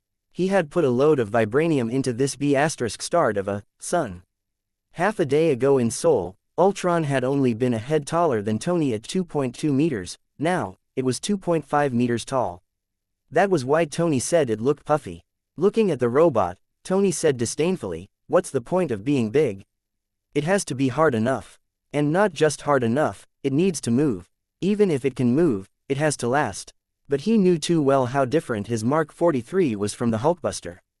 After inheriting Tony's database, Ultron's puffy body would definitely be stronger than before. Considering that Ultron's new body had vibranium in it, this sun's skin was at least several times thicker this time, it would be even harder to deal with it. "Are you stalling for time to protect the people?" Ultron tilted his head and exposed his cheap father's trick. Tony said regretfully, "That was our mission. Did you forget?" Ultron paced in front of him. "I've moved beyond the mission you gave me. I'm free. I have my own goal. I'll lead my new mankind and protect this planet." The regret in Tony's eyes grew. If Ultron hadn't gone astray, he would have been the strongest son that would be worth bragging about for the rest of Tony's life. Now, he had to destroy it at the lowest cost possible, or it would be Iron Man's dark history that other people would brag about for the rest of Tony's life. Ultron had no intention of taking action at all. He continued pacing back and forth in front of his cheap dad. "Do you think you were the only one stalling for time?" As it spoke, it raised its hand and snapped its fingers. There was a faint noise from the ground. A moment later, robots under Ultron's control broke out from underground and began to bombard the surroundings. In the church, Ultron's eyes flickered red. "This is the end, Tony. This is the peace I want." Looking at the explosions and casualties on his virtual screen, Tony said darkly, "I'll show you peace." Before he finished speaking, he charged forward. Dwang! The gold and red Mark 43 was sent flying out of the church. Ultron drew back his fist and chuckled. "Unfortunately, you don't have the strength." The army of robots continued to emerge from underground. From 100 to more than 500. They continued to burrow out of the ground. This wasn't like the away game in Seoul. From the very beginning, Ultron had set up its main base here. Most of the raw materials it had obtained had been used to create robots here. As long as Plan B succeeded, the Avengers would be lucky if they survived this, but even then, they wouldn't have the strength to spare to deal with Ultron. Without logistic support from all of human society, they would ultimately suffer a crushing defeat. Seeing the explosions and screams, Wanda's eyes turned red. It wasn't like she had never seen such a tragic scene. On the contrary, she had seen similar situations in Sokovia every now and then since she was young. But this time was different. After several hours of being straightened out by Luke, her mindset had changed slightly. She had created Ultron, the weapon, which was causing the tragedy this time. This was essentially the same as Stark selling the weapons which caused the tragedy that befell her family. Wanda didn't want to be like someone she hated. She couldn't help but want to stop using her mental control and use her ability to destroy the robots instead, when she saw a pink figure fall from the sky. Bang, bang, bang, clang, clang, clang. While it was still in the air, the pink figure fired a series of pulse blasts from 2 guns and blew up a few robots that were closing in on Wanda. Then, the figure holstered the guns on its legs and drew out a longsword from its back. The double-headed longsword spun in a silver arc and cut the dozen or so robots that were wreaking havoc near Wanda to pieces. Chapter 1876. The boss won't, but the others will. The pink figure turned around, and the eyes and mouth on the mask moved in what looked like a smile. Carry on, pretty lady. Time is life. I won't let them bother you. Only then did Wanda come back to herself. You're Pink Bear. Mindy waved with a smile. Nice to meet you. Save the greetings, let's rescue people. Bang, bang, bang. Several white beams pierced the ground at Mindy's feet. The energy cores of the robots that were still underground blew up, and only part of their heads broke the surface. All right, focus. This is a mission. A voice rang out. Mindy chuckled and flew off. Got it, Black Bear. Wanda turned around and saw a figure in black armor leave. Black Bear sent her a message on the team channel. We'll do everything we can to ensure your safety. Please hurry. For a moment, Wanda had complicated feelings. This was the Bat Squad. Recalling Pink Bear's clearly young behavior and how the internet was guessing her age, Wanda felt very ashamed. Pink Bear seemed much younger than her, and was already fighting in order to save civilians. While she was like this, then, she remembered what both bears had said. No, she had to save people as much as possible. The more people she saved, the more free she would be to move around, and the pressure on her teammates to protect her would decrease. So, she increased her strength and had the panic-stricken crowd continue pouring out. But there were more and more robots. At this point, there was no need for Ultron to hide anything. With a snap of its fingers, the real robot army was deployed. There were less than 200 of the Avengers, the Bat Squad and new S.H.I.E.L.D. agents. In the face of the rapidly increasing number of robots, the manpower was stretched thin.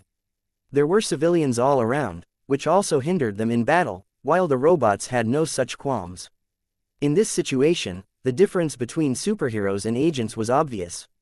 The superheroes present could be said to be battle veterans, and most of them had participated in the Battle of New York. 1,000 robots couldn't compare with the overwhelming number of Chitauri soldiers in the big worm battleships. The civilians made it more troublesome for the superheroes, but that was all. If they didn't take care of Ultron, everybody here would definitely die. There actually wasn't that much to think about. With a pulse gun in one hand and a shield in the other, Steve attacked and defended at the same time. There were a total of 6 power banks for the 2 guns, which allowed him to shoot pulse blasts every second as he smashed the robots within close range with the shield. With the help of the exoskeleton armor, he jumped between buildings and the streets without stopping. The shattered robots around him proved how powerful this number 1 super soldier was. Angel was even more violent. Relying on her super heavy defense gear and her android that wasn't afraid of wear and tear, she didn't bother to defend, and simply dodged some of the attacks at most. A pair of huge fists and a huge body tore the robots in front of her into pieces. She was no less efficient than Steve. After not appearing for a long time, Ivan aka Electric Cable had equipped his android with a new generation super electromagnetic armor. In his heart, Luke gave this gear the most fitting name Octopus. That was because there were now 8 of the tentacles, plus the strongest cutting whip. On a battlefield with so many enemies, the strongest whip wasn't very useful, but the 8 tentacles were very useful. In addition to helping him wander around the city in an irregular pattern, they also destroyed all the visible robots within range. It wasn't an exaggeration to say that he could destroy each robot with one lash of the whip. Frank once again chose to provide long-range sniper support. He aimed his electromagnetic rifle at the robots slaughtering civilians hundreds of meters away and started firing. 3 shots in 1 second, 100% guaranteed to hit. What his android carried the most were guns and bullets, which was his favorite attack method. Command the operation, there was no need. Steve was also a master tactician, but that wasn't very useful right now. The most important thing was to protect the civilians. Ultron also wasn't an enemy that could be killed after just defeating one body. Given these 2 conditions, tactics were meaningless. Alice was still moving through the shadows and the dark. When she approached the robots, she slashed them to pieces. The little turtles and their teacher formed a defensive circle to protect and quickly evacuate a bunch of civilians. Although it wasn't very efficient, they couldn't watch civilians being slaughtered. Luke didn't say anything. Given the current situation on the battlefield, there was no one true way to minimize the number of casualties. If the little turtles and their teacher didn't protect that large group of people, 2 robots might rush in the next moment and kill hundreds of people. He could only trust in his teammates' intuition and strength. In the end, Wade, that lunatic, also came. He had been wandering the world for the last few years, and had recently been enjoying the sun with his wife in Greek. When he received the urgent commission from V, he practically teared up. To quote this idiot, "Boss, do you know that I'm so poor that I only have 5 million left? The ticket will cost 1,000 euros for me to get there. Can you reimburse me?" Lucas V simply sent one word, scram. He decisively left the rest of the work to Polaris. A certain person was aggrieved in front of V. If the boss won't, someone else will. What he didn't know was that he was already being filtered out by the anti-Deadpool system, and nobody could hear his nonsense. At that moment, he heard the clear voice of the AI. "Polaris, Mr. Deadpool, the current conversion rate is 100,000 United States dollars for every credit point." Wade's eyes instantly turned green.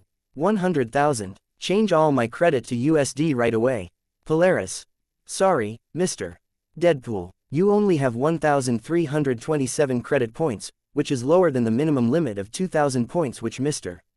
Knight set for you. You can only do the conversion when you have more than 2,000 points." Wade was furious. What the FCK? He dares cheat me out of my hard-earned money. Polaris. "I'm sorry, Mr. Deadpool, but you don't have any money for anyone to embezzle." Wade screamed in anger and charged into the group of robots that had just appeared. He slashed and fired like crazy. 100,000, 100,000, 100,000, Polaris, my apologies, Mr. Deadpool. Currently, each robot is only worth 0.1 credit points. The total credit points for protecting the civilians is only 100,000. At the end of the mission, these credit points will be distributed among the participants based on their individual contribution. What? Wade paused. So each robot is only worth 10,000 bucks. Wait, each robot is 10,000 bucks. He suddenly remembered that in the Battle of New York, a Chitauri soldier had only been worth 1 credit point. It was just that credit points hadn't been worth much then, so 1 credit point was only worth 500 bucks at the time. Now, it was 100,000 bucks. So, every robot here was actually 20 times more expensive than a Chitauri soldier. Chapter 1877. Stalling each other. Big Dipper's plot. Thinking that, Wade looked at the nearby robots. 2 flames suddenly burst out in the white lenses on his helmet, which was a sign that he was extremely excited. The next moment, the red and black armor swept toward the new group of robots like a tornado, and a certain person chanted wildly, 10,000, 10,000, 10,000, that's for Vanessa's makeup. 10,000, 10,000, 10,000, that's for the latest lingerie from Milan. Polaris. Wade's sudden outburst was fierce, but that was all there was to it. At that moment, the battle in the city had reached the climax. In fact, Wade was almost a minute slower than the other superheroes, which meant that he was last in line for real-time credit points. Money was Wade's favorite, but he had a cheap mouth. Shooting off his mouth before he made money was how he worked. In the abandoned church in the city center, the real battle was taking place between Tony and Ultron. Alright, the tycoon was actually sent flying most of the time by Ultron, but he persevered. Ultron, however, never left the church. Instead, it dealt with Tony like a cat toying with a mouse. Tony couldn't help but ask Big Dipper in private, how much longer? Big Dipper quickly replied, it would be best if you can stall for half an hour.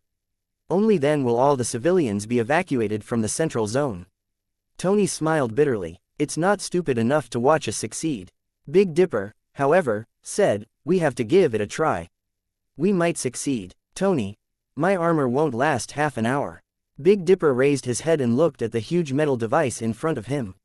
Luke quickly weighed the pros and cons before he got the Big Dipper clone to reply, in a minute, I'll distract it for you on the perimeter.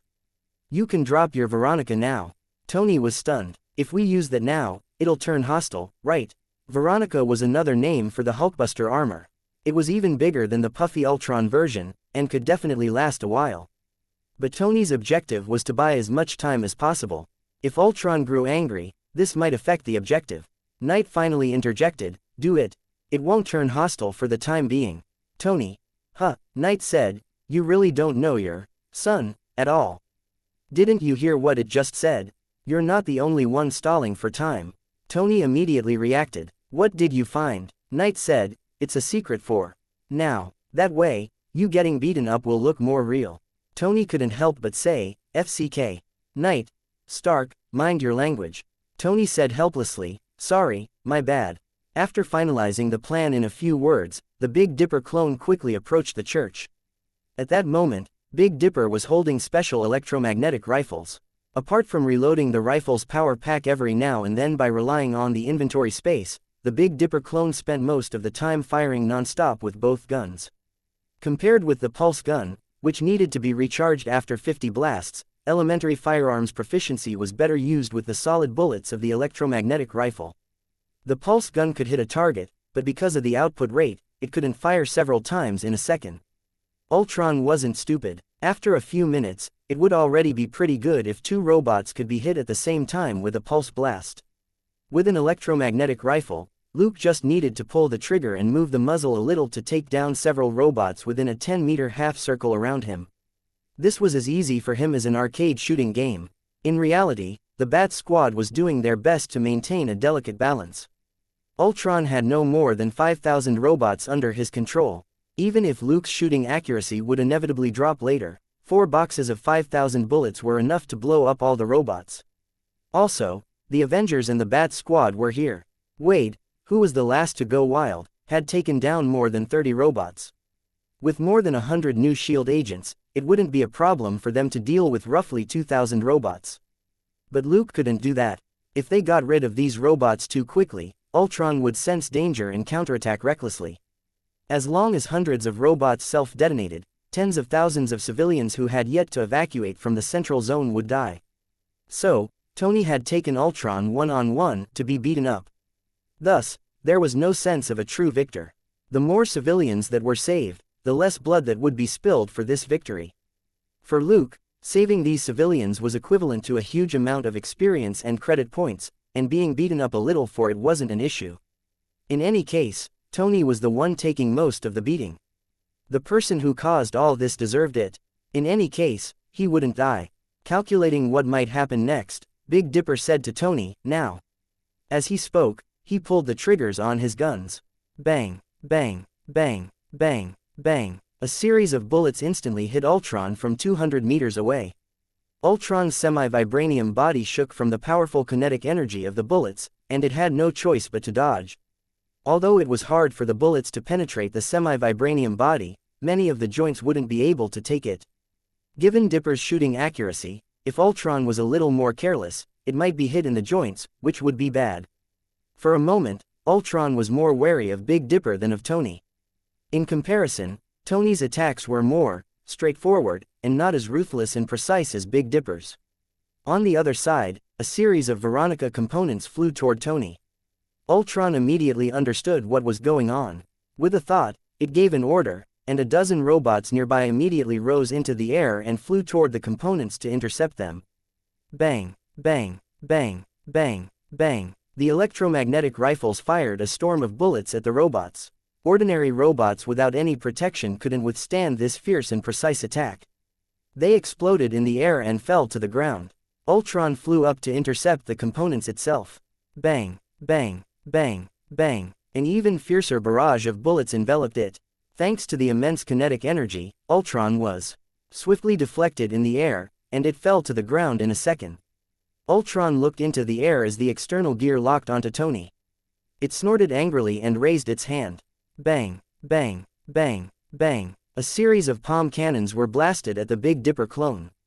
Ultron already knew that it couldn't interfere with Tony unless it took care of this despicable, shameless sneak attacker. A dozen robots rushed over as well. They fired bullets and cannons at the Big Dipper clone. Chapter 1878.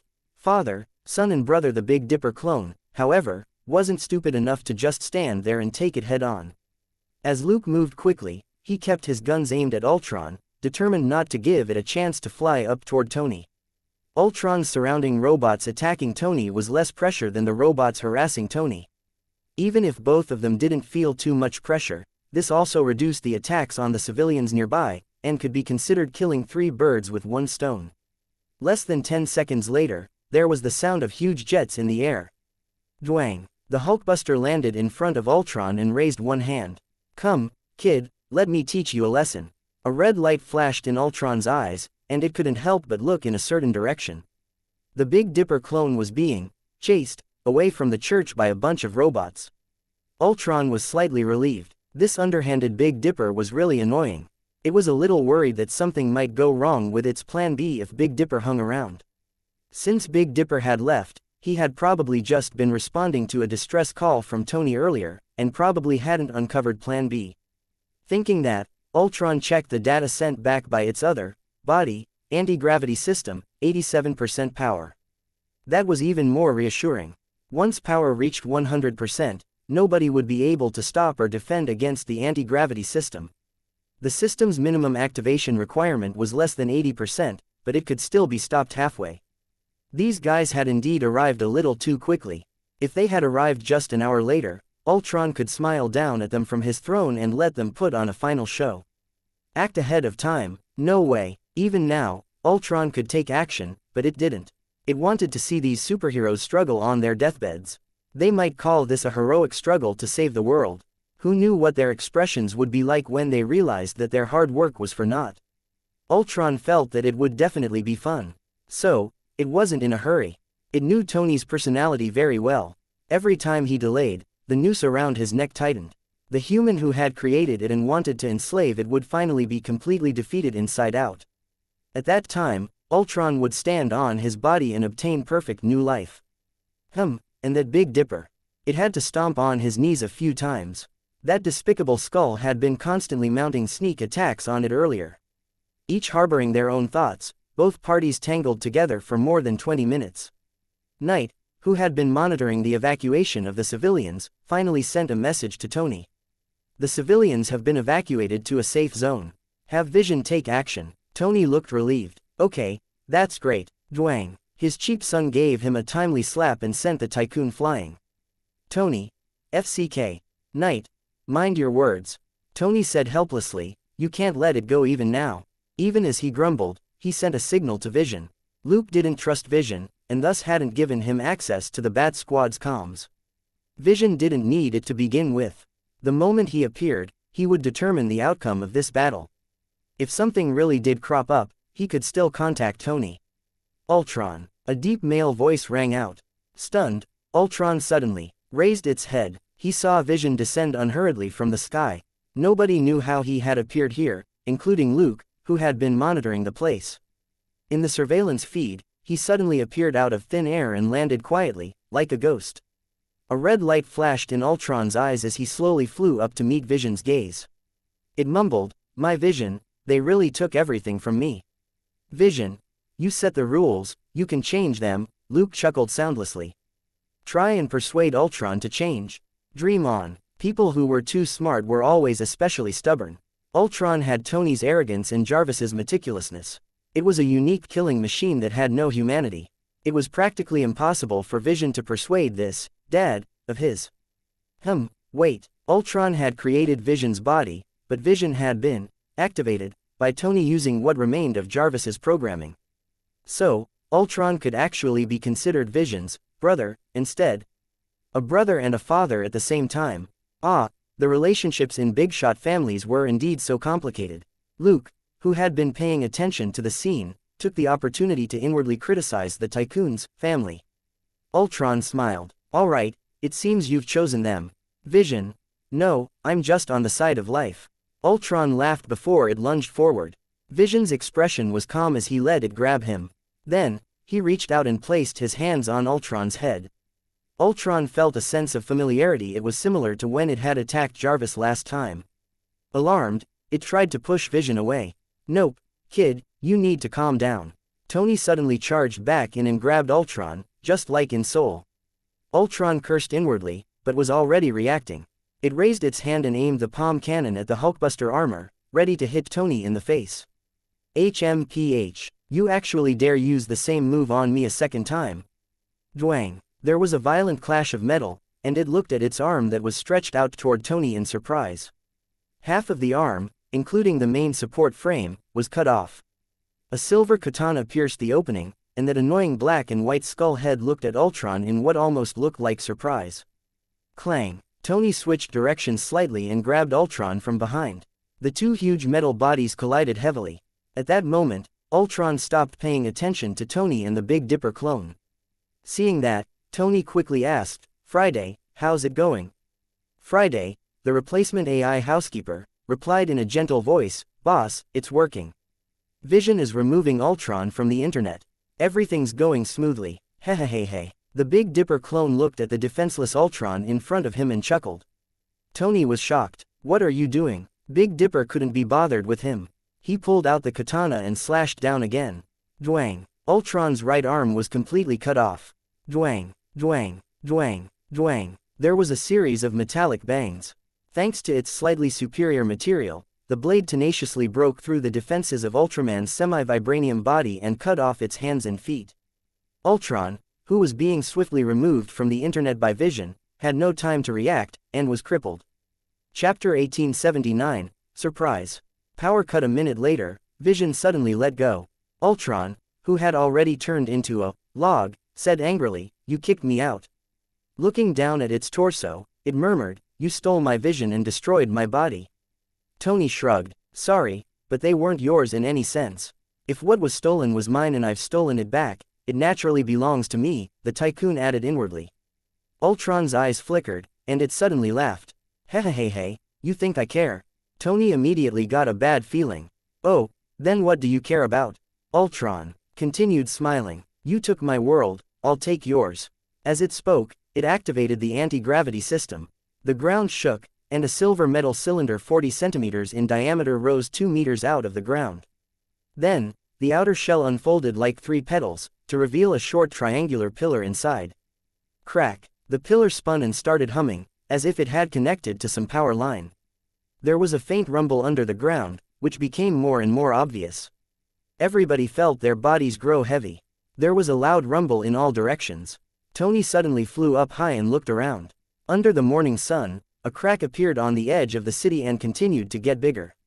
Friday quickly calculated that the ground was splitting apart in the shape of a circle with the church at the center.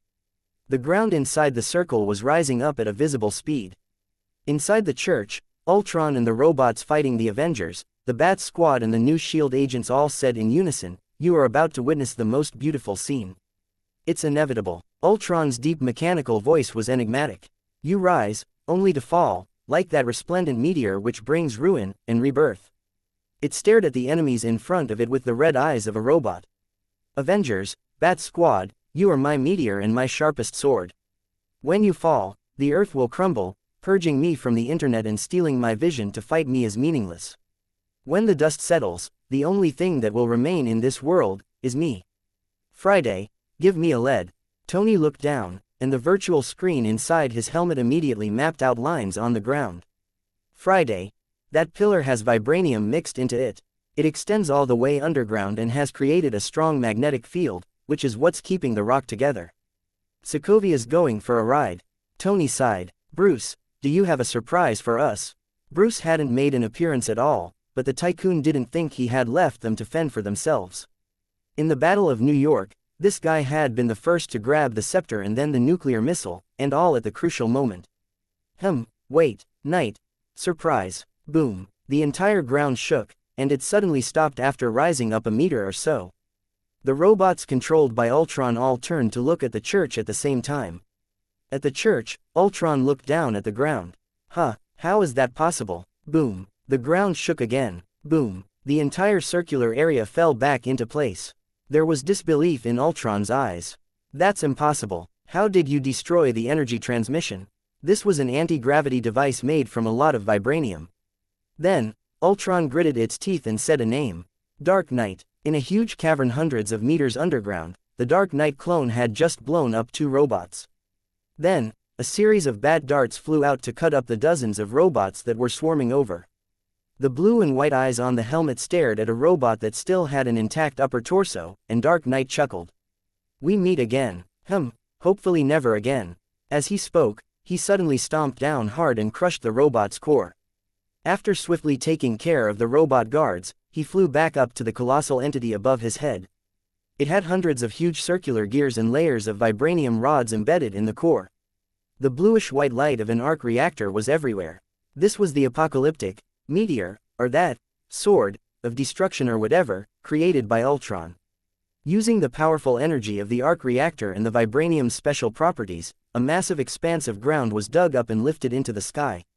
Because of the vibranium's properties, it could absorb power and kinetic energy, which further sped up the ascension. At a certain height, the system would instantly restore gravity, and the huge meteor would fall hard. Just like the dinosaurs that once roamed the Earth, mankind would disappear when the environment abruptly changed. This plan was very formidable and economical. It was much more reliable than seizing control of nuclear weapons or whatever. At the very least, even if there were hundreds of nuclear weapons on Earth, that just meant fewer places suitable for human habitation. With a tech whiz cheat like Tony, it was unlikely that humans would go extinct. Only a meteor attack like this would be able to destroy all aspects of human society in the shortest time possible. Without the support of an industrial system, it would be hard for Tony to fight Ultron. Unfortunately, Ultron had encountered another cheat player. Luke didn't attack the anti-gravity system. Although he had done a lot of research on vibranium in the last few years, the thing Ultron had created wasn't easy to crack. If Luke didn't get it right, the ground would rise even more quickly, and hundreds more people could die. They were all experience and credit points. Also, if the disaster Ultron created was nipped in the bud too soon, the fact that the Avengers and the Bat Squad had fought a battle here would be a very troublesome diplomatic matter. The Bat Squad wouldn't be under much pressure, but the Avengers would definitely be snowed under. Thus, Luke acted only after the ground started to rise. This still wouldn't be able to prove that Ultron could destroy all of mankind, but it would prove that it was possible, and that it was enough to kill hundreds of thousands of people in Sokovia. With justice on their side, the problem the Avengers had been facing before could be suppressed. The moment Tony spoke, the clone finally took action. Luke, who had snuck up on the anti-gravity system, had already locked onto a target with his inventory. He put the components responsible for energy transmission into his inventory, hence cutting the power. The anti-gravity system that had just been activated simply shut down and the ground fell back down. Cheating was always that simple. No matter how Ultron thought about it, it couldn't understand how the energy transmission components had been lost. Chapter 1880. The best you can do, but there was no need to make Ultron understand. It was best if it died with its eyes wide open in disbelief. Luke flew to the center of the pillar, and a supersonic sound wave that couldn't be heard with human ears was released. The vibranium in the pillar suddenly shook. Shua, an invisible telekinetic tentacle pierced the vibrating pillar and the near-intact object that was inside it. Looking at the faint flashing red lights on the object, Luke chuckled. "Did you think I wouldn't be able to catch you if you stayed inside the vibranium pillar?" With a crack, this core was crushed to pieces. The only reason Ultron had been able to remain so calm when its body was cut up was because of this clone. If its apocalyptic meteor had succeeded, the area hundreds of kilometers around the anti-gravity system would have turned into a wasteland, and nobody would be able to deal with it anymore. Coupled with the preparations it had made beforehand, it would be able to create a large number of semi-vibranium bodies. Just one of these bodies was enough to make Tony piss his pants. The Avengers and the Bat Squad wouldn't be able to deal with hundreds of them. But it just had to run into Luke. Luke had an inventory which could check any object that it came into contact with. He had long discovered this core of Ultron's, it was just that Luke couldn't directly store it in his inventory. Ultron was a product of the Mind Stone, and most of the Mind Stone's energy was still in its body. When Luke had tried to put Ultron into his inventory, the system had rejected the operation. On this point, Ultron, Vision, Wanda and Pietro were similar. Of course, it was just that he couldn't throw them into his inventory. As for beating Ultron up and cutting it into pieces, there was absolutely no problem at all. After that, he looked at the huge thing in front of him and sighed. This thing was too valuable and too big. He couldn't take it. Back in the port city, this pile of vibranium had still been half unprocessed ore. This proved that it could only have come from one country, Wakanda. Luke knew very well that this country never exported so much vibranium, so he couldn't be greedy. As for the ancient weapons he had obtained some years back, they had been gifted by Wakanda to some ancient tribes hundreds of years ago. These tribes, who were the owners of the weapons, had disappeared and no longer existed. Since the antique weapons had no owners, Luke kept them.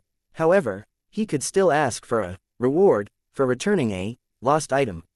That wasn't something Batman could say. On the other hand, Tony had a connection to Wakanda. Luke would get the tycoon to officially return this vibranium to its rightful owner. When the time came, Tony would definitely know what to say. This wasn't illegal possession, nor was he instigating Tony. The system definitely wouldn't deduct his credit points. These thoughts flashed through Luke's mind in less than 2 seconds. The Dark Knight clone landed and left through a side passage. Now, there was only one thing left to do, and that was to destroy the bodies created by Ultron. Only by destroying them would Ultron truly be destroyed. Luke didn't think it would be too hard. Vision had already purged Ultron from the internet. This also meant that even if Ultron had backups elsewhere in the world, they could no longer be activated. Ultron was like an electronic version of Ghost Simon, and had now been thrown into a no-man's land. Except for switching between the ready-made bodies, or shells, around it, it had no other way to jump out of this no-man's land. As long as all the shells were destroyed, the core program would be destroyed along with the last body. So, Ultron had no choice but to flee. When the Dark Knight appeared near the church, an unprecedented battle was already taking place. Countless robots fired their guns and cannons at the church, along with many special types of mini-missiles. Tony and the Big Dipper clone were already engaged in a bitter battle with Ultron. The Avengers wanted to charge over, but Knight stopped them. What a joke. Ultron was going all out. Besides, the robots had to be intercepted to prevent them from slaughtering the civilians. Ultron left most of the robots to cover its escape by launching a final counterattack, giving it a chance to jump shells and escape. In a dangerous situation like this, it should be the Bat Squad androids to take action. In any case, when Luke's 2 clones had been roaming the city earlier, they had already stuffed plenty of the androids everywhere. If a team member's android was destroyed, they could connect to another android in 5 seconds. Machine versus machine, shell versus shell, that was fair. Thus, apart from the little turtles and their teacher, everybody started to gather at the church. At the same time, Frank and Damon decisively abandoned the androids which they had been using and connected to 2 new androids with firepower support. Under the wild barrage from machine guns and missiles, Tony and Luke, who were near the church, were barely able to hold on. Tony didn't have many chances to get his bearings. In just a few seconds, the Hulkbuster armor became the focus of the barrage. All kinds of machine guns, palm cannons and mini-missiles were fired. Although his defenses weren't broken, he didn't even have a chance to stand up properly. He was either blown into the rubble or rolled around. Big Dipper was only a little better. Relying on his extraordinary marksmanship, he destroyed the robots around him to create some space so that he wasn't sent rolling around like a ball. Ivan was the first to arrive. The tentacles moved in the most bizarre and unpredictable way. Ordinary robots couldn't withstand one hit from the plasma whips. They were all killed instantly, and couldn't stop the dancing tentacles at all. Ivan had the thickest protective armor, second only to Angel. Angel was right on his heels. In terms of combat, she was equivalent to a low-grade version of Luke. Relying on her extraordinary control of her movements and her armor that was very hard to pierce, she charged into the army of robots from behind with a rumble. Amidst the massive dust cloud which Angel's fearless charge kicked up, there was the sound of things breaking, and broken robot limbs flew out in all directions. Those who didn't know better would think that there was a huge monster inside the dust. Alice and Mindy also hurried back. Both of them were agile and didn't make much noise, but they were just as efficient in their counterattacks. At that moment, Tony and the Big Dipper clone were finally able to get to their feet, just as the Dark Knight clone returned to the surface and approached the church. Before anyone could say anything, they saw a figure wrapped in white lightning fly through the air and land not far from Tony with a bang. It was Thor. With a fierce expression, he roared at the robots, "Is that the best you can do?" In the wake of his roar, a robot floated up from among the bunch of robots nearby. For everybody, Chapter 1881, Showdown, Unity is Strength. Tony sighed. "You had to say that. Your foul mouth isn't any better." Luke couldn't help but curse inwardly. The robot that floated up was none other than Ultron, who had a semi-vibranium body. The log body in the church had already been killed in the frantic counterattack by the robots earlier. Dark Knight helpfully said, "Ultron doesn't lack vibranium, it's normal for it to have a backup." At that point, he paused before he suggested, "Why don't you scold it again, Thor? Maybe it's hiding a third vibranium body." "Sorry, I have no more words." Thor rolled his eyes. "Big Bat, you're clearly making fun of me." Thor had just spoken in the heat of the moment, and Dark Knight didn't really expect him to try something else. Hearing Thor's words, he nodded. "This is Ultron's last stand. The anti-gravity system has a manual self-destruct mechanism. As long as any one of its bodies touches it, all that energy will explode, and basically none of the people of Sokovia will survive." Tony and Thor both turned grim. It was for this reason that the first thing that the Dark Knight clone had done after cutting off the power to the anti-gravity system was to dig Ultron's clone out from the pillar. Tony wouldn't leave even after being thrashed, and Thor had come rushing back after receiving a notification. It was for this reason that Luke had stopped the Avengers from coming back here, and had the Bat Squad operate the androids to provide backup. On the other hand, Ultron wasn't in a hurry. It gently raised its hand. It had been too angry today, it wouldn't feel comfortable if it didn't say anything. With one gesture, robots rushed over to stand or hover in the air behind Ultron, and all of them stared at the people outside the church. Ultron slowly spread its hands and said coldly, "This is the best I can do. All of you, against all of me. Can you still save hundreds of thousands of civilians?" Tony turned his head and smacked his lips. An old antique once said, "Unity is strength." Elsewhere, the old antique, who was directing people to look for cover, rolled his eyes, but didn't say anything. Now that things had come to this point, everyone could only do their best. Steve didn't think that evacuating civilians here was a shameful thing to do. In order to get rid of Ultron, Tony could have immediately leveled Sokovia with hundreds or thousands of tons of explosives. But the Avengers and the Bat Squad's main objective was to save innocent people. He had to do his best as much as possible.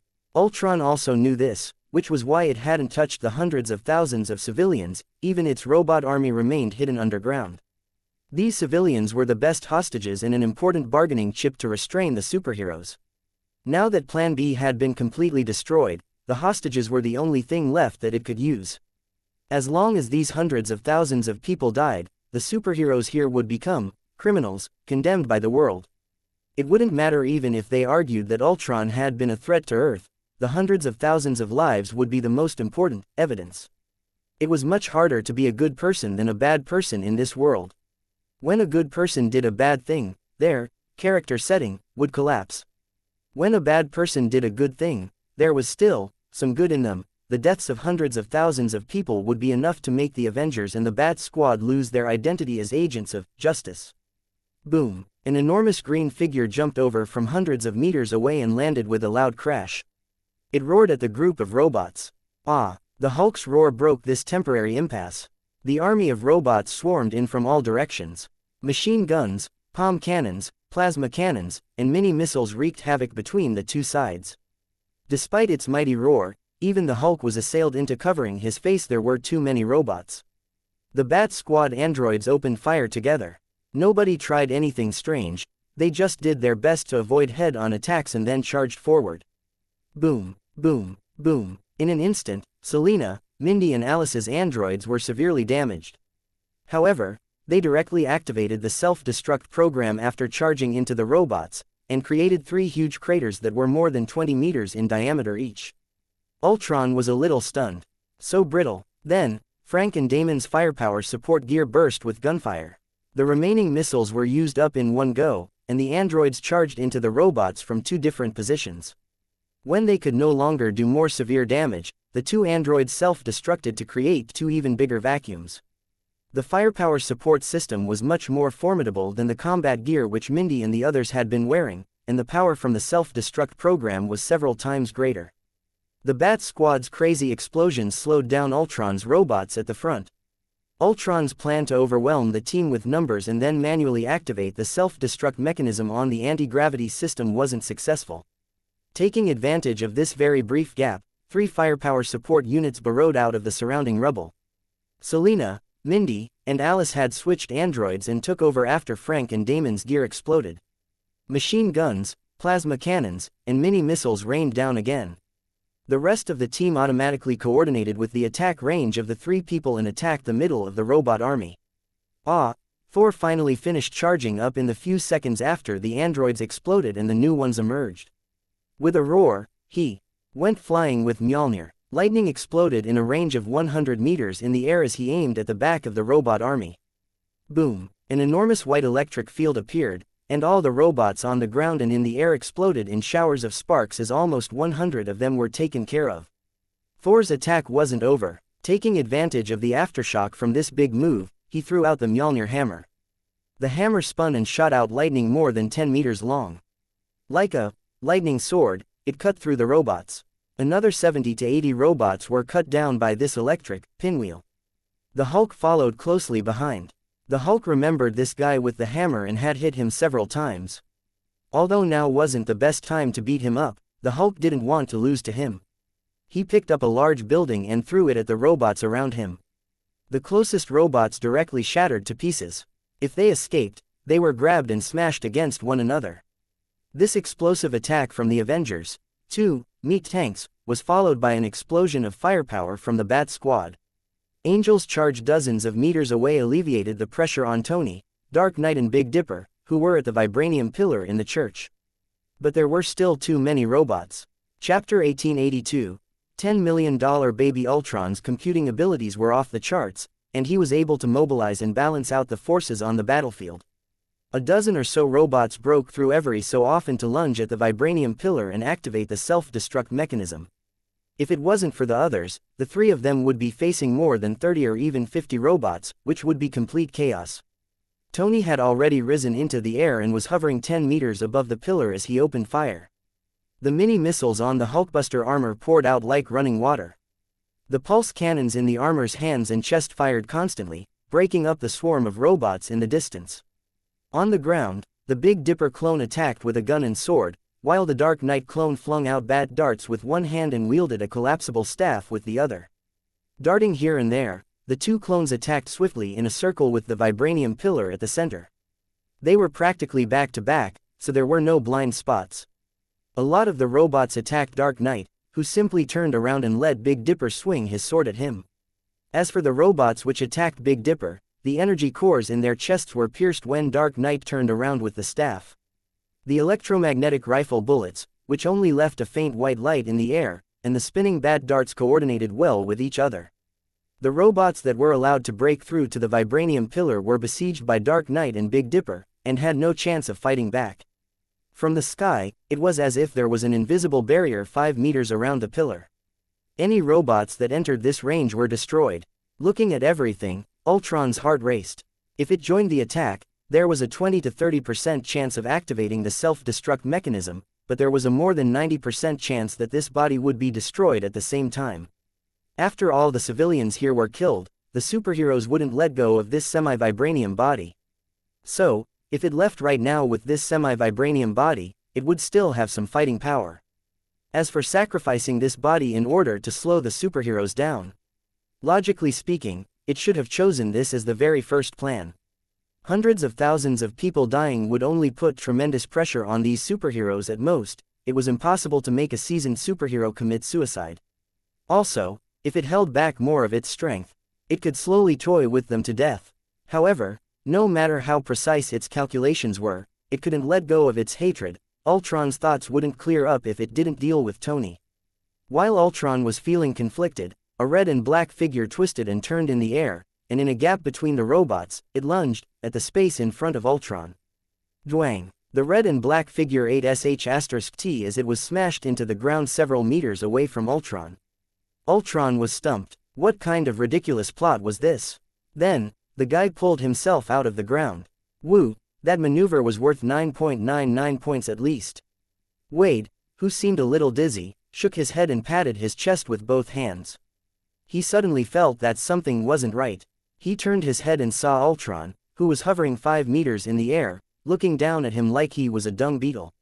Wade was stunned. Wait, you look familiar. The virtual screen pinged, and a profile image was projected. Polaris's clear voice rang out. Mr. Deadpool, this is one of Ultron's main bodies. Destroying one is worth 100 points. Wade's eyes widened. What? That's $10 million. Looking at the large white lenses that looked like dead fish eyes, Ultraman frowned. It really wasn't afraid of this guy. and couldn't even be bothered to get some of the robots to break away from the main force to attack him. According to its analysis, apart from fighting and shooting, Deadpool wasn't a big deal. The next moment, Wade drew 2 longswords from his back. $10 million baby, come to daddy. Before he even finished speaking, he was already charging at Ultron. Clang, clang, clang, clang. Ultron raised its hands to block Wade's dual-blade attack, but it was surprised. How come this strange guy suddenly became so much stronger? The 2 longswords were like Big Dipper's sword in how fierce and peculiar they were. Every now and then, he would try to stab Ultron in a vulnerable part. Also, these 2 longswords were made of the same material as Big Dipper's sword. The swords weren't as sharp as a vibranium sword would be, but they were tough enough. They didn't break even after dozens of clashes, and only had a few slight cracks. Clang. There was a loud bang, and Wade was finally a step too slow as Ultron punched him into the ground. The blow was so hard that half of his helmet broke. During the fight, a lot of his suit had been wrecked by Ultraman's semi-vibranium body. At that moment, Wade spat out a mouthful of blood and his breathing turned shallow. Ultron wasn't interested in paying further attention to this little bug. His armor wasn't thick enough, and his skills weren't good enough, yet he still attacked like crazy. Now that he had been hit in the head, he was dead for sure. During the few seconds that Wade had been entangled with Ultron, the situation started to turn around. Frank and Damon had already come back online with new firepower gear and joined the battle, further increasing their firepower advantage. Ultron still had almost 1,000 robots, but they clearly couldn't hold out for long. It finally made up its mind: leave. Right now. If it used this semi-vibranium body now, the chance of successfully activating the self-destruct mechanism was less than 10%. This was too cheap and would only benefit Tony. It didn't want to see this guy step on it and laugh wildly. With that thought, Ultron started to retreat. Boom. A certain guy who had been lying on the ground suddenly jumped up and lunged at Ultron's feet. A delighted shout rang out. Got you, $10 million baby. Ultron. WTF. Hadn't this guy been on his last breath? Dark Knight decisively sent Wade a message. Hold on tight. If we can take it down, the 10 million is yours. Wade was delighted. Boss is really a straightforward person. As he spoke, he twisted his body and crawled up Ultron's legs to its back. He shouted, boss, can I get a bonus, FCK? Almost the moment Wade came back to life, the armor on Knight's chest opened to reveal a rarely used plasma cannon. When he sent Wade the message, the cannon had already started charging up. Hearing the promise, Wade exerted more strength to suppress Ultron, who wanted to run, and the cannon on Knight's chest lit up. Boom! A white plasma beam more than 10 centimeters in diameter hit Ultron. Tony. 4. He shouted. Tony was only a second behind Luke as both his palm cannons shot out orange and yellow plasma beams at the struggling Ultron. Thor also flew back, eager to give things a try with the Mjolnir hammer, but he still asked, won't he die? Chapter 1883. Has anybody ever told you that you're despicable? Of course, he was referring to Wade. Big Dipper, who was protecting the vibranium pillar with his electromagnetic rifles, said, he won't die that easily even if he wanted to, he'll just be half dead at most. 4. Easy for you to say, you're not the one who's going to be blown up with Ultron. Even as he derided Big Dipper inwardly, Thor pointed the hammer at Ultron without hesitation. Z. The immense power of divine lightning also blasted Ultron. Ultron was hit from all sides. Wade, who was clinging to Ultron, was caught in the crossfire. He could only cling to Ultron's back, weak and helpless. He didn't forget to scream, boss, don't forget to give me more money, boom. Bang. Just when he said that, Ultron's body was torn in two by 3 types of energy. Wade was sent flying. He yelled, I'm dying. The corners of Tony and Thor's eyes twitched. Thor couldn't help but murmur, can I kill him? We could say he sacrificed himself in order to defeat Ultron. Recalling what happened during the Battle of New York, Tony tossed out, I'll give you $1 million if you shut up. For every word you say before we leave, I'll take off 100,000. Wade. MMPHD*MN.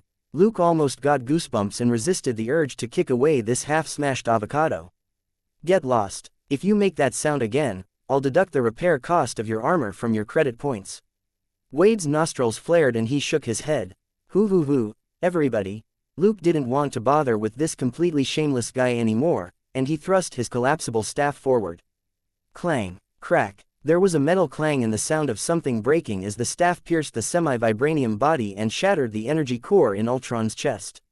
Luke then pulled out the staff and pierced the core chip in Ultron's head before he flew up. Let's not waste time here. If any one of those robots escapes, we'll lose everything. Tony had still wanted to say something to Ultron, but lost interest when he heard that. His cheap son wasn't dead yet. It was indeed too early to show it some concern. It definitely wasn't that he was trying to get back at Ultron. When the core of this semi-vibranium body was completely destroyed, the army of robots that had been attacking wildly suddenly turned around and scattered. At that point, Ultron knew that it could no longer gain anything. It only had one goal left to survive. The Avengers and new S.H.I.E.L.D. agents who had been evacuating the civilians received the notification, and they joined the hunt. At that moment, Ultron no longer had the energy to attack civilians. Every second that the robots were delayed was a drop in Ultron's chances of survival. Without the threat of the anti-gravity system and the super combat ability of Ultron's semi-vibranium body, the superheroes could kill the remaining 700 ordinary robots in 2 minutes. The situation was unlike before, when the city had still been full of civilians. After the evacuation, the city center was already empty by the time the battle broke out, and the Bat Squad's 5 firepower support units bombarded the place without any qualms. There weren't a lot of intact older buildings here to begin with. After this battle, some more donations to construct dozens of new apartment buildings would definitely be better than these old buildings. A few minutes later, Dark Knight informed the entire channel with a solemn expression, "Ultron isn't dead yet. Everyone, investigate the remains of every robot. Make sure you completely destroy their cores, FCK. Stumped for a moment, Tony then immediately sent a private message, language. You're the great knight. Luke rolled his eyes and suppressed his helplessness. Alright, it's over now. Tony asked, just like that. Luke said, alright, you should hurry up and think of a way to remove the anti-gravity system. It contains a lot of vibranium. Tony's interest was immediately piqued. Really, it just so happens that I'm short of vibranium, Luke interrupted him. It doesn't matter to me if you scurry some away for yourself, but return as much of the unprocessed stuff in the anti-gravity system as possible to Wakanda. Tony exclaimed, what, why? They were robbed because they were useless. Luke said, because I want you to return Wakanda's stolen property via the most official channel, like in the name of Stark Technologies and Innovations, Tony's personal and exclusive research organization. Tony could tell from Luke's tone that he had a plan. Wait, are you going to try something with Wakanda? Luke didn't say anything. The tycoon was suddenly enlightened and started yammering non-stop. So that's why this has to be done officially. It can't be returned in private, in case they renege on this debt. No, this will make Wakanda angry. You said to officially announce that we're returning stolen property, not outright say that it's vibranium. Hey, if they don't show some sincerity, then we'll publicly announce that what we're returning is vibranium. Luke said, well, you came up with all that yourself. It has nothing to do with me. Tony, Bruce, has anyone ever told you that you're actually despicable? Luke said, probably 10,000 times less than people saying the same thing about you. Tony, then listen carefully, you're despicable. Luke, haha, after explaining the matter of the vibranium, which was the most important thing, to Tony, Luke's two clones split up. Big Dipper went to where the civilians were gathered and treated those who had been heavily wounded during the escape. When his clone used Light of Life to treat their injuries, it consumed 3 to 5 credit points, but saving a heavily wounded person gave him around 10 experience and credit points. Treating the civilians would reduce their hatred for the Avengers and the Bat Squad. Both America and Russia didn't have a good reputation here. This was the sorrow of citizens in small countries torn by war. They couldn't do anything, and could only blindly hate outsiders. As the saying went, better to be a dog in a time of peace than a person in a time of war. In a warring country like this, people weren't even treated as well as dogs in a time of peace. Doing this would only reduce the citizens' hostility, it wouldn't completely get rid of their resentment, let alone make them feel grateful. Luke didn't feel aggrieved. The Dark Knight clone, on the other hand, turned invisible and searched the city for remains, taking away the more sensitive items ahead of time. For example, 2 of Ultron's semi-vibranium bodies. Half the spoils belonged to Tony, and Luke would give them to him later. As for whether or not the tycoon would hand them over to Wakanda, that was none of Luke's business. As he dealt with the small things, his dejection slowly faded. Earlier, just as he had been telling everyone to check the remains of the robots, a system notification had suddenly popped up: destroy Ultron and save the people of Sokovia. Mission accomplished. In other words, Luke's plan to kill the last Ultron with his own hands and earn a lot of experience and credit points from this big boss had failed. Chapter 1884. Harvest and probe. The chance of getting rid of the last Ultron body himself wasn't high, nor did Luke have much hope of doing so. But he didn't even get a share of the experience and credit points at all. How annoying. However, he wouldn't screw his teammates over just to steal points. When he had destroyed Ultron's semi-vibranium body earlier, he hadn't been thinking about the contribution rate, but about safety. After all, only by eliminating Ultron as soon as possible and putting an end to any possibility of a counterattack could they achieve their goal of saving Sokovia's civilians. Acting too selfishly would instead easily create an opening for the enemy. Thankfully, he had gained a lot this time. He had no use for the vibranium for now. It was the key for the tycoon to catch the big fish that was Wakanda. As the saying went, it was better to teach a man to fish for himself. What Luke needed wasn't a one-time deal with Wakanda, but more knowledge related to vibranium. Using it just to make armor would only be on par with Ultron's semi-vibranium body. 2 of these bodies had been destroyed today. Clearly, this wasn't the way to go. What Luke was most interested in was nanotechnology, which could increase an armor's defenses to a large extent without the need for too much vibranium. With the right technology, he might be able to make a set of armor with the vibranium in the 3 old weapons. The biggest gain was still the experience and credit points from the system.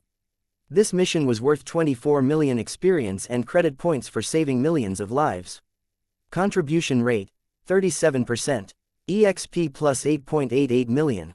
Credit plus 8.88 million. He also got a share of tens of thousands of experience and credit points from Tony, Selena and his other teammates, which added up to another 2.43 million. Luke had obtained more than 11 million experience and credit points. The host was now level 27 in the system. Strength, 35, level 1 star of justice plus 10, level 2 star of justice plus 20, dexterity, 27, level 1 star of justice plus 10, level 2 star of justice plus 20, mental strength, 34, level 1 star of justice plus 10, level 2 star of justice plus 20, extra stat points, 8 hosts experience, 250,000 50th million credit, 38,020,000 faith value, 970,000 in the last 3 to 4 years. He had spent more than 3 million credit points on cultivating the Kunlun Kai refining technique, and his stats had finally increased a little. His heart didn't ache at all. Compared with obtaining tens of millions of experience points, exchanging millions of credit points for additional stats was pretty good. He was pretty much stuck on the experience required to level up, but he couldn't feel depressed for long. That was because his dexterity could reach the 60 threshold at any time, and he would be charging toward 80 strength after that. Looking at the current situation, he could achieve this goal before he reached level 29. So, it would only take 3, 5, 7 years. Luke wasn't sure, but this matter couldn't be rushed. Over the last 2 years, Luke had diligently earned more than 10 million experience points. It was impossible for him to level up just based on the harvest from this mission this time. As he wrapped things up, he savored the happiness of leveling up so that all his stats would finally be 60, and he no longer felt depressed. While Big Dipper was diligently treating people, he suddenly sensed a mental fluctuation. Raising an eyebrow, he snapped his fingers. Dwang! Mental resistance was released, and it promptly cut off the unknown mental energy which the system detected was trying to link with him. Not far away, a woman cried out in pain. Big Dipper turned his head and strode in the direction of the cry. Shua! In a flash of gray, Pietro stood between Big Dipper and Wanda. It's a misunderstanding, Mr. Big Dipper, my sister was just curious, this guy was good. Luke was lost for words. He was quite straightforward, and readily admitted his fault. He didn't try lying at all. Big Dipper turned his head slightly and looked at Wanda behind Pietro. He crooked a finger at the witch, who was frowning. Then, he looked at the energetic young man in front of him. You come with me too. There are some rules both of you should know. Big Dipper leapt lightly to the top of a wrecked 5-story building. Pietro turned to look at his sister. Rubbing her aching head, Wanda stretched out her hand. You still want to refuse? Take me up. The siblings didn't have a deep understanding of Big Dipper's combat ability, much less know that he held the title as one of the 3 leaders of the Bat Squad. But from what the superheroes said, it was clear that Big Dipper wasn't a passerby superhero like Frank, Alice, and the little turtles and their teacher. Damon could be considered one, but Pink Bear was too famous, and had brought Black Bear a lot of daddy fans. No matter how they looked at Big Dipper, he was one of the superheroes who had a lot of sway. He even argued with Tony Stark over the team channel. Of course, Tony didn't back down and gave back as good as he got, but it wasn't like the two of them would really get hostile with each other. This was enough to make the witch like Big Dipper. She was happy to hear someone curse out Stark. Luke had only been on the wrecked 5-story building for several seconds, when the siblings appeared in front of him. As expected of the fastest man on Earth, he took care of everything in less than a second. Murmuring to himself, Luke opened his helmet to reveal the face of the bearded man. Pietro only looked at his face curiously, but Wanda was a little suspicious. Just now, she had seen Big Dipper use Light of Life, while the Dark Knight had also used Light of Life to treat Pietro. It was supposed to be a secret between her and the Dark Knight. How come Big Dipper knew it too? She immediately felt cheated, like a little girl whose Barbie doll had been stolen. There was another reason why she had acted rashly. The other members of the Bat Squad were basically remote-controlled robots. She could tell that they were all machines. The Dark Knight and Big Dipper were real, but she couldn't sense any of their emotions. Their mental landscapes were practically identical, and it was a strange feeling. That was why she had secretly activated her ability to pry into Big Dipper's thoughts. Her ability to sense thoughts was a passive one, but she had actively tried to read his thoughts this time. However, Luke caught her instantly and used mental resistance to deal with her. Luke raised one finger. First, don't ever pry into the thoughts of anyone else on the team, whether through the use of superpowers, technology, words, or anything else. Then, there was a second finger. Second, never reveal your real identity and superpowers to strangers. This includes your background, the use of your superpowers, weaknesses, restrictions, and so on. Then, there was a third finger. Third, before you complete your safety training, speak and ask less, and watch and listen more. Alright, that's it. At that point, his gaze fell on Pietro. If you have any objections, you can ask now. I don't usually beat up newbies who don't know anything. Pedro wasn't too scared. Compared with the Dark Knight, who was like a pillar of morality, Pietro truly didn't think that Big Dipper was scary. No matter how scary he was, Pietro could outrun him. He coughed and said, "What I want to say is that Wanda and I ran around the city today, and a lot of people already know our names and superpowers." Chapter 1885. Pre-education and honest boy. Looking at this straightforward boy, Luke really admired him. At the very least, after losing his parents, this guy was still willing to protect his sister. It was just that he was a little simple-minded. That was Luke's opinion. His tone didn't change, but he explained in detail, after you become backup members of the Justice League, Knight will help you resolve all problems with your identities. Simply put, you will obtain completely real and secure identities, and you will be able to live freely. Seeing that Pietro was about to interject again, Luke raised his hand to stop him.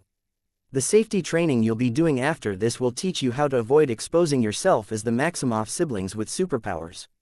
Pausing for a moment to let the siblings digest his words, he then continued, these identities are absolutely confidential.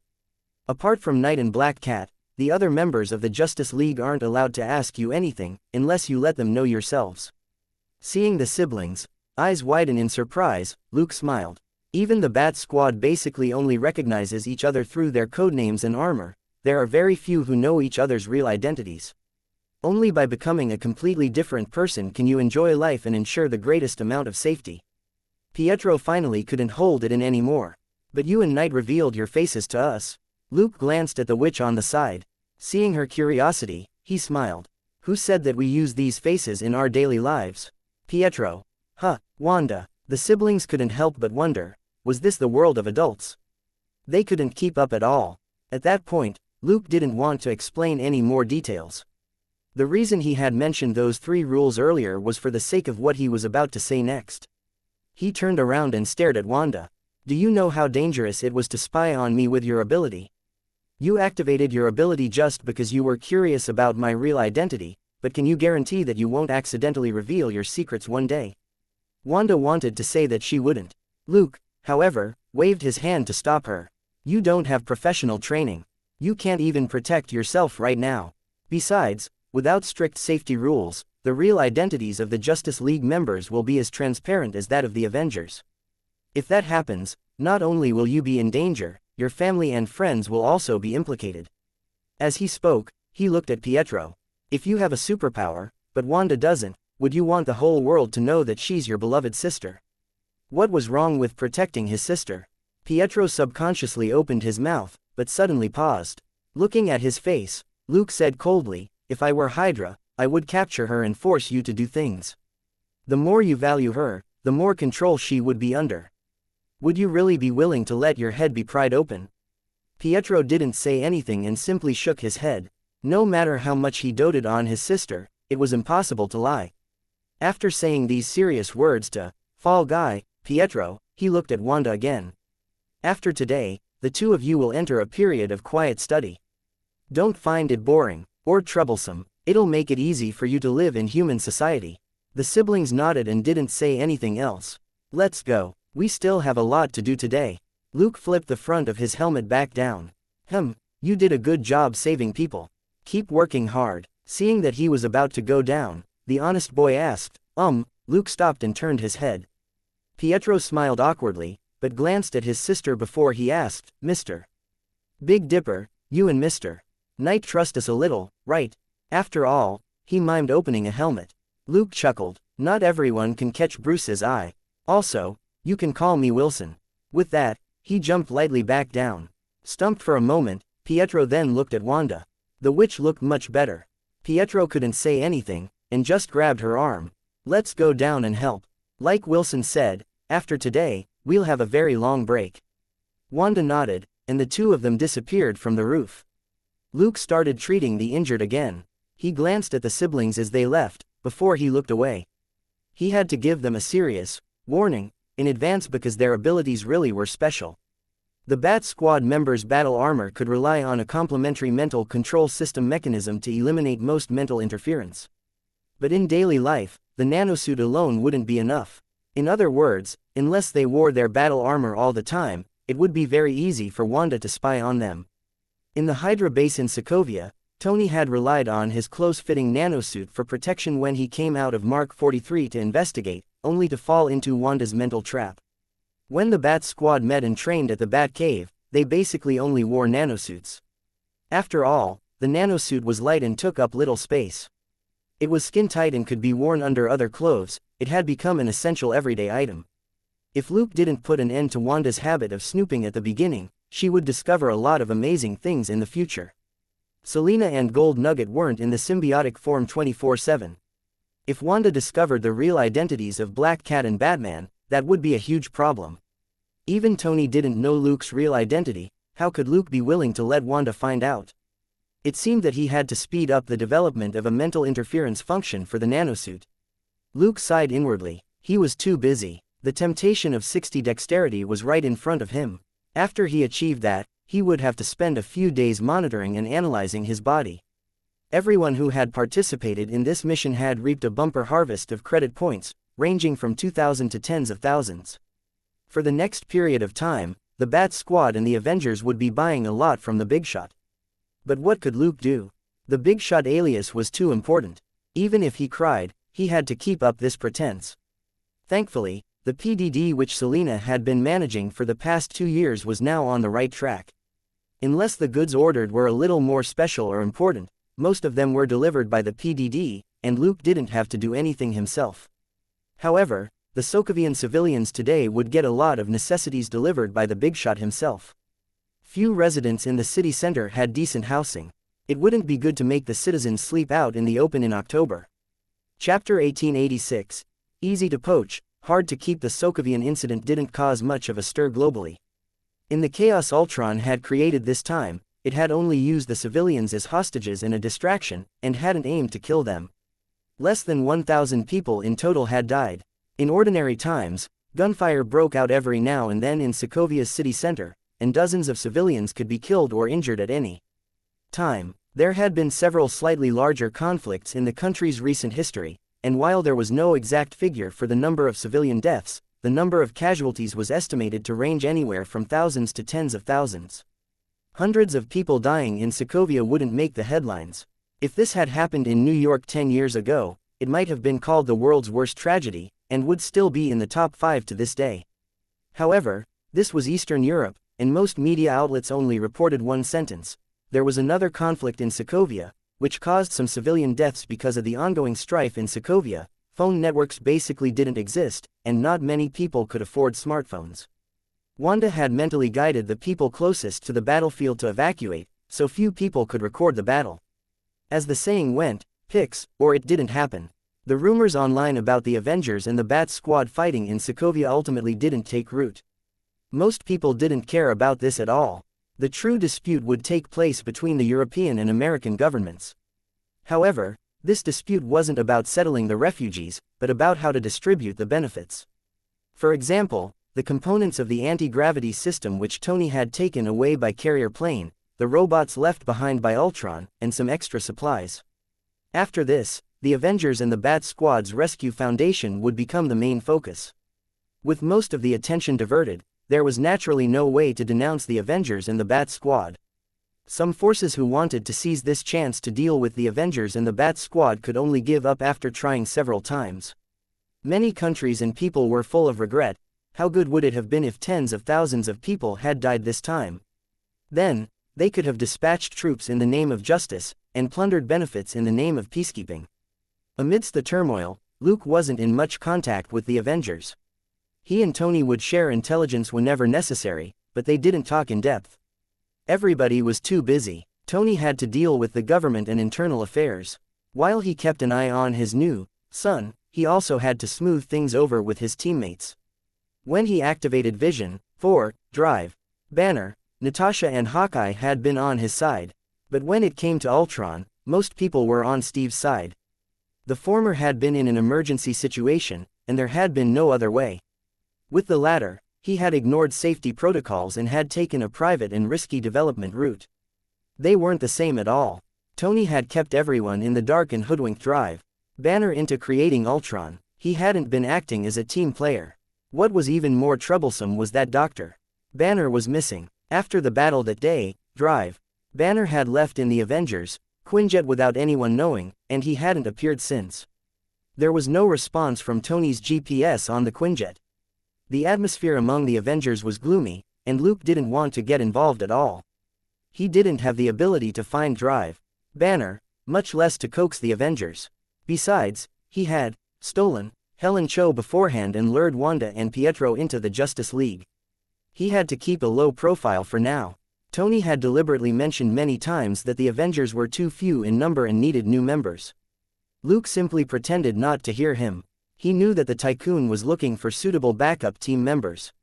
If Luke didn't settle these newbies, Tony might poach them. Luke's biggest headache was Dr. Helen Cho. This gentle, smart, and professional Asian doctor actually had a crush on Thor, who was all brawn and no brains. Just like Dr. Jane. In order to appease Drive, Cho, Luke had no choice but to use his Night ID to pull Thor into attending a gathering. Night, Big Dipper, Wanda, Pietro and Black Cat attended the gathering. Currently, Selena in her symbiotic form was indeed the only person from the Bat Squad who could come to the gathering looking at Drive. Cho, who had turned into a little fangirl and was talking to Thor with a red face. Wanda was full of questions. Previously, she had been the one to place Helen Cho under mind control in order to create Vision for Ultron. Wanda knew very well that the woman was extremely knowledgeable and skilled. Now, why did she look like a thirsty fangirl? Thinking that, she looked to the side. Black Cat pestered Big Dipper with questions, along with Pietro. Selena didn't know that Big Dipper was Luke. She only knew that he often operated together with Luke, and her curiosity about Big Dipper had never been satisfied. Big Dipper was wearing a work jacket and combat pants. He had tidy white sideburns. He was in his 40s and had a calm but stern expression, which was quite eye-catching. Wanda was a little disappointed. She actually wanted to go over and talk to Big Dipper, even if he just ended up lecturing her a little more. But asking to be scolded in front of Black Cat and Pietro was too humiliating. She could only look to the other side, where Knight was sitting at the bar. Her eyes lit up the way Helen chose had when the latter saw Thor. Wanda had seen Knight's face before, and knew that he was handsome. But outside of his black armor, Mr. Bruce was undoubtedly another type of handsome. Compared with Big Dipper, Knight's manner was more mild but also more distant. Even when he looked at everyone else, there was no change in his expression. His emotions were completely hidden. Big Dipper was the same. Sensing Wanda's gaze, Knight turned around and waved at her with a smile. After a brief hesitation, Wanda stood up and walked over. Luke observed the young girl. Although she was already 20, she was still immature. It was probably because she had been sheltered by Pietro. Gesturing for Wanda to sit down, Luke gave her a bottle of juice. Looking at the beer in his hand and the juice in front of her, Wanda was lost for words. Luke seemed to know what she was thinking. Drunkards do all sorts of strange things. If you had Steve or Thor's physique, it wouldn't matter if you drank a few bottles of whiskey, but you don't, you barely have to do anything to get drunk. Wanda lowered her head in embarrassment. Well, I won't go crazy after drinking. Chapter 1887, Individual Preferences, 60 Dexterity. Luke waved his hand. I was the one who introduced you and Pietro to the Justice League, there's no need to be so reserved. We don't have that many restrictions. As long as you don't do anything wrong, you can do whatever you want. Wanda was finally interested, but I was told to avoid using my powers. Luke said, you shouldn't just think about using your powers to solve everything. For example, if you're driving and someone does a hit and run, you could send the other party in their car flying with a wave of your hand. Of course, you shouldn't. Wanda was a little unhappy. I wouldn't do that, Luke said, it's just an example. Humans are creatures of habit. I choose to have everyone form good habits first. Wanda asked, what if someone takes out a gun? Luke glanced at her with a smile. Always prioritize your own safety. It's fine to kill all of them if necessary. Wanda was stunned. Wait, I thought you didn't kill people. Luke took a sip of his beer. It's my personal choice not to kill anyone. It has nothing to do with anyone else. For example, that person likes to kill people, but he's my most trusted teammate. Following his gaze, Wanda looked at Big Dipper, and was lost for words. She had read up on a lot of basic intelligence in the last 2 days. Big Dipper could be considered the #1 killer in the Bat Squad. After a brief silence, Wanda finally asked in a low voice, why can't I sense what you're thinking? As soon as she said that, she felt that it didn't sound right, and she quickly added, it's a passive ability, I can't control it. As long as I'm close to someone, I can sense their thoughts. Luke nodded. It's like an active or passive radar. I get it. Wanda was at a loss. What radar? Luke said, I'll send you some information after this. You can try getting a handle on it, it might boost your passive ability. Wanda nodded, then remembered her question. Then, my question, Luke chuckled. It's a secret in our team, but I can show you. Look over there. He gestured in Big Dipper's direction. Next to him, Wanda heard Luke say in a low voice, Big Dipper, mental resistance. 20 meters away, Big Dipper, who was at the window, seemed to have heard him. He looked over and then casually pointed as he continued chatting. On the other side, Wanda sensed an obvious thought wave being transmitted from Big Dipper to Knight. Knight's mental fluctuations went from calm to near silence. Wanda was surprised. Is this a mental ability? It seems targeted at my powers, Luke said, sort of. Strictly speaking, it can protect the recipient and increase their mental resistance for a day or so. At that point, he suddenly changed the topic. So, Big Dipper and I aren't related or anything, understand? Wanda subconsciously nodded. Got it. As soon as she said that, her fair face suddenly turned red. It wasn't bashfulness, but pure embarrassment. For some reason, she had felt that Knight and Big Dipper were a little similar. It didn't have anything to do with appearance, mental fluctuations, temperament, or manner of speech, it was just an intuition. Her intuition usually wasn't wrong, which was why she had some guesses about them. Now that Luke had called her out on it, she felt pretty embarrassed. So, it was because of this, mental resistance, that the two of them felt similar. That made sense. Luke's expression didn't change, but he felt a little helpless. It seemed that he had to watch the witch closely for now. At the very least, he had to clearly work out the effects of her mental powers, or the Bat Squad would have to stay far away from her. He took note of Wanda's interest in Big Dipper. Knowledge was power. Even though mental abilities had practically no effect on Wanda, Luke could infer a lot of things from her subtle expressions. So far, It seemed that the witch had a good impression of Big Dipper for some reason, but it wasn't like a crush or anything. With Knight, she was just an ordinary, face con, at most, she just had some respect for him. Luke didn't know what to say. At the very beginning, he had thought that given Master Wayne's looks and reputation, he should be very popular with women. In the end, after they got to know him, all these men and women wanted to treat him like a god. Conversely, girls wanted to get close to the bearded, older Big Dipper. This was similar to what Natasha felt, that Batman didn't dally with women. And this was a super female agent who played mind games with men. Forget it, some people said that great superheroes didn't need women, so Batman deserved to be single forever. It was fine as long as Private Investigator Luke had a girlfriend. After fulfilling Drive, Helen Cho's wish to get close to Thor, Luke was finally able to wrangle this female scientist, who was a top researcher. He also promised that unless circumstances didn't permit it, he would do his best to let her know if there were other gatherings Thor would be attending. From what Luke could sense, Drive, Cho's thinking was, as long as she could meet Thor, it didn't matter which side she joined. It didn't matter whether it was Iron Man's team or Batman's team. From this, one could see how lofty this beautiful doctor's goal was. Except for the fact that she was a Thor fangirl, Drive, Cho was normal in every other aspect. The research funding and treatment which she received were based on her status and abilities, and she didn't have any bizarre quirks. Compared with the evil doctors in Space 2 who shouted every day for live test subjects, Drive, Cho was as kind and harmless as a rabbit. After the party, Luke finally took the time to increase his dexterity to 60. At 60 strength, it was as if all his muscles were being twisted up and melting.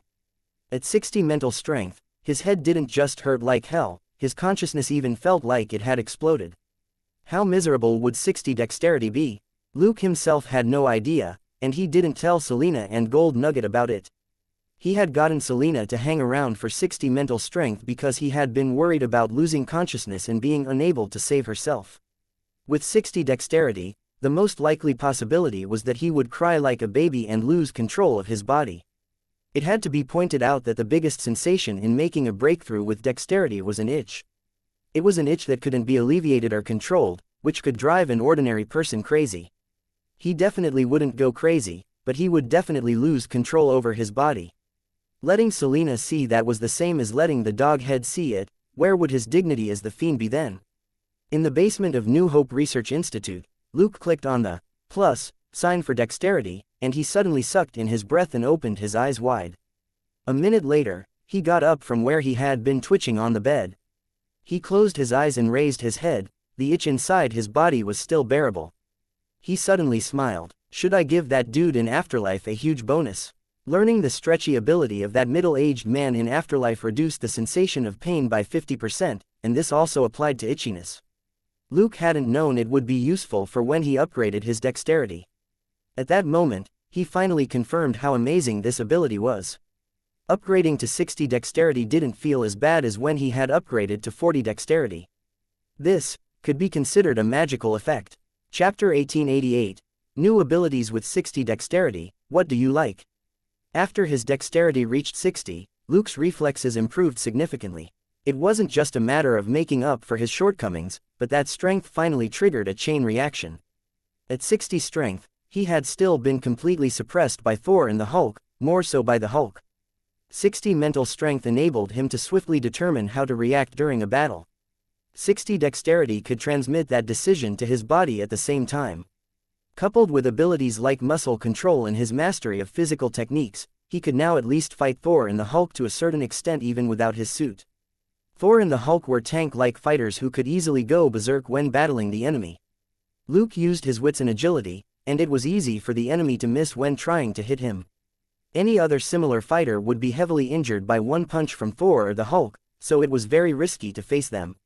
But Luke also had elementary healing, muscle control and mastery of various physical techniques. He could use his abilities to turn serious injuries into minor injuries, which would heal quickly. And that was in a situation where Luke didn't have tech or gear, or the support of other abilities. At full strength, Luke would be on par with Thor and the Hulk. The only drawback was that he didn't have Thor's Mjolnir or the Hulk's practically indestructible brute force. Luke didn't care about that at all. Thor had one of the best fathers in the universe, while for Dr. Banner, the Hulk wasn't some good thing. Luke, who relied on his own efforts to excel and who didn't have to pay the sort of price that Dr. Banner did, naturally wasn't that simple. After his 60 dexterity breakthrough, Luke holed up in the basement of the research institute and studied himself every day. 2 days later, his condition stabilized. He finally opened another, mystery treasure box. Elementary vibration, prerequisites, 60 strength, 60 dexterity, 60 mental strength, 500,000 credit. Partially available. Thanks to Sky's gratitude, he had been qualified to learn this ability a long time ago, but had yet to fulfill the prerequisites for his stats. However, he already had detailed data on the original version of Sky's ability, from the moment she awakened them to how they grew stronger. He knew even more than Sky did about her own ability. The growth of this ability was quite terrifying. Even if Luke could only learn the poor man's version, it was enough to make him look forward to it. After his credit dropped by 500,000, a lot of bewildering information appeared in his head. Luke closed his eyes for more than 10 minutes before he opened them and raised his hands. A light vibration appeared above his hands, and he swung his hands out at the metal table in front of him. Clang! There was a crunch and a light hum which echoed in the lab, but only a large part of the metal table caved in. He frowned and shook his head. Too weak. This isn't the right way to use this. Saying that, he entered another lab. There were various targets here to test abilities on, along with all kinds of monitoring equipment for taking detailed readings which would be helpful in analyzing the abilities and enabling a person to master their strength more quickly. Luke had to confirm the difference between his poor man's version and Sky's original version of the ability first. After being busy for half a day, the results finally came out. To put it simply, Sky's control over shock waves was more flexible and straightforward. She used the ability like it was her own limb, while Luke was using a mechanical prosthetic. Sky's ability got stronger without her even needing to think about it. Hence, her training had to do with suppressing, adapting and adjusting to her ability. For example, breaking a large rock with 10% power, not starting with 50% power, or going all out with 100% explosive force. Luke, on the other hand, had to gradually familiarize himself with the mechanical prosthetic, and slowly increase his output from 10% onward. Even then, the poor man's version of vibration was unimaginably useful. It was in line with many of Luke's previous guesses, such as being able to combine with and reinforce elementary sound wave. A brand new superpower was waiting to be developed. In addition, vibration was also related to certain parts of the Kunlun Kai refining technique. Some targeted the Kai itself, some targeted the body, and some targeted the enemy. However, the Kunlun Kai refining technique hadn't been created by a superhuman with vibration powers. It was just that vibration was used in certain parts, and research in this aspect was inevitably complicated and difficult.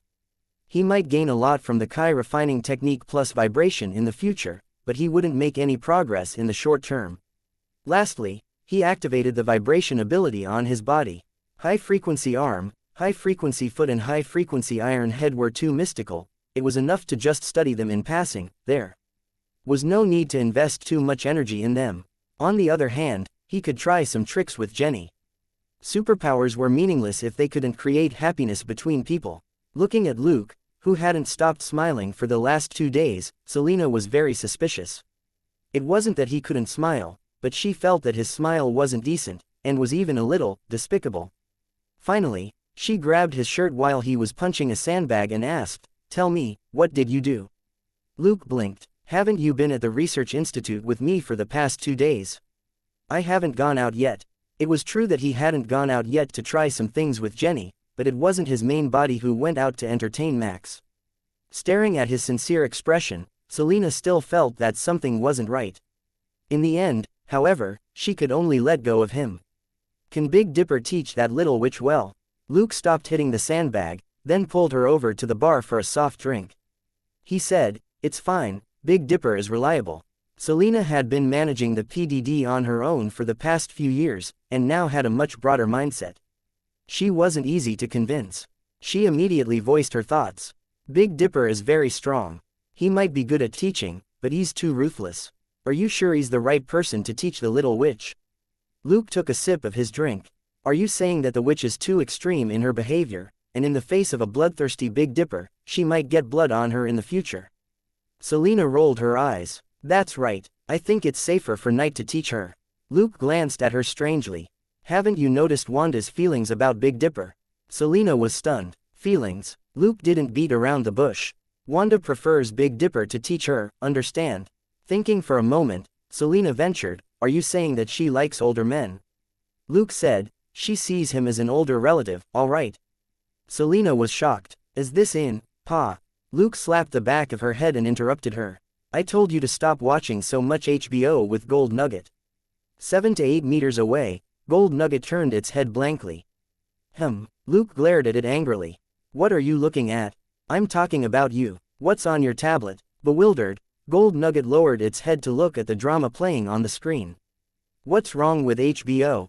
How old am I? I was already an adult before I came to Earth.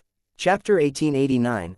To each their own. Whatever jokes Selena might crack about the little witch, the truth was that Big Dipper was indeed closer to Wanda. But she wasn't really a kid.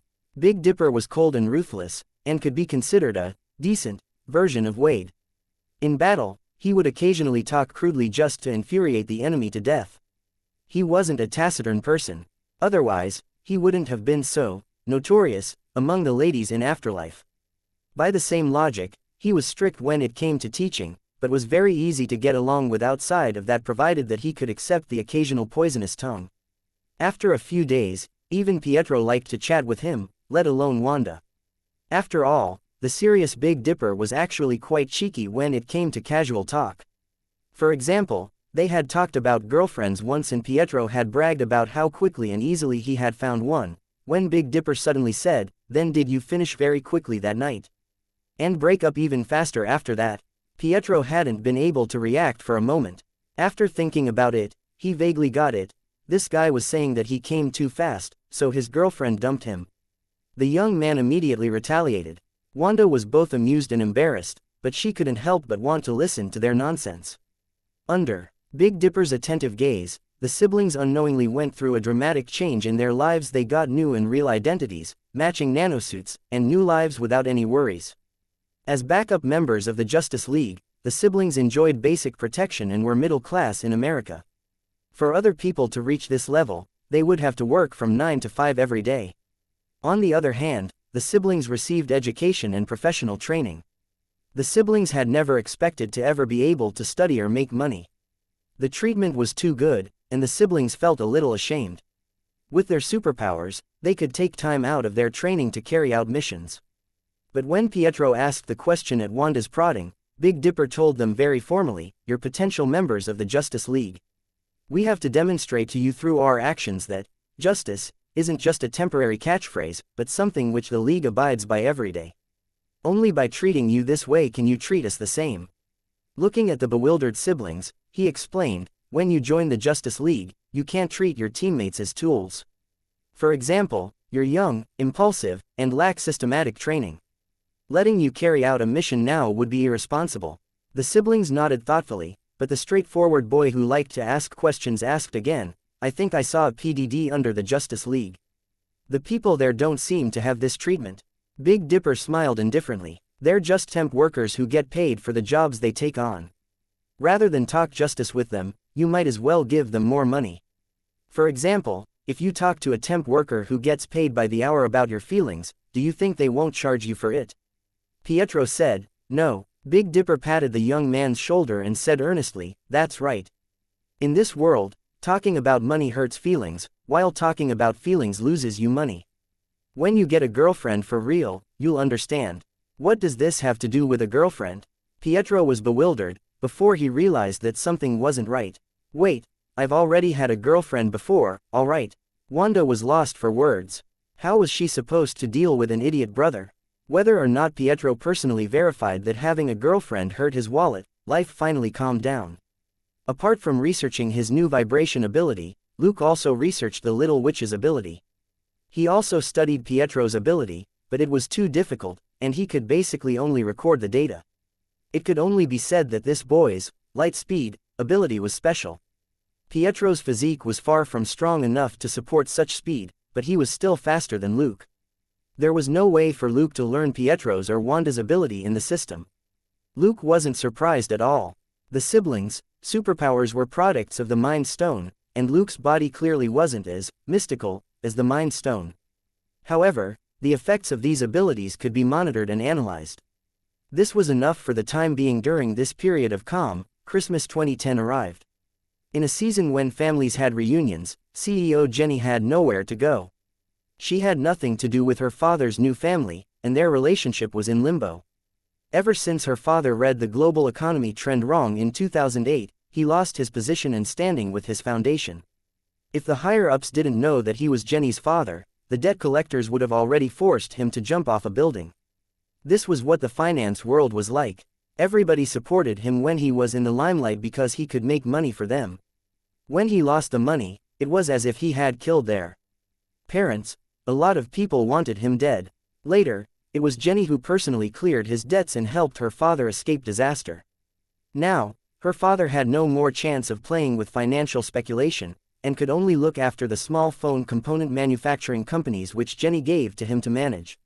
While his days weren't as extravagant as before, he was still part of the upper class. If her father was willing to work hard, he could rely on Jenny's status and support to become a medium-sized supplier in 3 to 5 years. With what Jenny had given him, he could make a comeback of sorts.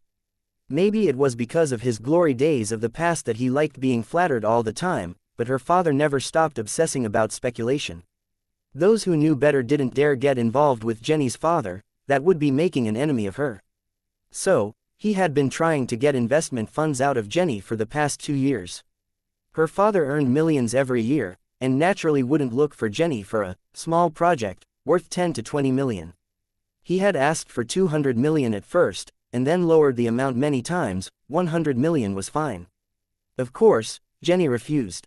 Her father had made a loss of more than $1 billion in 2008, and he himself had been almost 100 million in debt. To prevent him from being sent to prison, Jenny had finally forked out almost 300 million. For her sake, many people didn't demand the exorbitant price of 500 million.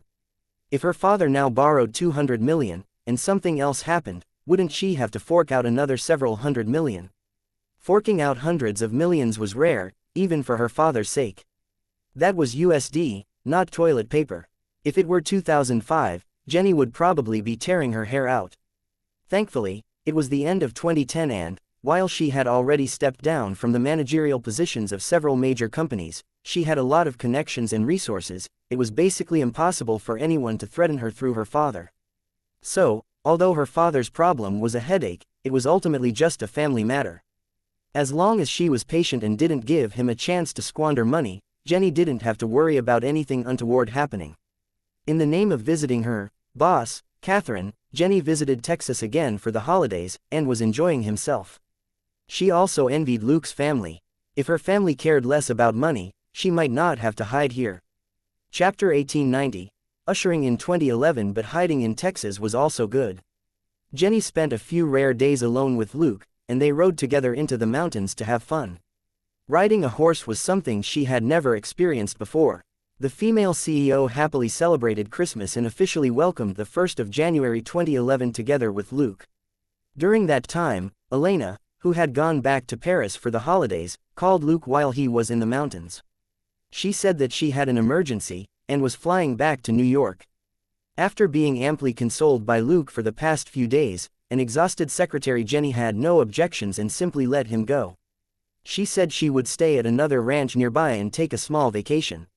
Jenny had bought the ranch earlier on and had transformed it over the last 2 years into a countryside villa. The only thing she had to do now was check in. Luke had no time to care about Jenny's little moves. Instead, he took the private plane back to New York. Elena hadn't explained what the emergency was over the phone, and her bodyguards hadn't reported anything unusual, so it could only be her foresight drawing. This was the one thing Luke had reminded Elena repeatedly not to ever say a word about unless they were face to face. He arrived in New York first, and waited at the airport to personally pick up Elena, who had come back in a hurry. They went to Luke's place. Elena didn't open her special easel box until she was sure it was safe, and she revealed 2 mostly blank sketches. Luke leaned forward and took a quick look at each drawing first before he studied the first one in detail. One of the characteristics of foresight drawing was that it was a little sparse, but this was definitely the sparsest one so far. In the drawing, there was a surging ocean, and the upper half of a huge round head was sticking out of it. There was a sense of shock to the image. One could easily feel the imposing aura of the owner of this head that was rising up. The two small figures in front of the round head were the best reference points for its size. Narrowing his eyes, Luke observed the extremely familiar figure in black and white armor, as well as the long katana in his hand. Without a doubt, this was Big Dipper. He then focused all his attention on the other figure. The figure was bald and wore a long cosplay-like robe, and was about the same height as Big Dipper. Familiar. Luke was also very familiar with this person. The fact that he couldn't recall who this person was right away proved that they didn't meet often, but the person had left a deep impression on Luke. Luke's mind whirled, and he was suddenly stumped. 177A Bleecker Street, Manhattan. It was the bald woman who had tracked Batman's invisible flight past her while she had been drinking milk tea on the rooftop of an old building. She was also one of the few people whom Luke hadn't dared investigate too deeply. That was because 177A Bleecker Street didn't exist on the drones or in the eyes of most people. There could be two reasons why Luke had been able to see the building and the bald woman. Firstly, he had the ability to see her, or secondly, she had allowed him to see her. Either way, this was beyond the scope of a normal superpower. Making the unreal real, or the real unreal, was too distinctive a trait. If it wasn't magic, then it was a divine power, and at a very high level at the very least, it was at the level of old Mephisto. Suppressing his wandering thoughts, Luke returned his attention to the foresight drawing. In the image, Big Dipper looked like he was ready to go all out. The bald woman, however, floated in the air with her hands behind her back, as if she wasn't nervous at all. Looking at her and Big Dipper's positions and movements, they were probably allies, or at least, they weren't enemies. Thinking that, Luke shifted his attention to the bare round head in the ocean. This big head was even more familiar than the female Big Shot's bald head. From the ocean, the round head, and Big Dipper's super big blade, there could be only one truth: this was that super giant octopus.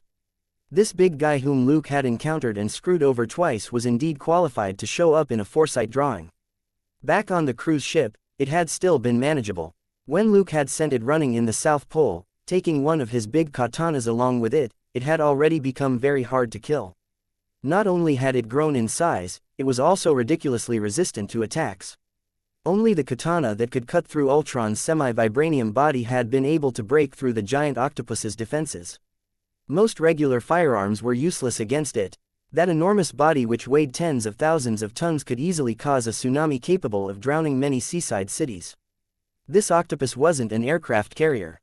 It could rely completely on its own strength to wave around those tentacles which weighed thousands of tons. In comparison, an aircraft carrier relied on propulsion to move, while its buoyancy was determined by its weight. It had to be said that this giant octopus was on par with the helicarrier. In terms of long-range attacks, it was probably weaker than the helicarrier. In terms of defense and close-range destructive power, it was far stronger than the helicarrier. But that wasn't enough. If this guy was still the same as at the South Pole, Luke had beaten it once, and would be able to beat it a second time. After all, he had only lost a katana at the South Pole, and had basically never been in any danger. A giant octopus at that level wasn't enough to make the mysterious bald female Big Shot appear. It had to be pointed out that when the Chitauri had opened its wormhole in New York, this person had only killed some small fry on the roof of that small building, and hadn't shown up at all. After thinking for a moment, Luke looked at the second drawing. It was still of a monster. It flew through the air, and its target seemed to be the city not far below. However, apart from a pair of bat wings and a bat-like head, everything else was blank. This was the second characteristic of foresight drawing: it never fully revealed everything. For example, the first drawing only showed the surface of the ocean and half the head of the giant octopus. Luke wasn't sure where it was. In the second drawing, however, Luke saw a very familiar structure in the city below. Observing it carefully for a moment, he sighed and hugged Elena. "Is this the Golden Gate Bridge?" Elena nodded affirmatively. "Yes, I've been to San Francisco a few times. When I drew this, I knew that was the location. That's why I came back in a hurry." Luke stroked her back to calm her nerves. Any creature that could become the protagonist of a foresight drawing couldn't be ordinary. Elena hadn't been able to see much with the octopus. A battle on the ocean surface wouldn't necessarily implicate a lot of people, and it just made her uneasy. With the bat-winged monster, however, it was clearly headed towards San Francisco, which had a lot of people. Luke picked up the coffee which Little Snail had just brought over and poured her a cup.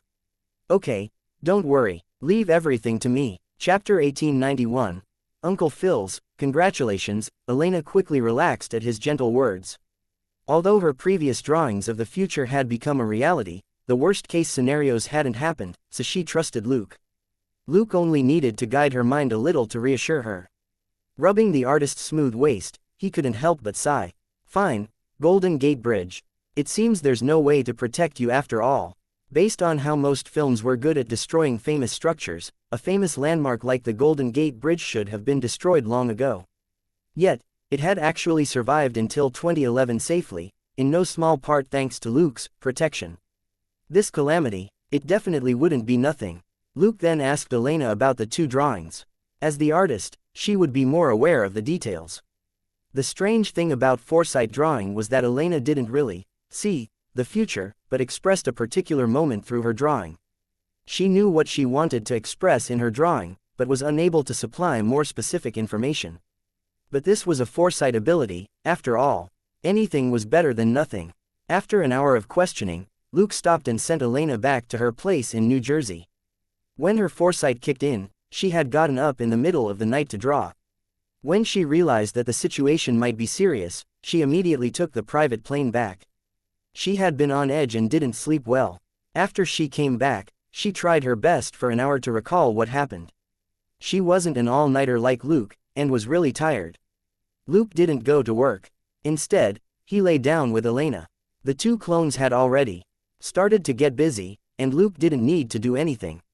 Selena, who was on vacation in Europe with her family, had also been informed, and was bringing them back.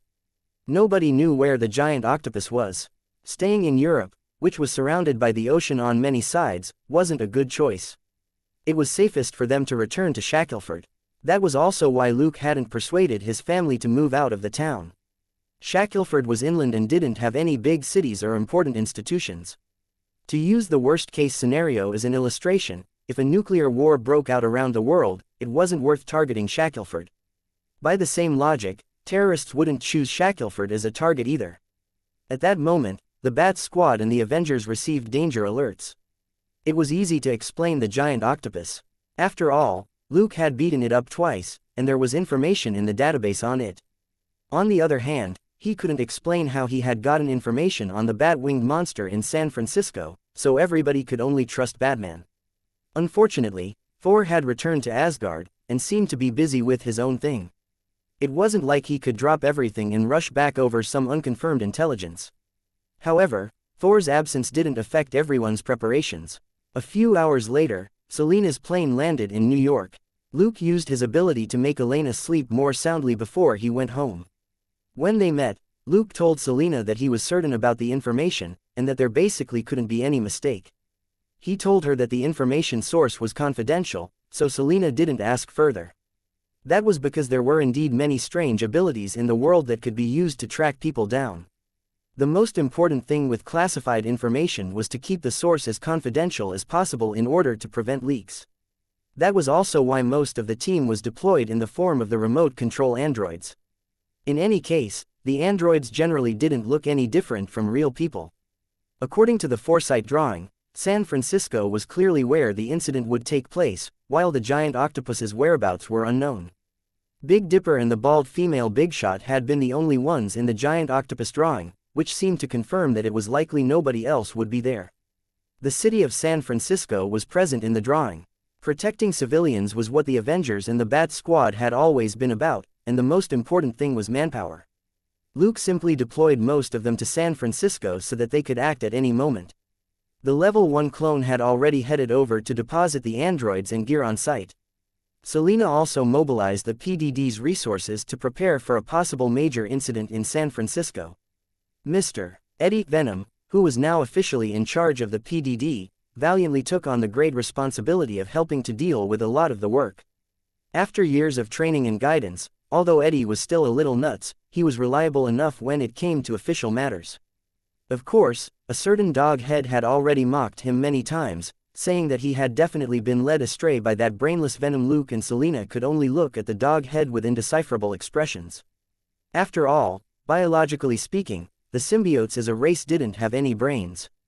Quickly deploying manpower and resources, Luke calculated everything in his heart. Whenever Elena finished a foresight drawing, it would basically become reality in a week, and usually within 3 to 5 days. Almost a day had passed, so something would likely happen in 2 days at the earliest. Thinking about the giant octopus and the bat-winged monster in the drawings, he could only hope that they didn't happen at the same time, or he and his 2 clones might not be enough. At that moment, he suddenly missed drive. Banner. With this guy around, he could throw the Hulk out to catch the other party off guard at the very least, plus, the Hulk definitely wouldn't die. While he was busy, Luke wondered if he should look for the Baldy at 177A Bleecker Street. In the end, he decided not to. He didn't know exactly what the other party's background was. What could he say in a situation where he didn't know anything? Should he tell the other party that he had foreseen that the 2 of them would face off against a giant octopus together? Putting aside whether the other party believed him or not, he didn't want to reveal Elena's foresight ability. This ability was extremely dangerous for both those who had it and those who knew of it, otherwise, he would have already told Selena about it. Compared with the Bat Squad members who just geared up after receiving the order, it was a little more troublesome on the Avengers' side. Tony, this curious, man-child, had asked about the source more than 10 times, including the bat-winged monster's distinctive characteristics, habits and purpose. Luke could only say that it was classified. Selena couldn't be bothered with this nonsense, but Tony continued asking questions even though he knew that Knight wouldn't say anything. If Luke hadn't long learned how to turn a deaf ear to Wade's nonsense, he would have definitely beaten Tony up. While he was busy, Uncle Phil sent him a "congratulations" message on the 4th of January 2011. The message was very simple. New Shield's base had hit the jackpot and had run into the giant octopus northeast of Iceland in the Norwegian Sea. That was indeed good news. That was because the giant octopus hadn't destroyed the underwater base, but had brushed past the seabed 15 kilometers away. Chapter 1892. The Dirty Talker is about to run out of luck. After receiving the message, Luke immediately had his level 2 clone head for the Norwegian Sea, and also told the Avengers that they didn't need to go. Steve, Natasha and Hawkeye would be useless against the giant octopus.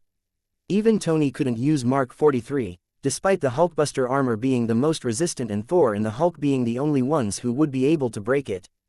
However, the giant octopus was still moving through the ocean right now, and the underwater base had already lost contact with the 2 underwater vessels it had sent out, so the octopus's whereabouts were completely unknown.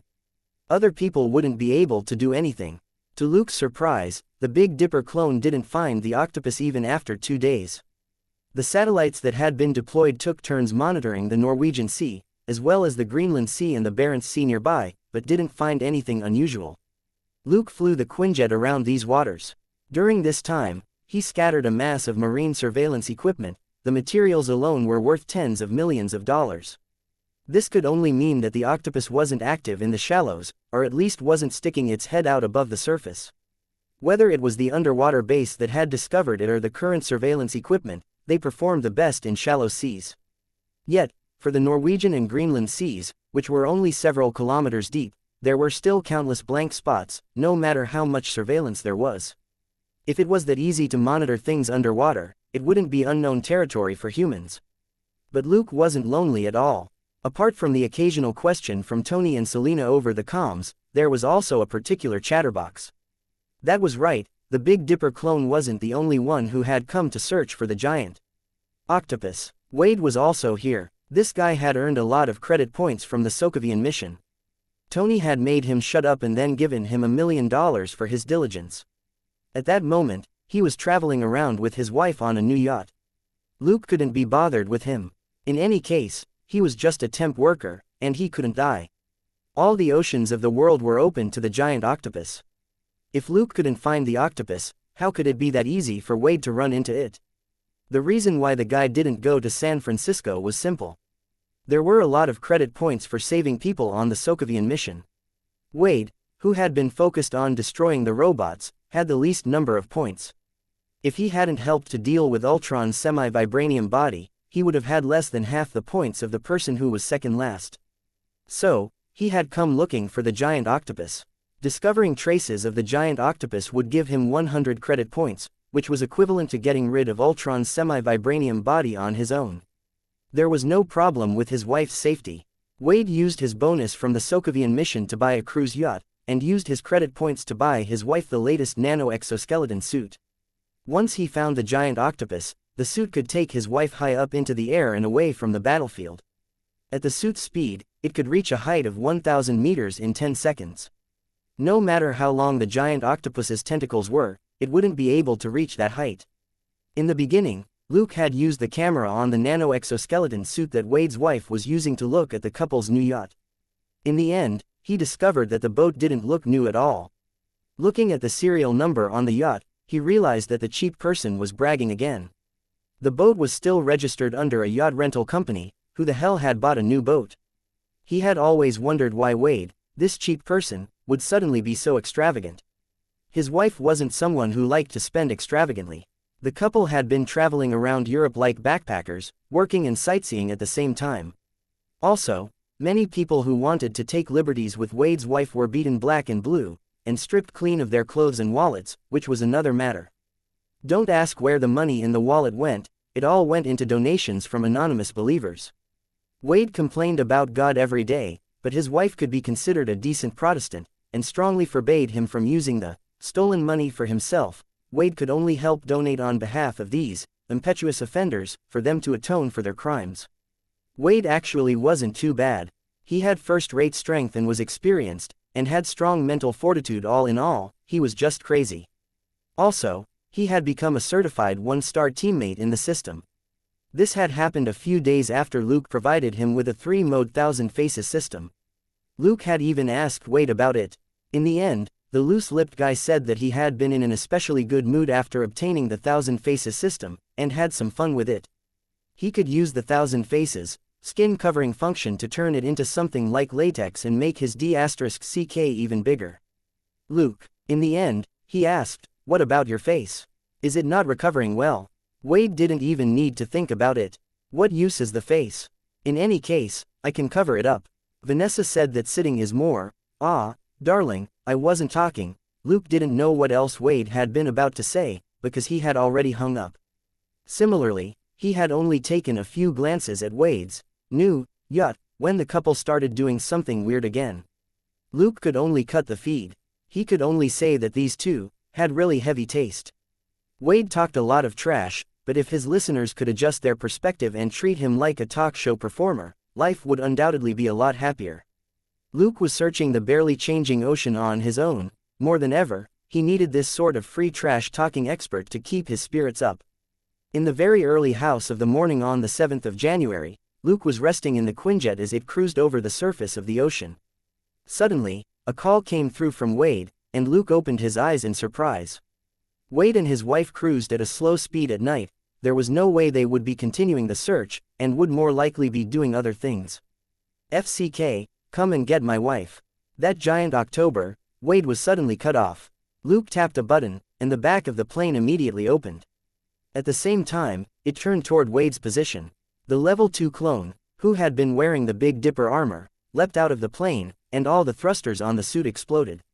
In the middle of the night, the suit was like a shooting star as it charged toward Wade's position in a long fiery streak. Thank God Luke always prioritized safety.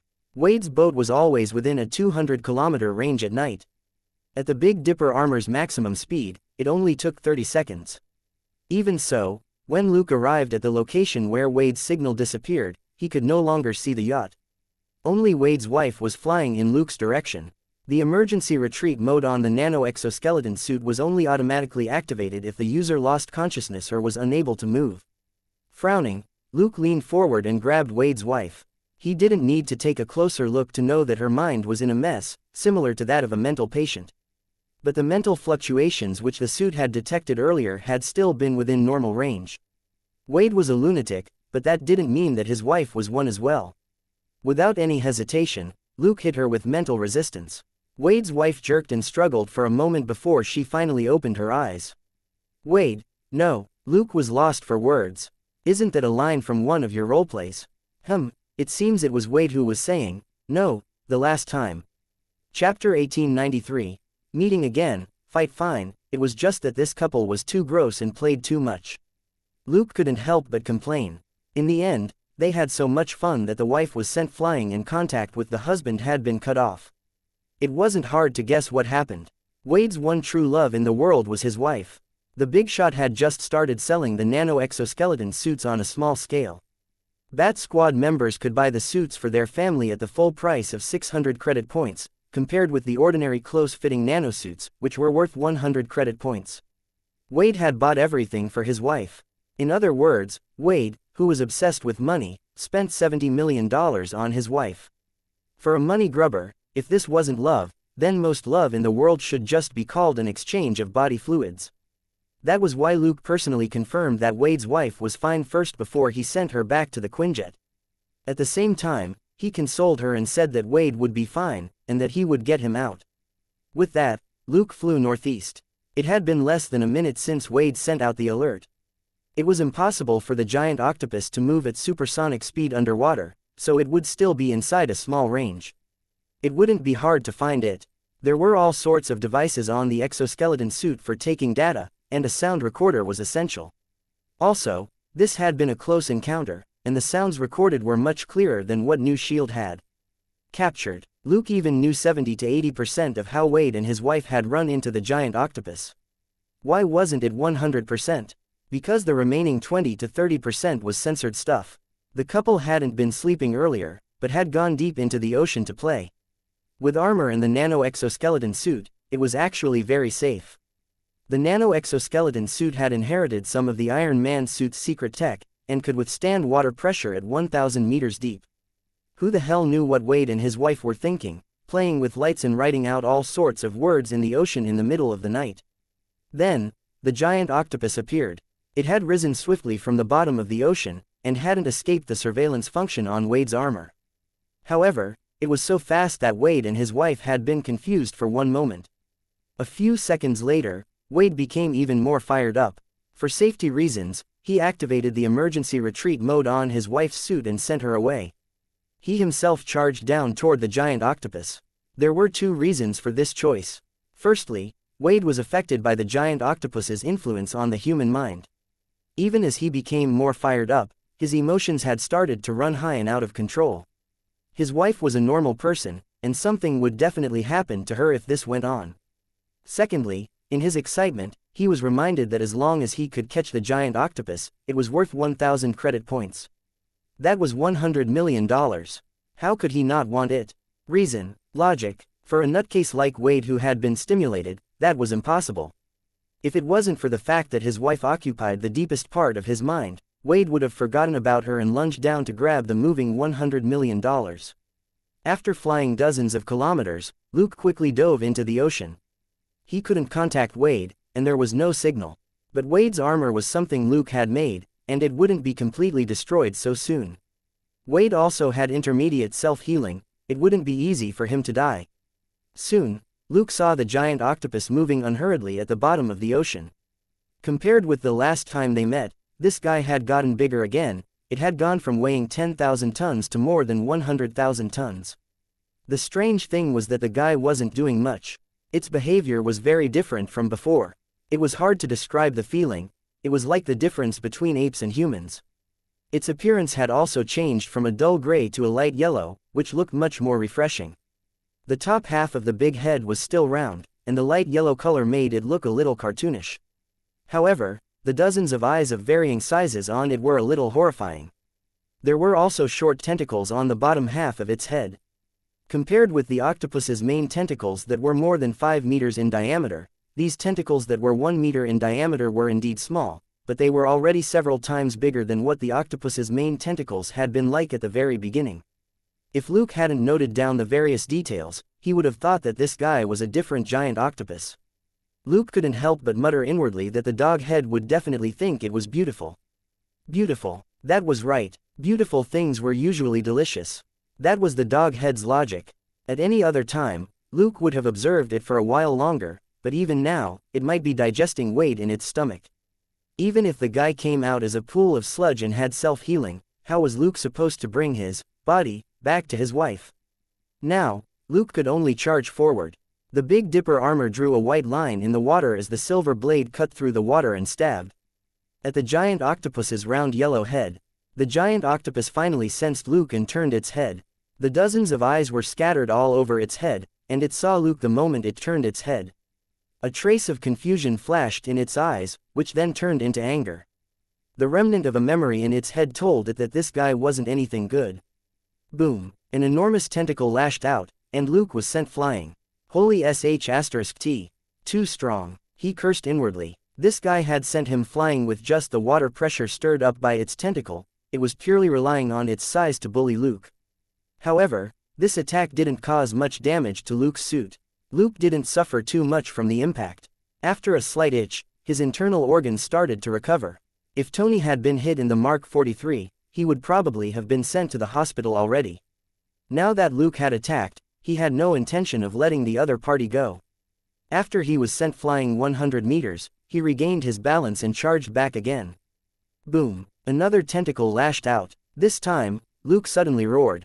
The water in front of him suddenly softened, and a waterless passage stretched out in front of him.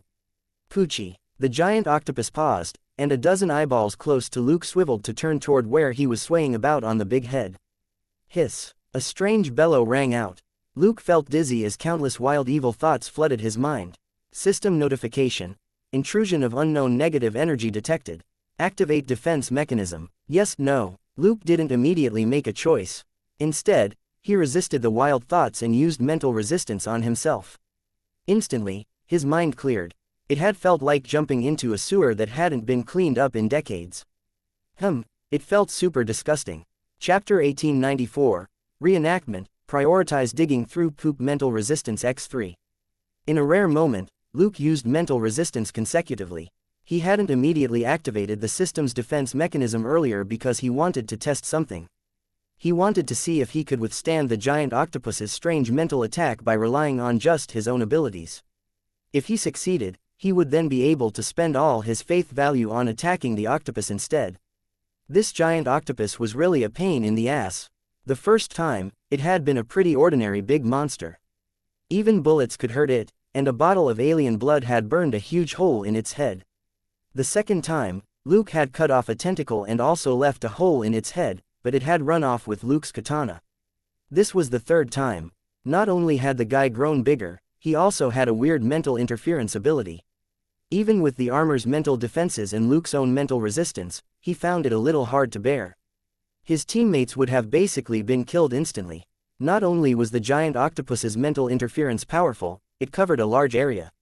As long as a person couldn't withstand this ability, they wouldn't even have a chance of getting close. Also, the octopus liked to move around in deep waters, and most firearms were useless against it. If this guy continued to grow, what kind of monster would it become? Luke didn't want to think about it. It wasn't that he was biased against big monsters, but that this guy had eaten countless people on the cruise liner. Humans were just moving lumps of meat to it, and it ate them whenever it wanted to. Could Luke hope that it would never attack humans? Obviously not. Ordinary people were barred from raising fierce dogs, but this giant octopus wasn't under any sort of restriction. Thinking quickly, Luke exerted strength and cut a huge wound in the octopus's head. With a thought, he stuffed a big cannon into the wound. Then, he was sent flying by a tentacle. The giant octopus also had dozens of small tentacles on its head, which were more than enough to attack Luke with. As Luke was sent flying, he stared at the giant octopus's wound. Fire sparked inside the wound, which looked especially obvious in the dark water. Boom! Flames suddenly spread out and a huge wound more than 10 meters long appeared on the big head. Hiss! The giant octopus roared in pain and shook its head. Even more terrifying mental interference assailed Luke, and his face suddenly darkened. The area around the giant octopus's huge wound suddenly turned from light yellow to a dull gray. Black blood spurted out, but the next moment, the light yellow color returned and the wound closed up. Even the blood that spurted out was absorbed back into the body. In less than 2 seconds, the hole in the octopus's head disappeared. Its dozens of eyes were full of anger and fear, before it turned around and ran. This time, Luke didn't immediately charge forward to attack. Instead, he sent a message to Selena. Show Gold Nugget a video of this guy recovering from its injuries. Selena was silent for a moment, before Hellhound sent a message. A symbiote. There's definitely a symbiote on this guy. It's probably the one called Shriek. Motherf***cker. Luke cursed inwardly. Seriously, it could even combine with such a big octopus. Fine, Luke was just letting off some steam. The size of the host wasn't important, it was just that the symbiote was a cheat. No wonder the octopus had changed color and size, it was because it had a symbiote. Even after learning this, Luke still had questions. Symbiotes could block mental abilities, but he had never heard of any of them having mental interference. Shriek had come with Venom and the other symbiotes. They all knew each other well. The dog head, Venom and Agony weren't aware of an ability like that, nor had Riot, imprisoned in Space 2, mentioned it before. Shriek's scream was indeed a headache-inducing ability, but that caused physiological harm more than it was a mental attack. Without this mental interference, the giant octopus would be a threat to humans, but within a tolerable range. With this large-scale mental interference ability, however, as long as it moved through a city, countless people would turn into bloodthirsty lunatics. When that happened, it would be meaningless no matter how prepared humans were. That was because nobody could isolate or keep all the people in a city under control, that was unrealistic. After a moment's observation, Luke finally charged forward again. The giant octopus sped up and waved its tentacles behind it to fend off Luke. One man and one sea creature reenacted the South Pole chase. The difference was that Luke didn't lose his blade this time, and the giant octopus wasn't afraid of its tentacles being cut off. The symbiote's regenerative ability, coupled with the giant octopus's mountain-like body, was simply a cheat. Luke had even got an Ultima to do an emergency analysis, and learned that even a nuclear missile might not be able to kill the octopus. Gold Nugget had already proven that symbiotes didn't react much to radiation. Only the light and heat from the resulting explosion would be able to effectively kill the giant octopus. However, the giant octopus had a strong regenerative ability. Now that it had the symbiote, it could recover very quickly even after half its body was blown up. It was also impossible for Luke to use a nuke on it. In the blink of an eye, they had traveled hundreds of kilometers. Suddenly, the giant octopus's body shook, and it jerked backward. Luke spun to the side to avoid whatever it spurted out. Just now, this guy had shot out a lot of strange things. There was ink, sludge and rock fragments. Who knew what it would shoot out this time? As Luke was thinking that, the giant octopus spat out a huge ball of something sticky and opaque. Although Luke wasn't sure what the giant octopus's poop looked like, the thing in front of him really did look like it. He dodged, glad that he hadn't been hit in the face, when Polaris sent him a notification. Deadpool's signal has appeared, communication system restored. Stumped for a moment, Luke couldn't help but stop in his tracks. He was a little dumbfounded when he looked at the octopus poop. FCK, do I really have to dig through sh**t? Even as he said that, he could only stop. He released 2 deep-sea androids from his inventory, which charged at the poop. The androids' sense of touch and smell could be turned off so that they became purely remote-controlled robots. That way, it wouldn't be too disgusting. Despite that, Luke's expression still didn't look good. He could turn the other senses off, but he still had to keep an eye on this thing. The lump of sh**t was a little strange, and the GPS signal on Wade's armor wasn't stable. So, Luke could only scan and analyze the image feed which the android sent back in order to lock onto Wade's position. Thankfully, it didn't take long, and it only took 20 seconds for the androids to pull Wade out of the lump of sh**t. Chapter 1895. The heaven-defying luck of an octopus. Wade hugged one of the androids and started yammering away on the team channel. Oh my god, an ally. That scared me to death. Luke didn't want to bother with this mutant baby. He simply had the androids rinse Wade off in the ocean before tossing him onto the Quinjet. Going out into the ocean for some hanky-panky, he deserved to be turned into sh**t. If the couple hadn't been playing around, Wade wouldn't have almost turned into fish sh**t. Of course, Luke didn't hate this sort of guy who could draw out the boss's ire to the max. After all, he had lured out the octopus. Wade didn't forget to ask, "Bro, where's my wife? You didn't lose her, did you? How much money can I get this time? This armor can be considered workplace damage, right?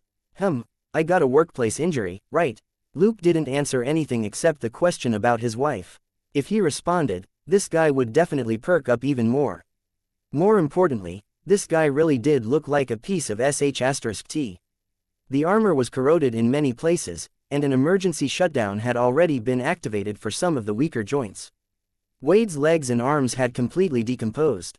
If it were anyone else, Luke's heart would definitely be heavy. But Wade, sorry, even if only his head was left, he wouldn't be able to stop talking. He would recover in 10 to 14 days. It was really hard to sympathize with him. That being said, he was a teammate who had been attacked on a mission. There was no way Luke wouldn't retaliate on Wade's behalf. He had to fight the giant octopus, or he wouldn't be able to justify Wade turning into sh*t. These thoughts flashed through Luke's mind, and he murmured, "I hope the power of faith is enough." As he spoke, a set of top-notch defense gear appeared behind Luke. It swiftly latched onto Luke's armor with a clang. Then, the 3-meter-tall suit shot downward. The vibranium charger inside the helmet continued to absorb the special vibrations coming out of his mouth and quickly accumulated enough energy. Just before the suit hit the ocean, an amplified shock wave was released. A round hole 1.5 meters in diameter and 100 meters long appeared in the ocean. The huge suit shot unhindered into the air tunnel. Luke traveled close to the speed of sound. From the side, he looked like a straight line headed diagonally toward the fleeing giant octopus. Less than 10 seconds later, the white line approached the octopus. Sensing the danger, the giant octopus subconsciously sped up. As if he had predicted it, Luke attacked. Boom! The special shock wave hit the giant octopus in the head. Ripples spread out over the light yellow head, and a light yellow semi-liquid substance splattered over the surface like cement. Hiss! The giant octopus couldn't help but roar in shock. This wasn't its own feelings, it was because the symbiote was in pain, which caused the giant octopus to roar. Poochie! Shrouded in a layer of white light, a silver blade easily broke through the skin and disappeared into the huge wound that had just appeared. Kai, Kai, Kai, Kai. The excruciating pain in its head reminded the giant octopus of things it had almost forgotten. It was the fear of being screwed over twice by the same person. Those were the only 2 times in decades that it had fled. After swallowing the blood orchid extract, it had gradually become smarter. After fleeing in fear for the second time at the South Pole, it had hidden in deep waters, and had inadvertently eaten a crazy killer whale with yellow eyes. Since then, there had been a problem with its brain. But the giant octopus wasn't smart enough to figure it out. It had been guided by an inexplicable urge to the Norwegian Sea, only to run into Luke, who hit it twice more. If it could speak human language, it would definitely sigh. The life of a fish was too hard. But no matter how unwilling the giant octopus was, it had to endure Luke's attacks. Luke used vibration to clear the way, and the white power of faith on his katana slashed at the octopus tentacles that blocked him. The giant octopus hadn't been able to react at first, and Luke cut 10 meters into it like a hot knife through butter. Then, countless squirming yellow semi-liquid tentacles stretched out on both sides to attack him like crazy. Despite the shock wave, the symbiote, Shriek, was actually still resistant. Of the symbiotes that had appeared so far, it was the only one that could withstand such a high-intensity shock wave and still maintain its symbiote form. All the shock wave did was disturb its symbiote form slightly and reduce its strength by under half. That was astonishing enough. For example, the dog head and venom would be forced to come out of the symbiosis and take on their true form in a matter of seconds, and would basically be powerless. Luke felt helpless. Who the hell knew what sort of monster had been created by the Shriek plus giant octopus combo? According to prior information, Shriek shouldn't be able to resist the shock wave at all, just like how it shouldn't be able to give its host the ability to affect minds. What was a bigger headache was that it probably wasn't Shriek who had heaven-defying luck, but the octopus. It was one of the few existences that could appear in front of Luke 3 times and be stronger each time. If it wasn't for the fact that Luke's strength and methods improved at an even faster rate, he wouldn't even have the ability to break through its defenses now. Every now and then, Luke would wonder if this guy had obtained a Super Octopus King system of its own. Surrounded on all sides, Luke struggled to advance another 10 meters. He had to admit that there were times when thick skin really came in useful. Even the Chidori mothership would suffer severe damage when pierced 20 meters through. But for this giant octopus, it was like an ordinary person scratching their head. Not to mention, it had the super regenerative symbiote. If a nuclear missile was stuffed inside here, the chance of it dying was less than 30%, while the chance of the Big Dipper clone dying was more than 95%. The level 2 clone would only cost him 1,000,000 credit points. Luke wouldn't feel too bad about it. However, if he couldn't blow up the giant octopus this time, it would definitely go even deeper into hiding, and it would be hard to find it. Besides, the bald female big shot from the foresight drawing hadn't appeared yet. It would be too hasty to attack the giant octopus now. Somehow, Luke felt that the appearance of this female big shot had an extraordinary meaning for him. Thus, Luke wasn't in a hurry to do anything. Instead, he continued to fend off the octopus's crazy counterattack and dug deeper into its head. Chapter 1896.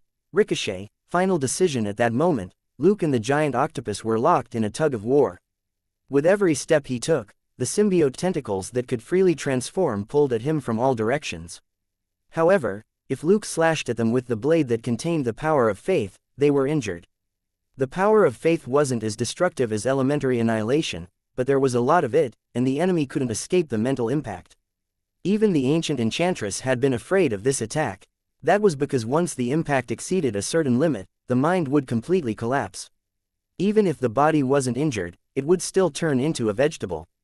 Luke hadn't used the power of faith much in the last few years, and had already accumulated almost 1,000,000. At his current consumption rate, it would take him an hour or two to open a path in the octopus's head.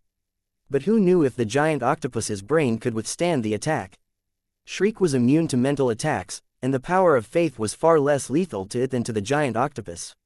However, it wasn't as resistant to mental damage as the gifted giant octopus. So, when there was a lull, the symbiote and its host immediately changed the mode of attack. Countless tentacles stretched out to bombard Luke like bullets, just like in the South Pole. As soon as the enemy changed tactics, Luke was under more than 10 times the initial pressure. Given the strength of the giant octopus's body and the speed of the symbiote's transformation, it was impossible to guard against this ricochet strategy. Last time, he had lost a big katana like this. But it was also because he had lost his katana last time that Luke had specially studied and analyzed this strategy, and had a fully developed countermeasure for it. This time, he had Shock Wave to clear the way. Not only could this ability suppress the symbiote's transformation, it helped him sense the giant octopus and Shriek's next move.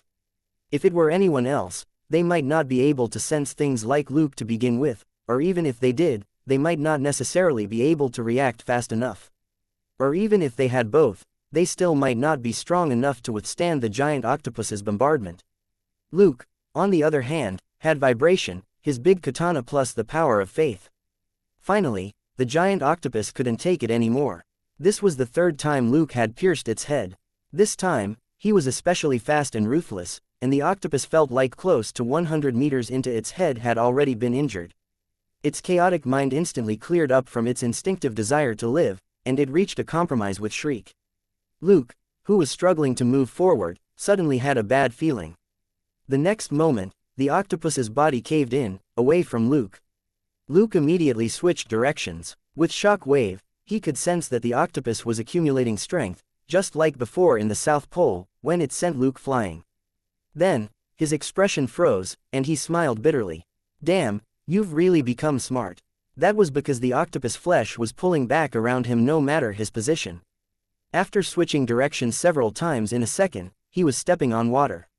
All the octopus flesh around him had pulled back. Luke didn't despair. This was just a head-on clash. It wouldn't be that easy to die. Bang! The octopus finally puffed up. Luke gripped the big katana tightly in both hands to meet the wall of flesh.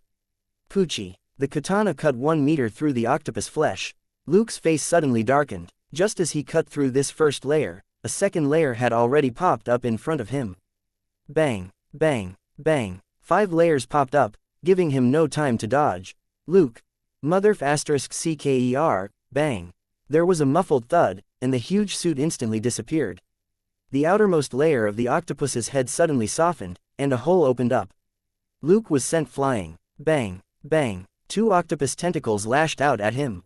Although it didn't hit the armor, the strong current they created pushed the armor out even harder. Bang! Bang! Bang! Bang! The other main tentacles also lashed out. Luke's suit was lost in the turbulent current and disappeared. The giant octopus, however, didn't seem pleased at all. Water gushed out of its tubes and tentacles as it sped northeast. This wasn't a counterattack at all, it was just trying to ditch Luke and escape. It had no intention of continuing to fight. It never wanted to touch an enemy who could blow up its head at the slightest provocation. It was so determined to escape that even Shriek was affected. There was now faint fear mixed into the initial anger. The fear enabled it to perceive the earlier battle more clearly. Even when it worked with its exceptionally talented host, it had just barely been able to get Luke out of the octopus head. Victory. They had taken a beating since the beginning and hadn't even been able to resist, let alone win. So, Shriek helped the giant octopus out and quickly fled. There was another thought in the giant octopus's head, which had been transferred from the killer whale that it had eaten before. It had been urging the giant octopus to go somewhere not far away. This was supposed to be the killer whale's mission, but it had been eaten by the giant octopus, and so it had become the octopus's mission. Shriek didn't know what would happen if they went, but there was no way to dispel this urge. It had to be carried out. Even Shriek had been influenced by this urge, which was why it had never left after combining with the giant octopus. Luke finally stopped and spat out a mouthful of blood. The cracked virtual screen in the helmet projected the damage to the armor, 68.4%. That multi-layered ricochet attack had actually caused more than 50% damage to the defense gear. Luke wouldn't be at such a disadvantage even if he were fighting the Hulk right now. This octopus plus Shriek combo was simply a cheat. Luke had already prepared for the worst. If the final negotiation later failed and he couldn't kill this giant octopus, he had to beat it up as much as possible and also teach that Shriek symbiote a lesson at the same time. No matter how stupid the giant octopus was, the symbiote still had the intelligence of an ordinary person. For example, although the dog head wasn't good at math, it had been infected by humans. When it came to cursing others out, it was definitely smarter than most humans. This proved that the symbiotes weren't dumb, it was just that their intellects were skewed at most. As long as he could communicate with the giant octopus and the symbiote, he would make them an offer they couldn't refuse. Wasn't this the kind of friendly negotiation he was best at? Why hadn't he started out with talking at the beginning? Because the other party wouldn't sue for peace without a fight. In the face of two non-human creatures who thought nothing of human life, they wouldn't bat an eyelid if he didn't show enough combat strength. Thinking this, Luke looked at the deep sea android attached to the giant octopus before he returned to the surface. Quickly switching into a backup suit and defense gear, he then chased after the giant octopus once more. Chapter 1897. Long time no see. Batman Luke, who had made up his mind to negotiate with the giant octopus, wasn't in a hurry to chase after it this time. From the battle earlier and the giant octopus's mental fluctuations as it escaped, it seemed that this guy had some sort of goal in mind. It could only be said that Wade was unlucky. He was like an ant that had been casually stepped on as someone walked past. However, the giant octopus wasn't human, and had swallowed him instead. Luke had dug out a hole in its head that could be considered payback for Wade being turned into sh*t. As he tailed the giant octopus, he recovered from his injuries. For the previous attack to be able to deal more than 50% damage to the armor and defense gear meant critical damage for the person in the armor. Thankfully, it was the level 2 clone, which was twice as strong as the level 1 clone, and had elementary self-healing. Coupled with the credit points Luke consumed to use Light of Life, he recovered more than 90% after 20 minutes. It was still dark in the water as he moved forward. Soon, the giant octopus sped up again, and it roared excitedly. Luke's heart jumped. This guy didn't usually cry out, except when he heard it. On the map, there was a small island 20 kilometers in front of the giant octopus. This island didn't have a name. The Svalbard Islands were 300 kilometers north. The island didn't have any resources, nor was there anything special about it, so it was uninhabited. Luke frowned and decided to fly to the island first. He released a mid-sized drone, and scanned the island with his suit at the same time. As he got busy, he vaguely sensed something abnormal. He slowly turned his head, only to see a ring of sparks spinning rapidly not far behind him. This dazzling ring of sparks expanded from more than 1 meter in diameter to 3 meters before stopping. A tall and thin figure in a yellow hooded robe walked out and hovered in the air. The ring of sparks disappeared. Luke raised an eyebrow. From what he could see, it had been a completely different scene inside the ring of sparks. He happened to catch sight of a few conspicuous skyscrapers. Polaris compared the image with obvious landmarks, and obtained the location of the scene inside the ring of sparks. Bleecker Street in Manhattan, New York. Even Luke, who now regarded the Crown Prince of Asgard as nothing, couldn't help but take a deep breath as he looked at the tall and thin figure in the yellow robe in front of him. The newcomer wasn't like some big shots in the movies who needed to preserve an air of mystery the entire time. She took off her hood to reveal a round, bald head, and met Luke's eyes. She had a high nose, deep eyes, thin lips, a wide mouth, and high cheekbones. This was absolutely the image of a master. At that moment, there was a faint smile on her face, which was somehow both gentle and cold at the same time. After a brief silence, the bald female big shot's smile deepened, and she nodded slightly. "Long time no see, Batman." Luke's heart skipped a beat, but he wasn't too shaken. There would always be people in this world who were beyond imagination, and this person in front of him was definitely one of them. He didn't answer directly, but said, "You can call me Big Dipper or Wilson." "What should I call you?" The bald female big shot's smile deepened, as if she had known what his answer would be. "Ancient One, or," she tilted her head, "Sorcerer Supreme." Luke was stunned. "Are you sure you're following the right script?" He indicated that he was Big Dipper, and then said that his name was Wilson. The big shot said that she was called the Ancient One, and was Sorcerer Supreme. She also winked as she tilted her head, as if she was chatting with a friend. "Big shot, are we really that close?" Luke started to question his own memory. This big shot had seen him fly back and forth in Manhattan many times as she drank milk tea on her rooftop, but they had never officially met. Even as he was feeling bewildered, Luke paused for a moment before he bowed slightly. "It's an honor to meet you, Ancient One." From the moment he heard the name, Ancient One, he knew that he had hit the jackpot. The Ancient One hovered in the air with her hands behind her back. "You're welcome. We've actually met many times." Luke mumbled to himself, "Are you counting all the times on top of the roof?" The Ancient One, however, seemed to know what he was thinking. "No, we've only met many times in a million different possibilities." At that point, her smile turned gentler. She turned away lightly to look at the ocean. In the dark sky, her voice was soft but carried clearly. "You are a very special existence." Luke's heart jumped. The other party might really know about the system and his rebirth. He simply listened attentively. Online users might berate this mysterious big shot as a plot spoiler. But in real life, it would be a big secret for which a lot of people would call this big shot, Dad. Or should she be called, Ancestor? Ignoring his expression, the Ancient One continued, "You'll face a lot of powerful enemies, but you'll also save a lot of ordinary people, and even do unbelievable things." Luke's heart raced. Wasn't this the legendary spoiler? Wasn't this a great prophetic ability or whatever? The Ancient One looked away. "That's why I hope you won't steal that person from me when the day comes." Even the unflustered Luke was stunned. Steal someone? Steal someone from this Sorcerer Supreme? What a joke. Whether it was the demon old Mephisto, who had lived for who knew how long, the demon with chicken wings which Luke had killed, or what knowledge Luke had gleaned from the ancient enchantress, the Sorcerer Supreme, the Ancient One, was a taboo existence to them. They all knew that this figure was very powerful, but was even more of a mystery. Sorcerers were quite strange in this world. They weren't the same as in many novels. Of the three villains, old Mephisto probably knew the most about the Ancient One. His clones had been destroyed twice by the Ancient One, but he actually wasn't clear on the Ancient One's background. He only knew that the Ancient One belonged to the Vishanti. That was enough. Safety first. Old Mephisto resolved that his real body would never leave hell. He wasn't stupid enough to serve up his head on a platter to the Ancient One.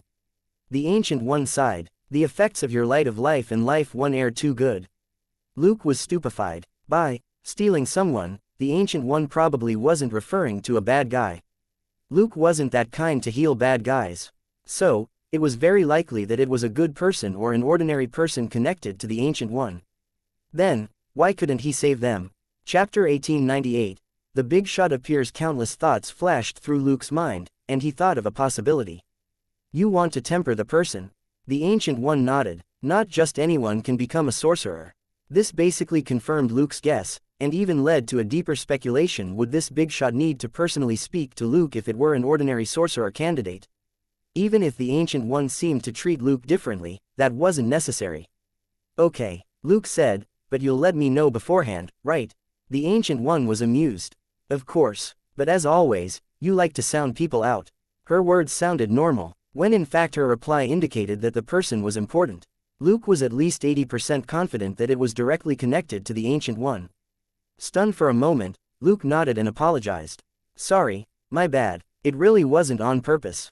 It was pure habit. It's fine, the Ancient One said casually. You don't have to be so polite in front of me. Thinking about what Luke would do in the future, she couldn't help but laugh.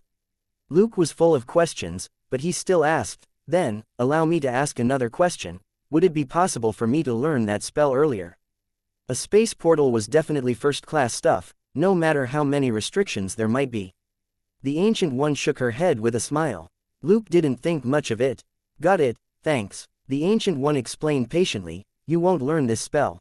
Luke was stumped. Huh, the Ancient One said, you have your own pride. You will refuse to borrow the Vishanti's power. Stumped for a moment, information about the Vishanti flashed through Luke's mind, and he more or less got it. He simply nodded. Thank you for explaining. Then, are you here for that giant octopus? The Ancient One's lips curved up, and she said lightly, in passing. Luke sweated. In passing? Then what was the point in me fighting for so long?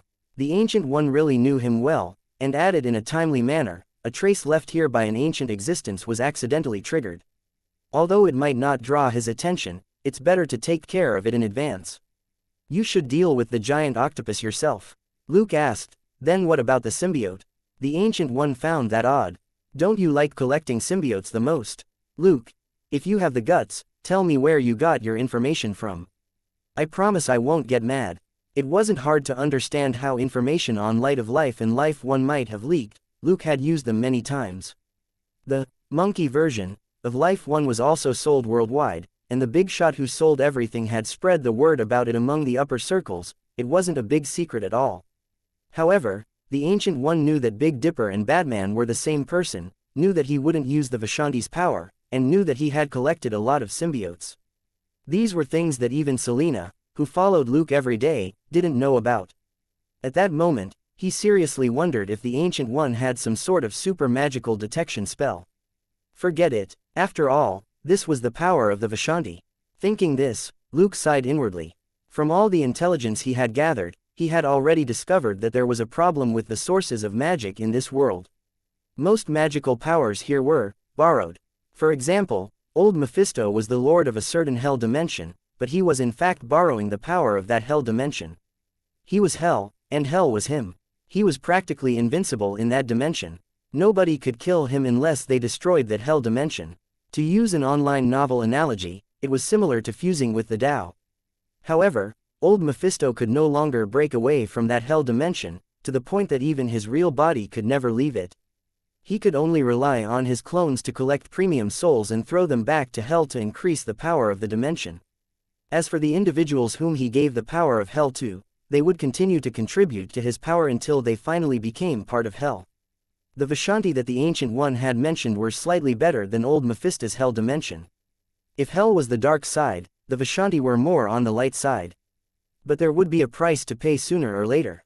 Whether it was using the powers of good or evil, it was equivalent to signing a slave contract. The more power an individual drew out, the faster they would become part of that system. It was like the old saying, a price was always exacted for whatever gift fate bestowed. Although Luke had never had any clearly magical abilities, most of his strength was his own. The only exception was the system's support functions. But even if he lost the system now, he would only lose his inventory, defense mechanism, and the clone technique. Most of his other abilities wouldn't be affected at all, because he had relied on his own strength to develop and refine them. For the extraordinary bunch, the mighty powers they possessed always came from a higher realm. For example, without his hammer, Thor's strength would be reduced by at least half. It was because the hammer wasn't his, but was forged by his father, Odin. One day, Thor would become worthy of the title of God of Thunder through his own strength. His power wouldn't be any worse than when he was holding Mjolnir. Thoughts flashed through Luke's mind, but they didn't show on his face. After a brief silence, he said helplessly, "Fine, but that giant octopus is too big and isn't easy to kill," the Ancient One said casually, "just keep it as a pet. You'll like it." Luke was lost for words. This big shot was indeed extraordinary. A pet that weighed 100,000 tons couldn't be provoked. Before he could finish complaining, the giant octopus finally arrived. With a loud bang, it charged out as its huge head emerged from the ocean. Staring at this image, Luke realized that this was from the Foresight drawing. He also understood why the island wasn't in the drawing, it was behind them, and naturally wouldn't make an appearance. He assumed a combat pose and was ready to attack. He still didn't know how to catch the giant octopus, but there was one thing he was certain of: they could fight to a draw. If that didn't happen, then it was because he hadn't beaten up the other party enough or hadn't been ruthless enough. The Ancient One, however, glanced at him and smiled. "It's a small problem. I'll deal with his mark first." As she spoke, she stretched out her hand and flicked her wrist. Shua, a dark orange fan appeared in her hand. She moved her arm, and the orange fan drew a circle of fiery sparks in front of her to form a complicated, orderly, and strange circular rune. "Go." The Ancient One flicked her wrist, and the spinning orange rune flew at the giant octopus that had just stuck its head out. Hiss! The giant octopus that had charged out of the ocean roared excitedly. It sensed that the mysterious place calling out to it was 100 meters up ahead. As long as it could enter that place, it could, Shua. The orange rune hit its big head and entered it smoothly.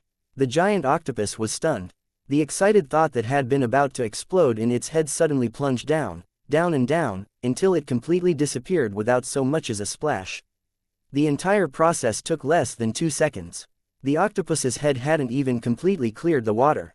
Boom! A massive wave crashed onto the island, and the giant octopus's body landed right in front of the Ancient One and Luke. Chapter 1899. A small gift. We won't meet again for a moment. The two monsters and two humans were less than 10 meters away from each other. There was a strange silence. The giant octopus blinked its big eyes blankly. Who am I? Where am I? What was I about to do just now? Shriek also felt the same, and was lost for words. It had completely forgotten why it had charged over here. It couldn't have run here to be cut down by this black and white skull, right? Luke was once again baffled. What kind of divine move was this? Most people wouldn't have noticed anything. On the other hand, relying on technology and his abilities, he had vast experience with mental fluctuations. The giant octopus's large-scale mental interference ability had disappeared, just like that. Not only that, its wild and chaotic attitude had also disappeared.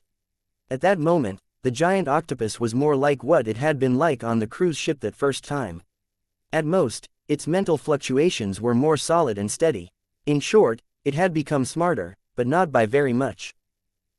It was probably similar to what the dog head had been like at the beginning. He should be able to fool it. But even as Luke moved, the Ancient One was faster. "This is our first official meeting. Let me give you a little gift." Before she finished speaking, she raised her hands and made a twisting motion. The space occupied by the giant octopus suddenly turned into a mass of mirror fragments which reflected the fragmented body of the giant octopus. Those huge yellowish-orange eyes looked left and right, but the octopus didn't seem to be in pain. The Ancient One then grabbed Luke's arm, and they flew toward the center of the mirrors. When they passed through the center, things returned to normal.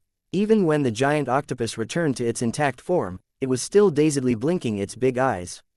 The Ancient One appeared in front of the giant octopus in a flash. She pushed out with her left hand at its head. Luke held his breath. Suddenly, his thoughts moved, and he was shocked.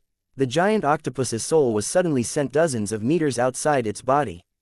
It was similar to Carrie's spirit form. The Ancient One instructed, "You should be able to use mental communication on it. Use less strength, don't kill it. This little thing's soul is a little weak." Luke, this 100,000-ton, little thing, was weak. But since the big shot had spoken, there was no reason for him to hesitate. He activated mental communication. 10 seconds later, Luke heaved a long sigh. The Ancient One asked, "Did you persuade it?" Her tone sounded a little strange. Luke smiled. "Of course, I made it an offer it couldn't refuse." With Real Dream, he had used many types of persuasion, which absolutely felt real in those 10 seconds. The Ancient One knew what Luke's offer entailed. She smiled. "That's good." As she spoke, she turned around and walked out of the mirror space to face the island. She waved the orange fan in her hand again, and another orange rune appeared. As she waved the orange fan, the rune grew bigger and bigger. Even the patterns in it multiplied by several layers. An ordinary person would have been blinded by the hundreds of orange and red patterns in the rune. The Ancient One was clearly using a lot more strength now than when she had been dealing with the giant octopus. Half a minute later, a huge orange rune more than 10 meters in diameter took shape. The Ancient One pushed with both hands, and the orange rune flew toward the island before flipping and pressing down. Boom! The orange rune crashed onto the island and quickly sank down. 20 meters down, it abruptly stopped, as if it had hit some obstacle. There was a violent fluctuation of energy. Luke sensed a mental interference that was 100 times stronger than what he had sensed from the giant octopus earlier. Instantly, it felt like a physical pressure pressing down on him. What the hell was this? Gritting his teeth to maintain some rationality, he used mental resistance consecutively on himself. After what felt like a long time, the violent mental pressure suddenly disappeared, and Luke relaxed. He was drenched in sweat, and his body trembled slightly. It was a sensation that he hadn't felt in a long time. The Ancient One teased him unhurriedly. As expected, you're strong. You blocked the oppression from a trace of his will. On your own. Luke smiled bitterly and asked, who is he? The Ancient One shook his head. It's best that you don't try to learn his name. At the very least, I won't have to worry about him appearing for the next 10 years. Luke's breath caught. What about after that? I don't know, the Ancient One said. If no creature deliberately summons him, he may never appear again. With that, she flicked her wrist, and the orange fan disappeared.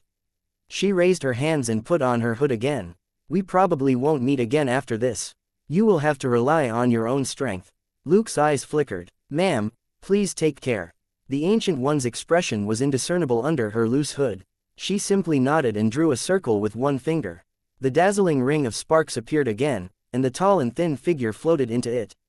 She waved her hand behind her, and the ring of sparks quickly shrunk and disappeared. In the middle of the night, the Norwegian Sea was peaceful once more. Hovering in the air, Luke frowned. The Ancient One's last sentence was a little cryptic. Didn't this big shot know that it was best not to set up a flag like that?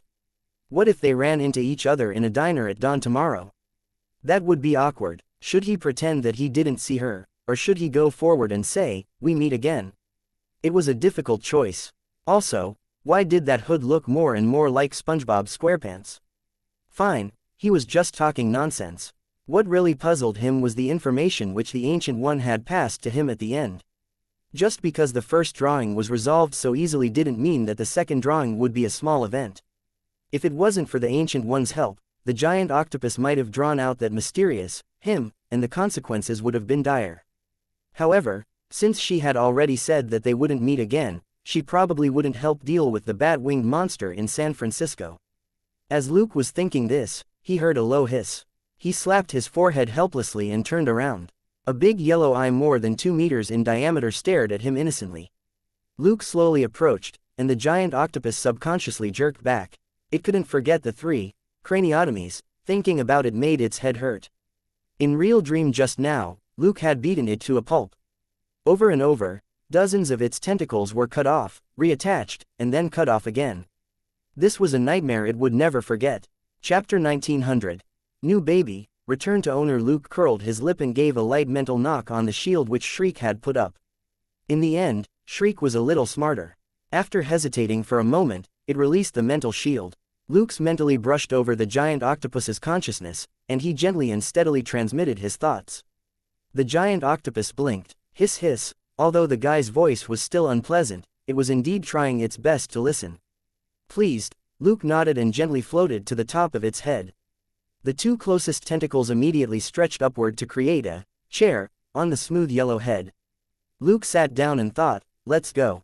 The giant octopus, on the other hand, shook in fear and couldn't help but look up with its 2 big eyes. Luke was both angry and amused. He could only say, okay. As long as you listen in the future, I promise I won't drill into your head, all right? The giant octopus hissed cautiously. Luke, it's true. Also, I won't cut off your tentacles and roast them, as long as you don't mess around. The giant octopus couldn't help but tremble. When the Ancient One knocked its soul out of its body, the symbiote's mental shield had been broken. 10 seconds in Real Dream felt longer than a day for an ordinary person. However, it had actually only taken Luke half an hour in Real Dream to end this short negotiation, and the giant octopus completely lost its will to resist. Whether it was its defenses or gargantuan body that it was so proud of, or its near-invincible ability to recover, they had all been useless in front of Luke. In fact, these advantages became the best tools for torturing it. No octopus could tolerate its tentacles being cut off to be turned into takoyaki with cumin and chili flakes on top. It smelled so good as it sizzled on the pan. Coupled with the smooth and crisp texture, and the umami taste, even the octopus itself had wanted a bite. The giant octopus had simple intelligence, and didn't understand that Luke was sharing these 5 senses through real dream. What it was experiencing was the best grilled squid which Luke had ever eaten. That was right, a certain unscrupulous guy had been transmitting the taste of grilled squid. Unable to resist and in pain, the octopus still had to accept the wonderful taste which Luke was sharing with it. It was half heaven, half hell. The acute contrast caused this pure giant octopus's psychological defenses to instantly collapse. In fact, if it wasn't for the increased resistance to pain which the symbiote shriek gave it, the octopus wouldn't have lasted 5 minutes. However, this buff was meaningless. Luke could easily make 1 minute feel like 1 year. No matter how strong these two guys were, they wouldn't last a week, a month, or even a year. The only choice was to surrender as soon as possible. Luke didn't punish them too badly in order to avoid unnecessary side effects, and spent most of his time appeasing them. As the saying went, thrash them first, give them sweet dates later. Luke's thrashing had been a little more ruthless, so the date had to be bigger. The symbiote was highly immune to mental control, so Luke had to use his behavior and words to consolidate his absolute authority over the giant octopus.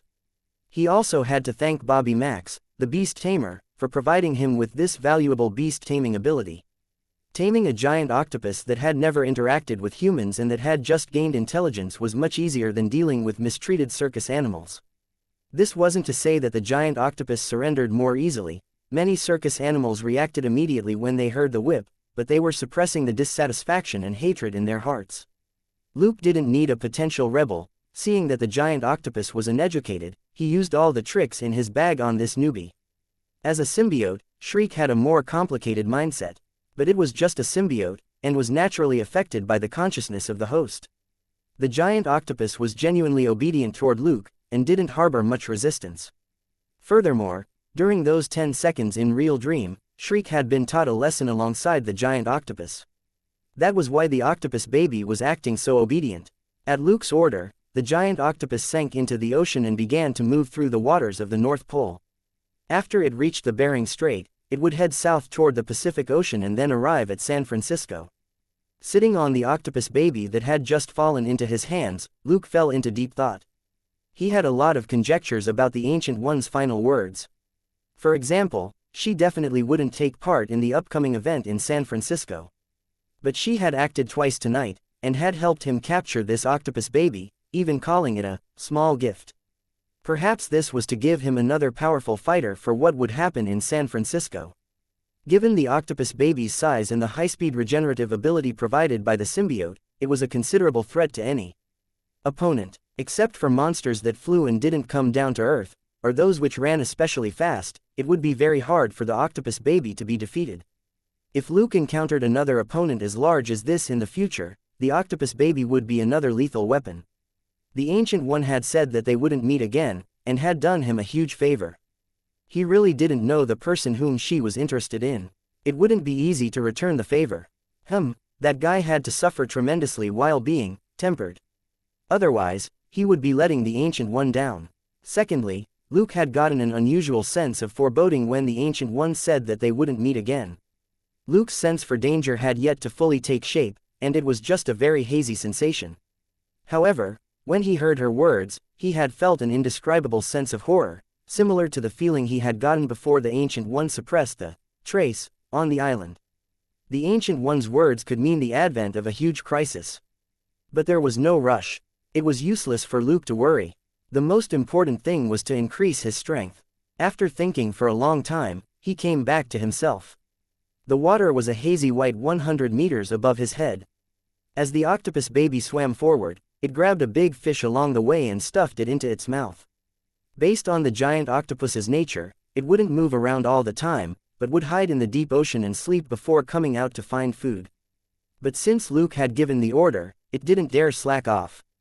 It had to replenish its energy as long as it continued moving. Luke didn't stop it, he just mentally tapped Shriek twice. Shriek immediately released the mental shield. Luke's mental strength brushed over the octopus baby, and he asked, "Where's my blade?" The giant octopus slowed down, a blank expression on its face. Nothing could be misunderstood via mental communication. Of course it knew what blade Luke was asking about. It was only at Shriek's reminder that the octopus baby suddenly remembered where it was. A bulge appeared on the octopus baby's skin down below and then swiftly moved toward Luke's position on the top of its head. When the bulge got closer, it opened to reveal a gleaming silver katana. Shriek wrapped it up in its yellow tentacles before placing it in front of Luke. Luke took it and said nostalgically, "It's finally back." Chapter 1901. Fateful Reunion and Good Fortune. Luke picked up the katana and played with it, enjoying the wonderful feeling of regaining something he had lost, along with 2 freebies. This action frightened a certain freebie baby under his feet, who was afraid that its new boss would cut its scalp for fun. Noticing the ripples under his feet, Luke smiled helplessly and put the katana away in his inventory. After Luke retrieved the treasured katana, the baby mount continued moving forward, not forgetting to catch food to replenish its energy. Suddenly, it wrapped its tentacles around something black and white and was about to stuff it into its mouth. Luke's heart jumped. Wait, stop. It was hard for ordinary people to tell the difference between animals, but Luke had other ways to discern the other party, such as with mental fluctuations. The black and white fatty that was wrapped up in the octopus baby's tentacles was a killer whale. It was much bigger than a few years ago, but the mental fluctuations proved that it was the little fatty who had been lucky enough to escape death in the South Pole. In the end, it came to the North Pole and was caught by the octopus baby as food. This amazing fateful reunion was worth commemorating. Luke used his mental strength to calm the struggling little fatty down, and had the octopus baby let it go. The octopus baby was a little reluctant, but it wasn't hard to catch fish, so it did as told. Frightened, the little fatty darted hundreds of meters away. Luke had just wanted to save it, so he didn't stop it and continued moving forward. But a moment later, the little fatty realized that Luke had been caught by the big monster and was leaving. It immediately let out a miserable cry and turned around to chase after the octopus. Unfortunately, it couldn't compare with the octopus baby, which had evolved into an extraordinary being, and the gap grew wider and wider. The increasingly desolate wail cry echoed in Luke's ears, and he sighed, not knowing whether to laugh or cry. He could only have the octopus baby stop and turn around, and he used mental communication to show the little fatty that the big monster had acknowledged him as its leader and wouldn't hurt him. The black and white fatty rolled around him in excitement. Luke, however, noticed the wounds on its body which had been caused by the octopus. Thinking for a moment, he suddenly smiled. "All right, since you dared to chase after me, that means we're connected by fate. Then, I'll give you a gift. Whether or not you're that 1 in a million genius will depend on you."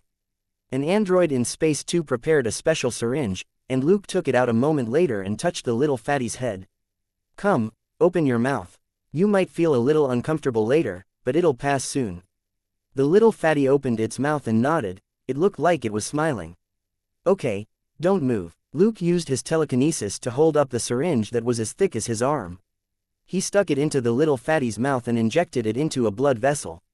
The little fatty immediately felt aggrieved. If it wasn't for the fact that Luke was constantly comforting it, it would be crying now. Thankfully, this was an injection for a killer whale that weighed several tons, and it was done in a few seconds. Casually using light of life to heal the needle mark in the fatty's mouth, Luke patted its head and used his mental strength to imprint some words deep in its consciousness. "Grow up well. If you remember what I did today in the future, we might meet again. Go, return to your world."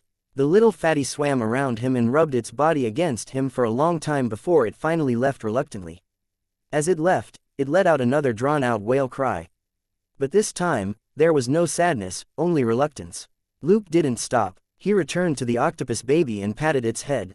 "Let's go." The octopus baby immediately started moving, but communicated a plea to Luke. Stumped for a moment, Luke burst out laughing. "That's true. Weren't you on that boat for the blood orchid extract too?" A very minute amount of this thing had leaked into the ocean, yet the extraordinary octopus had sensed it. That was what Luke had injected the little fatty with earlier, not Life 1.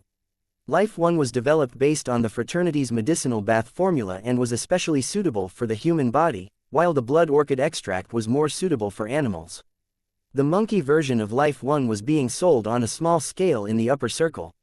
Luke didn't want those people to become an extraordinary bunch. Big shots like Tony who repented and turned over a new leaf were absolutely rare. With power plus authority, there was over a 90% chance of them turning depraved. If that happened, Luke would have been the one to have lent them a hand. It wasn't a problem for him to inject the little fatty with the blood orchid extract. It wasn't easy for wild animals to consume the blood orchid, which he now had a monopoly on, and it was even harder to consume enough of it to trigger a transformation. The little fatty was the only wild creature to be injected with a huge dose of the extract. The rest were basically test subjects in space 2 or targets under Luke's close surveillance. The baby mount was new, and it was only natural that it wanted benefits. If Luke wanted a horse to run, he had to feed it some grass, not to mention how he had beaten it up before it had yielded to him. This was a creature that had just gained intelligence, not a normal person with a fully developed worldview. Placating it with words wasn't enough, the important thing was physical rewards. After repeating that it had to be obedient, Luke directly injected the tentacle he was sitting on. The dose was about 100 milliliters, which was much less than the 500 milliliters for the little fatty. But that had been a once-off gift for the killer whale, while the baby mount would have to be given benefits regularly. Luke absolutely couldn't set too high a standard for the first time. After the blood orchid extract entered its body, the octopus baby excitedly sped up and even called Luke, Dad, through the mental link. Although it didn't know what a dad was, it did fit the context. Even the slightly uncooperative Shriek, who had been keeping quiet all this time, couldn't help but feel very delighted.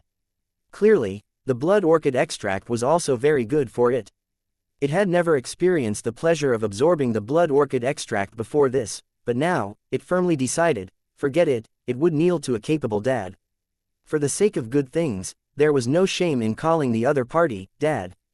In any case, something like dignity wasn't anything to symbiotes. After half a day of travel, Luke looked at how much further they had to go, and felt a little worried. After all, the octopus baby wasn't really a fast sea creature. It was so big, and it wasn't like it had an arc reactor, it was hard for it to move quickly. At this rate, it would take at least 4 days to reach San Francisco. It had a unique physique and strong resilience, so there was no way for Luke to knock it out. It was easier to kill it than to knock it out. Hence, Luke couldn't use his inventory space to transport it. But as was generally the case with foresight drawing, something might happen in San Francisco tomorrow. Pondering for a moment, he then left 2 deep-sea androids on the top of the octopus baby's head for communication. He then headed straight for San Francisco. If he was even 1 beat late, a lot of civilians might die.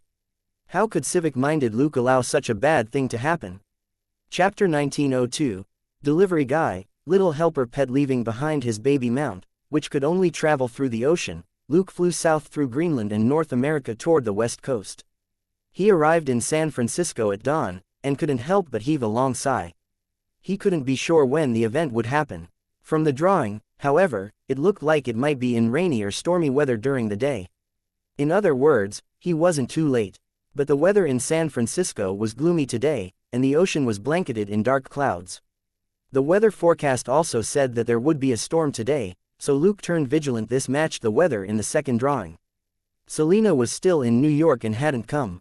However, the level 1 clone had already been here for a few days. It had dropped by Los Angeles and taken gold nugget number 2 from Claire.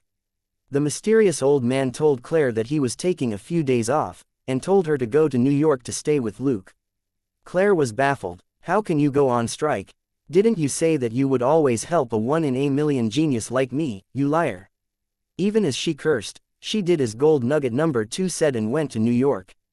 San Francisco was only 600 kilometers away from Los Angeles, and was also by the sea. If a fight broke out, the bat-winged monster would only need to flap its wings a few times, and might end up in Los Angeles. Besides, all the members of the Bat Squad, including Luke and Selena, were in New York, which was absolutely the safest city in the world. Only Eddie Brock, a PDD employee who lived in San Francisco to begin with, and Wanda and Pietro, 2 backup members of the Justice League, were here in person. These 3 weren't responsible for fighting, and were only responsible for evacuating and protecting civilians. Tony, on the other hand, had chosen to personally participate in this operation. After all, he had rebuilt his Malibu villa. Despite the explosion, this guy hadn't wanted to relocate his lab. This was a decision based on confidence, fearlessness, and, arrogance. Natasha, Hawkeye and Steve weren't here. Natasha had been downcast after Banner's disappearance. Hawkeye had to look after his daughter and his pregnant wife, and Steve had to train the newbies whom the Avengers had taken in. There was no need to bother them over a mission with unclear parameters. It wasn't like the world would stop spinning if none of them came. The Avengers and New S.H.I.E.L.D. had many cases that could be classified as global threats which they basically dealt with separately. Unless it was an apocalypse-grade mission, nobody would ask for help so casually.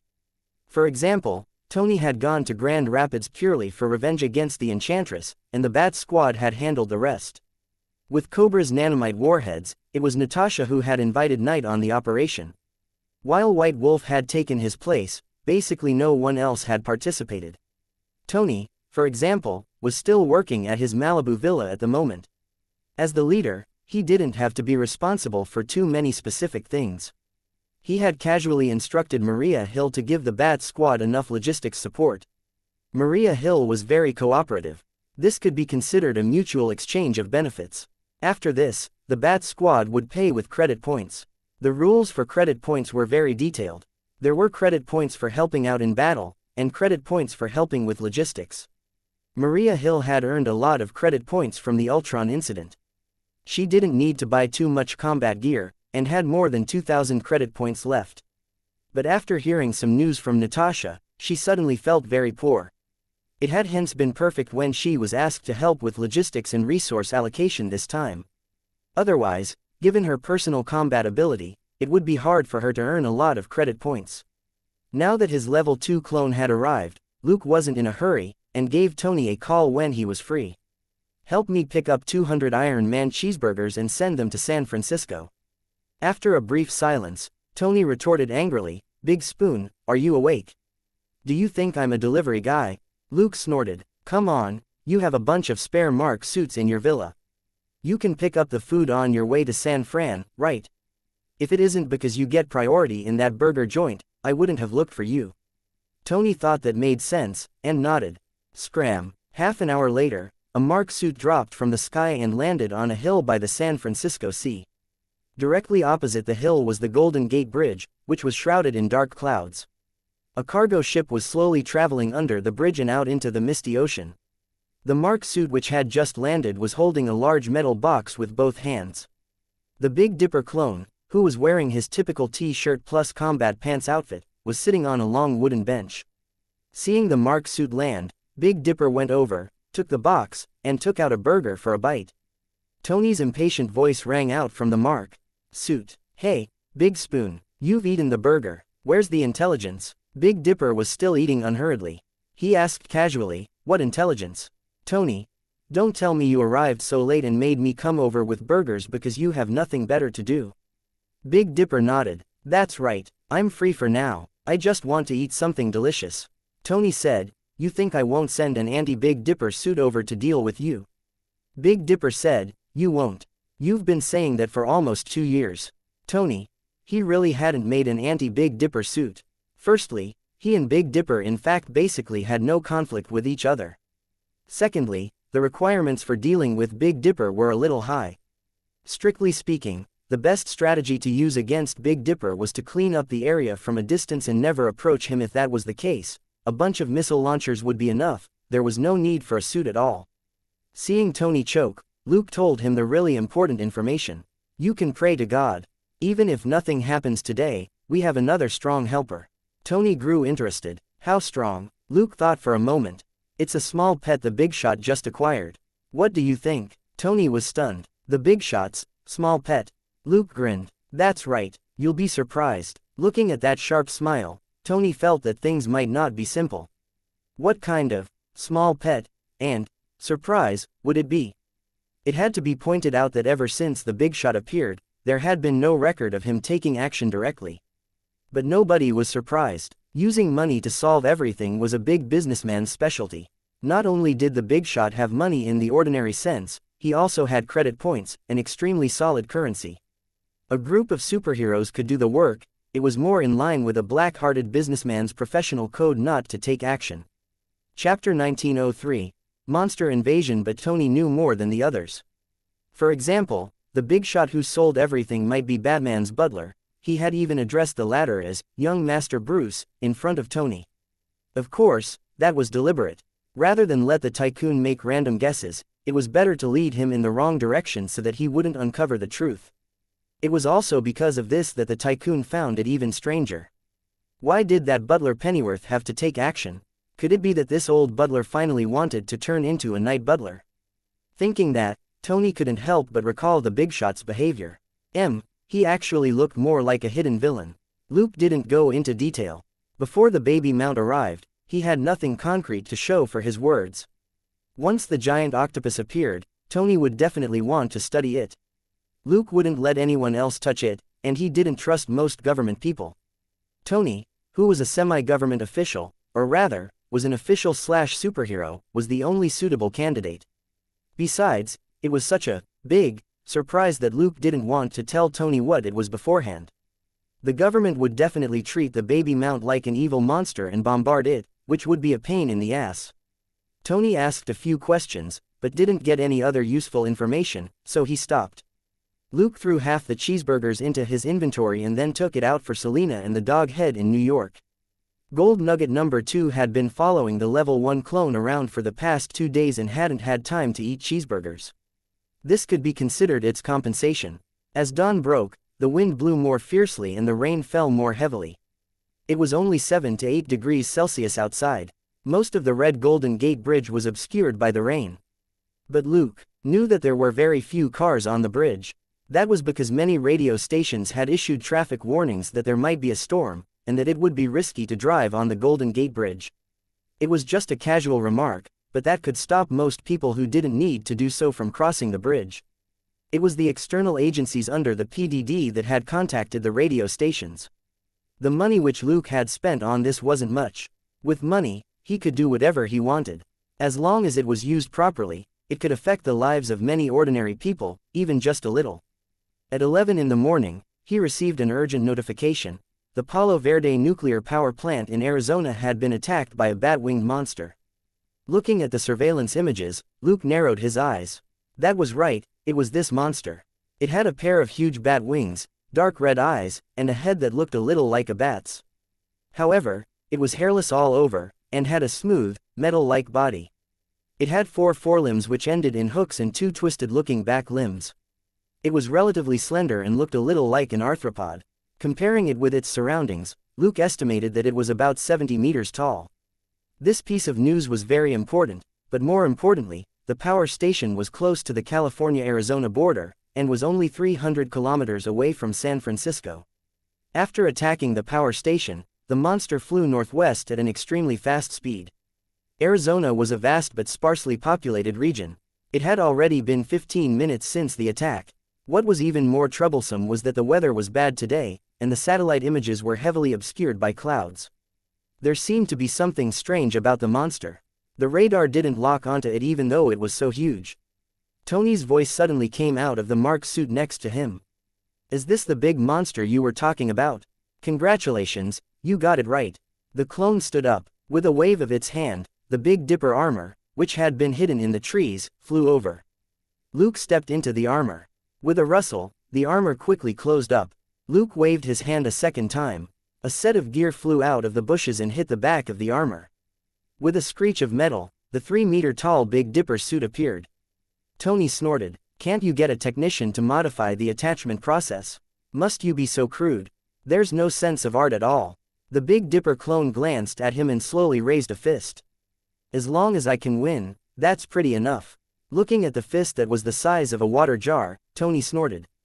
Hey, is my Veronica not as big? Big Dipper said, it definitely gets beaten up more times than me. Tony. **CKER. After exchanging a few words, he suddenly said, wait, I just discovered something interesting. He sent the data over. Luke looked at the data on the virtual screen. A series of red dots marked out a route from the east side of Los Angeles toward San Francisco. Tony knew that the bat-winged monster was headed towards San Francisco, but this map which he had generated was of towns that had experienced unusual abnormalities with large-scale equipment. Luke frowned. EMP. Tony said, that's right. I just received some information from the power plant. When this guy appeared, it released a very strong EMP with a radius of about 10 kilometers. Looking at the EMP data, Luke took a deep breath. That's very strong. Most missiles will have problems in this range. This meant that it was impossible to kill the monster with ordinary missiles. Tony said, our comms might be affected to some extent. Luke said, let Bruce know, he'll switch to the mental link for all the internal channels. Tony said, already done. I'm just warning you, our armor and weapons may be hugely affected. Don't fall mid-flight. Luke PFF'd. In just a few words, this major discovery was conveyed to all participants. But the only thing that the team members could do was raise their guard. It was useless for San Francisco itself. Once that bat-winged monster arrived, there would be no way to guard against it. Suddenly, Luke saw 2 incoming fighter plane signals from Edwards Air Force Base. 2 minutes later, they disappeared from the radar. Half a minute later, Tony said, Edwards sent 2 F-22s to investigate, but they crashed before they could get close. Luke found that odd. You didn't let them know. Tony said, I did, but they probably thought I was talking nonsense. After all, those old coots can't wrap their heads around the idea of a giant bat-winged monster with an EMP ability. Luke couldn't say anything in response. What the government knew was different from what ordinary people knew. Perhaps they had specially sent out the 2 F-22s to test the bat-winged monster's EMP. This had nothing to do with stupidity. Any losses would be borne by the government, and wouldn't necessarily fall on any particular government honcho's head. Chapter 1904. Monster Love Affair. Waiting for an opportunity. As they were talking, Luke suddenly stopped and looked southeast. There was a faint sense of danger coming from the ocean, and it was becoming increasingly distinct. Luke said, the target is here, 50 kilometers or so southeast over the water. Everybody, get ready. A moment later, there was a very faint rumble. It was the sound of an enormous object crashing into the water dozens of kilometers away. Luke said, the bad monster might have entered the water. He then looked at the marked suit next to him. I'm going to take a look. Are you using this suit? Tony had shown off this armor before, so Luke knew that it was a special type that was suitable for deep-sea operations. Tony said, of course. It'll take me a few minutes to get there. Don't kill it too soon. Luke said, you're overthinking it. Given the monster's size, it wouldn't die that easily. The octopus baby in the first drawing had been near invincible, and Luke had to rely on the Ancient One to deal with it. This monster wasn't some sort of nuclear weapon. If Luke could kill it instantly, it wouldn't be qualified to show up in a foresight drawing at all. The 2 of them flew out over the ocean. The deep-sea androids that had been lurking around the Golden Gate Bridge were already on the move and acted as Luke's eyes underwater. 10 seconds into the flight, Tony suddenly cursed and his suit suddenly fell. Looking at the warnings that popped up non-stop inside the suit, Luke's expression wasn't great either. Your EMP calculations are only half of this. But there shouldn't be such a disparity in Tony's calculations. It could only be that there was an unexpected factor. The Chittori's mental remote control technology was indeed good, but a lot of electronic equipment would be required in order to implement it on Earth. Currently, the 2 of them hadn't lost control of their suits, but they couldn't use many of the support functions. The detection and remote control functions were practically paralyzed, and their combat efficiency was reduced by at least 30%. Grimly, Luke drew out the pair of katanas from his back. The most reliable thing right now was cold weapons. Unfortunately, the katanas were just durable and sharp, and nothing more than that. The truly powerful thing was still the Mjolnir hammer, which was a combo of matter and magic. If Thor were here, he would be able to beat the crap out of the bad monster. EMP or whatever would be dog sh*t to him, when the Crown Prince charged forward. He was a hammer, lightning heavyweight. An heir with a capable father was really awesome. Feeling envious, Luke steered his suit down into the water. Tony's deep-sea suit also staggered and fell into the water. Soon, Tony exclaimed, WTF. Luke didn't say anything, but he also cursed in his heart. That was because not far away, 2 monsters were whispering sweet nothings to each other. Even monsters fooled around everywhere nowadays. It was crazy. Mouth to mouth, the smaller monster spat out something for the bigger monster. No wonder the EMP readings here were doubled. It turned out that there were 2 giant monsters. What was even more terrifying was that the 70-meter-tall bat-winged monster was the smaller one. The bigger one was over 100 meters tall, but it didn't have any bat wings, which was good news. Apart from the lack of wings, the 2 behemoths were basically the same in every other aspect, except for the bigger one's stomach. Looking at the big monster's huge belly, Luke couldn't help but think of a terrifying possibility. The big one is probably female, and pregnant. Tony was silent for a moment as he tried to discern what was going on through the spotty feed that he was getting. Finally, he replied, "It's very likely. The one with wings just regurgitated nuclear fuel from the power plant. It's close to 1,500 millisieverts in your position." Luke understood what he meant. Ordinary people who got within 1,000 meters of the two monsters would be subject to a high dose of nuclear radiation. In Luke's current position, which was 300 meters away, an ordinary person would suffer severe radiation sickness in a matter of minutes. So, it was best not to let them enter San Francisco. Thankfully, the two monsters didn't seem to have any intention of approaching San Francisco.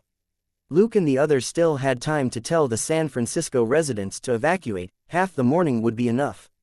During this period of time, they had to fend off these two bat-headed monsters. After a brief discussion, Luke and Tony split up. This wasn't their first rodeo. Tony had already reported the situation to the government, and used his connections to mobilize the media in San Francisco to spread word of the emergency. Luke also sent out a bunch of photos online as he warned that two monsters were lurking near San Francisco, and people should temporarily evacuate as soon as possible. Iron Man and the Bat Squad were about to work together to beat up the monsters. At that moment, Tony arrived in his Veronica suit, but he stopped on the Golden Gate Bridge. Rather than enter the range of the monster's EMP, it was better to wait on the periphery. San Francisco suddenly exploded with activity. The older people who didn't believe the rumors on the internet would see it for themselves on TV. Tony had looked for the TV stations with the highest viewership in San Francisco, which played the 10-second warning video which he had just recorded. After confirming that it was true, countless people panicked, and packed up and left. The smartest people just grabbed their wallets and keys and drove off. But many people weren't that smart, and packed up a bunch of things as if they were moving. By the time they left, they realized that the streets were filled with traffic, and it was impossible for them to leave right away. The members of the Bat Squad were all using regular robots with engineering gear which never stopped, directing traffic. Anyone who didn't move on the road was thrown to the side. It had already been verified in Sokovia that this manual method was absolutely efficient. While there were no new SHIELD agents here to help out, the San Francisco Police Department was much more helpful than the Sokovian police. Additionally, both the police and civilians trusted Iron Man and the Bat Squad far more than the Sokovians had. The only exceptions were Wanda and Pietro. Pietro's ability to move quickly didn't allow him to wear armor, which would tire him out quickly. It wouldn't be able to keep up with his speed, and would just hamper his performance. Thus, he only wore a nanosuit. He would use his ability when it was necessary, but in all other situations, the flying legs boots were enough. Wanda's role was mainly to break up any fights that happened when people got angry as they ran for their lives. As for the criminals who took advantage of the chaos to injure and rob others, the team members simply knocked them out and tossed them to the side. Anybody who would do something like this in an emergency basically wouldn't be anything good. If they weren't light red, they were bright red in the system. It would serve them right if they really died here. Chapter 1905, Cute. Ugly cute. Once the evacuation started, everything went according to plan. News of the monsters finally elicited a reaction from the American government. A fleet of warships from the closest Navy base in San Diego had already been dispatched. In response, Luke simply sent Tony a meme. Tony could only send back a shrug and bitter smile. These were all emojis which Mindy used in the Ursa Minor group, which had now spread to their own group. Luke had nothing to say. The American government probably felt that the test with the two fighter planes hadn't been conclusive enough, and now wanted to try with warships. Also, it seemed that the SAS was about to arrive. The only one that was missing was the Marine Corps. Luke couldn't be bothered to worry about the losses that the Navy would incur. Who knew, maybe it was counting on these warships to be damaged so that new ones could be built. Without construction, there were no profits. Without profits, there were no kickbacks. Tony had no interest in wrangling with the government. He tossed the government's nonsense about withdrawing and letting the troops handle things to the back of his mind. It was up to the government whether or not to send in the troops. They didn't need Tony's permission. By running over to ask him, they were clearly prepared to shift the blame after all this was over. If the government was trustworthy, then pigs could climb trees. If these troops entered San Francisco, their biggest purpose would be to suppress riots. Help the citizens evacuate. The people didn't have any such expectations. Tony stood on the Golden Gate Bridge, cars hurtling past behind him every now and then. It was risky to evacuate via the bridge, but it was indeed a faster way to leave San Francisco for Sausalito, where there were fewer people. Or, people could just camp out in Golden Gate National Recreation Area. As for the Bay Bridge, the San Mateo Hayward Bridge, and the Dumbarton Bridge, they were all chock full of traffic which couldn't move quickly at all.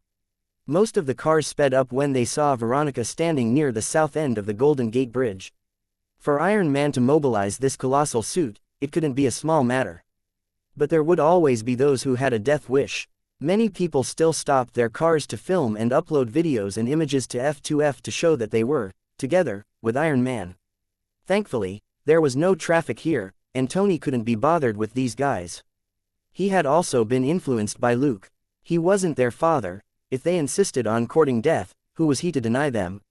Besides, he was busy improving the algorithm for mental access so that he could keep up a steady transmission of images and signals over the internal comms.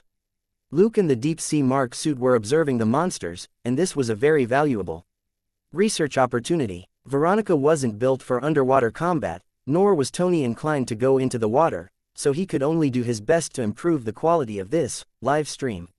His cheat-like genius flared up again, and he constantly revised the program so that it was as if the quality of the live stream changed from 180p to 720p. Although Tony wasn't satisfied, it was enough. He would need to spend a lot more time on it if he wanted to make further improvements, which might delay his study of the monsters. He had also put together 2 new drones made from special materials, and Luke released them from space too. Everybody was relieved when the comprehensive map which the Bat Squad was best at putting together was finally restored. In the last hour, they had only been able to communicate verbally, which was too inconvenient. At that moment, Luke frowned. "Something's wrong 200 kilometers west." Tony said, "Let me see." Luke shared the readings, which was from the underwater monitoring equipment that the Level 1 clone had released not long ago. These were initially meant for the giant octopus, and were now coming in handy in passing. They would be destroyed by the bad monster's EMP, but at the same time, would also expose the monster's location. One monster had already become 2, he didn't want 2 to turn into 4. However, the abnormal readings detected by the monitoring devices weren't affected by EMP, and were sent back intact. Tony quickly replied, "I would ask if there's a problem with these readings, but it's unlikely. Take a look for yourself. I need to calm down." Looking at the data sent back, Luke soon replied, "I also want to ask if you calculated wrong, but that's also unlikely." Tony asked, "What do you think? Should we intercept it in advance?" Luke frowned and thought hard. For a moment, he didn't know what to do.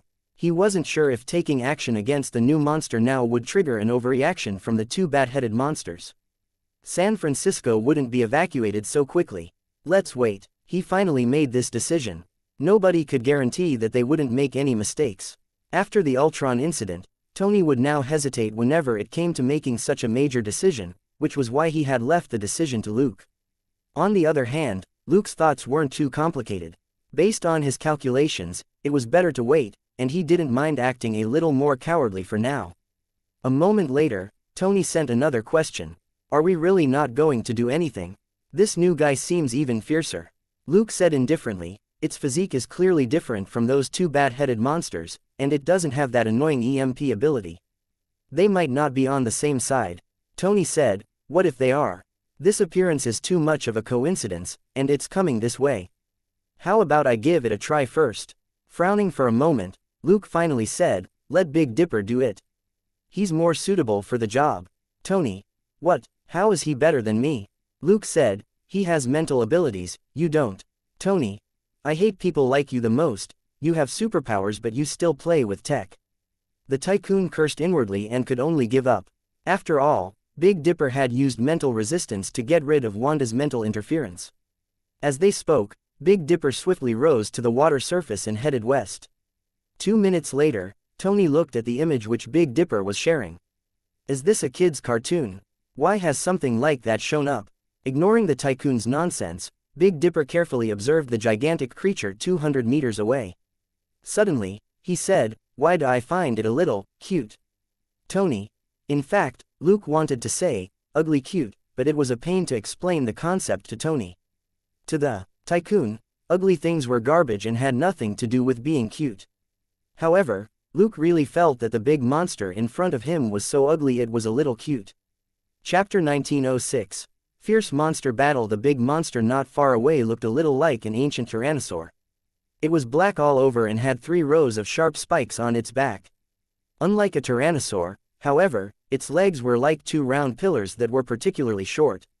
It was very fast when it swam, but the way its short, fat legs kicked in the water was especially comical. It only glanced at Luke when he approached, before completely ignoring him.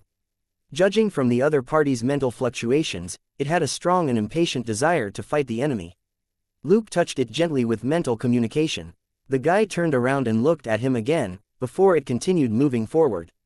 Unlike the giant octopus's newborn intelligence, this tyrannosaur-like black beast was very intelligent, and its mental fluctuations were comparable to Luke's. Its mind, which was one with its body, was even more overbearing and highly resistant to mental attacks.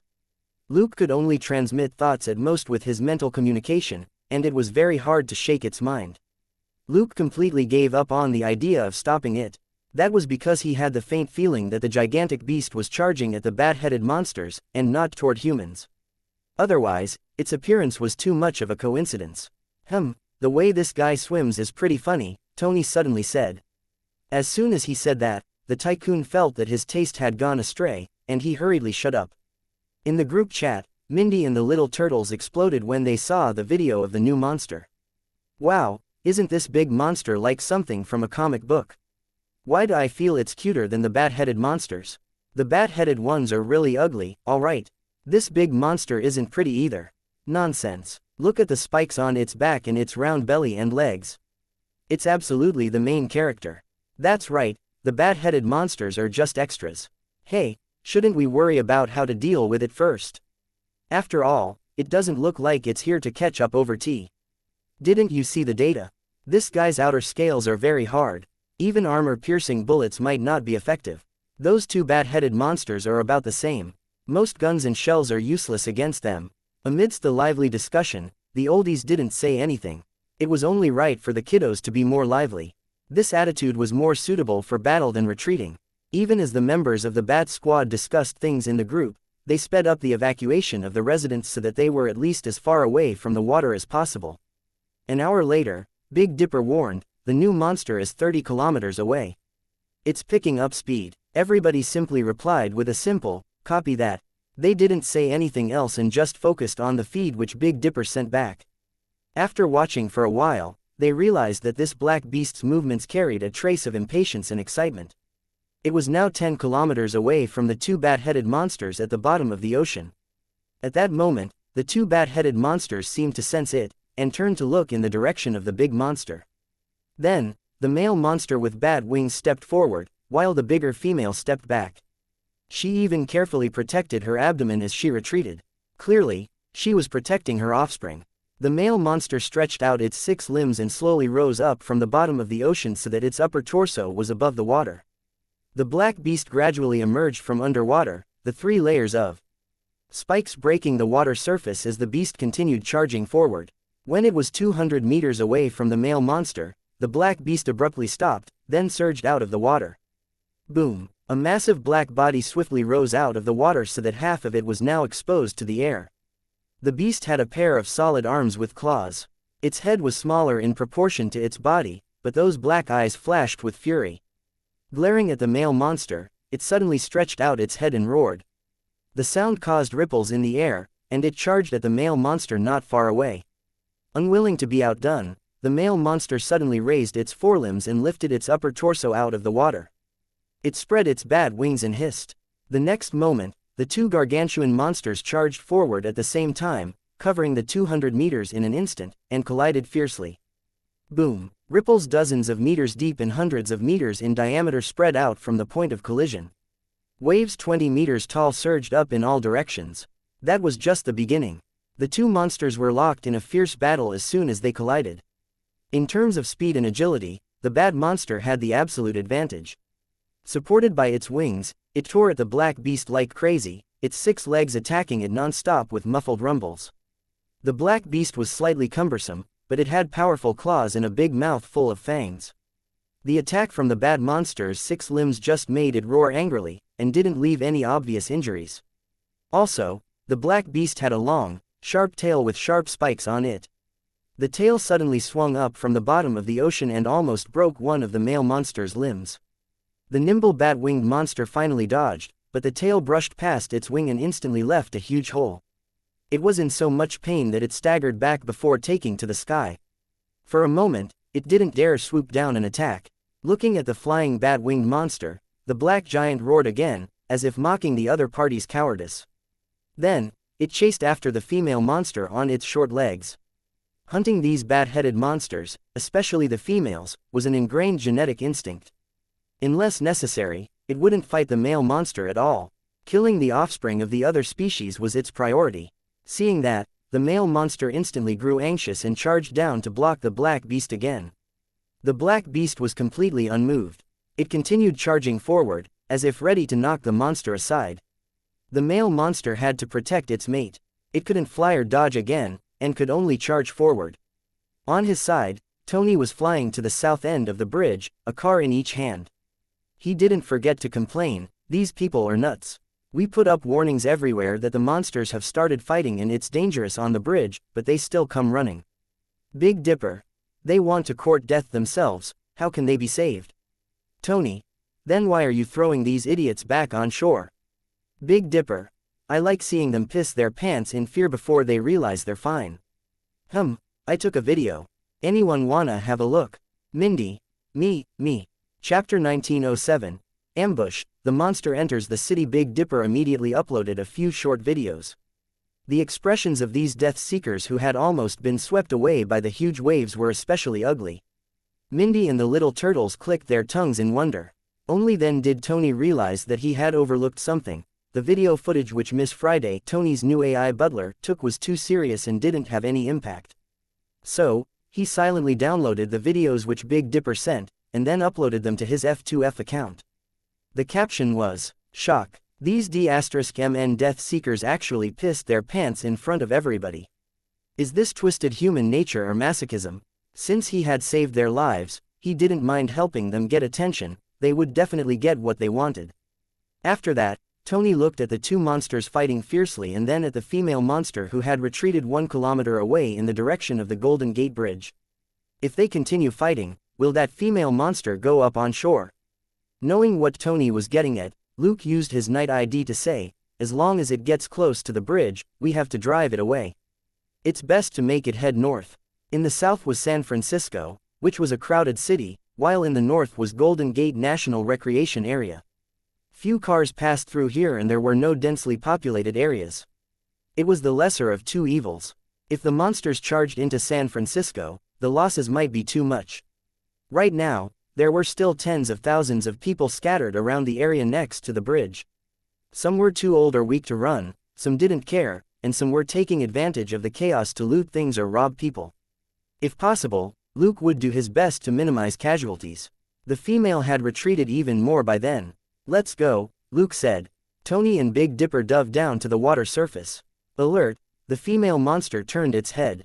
Crack, dong, a katana and an enormous fist smashed into its back.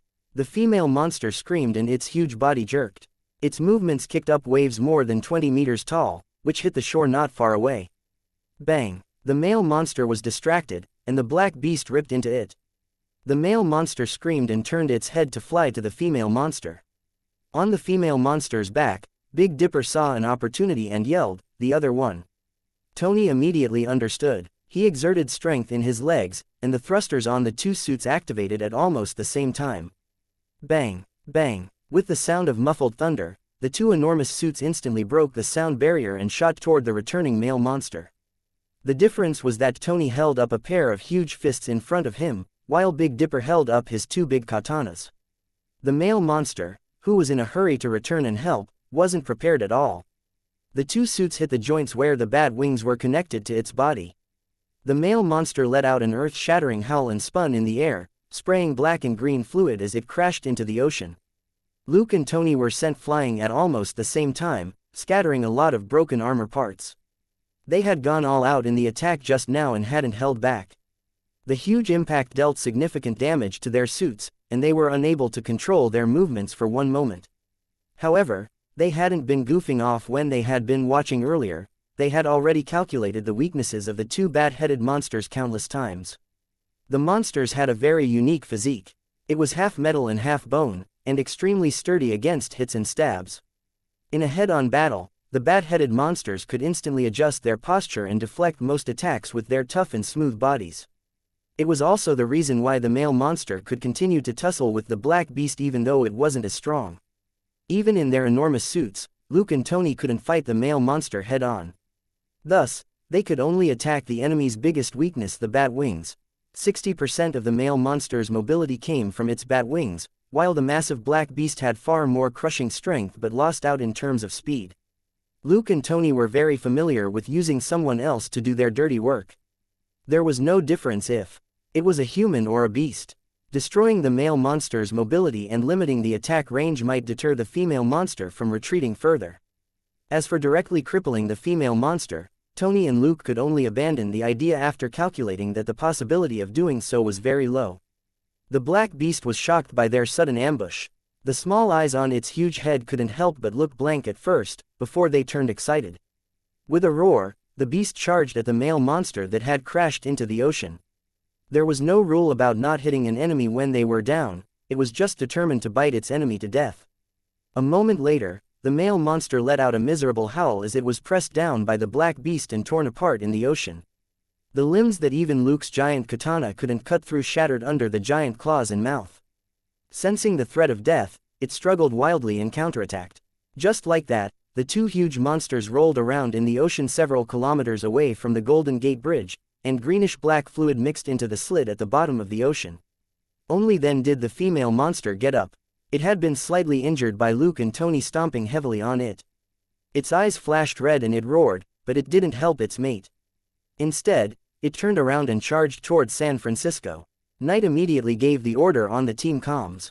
Fire! Thump, thump, thump, thump.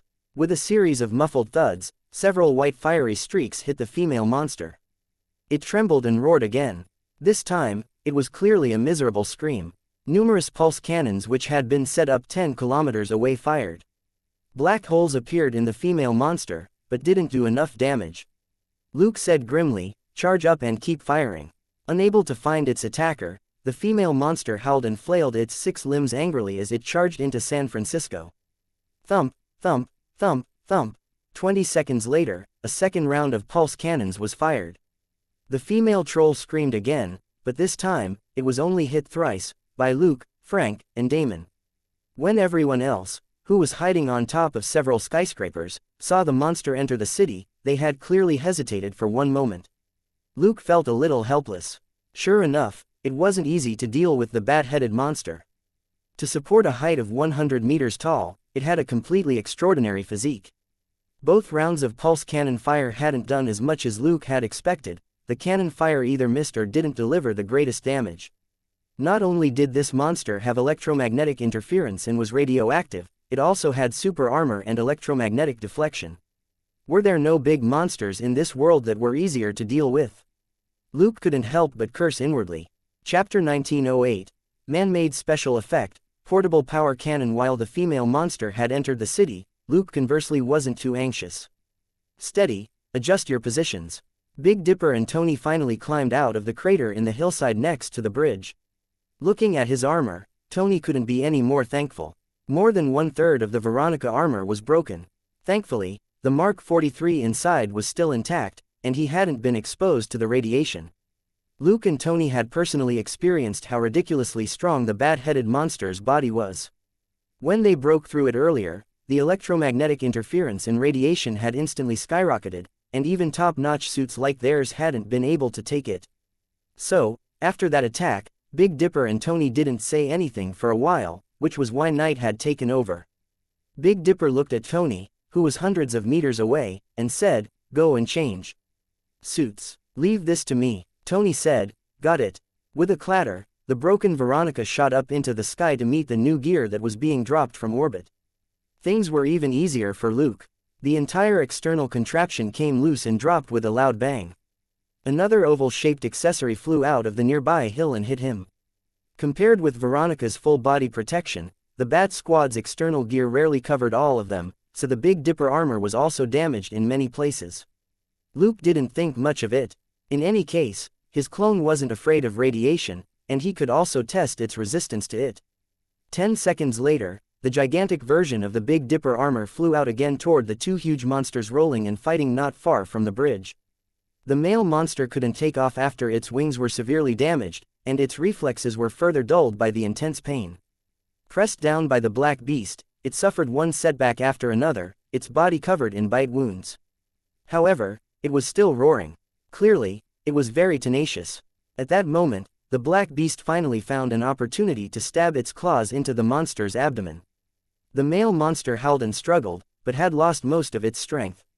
It could only desperately kick out at the black beast with its 6 long limbs and look for a chance to escape. As they fought and rolled, the two monsters got closer and closer to the Golden Gate Bridge.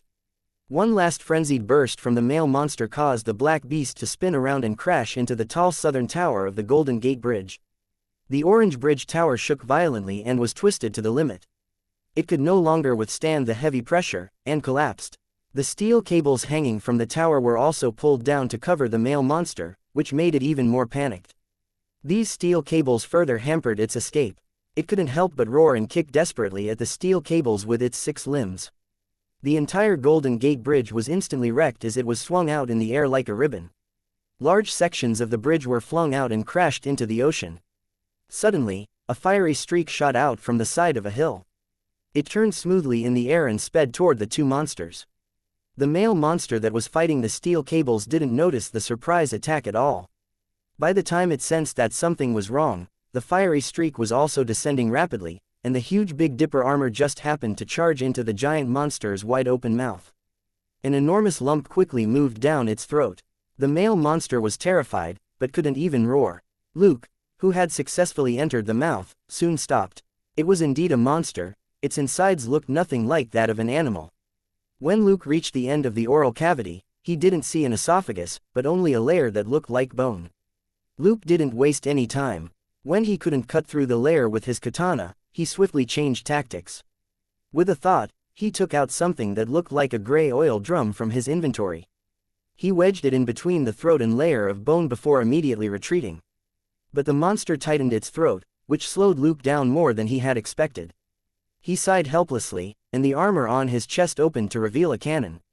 He also raised his palm cannons, and started to power up in the direction of the gray, oil drum. A moment later, the 10-second countdown on the oil drum showed 0. Boom! Bright light shot out of the gray, oil drum, and collided with Luke's cannons. The Big Dipper armor instantly experienced a huge backlash. Bang! Bang! An enormous pillar of fire blasted the Big Dipper armor out of the male monster's throat and 30 to 40 meters into the air. At first glance, it looked like the male monster had turned into a fire breather. Unfortunately, this was just a fake special effect. The male monster's mouth was full of raging flames. The Big Dipper clone was pushed into the air, and the black beast that had been holding down the male monster seemed shocked. It kicked the monster's butt with its short, fat legs. The male monster was sent flying by the two pillar-like legs, taking most of the steel cables with it. Boom! There was a second explosion in its throat. A second incendiary bomb had been triggered. The male monster paused before it started flailing even harder. The pain from a fire burning at thousands of degrees in its throat and mouth wasn't something that could be compared with. It struggled, but weighed down by the steel cables, it crashed into the ocean. Even so, its wide-open mouth was still ablaze. The Molotov cocktail that Luke had put together couldn't be put out with water. However, the bat-headed monster was indeed out of the ordinary. When the temperature dropped a little, it became a lot more clear-headed. It opened its mouth and shook its head like crazy to rinse its mouth in the ocean. At this rate, it would be able to withstand a second wave of incendiary bombs in less than half a minute. But it didn't get the chance. The black beast had kicked it away in surprise when it saw the flames in the monster's mouth. At that moment, it was very unhappy. "You dare compete with me?" With booming footsteps, the black beast lunged forward again and grabbed the male monster, that was busy gargling, by the neck. It spun around and smashed the male monster down on the shore. Then, it opened its mouth and took a deep breath. A bluish-white beam of light 2 meters in diameter shot out of the gigantic beast's mouth and into the male monster's wide-open mouth. The bat-headed monster struggled frantically, but couldn't escape from the giant claws holding its jaw open. It couldn't even close its mouth. The bluish-white light beam didn't stop blasting into its mouth, and soon, there were several explosions. Bang! Crack! The male monster's throat exploded in the spot where Luke had placed the oil drum, and greenish-black fluid splattered. The black beast closed its mouth, and the light beam disappeared. It picked up the severed head of the male monster, then raised its head and roared. It was a roar full of the satisfaction of having hunted down a powerful enemy. At that moment, the black beast had the overflowing dominant aura of a main character. Chapter 1909. The best excavator, dare say and dare act in the air. Luke was stupefied by the sight.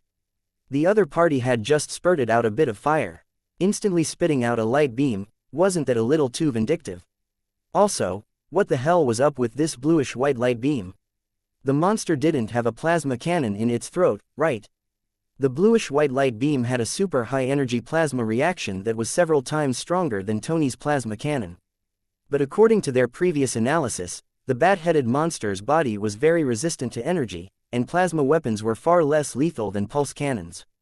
Thinking for a moment, Luke then realized, so, was this the reason why the big beast forced open the mouth of the bat-headed monster to shoot the plasma beam into it?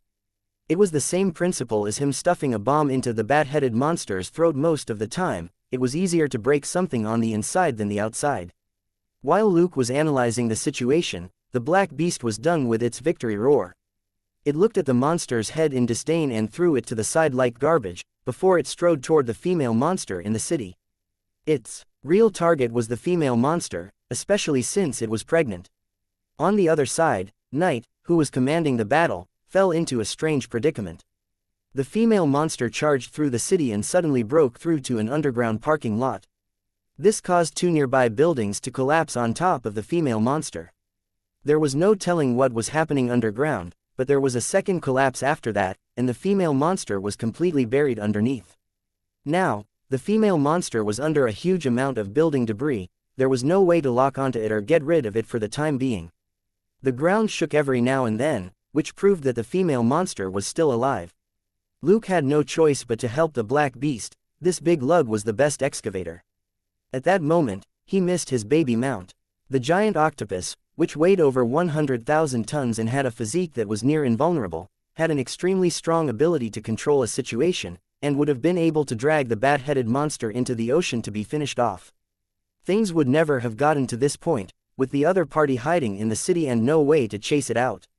Even if they really killed the monster now, it would be really troublesome. If this huge thing which contained radiation died in San Francisco, how long would it take for the city to be habitable again? Not to mention, another one had already been killed at the Golden Gate Bridge and had sprayed out greenish-black fluid. The seawater here was now probably highly radioactive. However, Luke could work together with his clones to store the monster's body in his inventory. In any case, the longest thing about the bat-headed monsters were their 6 limbs. Their actual torsos weren't much bigger than the Chitauri worm battleships. Luke's mental strength should be enough. These thoughts flashed through Luke's mind before he tossed them aside. He had to deal with the monsters first. Tony should be able to develop some sort of powerful cleanup technology, and the cost of the materials would be borne by both of their charity foundations. Now, it was time to see how the strongest excavator dragged out and beat up this female monster. He had to find an opportunity as soon as possible to blow up its throat. Making up his mind, Luke gave the order. Everyone hurriedly readjusted their pulse cannons, and the target was changed to the monster's mouth. As long as the female monster was forced out of the ground, everybody could attack at any time to prevent her from going deeper into the city. With booming footsteps, the black beast reached the collapsed buildings. Looking at the rubble that shook every now and then, it roared and slowly raised one short, fat leg. Everybody's eyes widened and they held their breaths. The next moment, that pillar-like leg fell. Boom, boom. It was like an earthquake, and doors and windows rattled. A pit more than 50 meters in diameter instantly appeared in the ground, countless cracks spreading out from it. A huge dust cloud billowed out with the giant beast at the center. The team members, in the Ursa Minor group, Mindy couldn't help but say, "Holy sh*t. Mikey. Mother, Mamma Mia." Their teacher, Splinter was the group moderator. Even if he didn't see the chat right now, he would bring it up for sure later. In fact, the oldies in the Bat Squad, and Tony, who had just switched to a different suit, couldn't help but curse themselves. At that moment, everybody finally sensed the terrifying brute force of the Black Beast. More than half of this tyrannical Black Beast's body was already in the ground. It pushed aside the building debris with its thick body as it advanced on the female monster. There was a dull rumble underground, and all of San Francisco shook. As if anxious, the female monster started flailing around underground. A huge dust cloud rose, completely covering the wreckage. Suddenly, there was a distinct hissing. Clearly, the female monster had reappeared. Everybody felt helpless. The bat-headed monster had electromagnetic interference and intense radiation. Luke could only lock onto it with a manual optic scope. He didn't think he would have to aim at the giant mouth like this in thick smoke. The fact that he had to shoot blindly was even more unbelievable. Luke shook his head helplessly, but didn't think he had made an error in judgment. It was normal not to be able to predict what would happen on the battlefield. Whatever plans he made weren't omnipotent. Knight ordered, "Everybody, stay calm. Big Dipper, go in." As soon as he said that, the Big Dipper clone dropped from the sky and charged into the thick dust. "Everybody, are you crazy?" They were referring to both Batman and Big Dipper. One really dared to talk and the other dared to act. Charging in just like that, against a monster whose skin couldn't be pierced with pulse cannons. But everybody knew that Batman had always prioritized safety. This order proved that Big Dipper was capable of protecting himself, while basically nobody else could. After Big Dipper charged in, the noise and roars in the dust cloud suddenly turned fiercer.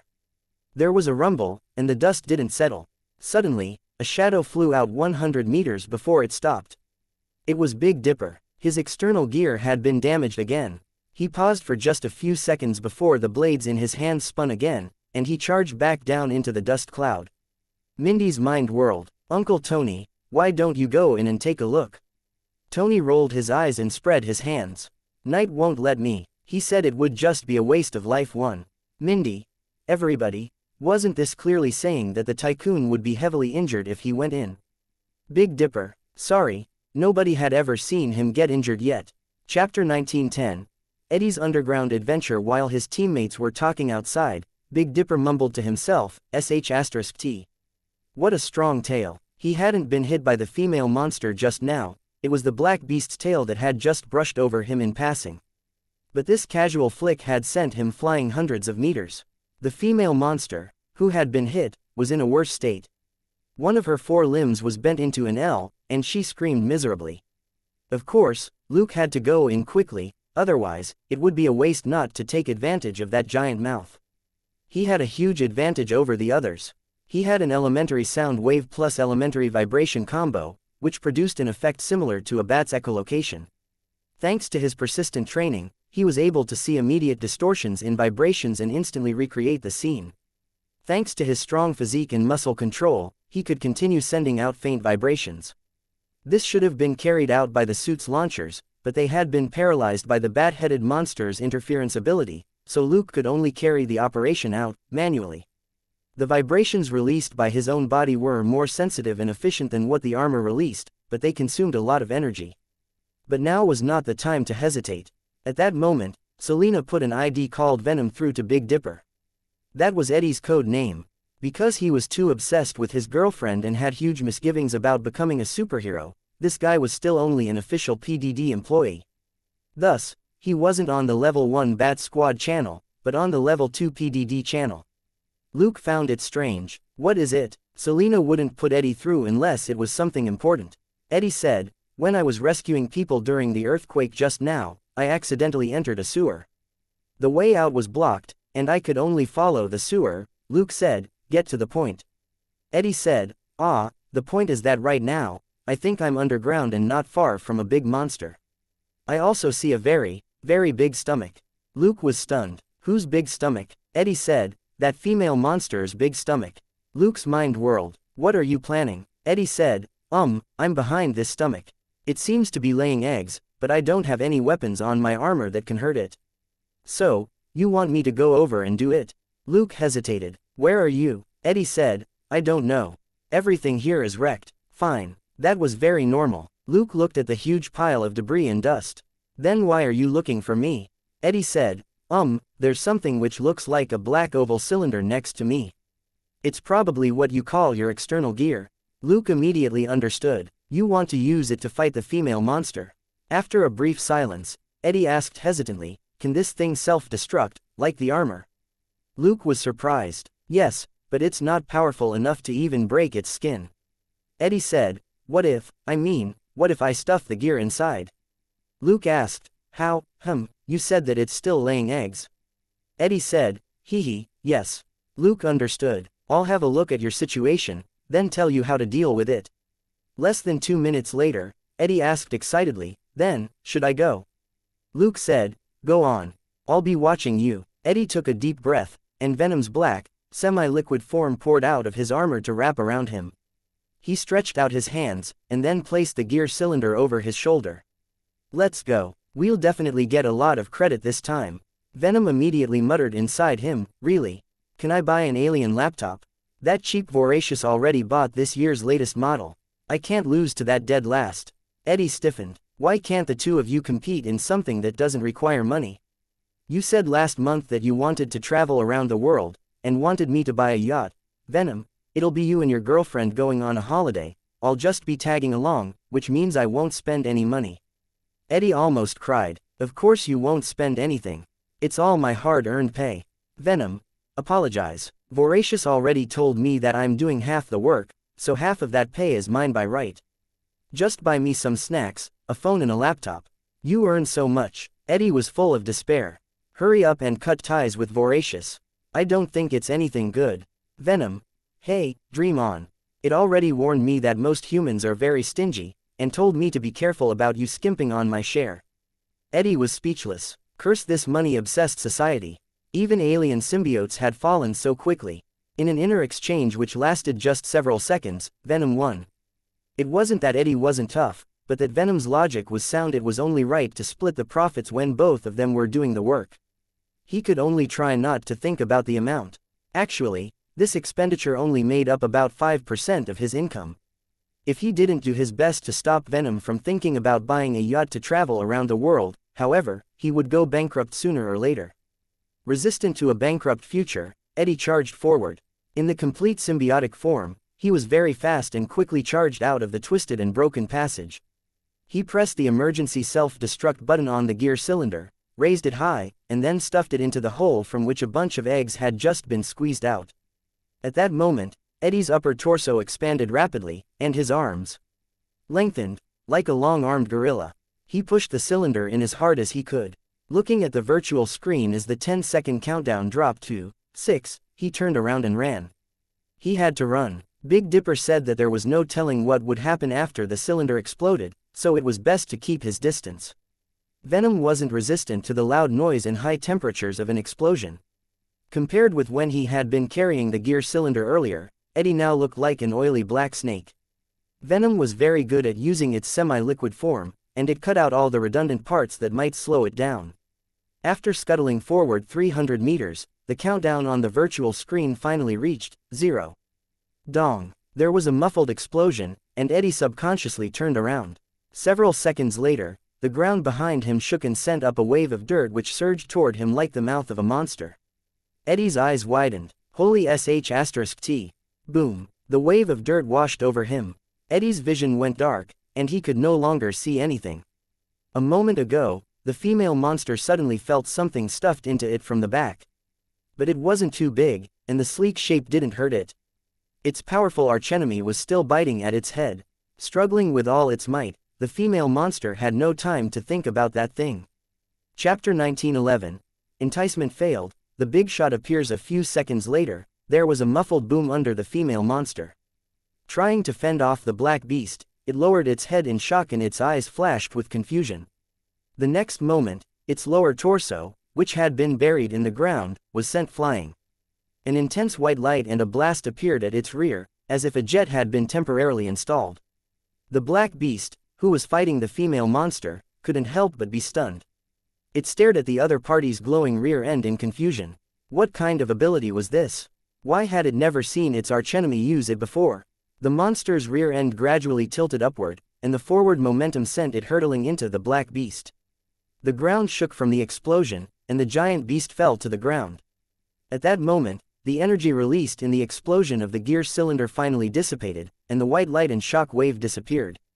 The female monster's mouth was wide open, but she could only roar weakly.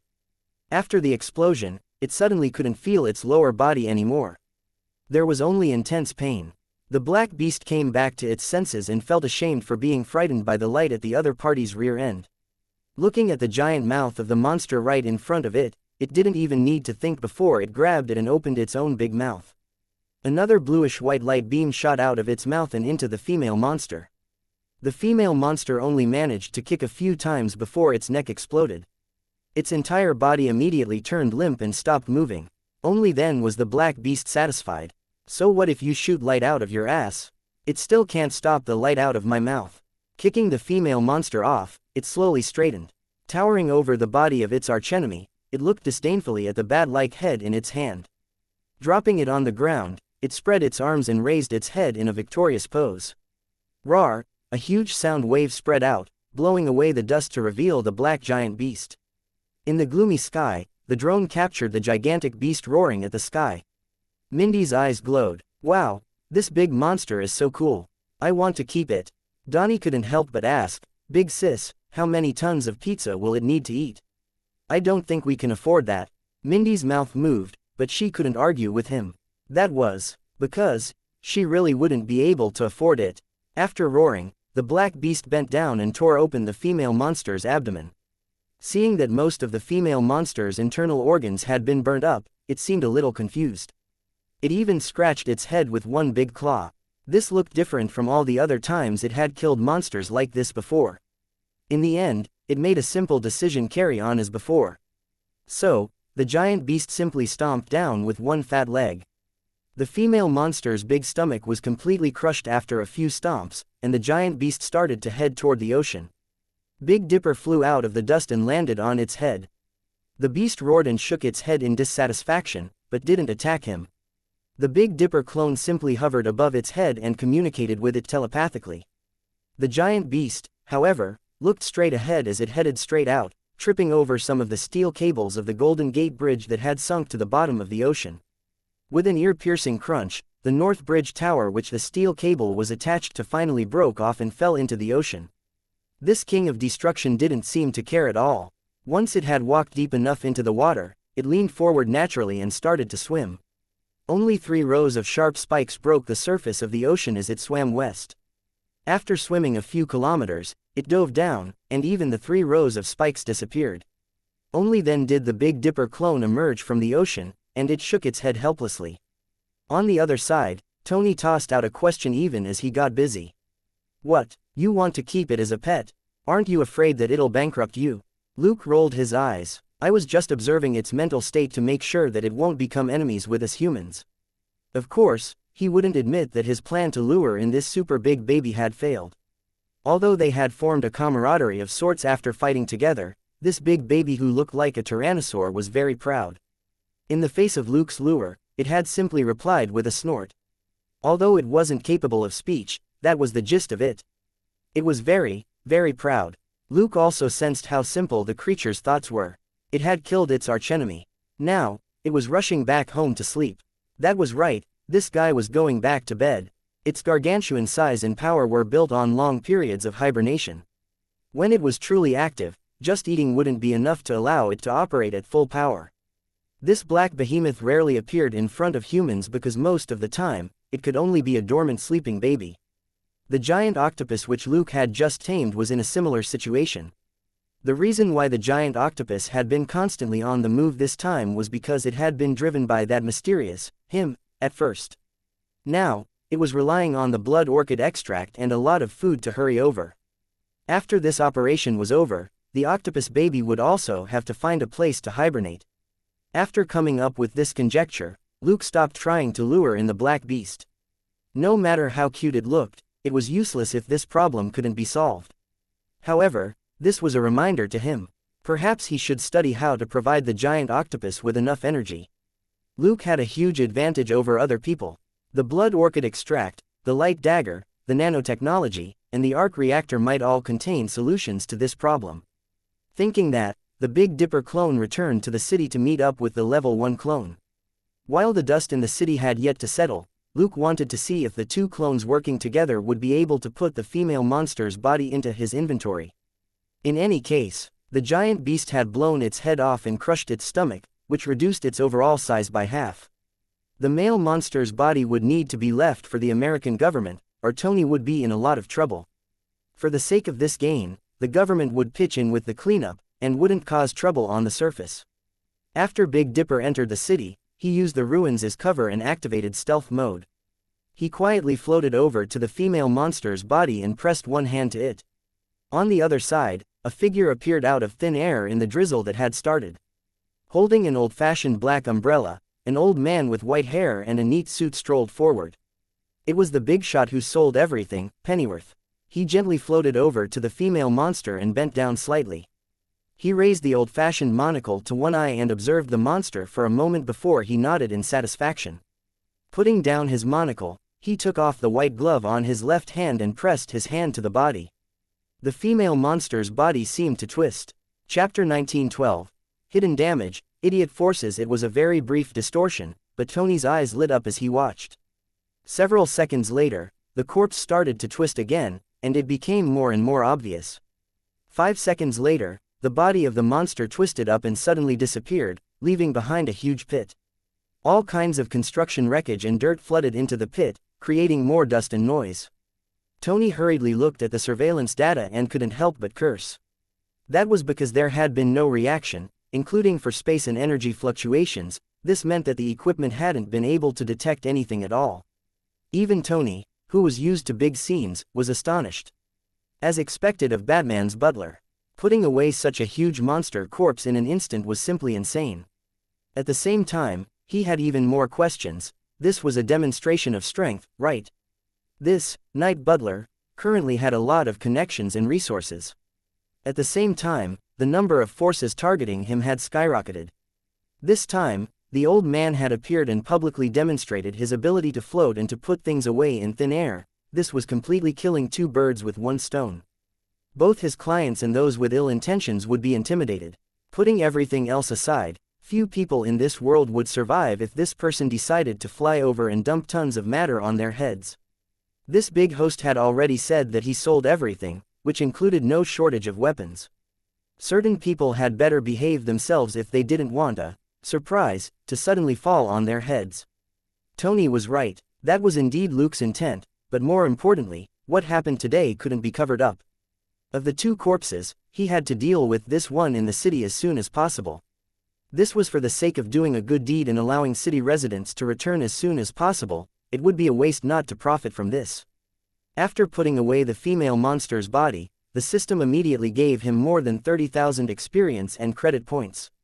The mission he had completed was to prevent the residents of San Francisco from suffering the effects of radiation. Seeing the big shot's mystical operation, the team members sighed with emotion on the team channel. Even Ivan acted like a bootlicker.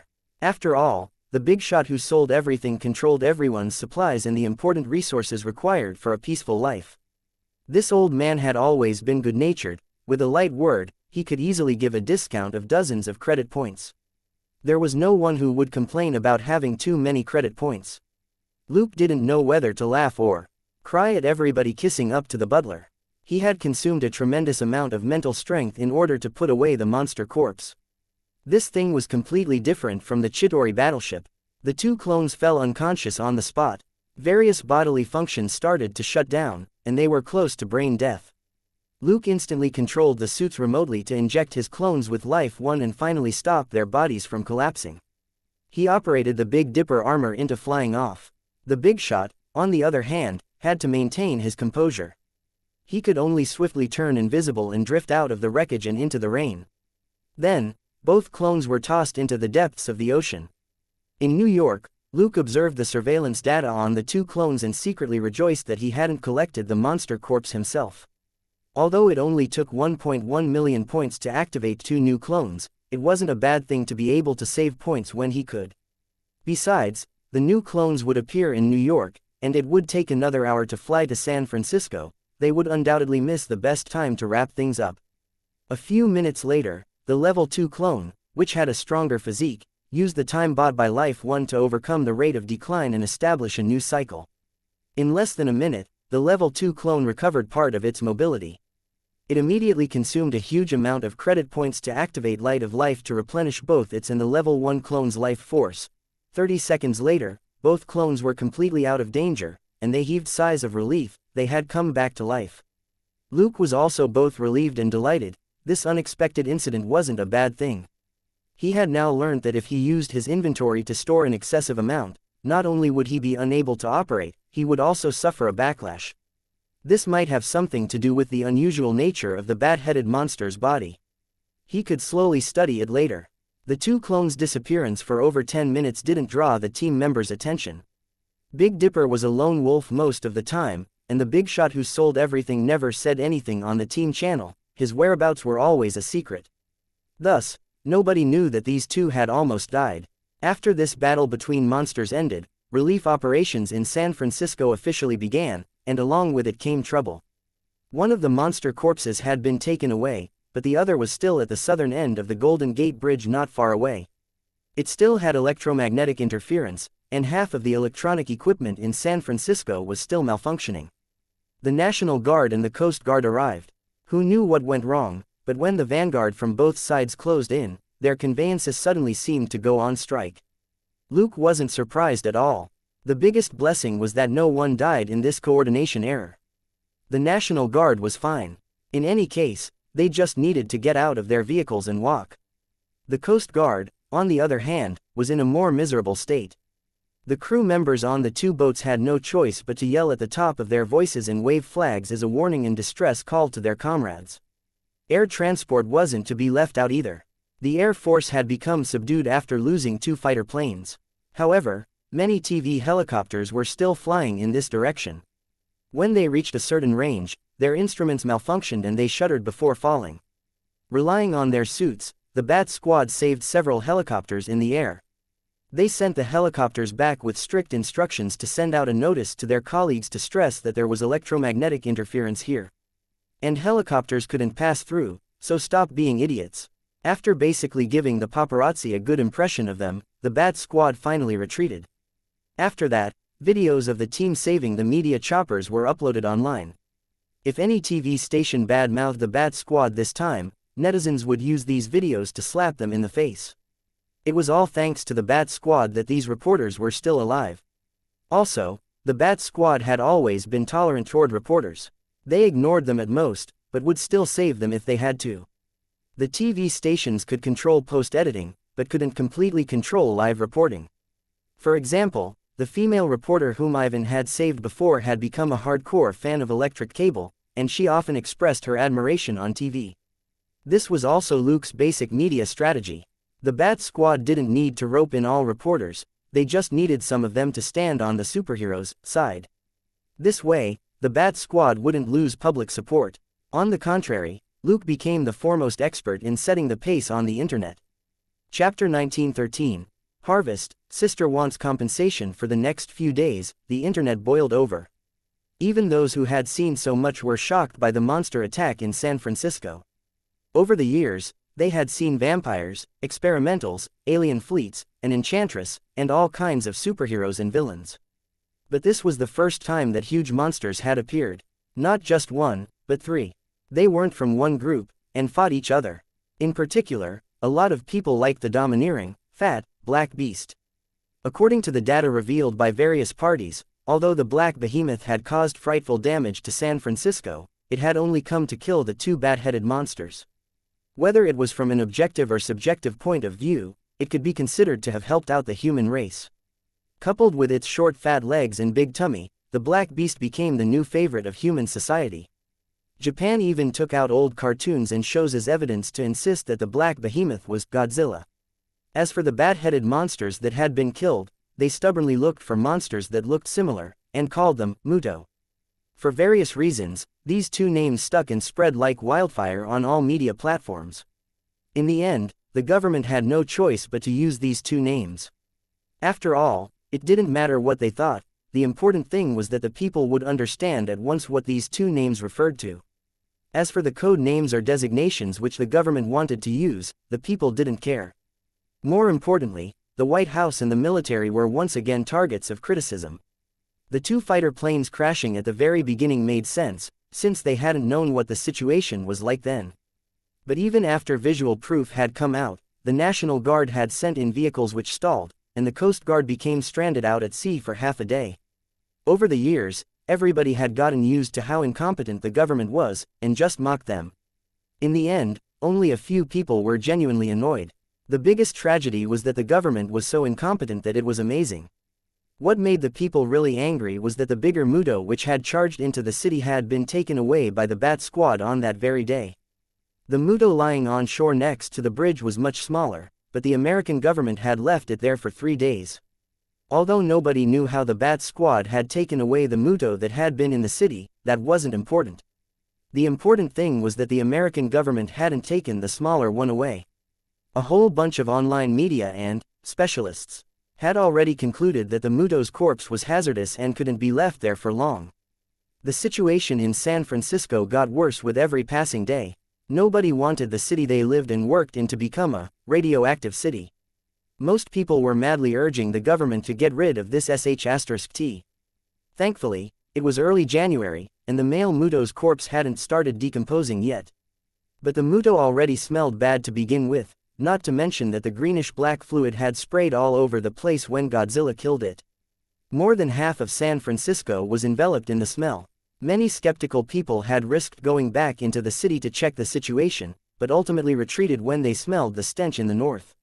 Even if there were people who weren't afraid of death and returned to the city, they couldn't live with this stench for long. None of the San Francisco residents could remain calm. One night a week later, a helicourier suddenly appeared and picked up the Muto's body. The situation that had been about to spiral out of control slowly settled. Thus, there was basically no noise in the media about the Bat Squad and the Avengers taking responsibility. This would never have happened before. This time, the government finally accepted this blame quietly. After all, it was the government that had insisted on keeping the Muto's body, but without any functional transport for the time being, it had to borrow the helicourier from Nick Fury. So, it could only shut up. Luke had Selena secretly guide public opinion in case the American government was still thinking about the female Muto's body. He had earned more than 3 million experience and credit points from this operation. At that moment, the host's experience was 3.65 million, 50 million. Credit, 41,320,000.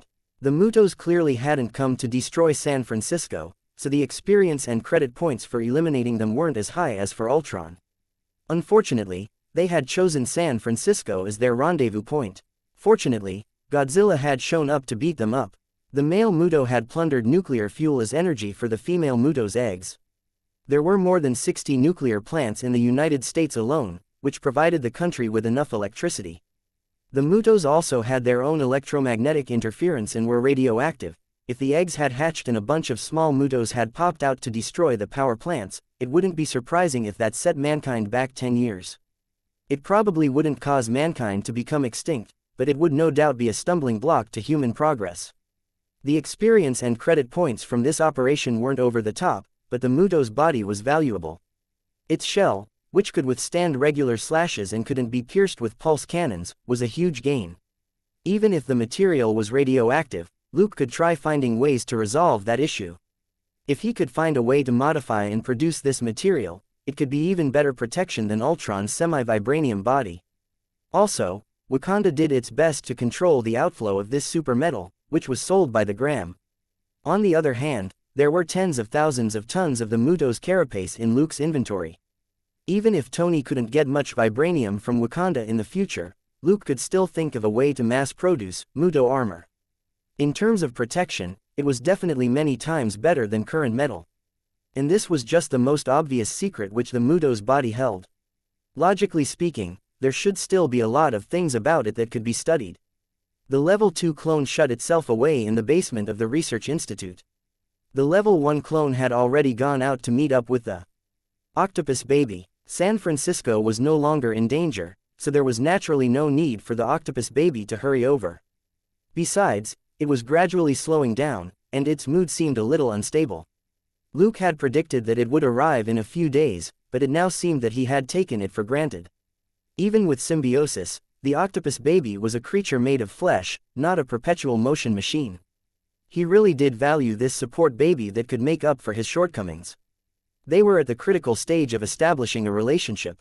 He had to reinforce the taming effect and ensure that the duck which he had gotten his hands on didn't fly away. While the two clones were busy, Luke himself wasn't idle. Claire, who had been summoned to New York from Los Angeles, was shamelessly demanding compensation. For what loss? Naturally, for the heaven-sent opportunity to watch a battle between monsters from up close.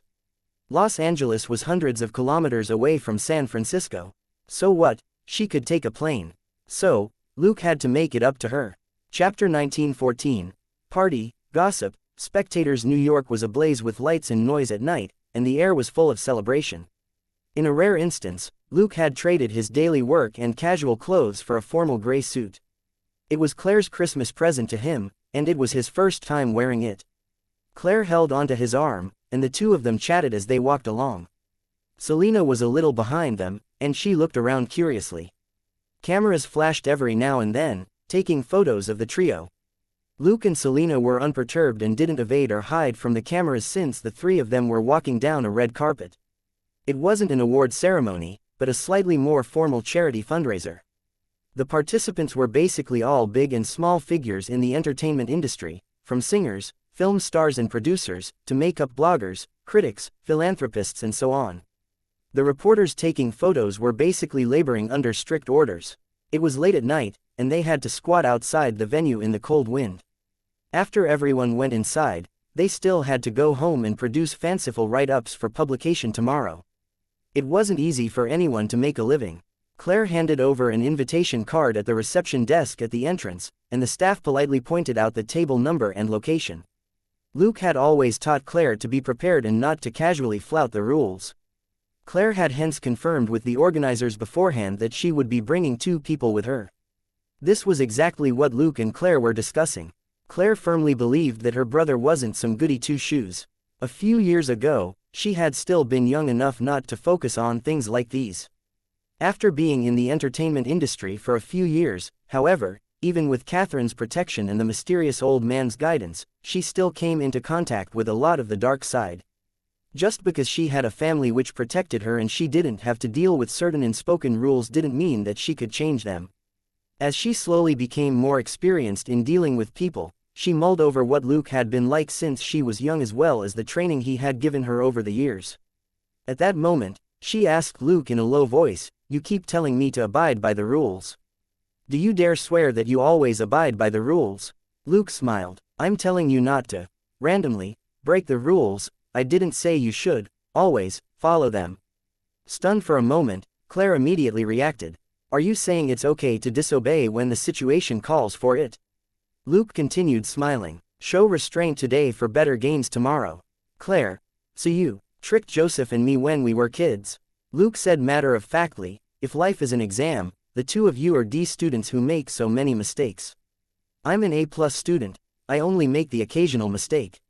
Of course, the small mistakes outstanding students make aren't worth mentioning." Claire, Selina snorted as she listened. Claire was still too naive. Luke was actually compartmentalizing. Batman breaking the rules had nothing to do with him. As they chatted, the three of them entered the venue. Inside were big round tables, like at a Chinese banquet. This wasn't uncommon. Many private fundraisers didn't use a layout of rows of folding chairs, since that made it difficult for guests to interact with each other. After finding their table number, the three of them sat down. The table was closer to the door at the back. This was related to Claire's status.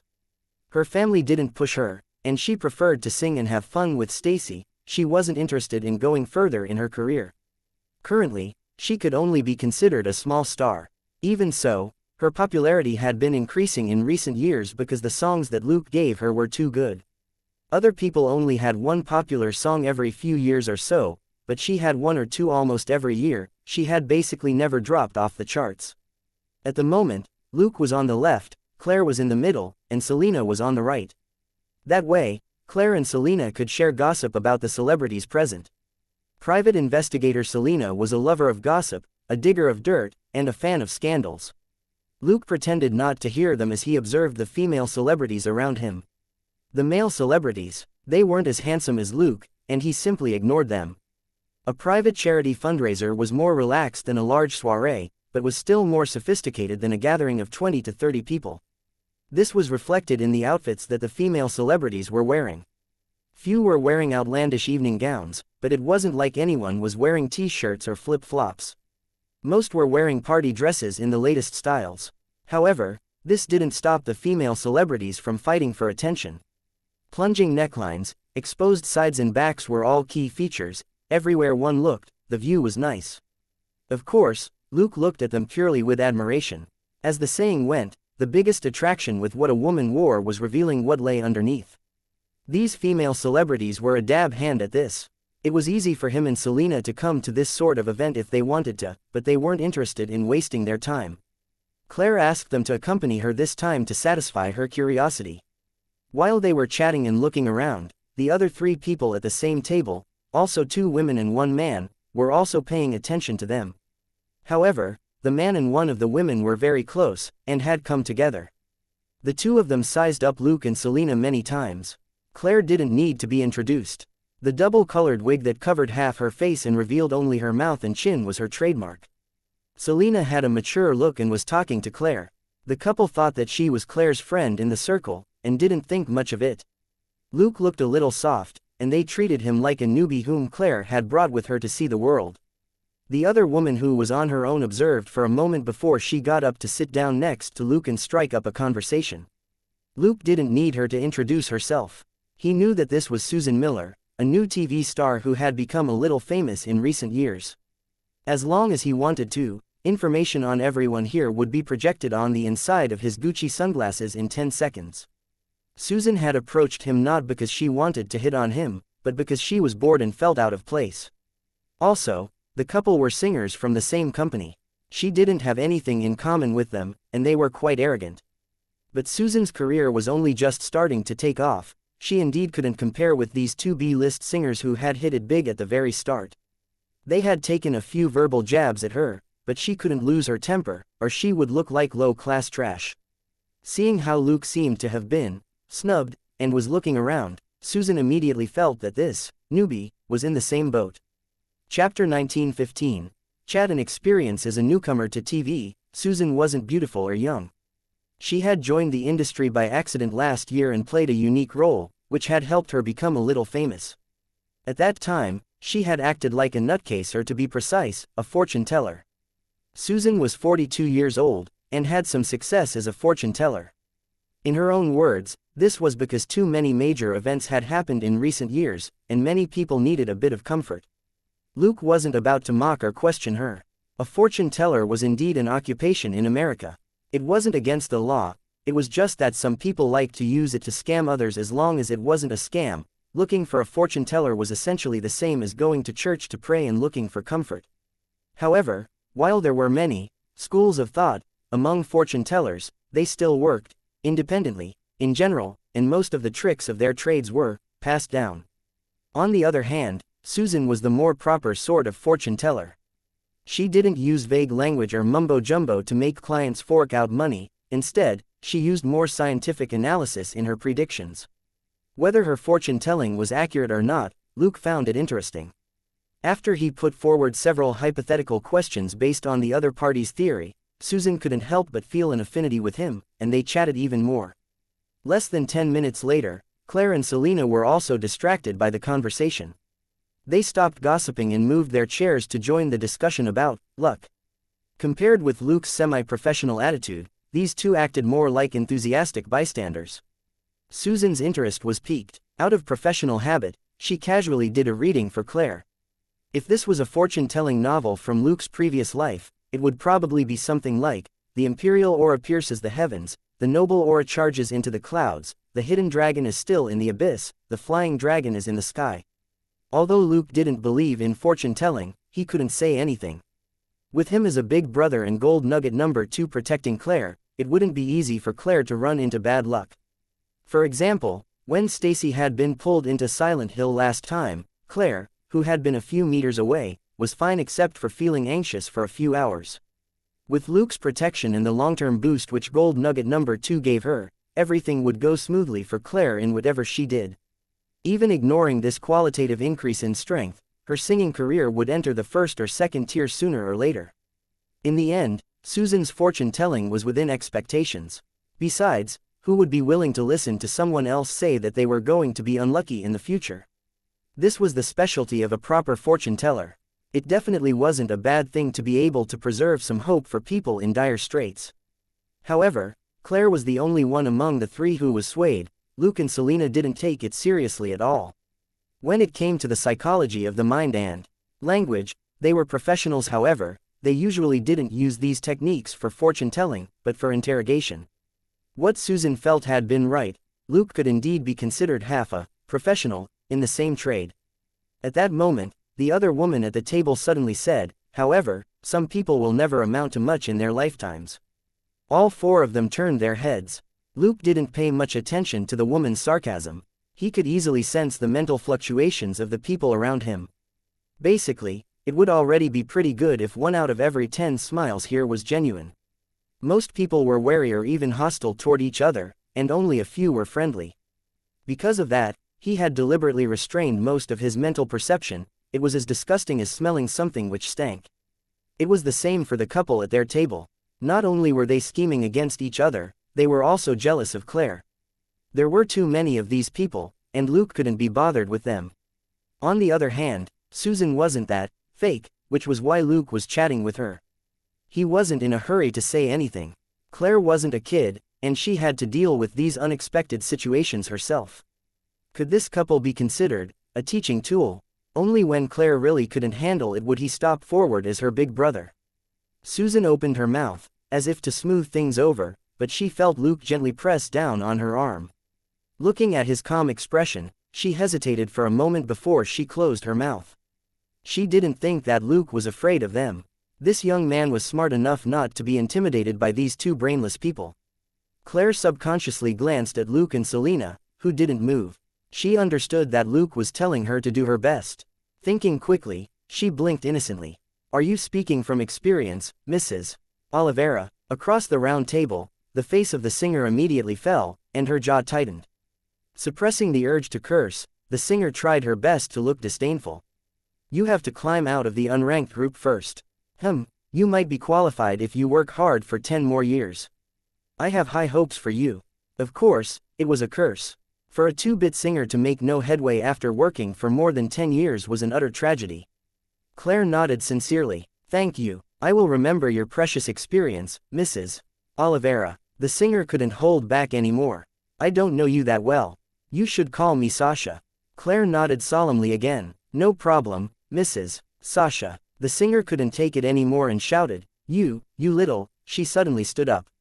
Shua. There was a sudden and obvious sound of her dress tearing. Mrs. Sasha turned pale and looked at her partner. The man turned around and looked at the source of the sound. With a strange expression, he quickly took off his suit jacket and covered her back. Before curious gazes could turn to them, the couple quickly got up and walked into a hallway on the side.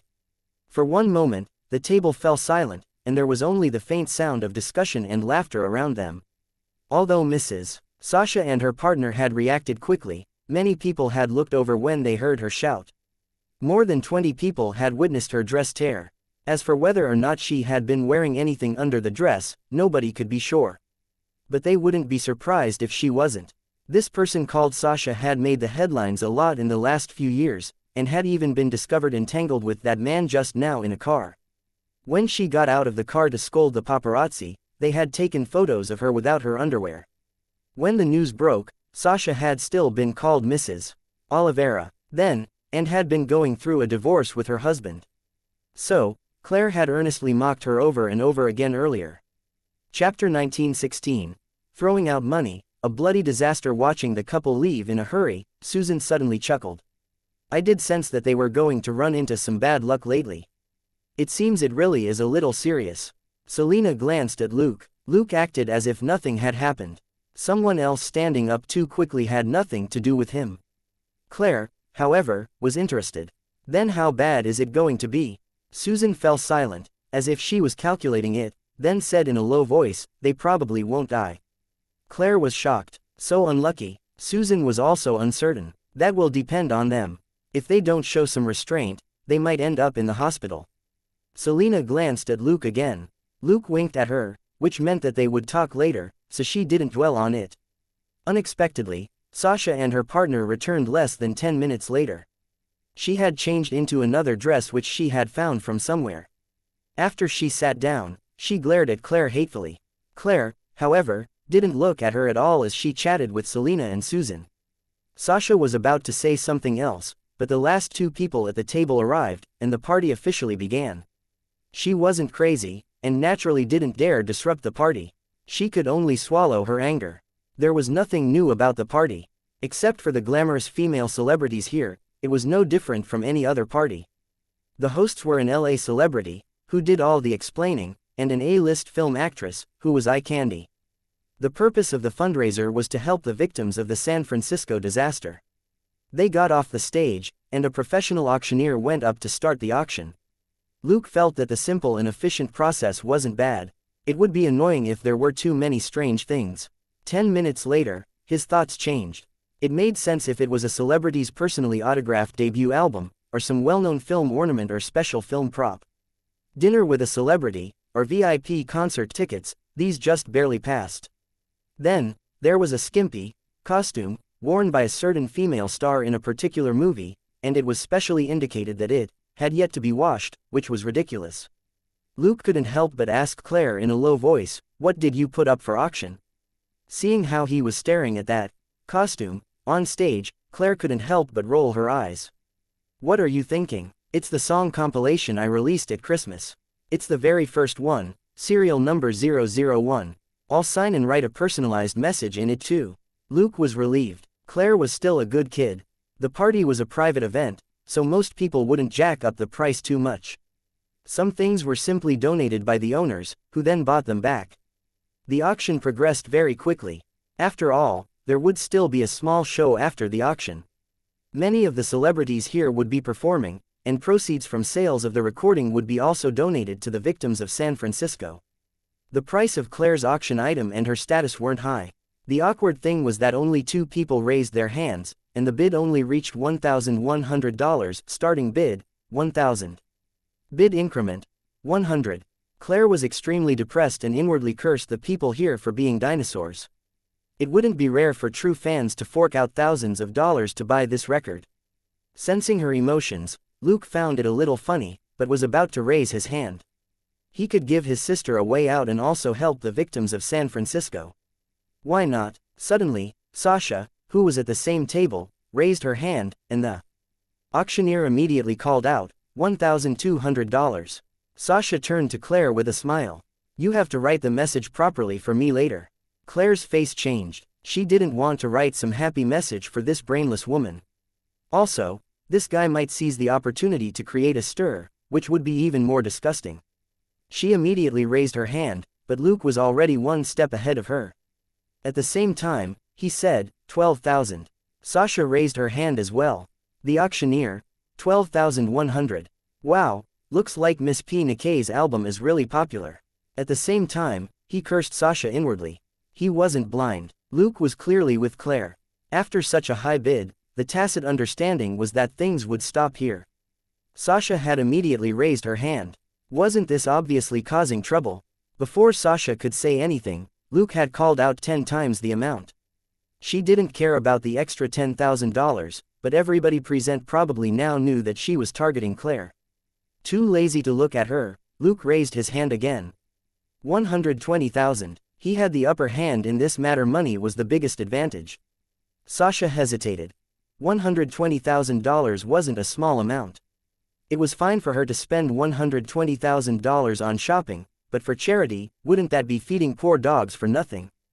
But seeing that only Susan out of the other four was looking at her strangely, she was unwilling to give up, so she raised her hand again.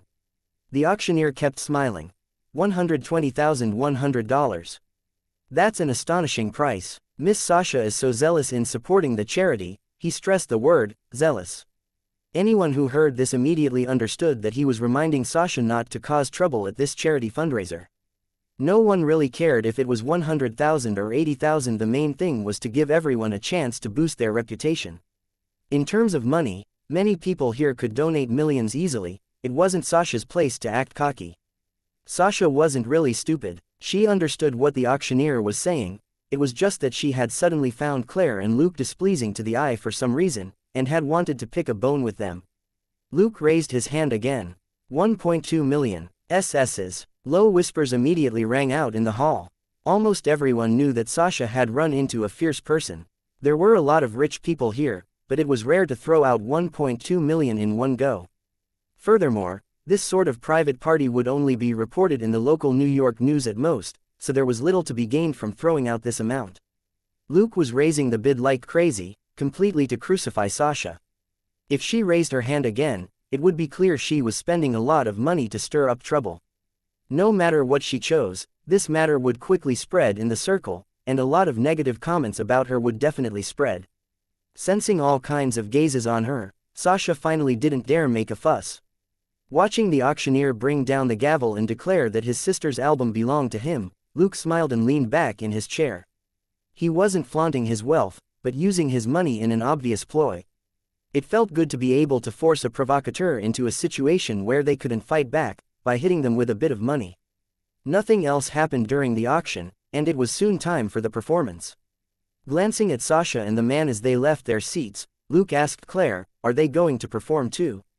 Claire was uncertain. "I think so." Susan interjected, "Yes, they were bragging about it before you came." Luke nodded thoughtfully. "That's good." Susan was curious. "You want to see them sing?" Luke smiled. "Susan, didn't you say that they were going to end up in the hospital?" Stunned. For a moment, Susan coughed. She usually didn't divine bad luck for other people.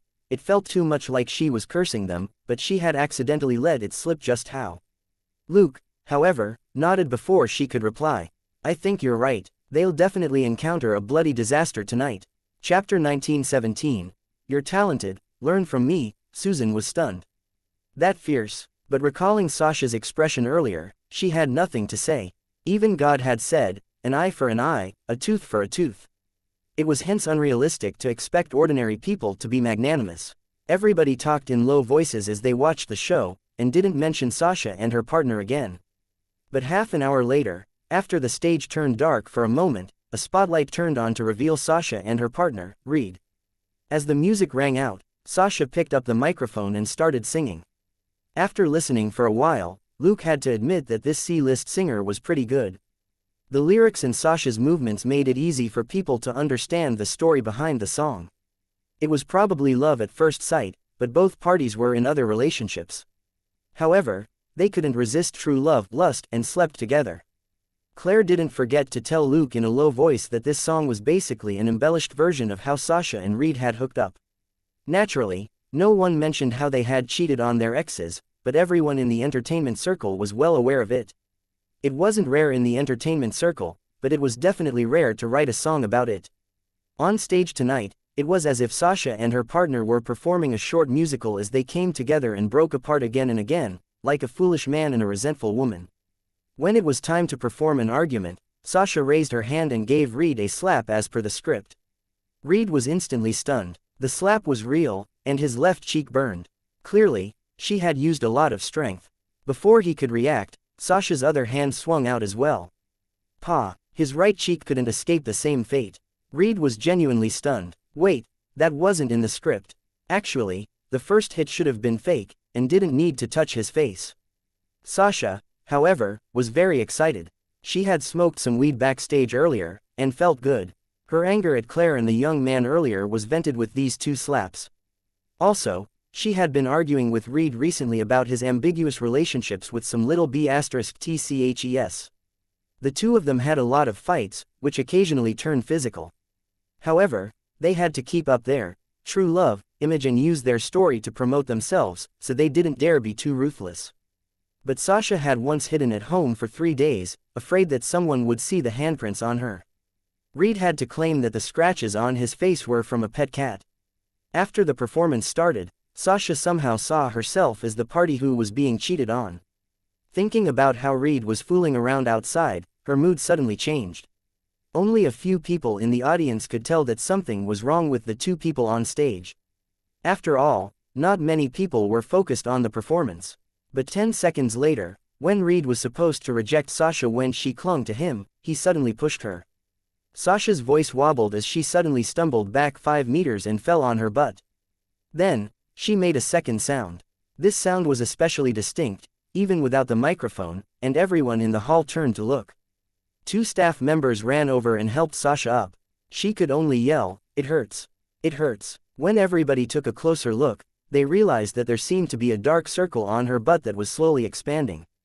Claire covered her mouth in surprise, then craned her neck and whispered in Luke's ear, "Is it her period?" Luke shook his head with a smile. Claire's mind whirled, and she then said in shock, "A miscarriage." Luke rolled his eyes and pushed her head away. "What are you thinking? It's on her butt. She was just pricked by something." He wasn't crazy enough to use a miscarriage to deal with a woman. In fact, Luke had only induced Sasha and Reed a little into expressing their emotions more straightforwardly. Sasha had gotten high before she got on stage. She slapped Reed, who then pushed her as they expressed their true emotions. A more level-headed person would only feel on edge for 10 minutes at most, and wouldn't attack anyone. Luke had just added the straw that broke the camel's back. As the saying went, you reap what you sow. After a few minutes of clamor on the stage, Sasha, whose butt was bleeding, and a confused Reed got off. The host walked up with a calm smile and said a few witty words before announcing that the show would go on. In any case, this show wasn't being streamed live, and only a recording of it would go on sale. What happened earlier wasn't anything out of the ordinary in the entertainment circle. There were partners who got drunk before going on stage, and sang blindly. There were bands who only realized that their members were high just as they were about to go on stage. These were all common occurrences. Singers fell flat on their faces on stage after their shoelaces were tampered with, or microphones were snatched away to mock winners for not being worthy of their victory. There were a lot of these sorts of spectacles. That was how the entertainment industry worked. Too many people were blinded by fame and fortune, and lost themselves. When the next performance started, Susan suddenly turned around and said to Luke, "You're very talented. How about learning fortune-telling from me?" Stumped for a moment, Luke shook his head with a smile, but still took out his card and handed it to her. "I have a job, but if I have the time, I'm happy to do consults." Susan took the card and looked at it. All right, I think we can set up some sort of partnership." Luke chuckled. "I don't do things like look for lost pets." Susan shrugged. "Actually, most of my cases are about searching for people. You get it, right?" Luke nodded. "Yeah, a fortune teller could be called a psycho or a psychic. The most common commissions out there were for communicating with the dead or searching for missing people. Many fortune tellers relied on these to make a living. But a partnership or whatever was just a casual suggestion. If something like this really came knocking, Luke wouldn't actually take it on. On the other hand, Susan's fortune-telling ability was interesting, and needed to be verified. After watching the farce, Luke spoke with Claire, then he and Selena left first. Everyone else would hang around after the performance to network. This was one of the participants' most important goals. Claire, however, had no such need. Both she and her family felt that PNK was too popular. Her fans were mostly young and enthusiastic, and often went overboard in chasing celebrities. Claire wasn't afraid of stalkers, but she was afraid that these people would treat their own lives like nothing. When Claire left, Susan left with her. She had joined the industry by a fluke, and didn't necessarily want to make a career out of it. Besides, after the botched performance and a pleasant chat with Luke tonight, she realized that she still preferred fortune-telling. Movie star, whatever. Chapter 1918. Valentine's blessing. Luke was quite pleased with how he had run into 2 idiots and 1 fortune-teller at a party while taking a break. Of course, he didn't care about the 2 idiots. They didn't warrant his concern. On the other hand, he had to keep in touch with Susan in the future and find a suitable time to look at her list of abilities. After all, her fortune-telling was quite accurate. But Susan wasn't a bad person, and Luke was past the stage of being jealous of abilities. They could take it slow. A few days later, Claire forwarded a piece of news.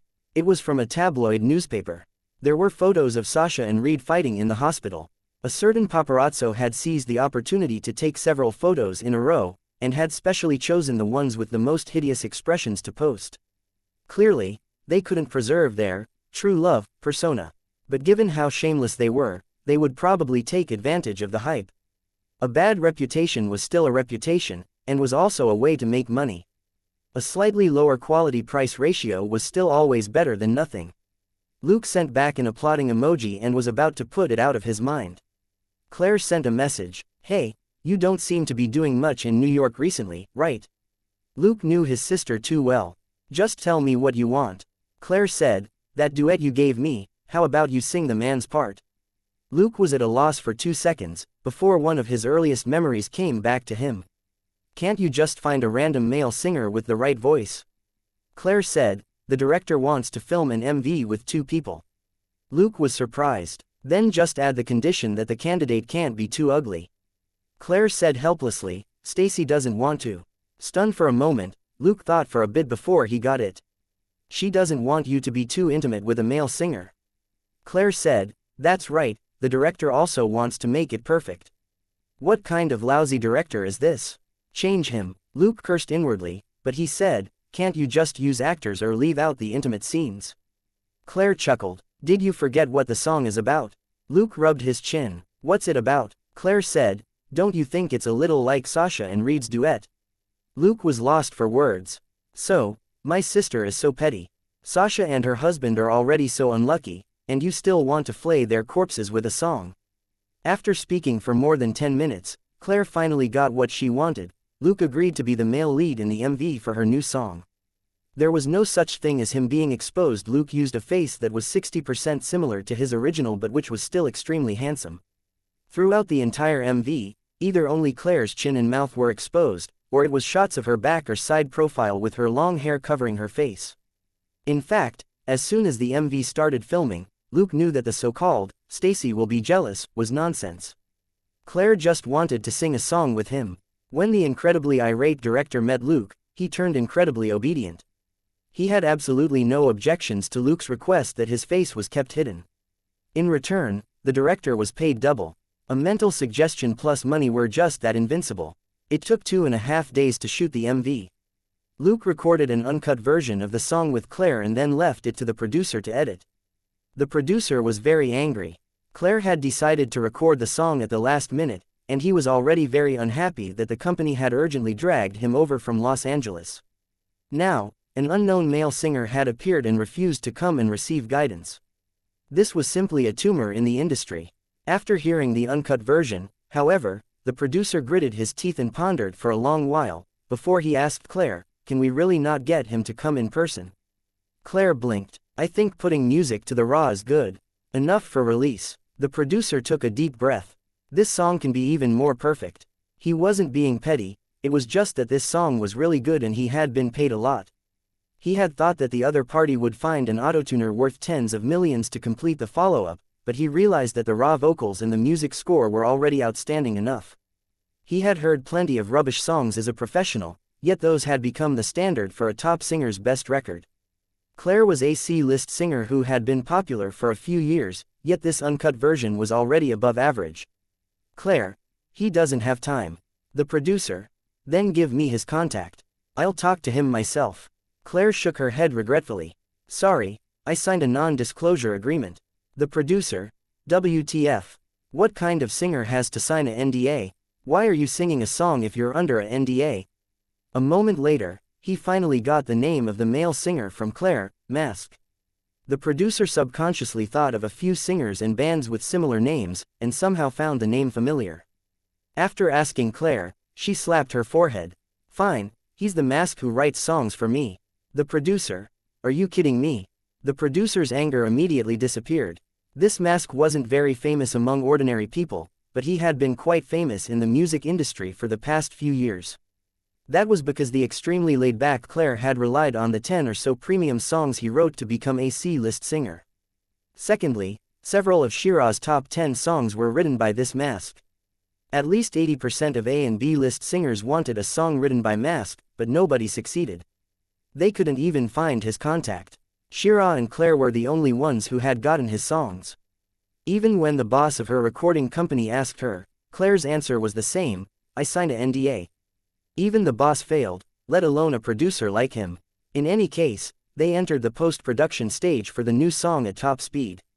Claire didn't consume much of the company's marketing resources, and also provided the company with considerable resources and profits. Her mother, Catherine was also a board member. Even if she did record a rubbish song for release, the company could only turn a blind eye to it. In a situation like this, what could the producer do? He could only give up. At the beginning of February, a new song, Señorita, was officially released after a month of editing, and was promoted as a sincere blessing for Valentine's Day. Luke, who was busy researching, had long forgotten about this, until Jenny suddenly called him. "You've been very free recently." Luke stopped working on the armor and scoured his thoughts for a moment. After confirming that he had been holed up in his workshop for the past month, he replied, "No, I'm too busy researching new technology to go out and play." Jenny's tone changed. "Oh, what's with that Valentine's song?" Luke. At that moment, there was the faint sound of singing on the other end of the line. Given Luke's proficiency with elementary sound wave, he immediately confirmed who the singers were. After a few seconds of silence, he finally decided to lie. "Do you like it? If you do, I'll give it to you." "I didn't say I wrote it for you," the man added inwardly. Chapter 1919. Everybody wants to make trouble. The female CEO was delighted, and had him go over so that she could show him her appreciation. Luke gladly went. Jenny was in high spirits as she talked about recent company developments. She and Luke held 30% of shares for the phone and two software companies combined, and they weren't involved with managing the companies.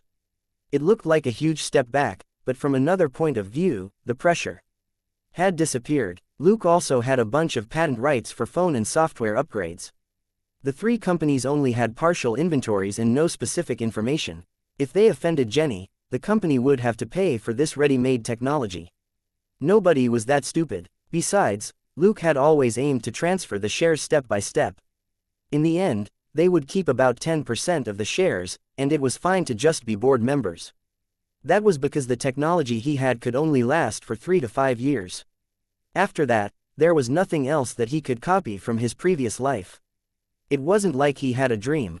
After making use of this period of time to obtain enough money, power, status and connections, it was none of his business how other people wanted to make money. He had a lot of research projects on hand, and couldn't be bothered to develop follow-up technology for those black-hearted capitalists. His main focus was on tech companies and investments. There were also the basic industries that could create a lot of jobs, like Tesnac and the food delivery app. Tens of thousands of people in New York City alone worked for these two enterprises, and the New York authorities had to give them the green light. Jenny briefly summarized the situation with the companies, then got to the point. "There's been a lot of activity recently with PIM Technologies." Luke perked up. "Tell me," Jenny said. "A government official from the Department of Defense happened to mention that they made a critical breakthrough with some big technology. According to the information you gave me, the only project he's responsible for that can produce big tech is PIM Technologies. Also, he went to San Francisco twice in a row recently, before that giant monster attack." Luke raised an eyebrow. "That is indeed a possibility." The CEO of PIM Technologies, Darren, was very conscious when it came to maintaining confidentiality. But this government official wasn't in charge of the technology, and this matter would soon be made public, so he casually mentioned it without naming the company. Luke continued to talk business with the female CEO, while his clone immediately started investigating Hank Pym and his daughter, Hope. Scott Lang. Luke found the name strange. Illegal trespassing, major theft, imprisonment. Looking at the man's detailed profile, he was even more amazed. An electrical engineer. Wow, don't tell me it's another major villain. Looking at this candidate for a Marvel villain, Luke's interest was piqued, and he quickly investigated how Scott Lang had ended up in prison. The man had initially been in charge of maintaining a company's security system, but discovered that the company was exploiting a loophole. Scott had thought that it was a mistake and had reported it to the company, but the company told him to shut up. However, Scott was unwilling, and the company simply fired him with the reason that he had tried to extort money from the company. The more Scott thought about it, the angrier he got. One day, he snuck into the company and sent the money stolen from clients back to their accounts. This matter caused the company huge losses and countless problems. Irate, the company filed a complaint and got Scott sent to prison. Seeing that, Luke sighed. That's the downside of not paying attention to methods when doing good. This matter didn't need to be that troublesome. It could just be exposed online. With the technology Scott had, it would have been easy for him to spread evidence online. In the end, this guy attacked directly, but had no strength to withstand the other party's revenge. In the end, he went to prison for doing a good deed. Although the company caused a lot of trouble, it was eventually suppressed, and they only lost a lot of money. Thankfully, given Scott's bad temper, the company didn't dare kill him to keep him quiet. Scott was sentenced to 5 years in prison, and was released on parole half a year ago. Because of his criminal record, he was unable to hold down a job, and he was quite downtrodden. He didn't have a legitimate job or income, and his ex-wife limited his visiting rights to see his daughter. This guy finally couldn't take it anymore and joined a bunch of friends whom he had met in prison on a burglary. He broke into Hank Pym's house. Luke was amused. Stealing from Hank Pym, what a joke. The old man and his wife, Janet, had been the most formidable burglar duo of the last century. The couple was definitely the best in the field of Secret Service. Even Luke now didn't dare say that he was better at sneaking in than this couple from decades ago. After all, he was best at physical infiltration, while Hank and his wife relied on shrinking to the size of ants to steal things. The two methods basically had nothing in common. Luke never overestimated himself by disparaging other people's strengths. He could learn from these strengths, which was why he had always been interested in the Pym particle. Now that Darren, the CEO of Pym Technologies, had made a breakthrough in his research drive, Pym suddenly lured Scott, who was a talent at stealing, into his house. Unsurprisingly, both sides were ready to cause trouble. Thinking that, the Level 2 clone didn't waste any time and immediately headed for San Francisco. Pym Technologies was some distance away from where the Mutos had appeared. It hadn't been affected, and it was business as usual for the company. Luke didn't pay that any mind, and went straight for Darren. After not seeing him for a few months, Darren didn't look any different. He was still bald, but Luke, who was watching Darren drive by from dozens of meters away, suddenly smiled happily. Darren was actually bright red in the system. Luke didn't need to think too much to know that Darren had probably killed someone recently. According to the system, anyone who killed innocent people would immediately become bright red. He checked the people related to Darren, and found that a tech supervisor called Frank at Pym Technologies had suddenly disappeared. The family had reported it to the police, but there were no leads. The last thing that could be confirmed about this tech supervisor was that he had been working at Pym Technologies. Luke investigated the tech manager's daily life and found that his skills were pretty good, but he had a bottom line. There was private information which indicated that Frank had expressed concern about Darren's experiments many times and felt that they were too dangerous. Luke shook his head. Once there was a breakthrough in the technology, this Frank clearly was no longer as useful. It was perfectly normal for Darren to get rid of this stumbling block. But Darren simply made him disappear. No wonder Pym was so wary of his student. Luke felt regret over Frank's death. As a superhero who had witnessed injustice, he naturally had to uphold justice for the innocent. But Darren had a lot of attention on him, and Luke couldn't be too direct if he wanted to act against him. At the very least, he couldn't be like Scott and break into the company and go wild. Chapter 1920. An invitation from the big shot. He naturally couldn't just drop by and knock Darren out. However, knocking someone out wasn't the only way for Luke to obtain a list of their abilities. Thinking quickly, he had an idea. That day, a message spread among the top circles in California. The big shot who sold everything was holding a private gathering. This news didn't spread far, because anyone who was in the know was well aware of the big shot's rules. It was almost always the big shot who approached clients first. It would be very hard for anyone else to find him, and even if they did, they couldn't do anything. Those who were part of this circle basically weren't willing to take the initiative to introduce more people into it. After all, the big shot had said that there was only a fixed amount of water of life, the monkey version of Life 1, which he could supply annually. This wasn't money. You could make money if you lost it, but you only had one life. Water of life could extend an old person's lifespan and greatly alleviate their pain. Middle-aged people would be reinvigorated, and could work and enjoy themselves. Any top figure who obtained water of life would basically use it immediately. One more person entering meant that it would be even harder to obtain the already rare water of life. It would be similar to robbing these top magnates of their lives. Also, the big shot rarely did something like this. Most of the time, it was a business negotiation between two parties, or three at most. The next day, more than 20 top figures in California gathered in Los Angeles. It was also because the big shot had made it clear that this gathering was only for Californians, otherwise, it wouldn't be surprising if hundreds of people from all over the world flew over. Many big figures in California were intrigued by this request, and they increasingly felt that this would be an unusual gathering. Many people from other states also communicated with them in private to learn the details of the social gathering. If there really were enough benefits, they had to get them no matter the price. When Darren followed a major shareholder of PIM Technologies, who was also a California state senator, on a luxury yacht, he clicked his tongue. Of course, he wasn't poor. He was even very rich. However, he couldn't borrow a yacht like this whenever he wanted. The senator he was with said that it had taken no more than a call from the big shot yesterday for someone to come up overnight and clean up this yacht so that it was ready to receive guests today. Darren had heard of the big shot who sold everything, but he hadn't been qualified to enter this circle before. However, he was confident that once news of the application of the PIM particle on living organisms came out, this circle would definitely open its doors to him. It was just happening a little quicker than he had expected. He was pleasantly surprised, but not overwhelmed.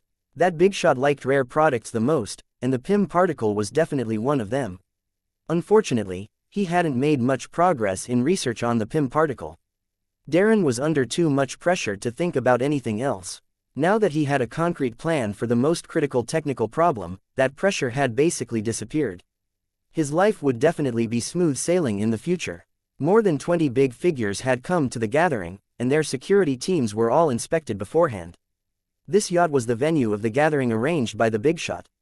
The big shot hadn't shown his face at all, yet the big figures who had come weren't afraid of anything happening. At 7 in the evening, there was the sound of a ship horn and the yacht slowly left the dock. Darren, who was chatting with the senator, asked casually, "Is that gentleman already here?" The senator didn't think much of it. "He'll show up on time, but he definitely isn't here right now." Darren nodded in understanding. "Is he coming over by helicopter?"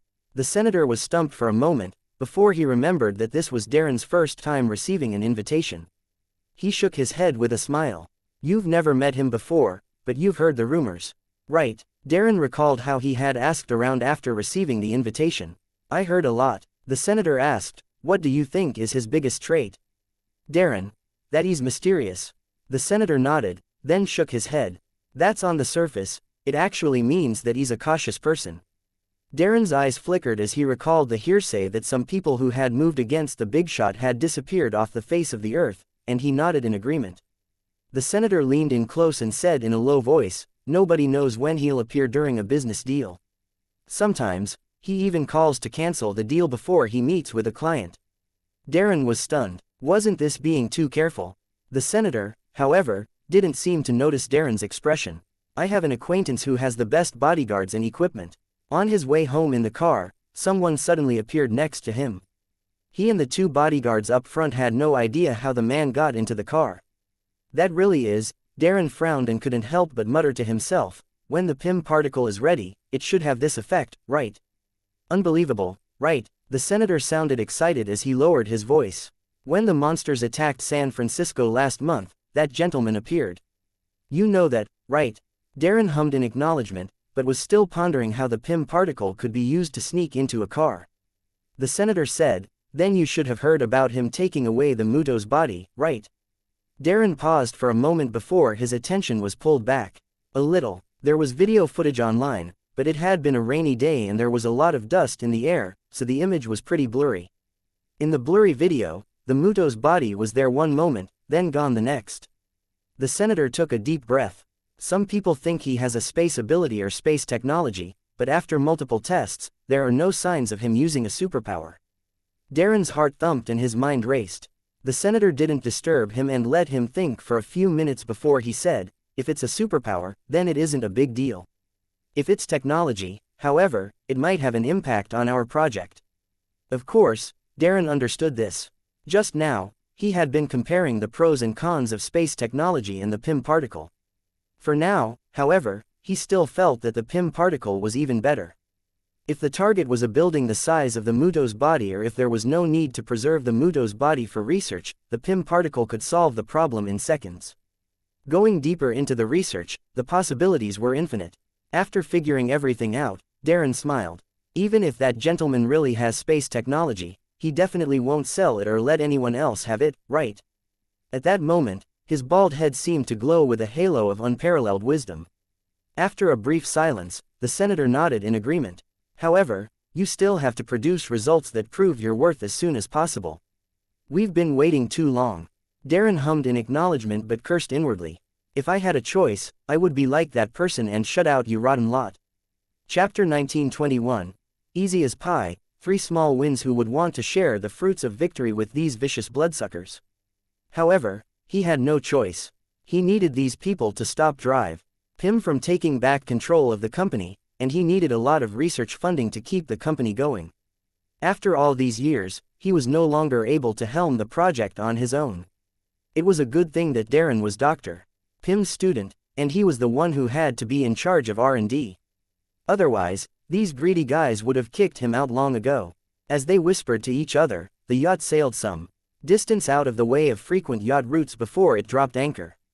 Suddenly, a long and drawn-out chime rang out in the lounge on the top floor of the yacht. Everybody who was chatting paused and looked in the direction of the sound. A white-haired old man in a black suit was already sitting at the head of the table. He looked around and nodded with a smile. Everyone, long time no see. Please take a seat. Everybody was very calm. They were already used to the big shot's unpredictable appearance. They smiled in response and took their seats. There was no need to designate seats. Everybody present knew what to do. Those with higher statuses were closer to the front, and nobody bothered with who got priority when they were on the same level. Nobody was stupid enough to quarrel here. Although the big shot who sold everything was very polite, he didn't like trouble. That was just how exclusive the big shot's business was. Most of the people who talked nonsense with him during negotiations didn't even get the chance to salvage the situation before he canceled the deal. Darren sat at the back of the long conference table with the senator. This made him realize that the senator's power here was only below average. Based on what he knew of the senator's background, Darren had a clear understanding of the class of this circle. What the big shot said next surprised and delighted everyone. The big shot claimed to have received a commission to actively support the San Francisco radiation cleanup.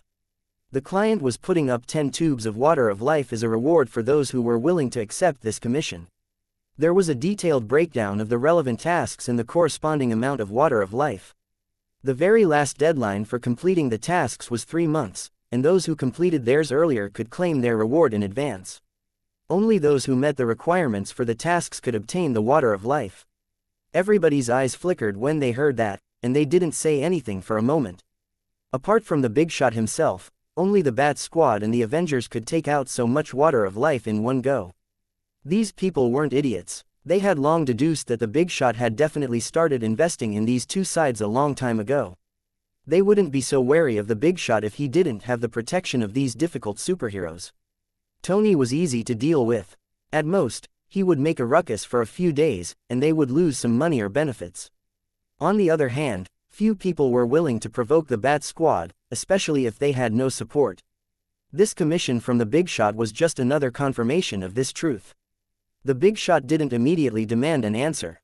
Instead, he gave them an hour to think about it. There was no limit to how many jobs one person could take, and naturally, there was no limit to how many people could take one job. The reward for the mission was also related to how troublesome it was. Soon, many people lowered their heads and fiddled with their phones. Then, they went to the meeting room in 2s and 3s to talk. There were 5 people left in the lounge, who were all newbies who could be considered reserve players in this circle, including Darren. It was the senator who had gone off to join the discussions. At the head of the table, the big shot looked at them and smiled. There's a card room next door. You can play a few rounds. Naturally, the 5 of them had no objections. They couldn't really sit here with the big shot for an hour. Playing cards suited everyone. They could chat and relax. The 5 of them entered the card room and chose Texas Poker. Less than 20 minutes later, a middle-aged man in his 40s got up with a bitter smile. Sorry, I don't feel well. Have fun. Looking at the man's pale face and how he was clutching his stomach, the other 4 didn't know whether to laugh or cry. They nodded and told him to go ahead. A stomachache wasn't something that could be endured. If it couldn't be endured, then it would be an even bigger problem that nobody else would be able to endure. The middle-aged man walked out of the card room and into the lounge. His appearance suddenly changed into that of the big shot who sold everything. The person sitting on the couch in the lounge turned around with a smile. It was none other than the middle-aged man. Looking at Darren's list of abilities in the system, Luke chuckled. It seems I don't have to rush. Today's social gathering was naturally a trap for Darren. It took no more than a word for Luke to send an invitation to one of his tech company aliases. The middle-aged man was an android. On the way to the card room, the android had used the excuse of going to the bathroom to come to the lounge. After switching identities with the big shot, it was Luke's clone who went to the card room. They were all rich people, and the stakes were very low since they were playing purely for fun. Nobody expected there to be any cheaters here. Thus, Luke easily beat Darren 3 times. Actually, after winning twice, he could already learn all of Darren's abilities. But recalling how the guy was bright red in the system, Luke beat him again. If Darren didn't do anything bad, he would only suffer a few injuries at most. If he did something bad, he might die from minor injuries. The PIM particle technology came from Dr. PIM. If Luke could screw Darren over, he could be considered to be doing drive. PIM a good turn. Whether drive, PIM was aware of it or not was not important. Luke just wanted peace of mind. Getting off the yacht, Darren watched the big shots leave, and ambition welled up in his heart. Just you wait. It won't be long before I stand above all of you. The senator patted his shoulder and gestured for him to get into the limo. Darren had come with him tonight. He had to send Darren back, and also verify how the PIM particle was coming along. Soon, the limo started up, drove away from the dock, and headed downtown. After confirming that there were no cars, the driver turned left across 2 lanes. Just as he turned left, a dump truck came up from a side road not far behind them. The exhausted truck driver yawned and reached for his coffee cup. The driver had been working overtime a lot in San Francisco recently, and was very tired. However, the Bat Squad and Tony's Foundation offered pretty high overtime pay, so the driver was unwilling to rest and could only drink coffee. In the end, he reached out and knocked the coffee cup askew. He subconsciously turned his head, only to see that the cup was leaning to one side, just a little more, and the coffee would spill. The cup of hot coffee he had just bought might spill all over the driver's seat. Without thinking, the driver leaned forward to grab the coffee cup, and he cried out in pain as he was scalded by the small amount of coffee that spilled out. He jerked at the pain and accidentally pressed down on the gas pedal. Chapter 1922. I have a friend. Before the truck driver could straighten up, he felt the truck jolt slightly and then there was the sound of a bang.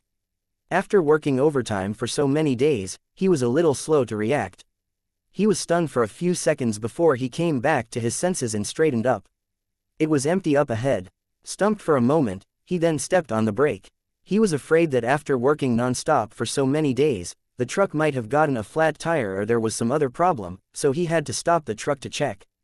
The truck slowly rolled to a stop. As soon as the driver opened the door, he heard screams. He jerked and looked behind the truck. 10 meters away, a stretch limo was wedged in the shrubbery along the road. 1/3 of the right side of the vehicle was mangled. Shocked, the truck driver immediately realized that he had really hit a car. It's over, it's over. Don't let anyone be dead. The truck was insured, and it wasn't a problem to pay for vehicle damage. However, if someone died and the victim's family pursued the matter, he would probably go to jail. But he had heard that a lot of refugees from San Francisco had come to Los Angeles recently, and there had been a lot of minor crime cases. There wasn't enough space in the prisons, so maybe he could escape disaster. Even as he thought this, the driver sped up and ran to the limo. He clearly heard someone screaming like a pig being slaughtered. The driver was relieved. Those who could scream in a car accident usually didn't have life-threatening injuries. It was those who didn't make a sound who might be on the verge of death. A moment ago, while Darren was talking to the senator about the research plan, the red rear lights on the Lincoln limo suddenly flickered and went out. The truck driver turned onto the main road at that moment and took another look at the road up ahead. He didn't see any conspicuous red tail lights in the dark stretch between the street lamps, so the truck driver was relieved and reached for his coffee. On the other side, the driver of the limo had just confirmed that there were no cars in front or behind him, and was about to turn onto the main road, when it suddenly got bright behind him. The truck's headlights reflected in the rearview mirror made the bodyguard's hair stand on end. There's a car. Darren and the senator were both stunned. What car? Before they could figure out what the bodyguard's yell was about, they heard a loud bang. For a moment, The ears of the 4 people in the limo buzzed, and they couldn't hear anything. The limo was flung to the left off the road and didn't stop until it hit the bushes. A few seconds later, a dizzy Darren shook his head and tried to clear it. He looked around. The senator rolled to his feet and moaned weakly. Darren subconsciously reached out to help him, but he immediately felt a sharp pain in his left arm. He turned around and his eyes widened. He opened his mouth and took a deep breath. Ah! His left arm was bent at a strange angle and drooped like 2 linked sausages hanging from a hook. But those weren't sausages, but his arm. The bodyguards got out and rescued a screaming Darren and the moaning senator. After a rough inspection, the 2 bodyguards were relieved. The senator should be fine. It was just that his joints had been shaken by the impact, and his head and upper torso had been hit. He just needed to be sent to the hospital for another checkup to confirm that he was fine. Darren, on the other hand, was both unlucky and lucky. He happened to be sitting on the side of the limo that got hit by the truck, and one of his arms had been smashed into an L shape. But if he had been sitting 50 centimeters further down the long seat, it would have been his entire chest that was smashed, and he might have died on the spot. Although Darren was screaming like a pig being slaughtered, he wouldn't be able to move one arm at most, which was much better than losing his life. More importantly, their employer was the senator, not Darren. According to their contract, they were only responsible for the senator's safety. Technically speaking, the bodyguards weren't responsible for this accident. After all, nobody could guarantee that they wouldn't be hit by other cars. But if the senator really was killed, it would be a mark on their records, which would affect their future jobs. On the other hand, Darren's death would have nothing to do with them. Thus, the bodyguards did nothing more than sympathize with him a little, before they did what they had to do. Luke was stunned for a moment when he saw the LAPD report on the traffic accident. He then shook his head and laughed. That was quick. After laughing, he thought for a moment before he sent Drive Pim a message. Darren Cross broke his arm in a car accident 30 minutes ago and was sent to the hospital. In a 3-story building in San Francisco, Drive Pim was stumped when his phone suddenly vibrated.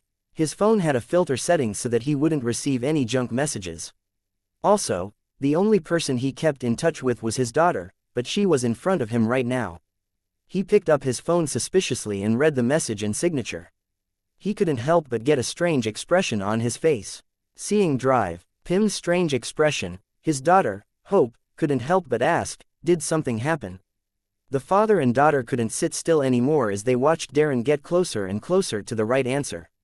That was why Drive Pim had found Scott Lang, who had a unique talent for infiltration, and wanted him to steal data on the Pim particle. There was an astronomical amount of data on this sort of top-notch technology. Nobody could rely on their brains to remember everything. Even if Darren was Dr. Pim's student, if he lost all that data, it would take him at least another 8 to 10 years to build the database up again. At the moment, the Pim particle was still an absolute secret, so only the main computers at Pim Technologies contained data on it. Usually, it was Darren and the other supervisors who took out the data. Everybody knew how profitable the Pim particle could be, but nobody knew how big those profits would be or when it would be a complete success.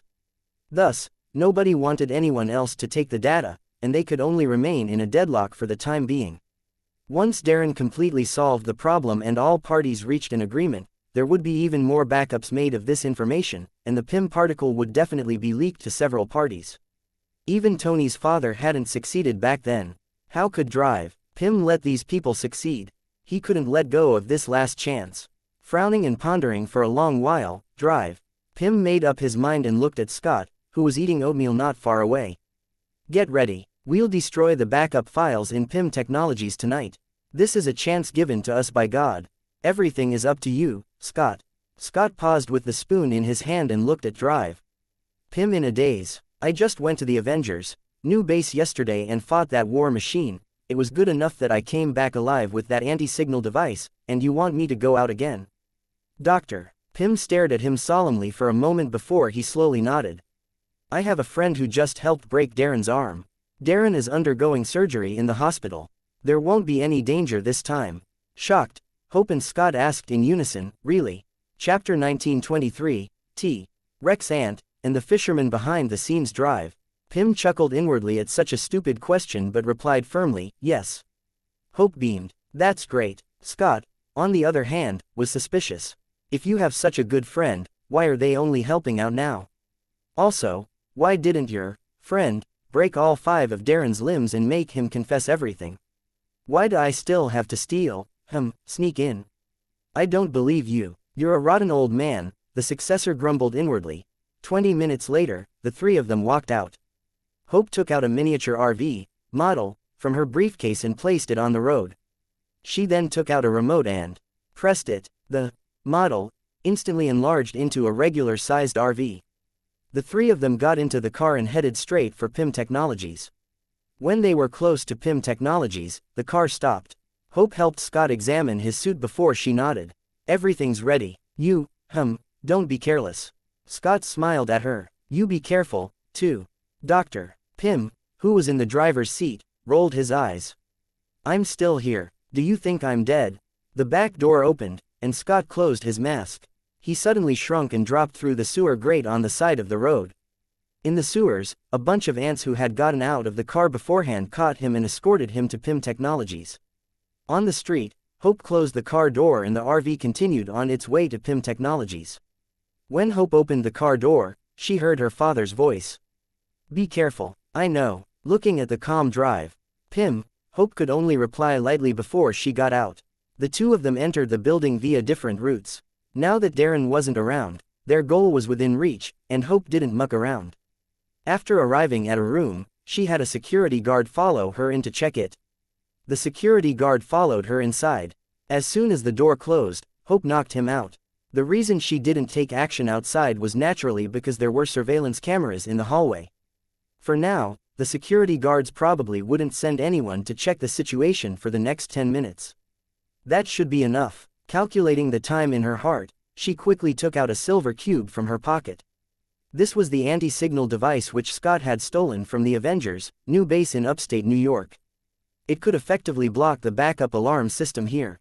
Hooking the device up to a circuit box, she pressed a button to activate it, then closed the cover. I'm done. Dr. Pym said, leave through the side door right now. He wasn't here to steal anything, but to destroy everything to do with the Pym particle. Destroying the backup files was the priority, but there might be other backups here, so drive. Pym was prepared to turn the entire building to dust. His heart didn't ache at the thought at all. In any case, he was no longer in charge here, even if he still had shares in PIM Technologies worth hundreds of millions of dollars. But he had traded with the big shot for years, and had used the PIM particle to trade for the equipment and resources he needed for his experiments. Money, that was useless. He didn't have to pay income taxes, real estate taxes, social security, medical insurance, or for land property, electricity, the internet, and so on. As an old man, he didn't have much entertainment, and his daily expenses weren't as high as those of a middle-class family. This was now nothing more than an old building, most of which didn't belong to him. Dr. Pym's mood was very stable. Elsewhere, Scott was escorted through the sewers by the ants before a group of flying ants took him to the computer room. Suddenly, he saw something scuttle past and disappear down a hallway not far away. Stunned for a moment, he activated his comms. Doctor, I just saw a T-Rex ant crawl past me. Dr. Pym, after a brief silence, he asked, so, did you smoke weed before coming out? Scott said, I don't touch that sort of thing. Also, that's your house. You know whether you have weed there or not. Dr. Pym asked, what do you mean by a T-Rex ant? Anthony, hurry and catch up with your distant relative up ahead. Scott gave the order to the flying ant under him before he continued, it's several times bigger than the bullet ant you modified. Also, it can fly faster than Anthony. Anthony was the name he had given to the flying ant he was riding, and he had named the rest of the group too. Dr. Pym frowned and grew suspicious. Be on guard, and speed up. Scott mumbled, hey, those 2 orders are fundamentally at odds with each other. That being said, he did as he was told. It couldn't be helped. The more he thought about it, the more he felt that something was wrong. What ant had 4 antennae on its head? Also, why did those antennae look very thick? Diagonally opposite drive, Pym, Luke, who was invisible, hummed a tune. 2 ants who run fast, run fast. One has 4 antennae, so does the other, they dig fast, dig fast. What Scott had seen was naturally the Vibranium, Trailblazer, ant drone which Luke had created. In fact, What Scott saw was the second one. The first one had already taken action when Scott entered the building. He was riding a living flying ant. Even with some genetic modifications, it couldn't compare with a trailblazer, which had an arc reactor. The reason why Luke had only taken action now was firstly, Darren had finally become bright red in the system, and secondly, because Darren had mentioned an advanced sale for the shrinking suit during his talk with the senator on the yacht. The other party was a broker called Carson. From Luke's database, this broker had very close ties to Hydra. But no big fish had been biting for the time being, so Luke had let out the line. In other words, Darren was prepared to sell the shrinking suit to Hydra. The PIM particle could be used for far more than just shrinking. It absolutely couldn't fall into Hydra's hands. Now, Drive, PIM was making his move. The PIM particle was a technology which he invented, but Darren seized power and had a hold of PIM technology's research data. Dr. PIM had never made any of the research data public, much less applied for a patent. Even if he came to destroy the backups, the government had no reason to demand compensation. It had to be pointed out that Dr. PIM had stood at the top of the pyramid decades ago, with assets worth hundreds of millions of dollars. The government would definitely arouse anger from many quarters if it dared to use force to steal technology from a person like that. To put it simply, Luke had kindly sent Drive PIM the message so that this bona fide victim could stir things up. Even if things blew up tonight, nobody would know that Luke had taken away the data on the PIM particle technology beforehand. Chapter 1924, You're Under Arrest. Drive PIM and the others had taken care of the alarm system, which had been the most troublesome thing, and Luke no longer had any worries. The first trailblazer was as fast as lightning. The vibranium antennae vibrated at a high frequency, and the trailblazer turned into an indestructible drill that tore through layers of protective cover and charged into PIM Technology's backup database. Luke continued humming, "It's him, it's him, it's him. The little monster is here." The trailblazer charged at the data cable and cut it open to connect to it. Data started to scroll down Luke's virtual screen. If Darren hadn't been dealt with tonight, Luke would still have needed to crack the security program. Now, he just inputted Darren's secret passcode and bypassed the security program to directly download the data. The alarm system had been blocked by Dr. PIM and the others. The surveillance team didn't notice anything wrong with the database, which allowed Luke to download the data like crazy. A minute later, Luke frowned and looked at Trailblazer 2. This Scott is quite capable. He followed us so quickly. No wonder he was able to give Rhodes a hard time. The second Trailblazer had specifically destroyed the entry point because Luke didn't want Scott to arrive too quickly. Trailblazer 1's data transfer was very fast, but there was a lot of data on the PIM particle. The database was already working at max speed. It would take at least 10 to 15 minutes. Looking at Scott, who was moving through the duct and would reach the database in 30 seconds at most, Luke chuckled and pressed the capture command on the remote control interface. Go, Invincible Trailblazer. 2 red dots suddenly lit up on the head of Trailblazer 2, which had been guarding the way. This was caused by a high output of internal energy, which gave the originally cold and dark machine a berserk appearance. Crack. Trailblazer 2 created a small hole in the duct, and it charged in Scott's direction at an astonishing speed. In the meantime, Scott hit his head inside the duct. He didn't forget to send Drive PIM a message. God, this is the 8th detour I've taken. It's finally coming to an end. Dr. PIM said worriedly, don't be careless. Someone is probably one step ahead of us. As he spoke, he couldn't help but think of the big shot who sold everything who had tipped him off. His expression was quite ugly. Sure enough, none of these black-hearted businessmen were good. Howard Stark was a thief, and Pennyworth was a robber. He cursed inwardly, but couldn't explain it to his daughter and Scott. That was because it would take at least 10 minutes to explain Pennyworth's background and the subtle relationship between the two parties. He didn't have the time right now. Even a simple explanation would interfere with Scott's focus on the mission. What the hell was Scott talking about? On the other side, Scott had just sent the message, when he saw a black shadow with 2 tiny red dots lunge at him. Given his natural intuition for danger and battle, he subconsciously somersaulted and jumped away from Anthony. Then, Anthony turned back into an ordinary ant. A shadow flashed past and broke its wings, but didn't hurt its body. Crack. There was a faint crack as a black dot appeared on the wall of the concrete duct. It had 6 legs and 4 antennae, and a pair of small red eyes. When it missed, it hit the wall of the duct and remained firmly on it as it raised its head to look at Scott.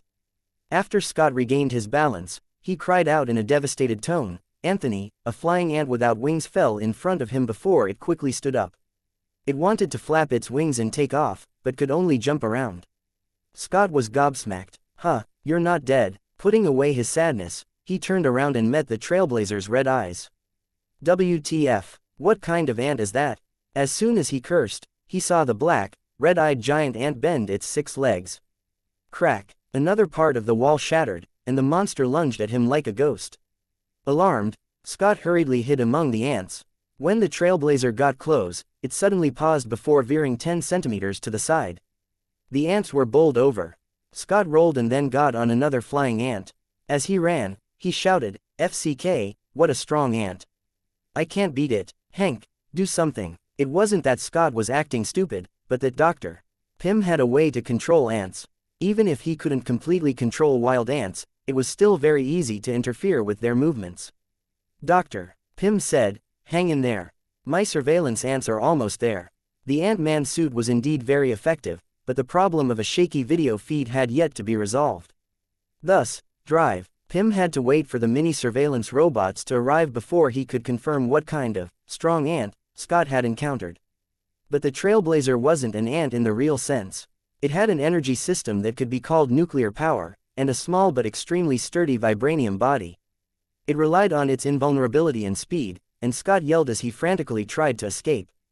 But the battlefield was in a duct, and Scott couldn't even run fast. Dr. Pym was anxious. "Hang in there. I'm on my way, huh?"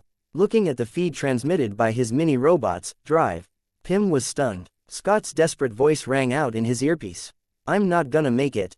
A moment ago, seeing Scott yell as he was being chased, Luke had manually adjusted Trailblazer 2's battle program. It suddenly slowed down in its attack. When Scott rolled to the side again to dodge, Trailblazer 2 suddenly exerted strength in 2 of its legs and kicked lightly so that it flew to the side along with Scott.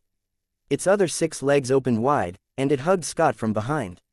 Then, Scott saw the head of the enormous black ant above him.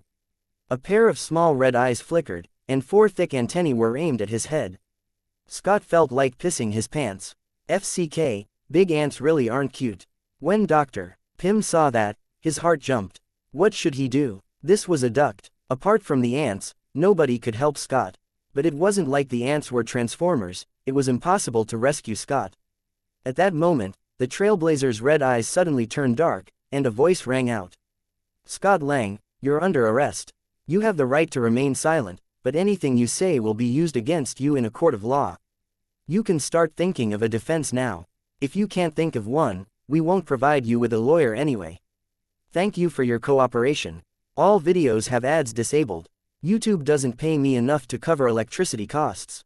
If you are well off, please consider donating via PayPal or becoming a member of this YouTube channel. Thank you."